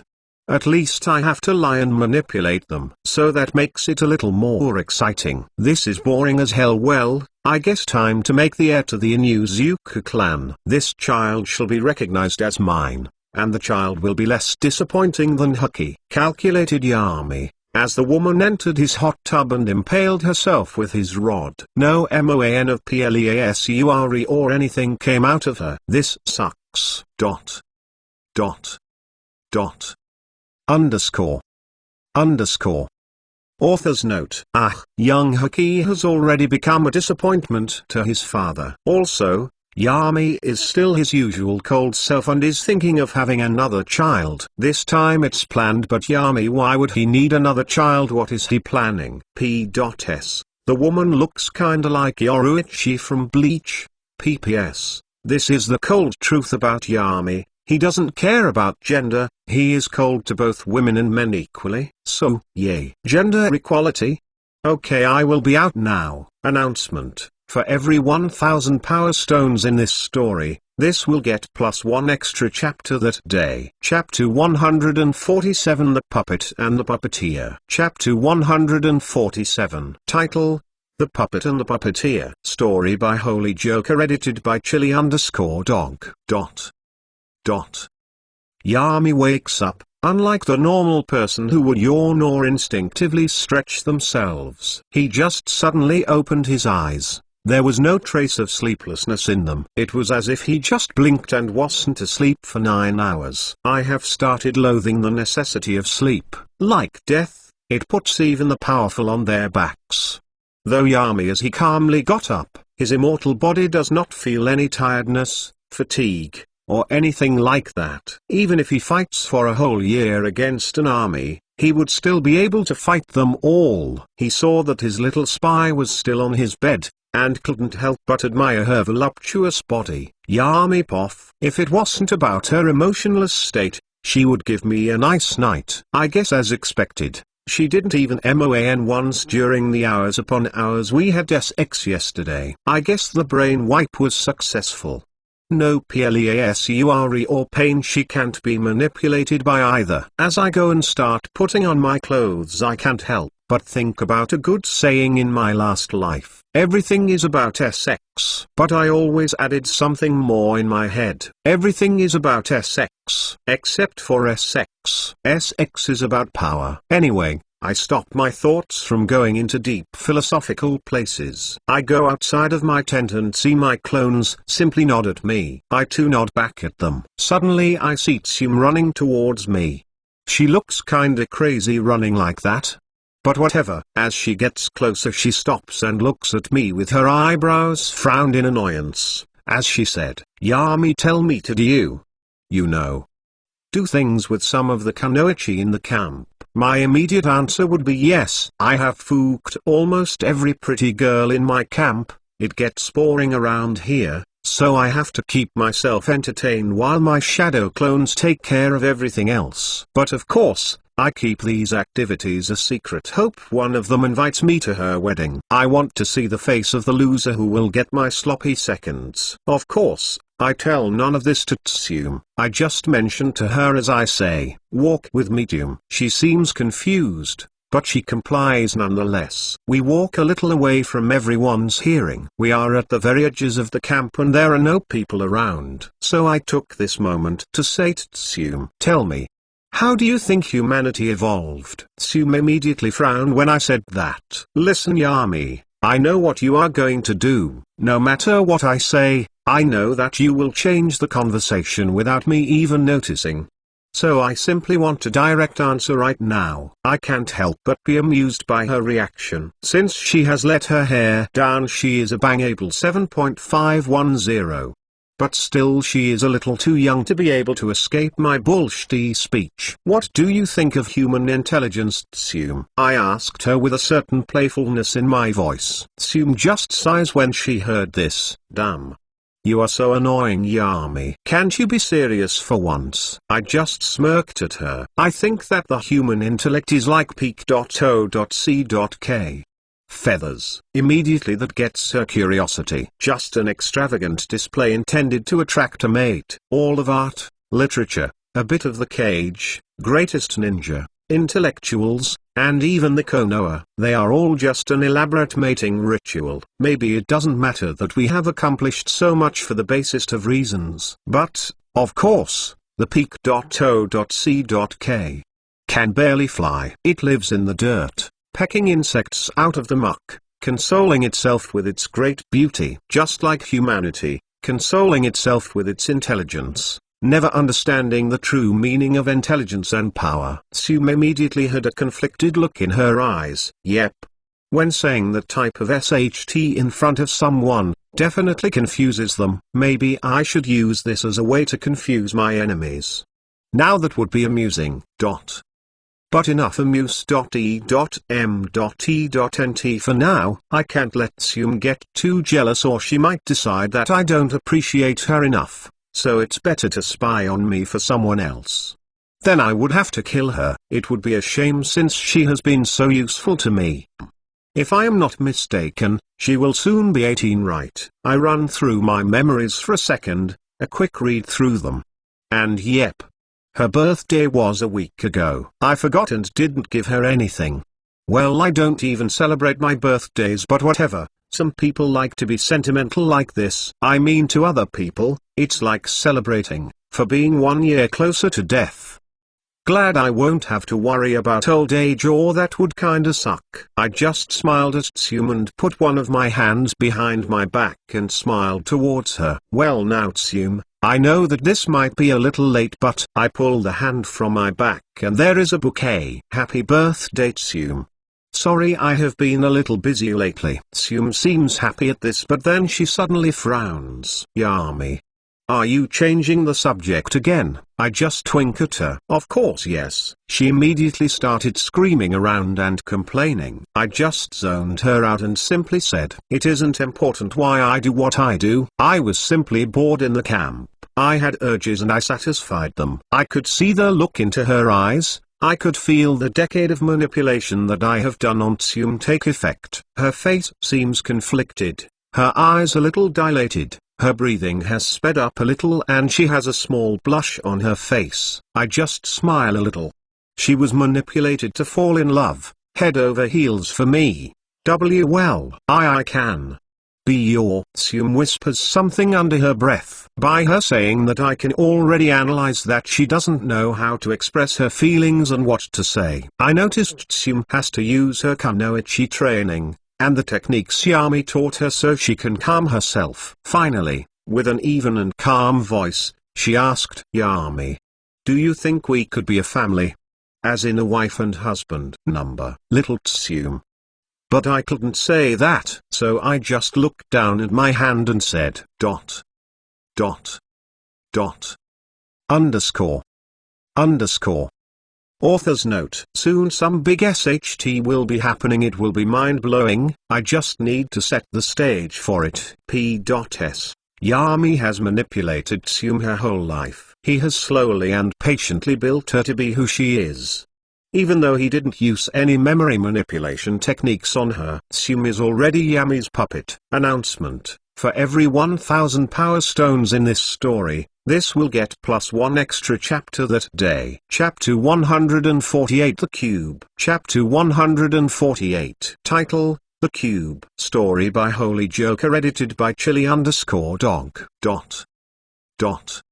When I heard what Tsume said, I just looked at my hand and clenched it. Tsume, do you know what marriage means for people at my level? She looks at me with a strange look in her eyes. She has noticed that I am in one of my moods, where I will explain something to her that will rock her world. My marriage will have to be a useful tool for the Inuzuka clan to rise higher. We already have a very stable internal stability in the clan. Now we need external. Sorry Tsume, but I can't. As I say this, I also noticed her eyes started tearing up. She was almost crying as she said to me in a low voice, "You are always so smarter and you Yami, but couldn't you find a way to let me down slowly, could you?" Well, that would be a waste of time, little Tsume. But then again, she is delusional enough to think that I would marry someone like her. She is a 7.510 and a soon-to-be full-fledged jonin. But that doesn't mean anything. I have had certain plans recently and I have finally figured out whom I will marry. Plus I honestly don't give a SHT about the Inuzuka,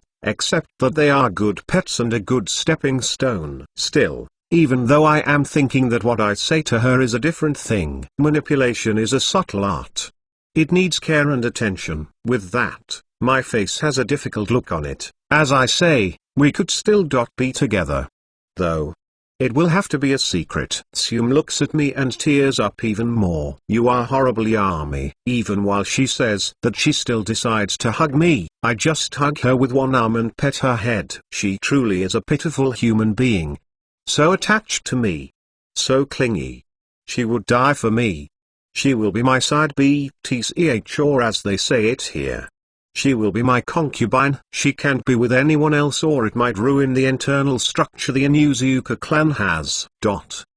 Then after some consulting and her talking to me about things, Tsume decided to go and dress. She will think about this. I know what she will choose, but I still give her the false illusion of freedom of choice, which she doesn't have. After that, I went back to my tent and went back to work on my little project. I take the red cube out of my jacket storage seal inside. The cube is around the size of my palm, and it has few injutsu seals all around it. The blank soul of the zero tails inside had stopped thrashing around. This little thing was something I didn't plan on creating at all in the beginning. But now that I have learned that it is possible, I am going to use it. I can't help but shake a little with excitement. I am gonna do it. Now I am going to achieve unimaginable strength. I can barely control myself from using the cube. It isn't complete yet. But even now I can faintly sense the strange energy it produces. In this world there exist a lot of strange items, like the chakra fruit, Samida, Kusanagi and so many more. I have thousands of clones all around the world currently, searching for items like them. Currently, there aren't any items at the level of the chakra fruit or anything like that. But I look at my cube again. But this little thing will easily surpass the feats of the chakra fruit. Suddenly I sense one of my clones dispelled, and I get its memories. I bite my thumb, just enough to draw a slight amount of blood as I slam my hand in the ground. Poof! And a golden cane with a ring at the end appeared in front of me. This was the item that my clone that dispelled itself just got. It's called the Shuigu. The Shuigu is a special tool that, when wielded, it can produce a limitless amount of water. If the wielder has control of the Shuigu, it creates water according to their wills, such as rain that falls across a region or a constant stream flowing from its tip. The water can take shape if the wielder D.E.S.I.R.S. Truly a good tool. It was from the time of the Sage of the Six Paths. It was given to a family by the sage personally as a gift. It can only be used by the bloodline of that family, but I wouldn't call myself the best Fuinjutsu user alive if I couldn't easily take care of something this small. I was able to get this staff while looking through my memories of my first life. There were some times where I searched about this thing on Google and I remembered about it. My other shadow clones are also on similar missions, finding things that I could remember about my first life memories. During the time I searched for Naruto, I slowly put the cane close to the red cube, and with my connection that I have with the cube, I activated another command in it. As soon as the cane touched the cube, strange markings went along the cane, as it slowly turned into liquid substance and went inside the cube. Their Zero Tails soul was screeching inside the cube. It was in pain.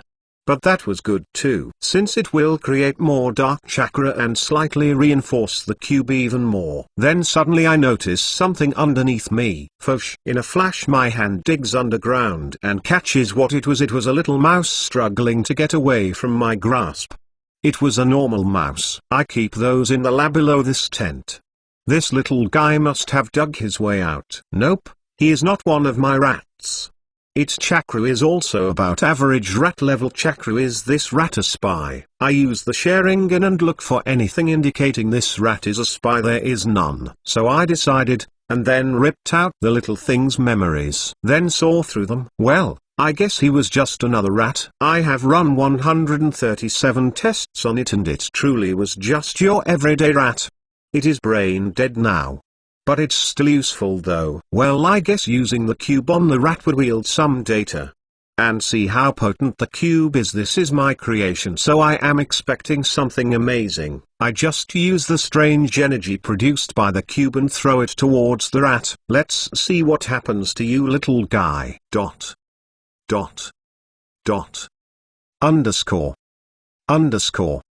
Author's note: the red cube will be something that should be possible but has never been explored in the Naruto world. I won't give any more than that it is an unexplored idea that has a relationship with a certain aspect of chakra. Announcement: for every 1000 power stones in this story, this will get +1 extra chapter that day. P.S. On the third ninja war is over. Chapter 149, The Test and the Meeting. Chapter 149. Title: The Test and the Meeting. Story by Holy Joker, edited by Chili_dog. Yami looked at the mouse as the strange energy produced by the cube entered the little thing. As soon as it did so, the mouse stopped struggling and a black cocoon surrounded the small mouse. It looked like a black egg that could easily fit on the palm of Sumion's hand. And as the minutes passed by, with only Yami's breathing as the only sound in the room, suddenly the cocoon started expanding little by little until it went from being able to fit on Sumion's palm to become as big as a chair, and that is when the cocoon started cracking open like an egg. The cocoon parts slowly fell down, and as it did so it turned into smoke. But Yami didn't even look at it. What he looked at was the not-so-little rat anymore. It was a creature in the form of a rat, and it was so big that if he stood up, it would reach up to his knees. The rat was already brain dead from Yami's ceaseless examination on it, to try and see if he was some spy for someone else. So the rat just stood there, not moving at all. Yami noticed that not only was the rat bigger, but his brown fur from before had turned to black fur.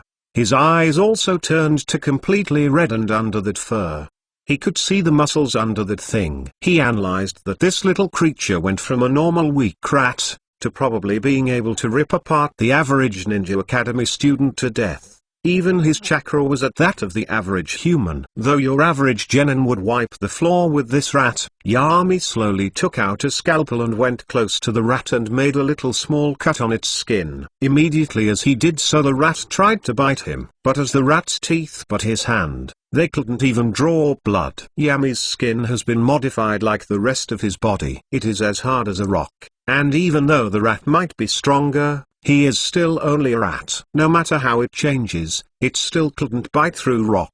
As he saw this, Yami also noted that the rat's teeth had become more jagged, like the fangs of a predatory animal. He noticed that even though the creature is brain dead, it still had the instinct to protect itself. Also, the small cut that he made healed quite quickly.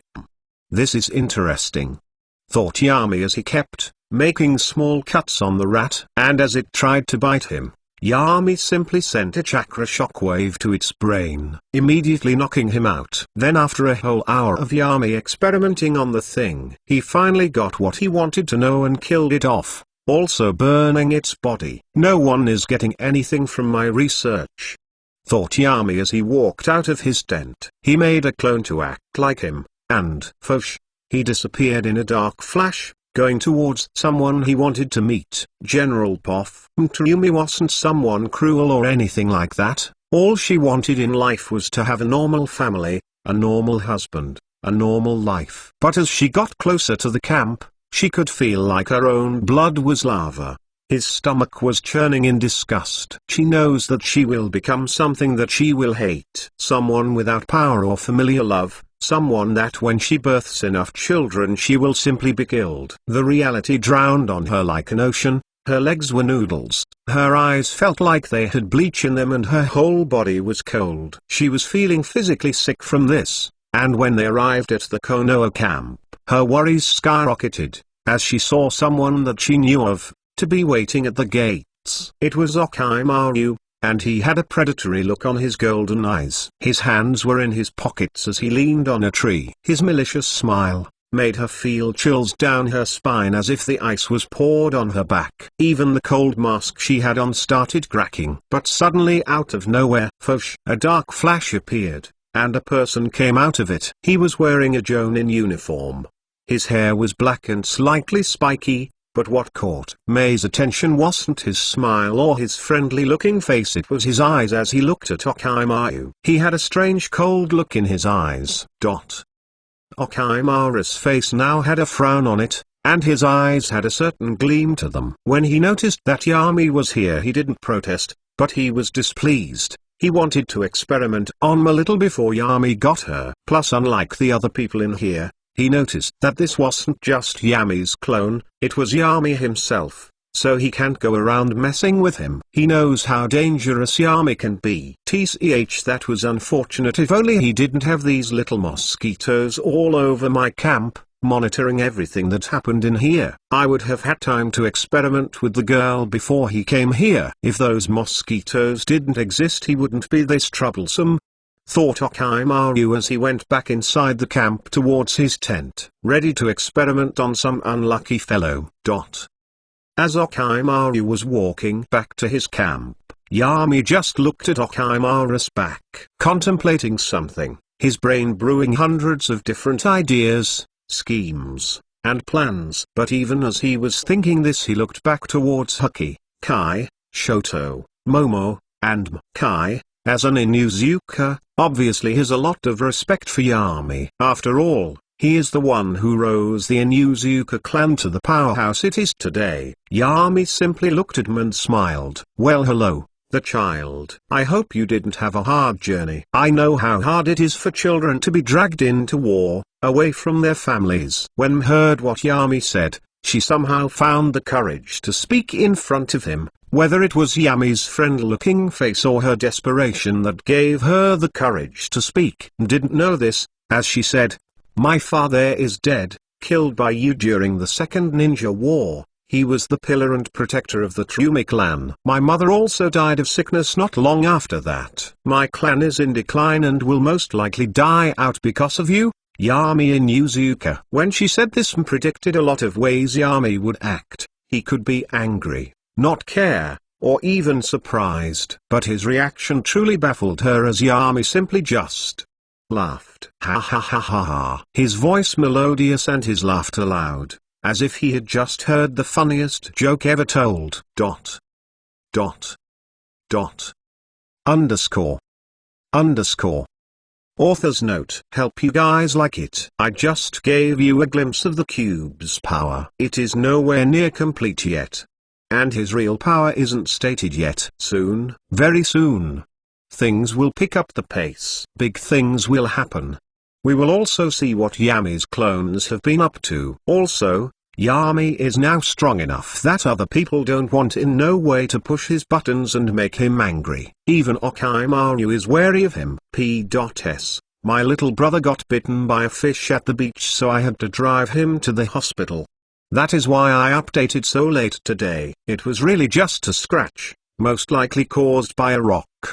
The little SHT worried me for nothing. Announcement: for every 1000 power stones in this story, this will get +1 extra chapter that day. We'll update another chapter soon. Chapter 150, The Wood Style User. Chapter 150. Title: The Wood Style User. As Yami laughed at Little May's speech, she couldn't help but be angry like this. The way she saw it, Yami seemed like he was mocking her father's death. Even Hokage and his genin teammates seemed a little perturbed by this. Though Kai Inuzuka, their Jonin teacher, has a look of absolute certainty, he trusted Yami, and knew that he would make the right decision. Kai's and the other Inuzuka's loyalties have been nurtured for a long time by Yami, or what they assumed to be his shadow clone. Finally couldn't take any more of Yami's ridicule, so she decided to angrily say, "What are you laughing for, Yami Inuzuka?" When he heard this,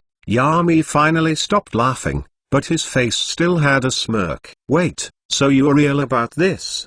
Ha ha ha ha ha. Yami started laughing again, but this time Asm was about to say something angrily again. Yami suddenly stopped laughing. His face morphed into a cold look as he said, "We are ninja. We leave death and destruction behind each of our steps. How many people's lives do you think your father ruined? Hundreds or thousands. If you understand that, then don't start speaking stupid things, little girl. Your father died as he lived.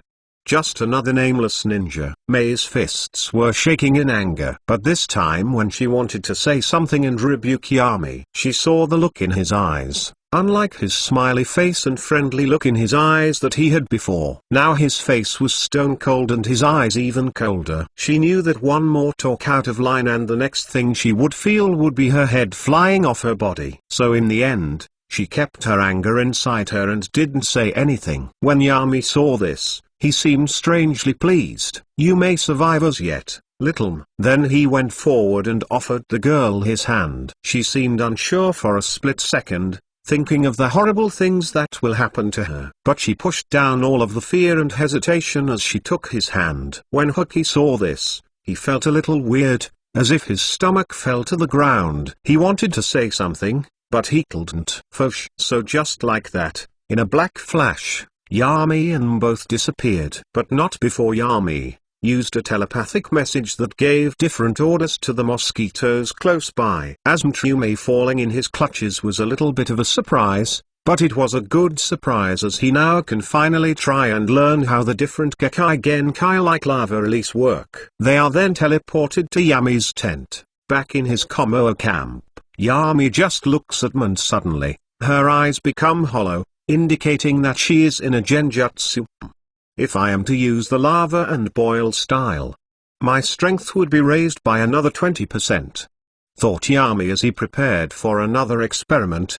His lips morphed into a sinister smile. Back in Konoha something else was happening. One of Yami's clones was in one of the Inuzuka orphanages when he looked at one of the kids in there, and smiled towards them. "Yamato, you seem nervous, is something going on?" asked the Yami's shadow clone, as he looked at Yamato. Yamato is an orphan that was randomly selected to be in the Inuzuka orphanage. All according to plan, thinks Yami's clone as it reviews the plan that the original came up with. Yamato with uncertainty nodded and gently touched the ground. Slowly out of the orphanage porcelain floor a small flower broke the plate and bloomed. The kids laughed at this since it seems fun to them.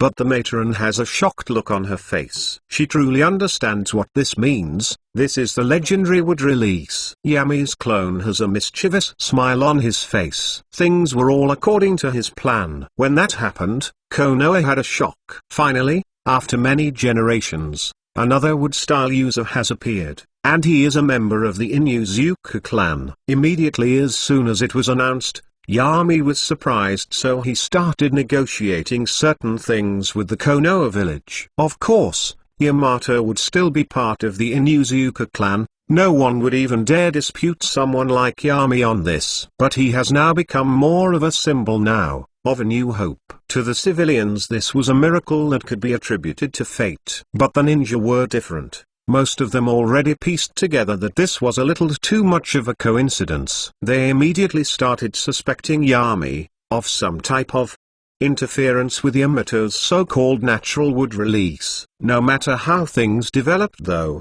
one thing could be agreed on by everyone. The Inuzuka clan just got another rising star. Also with the crystal release Uzuguren, that didn't cause too much of an uproar, because even though crystal release Kekai Genkai is strong, it doesn't have any legendary feats like the wood style. Just like this, 2 more months passed. The third ninja war was still going on. But for Yami, it was no problem at all. He kept getting benefits from it. Also Tsume has somehow escaped from Konoha during one of Yami's negotiations in Konoha. Though no one said anything, the latent clan head meetings have become more of a playground for Yami, and every clan head has noticed this. Yami's political power kept raising and raising. No one could do anything. It was already too late. The other clans were occupied with the war going on. But the Inuzuka kept advancing forward. So it was a surprise when ninjas came back from the war and saw different Inuzuka banners around different shops and companies. Even though ninjas aren't very knowledgeable in economics, they could still understand what this meant. The Inuzuka clan. No, it is Yami Inuzuka who has taken over Konoha. But this came as grave news to the people who even had thoughts of going against Yami. He has something like political immunity. He is untouchable by normal political means anymore. Even the daimyo would have to listen to his suggestions.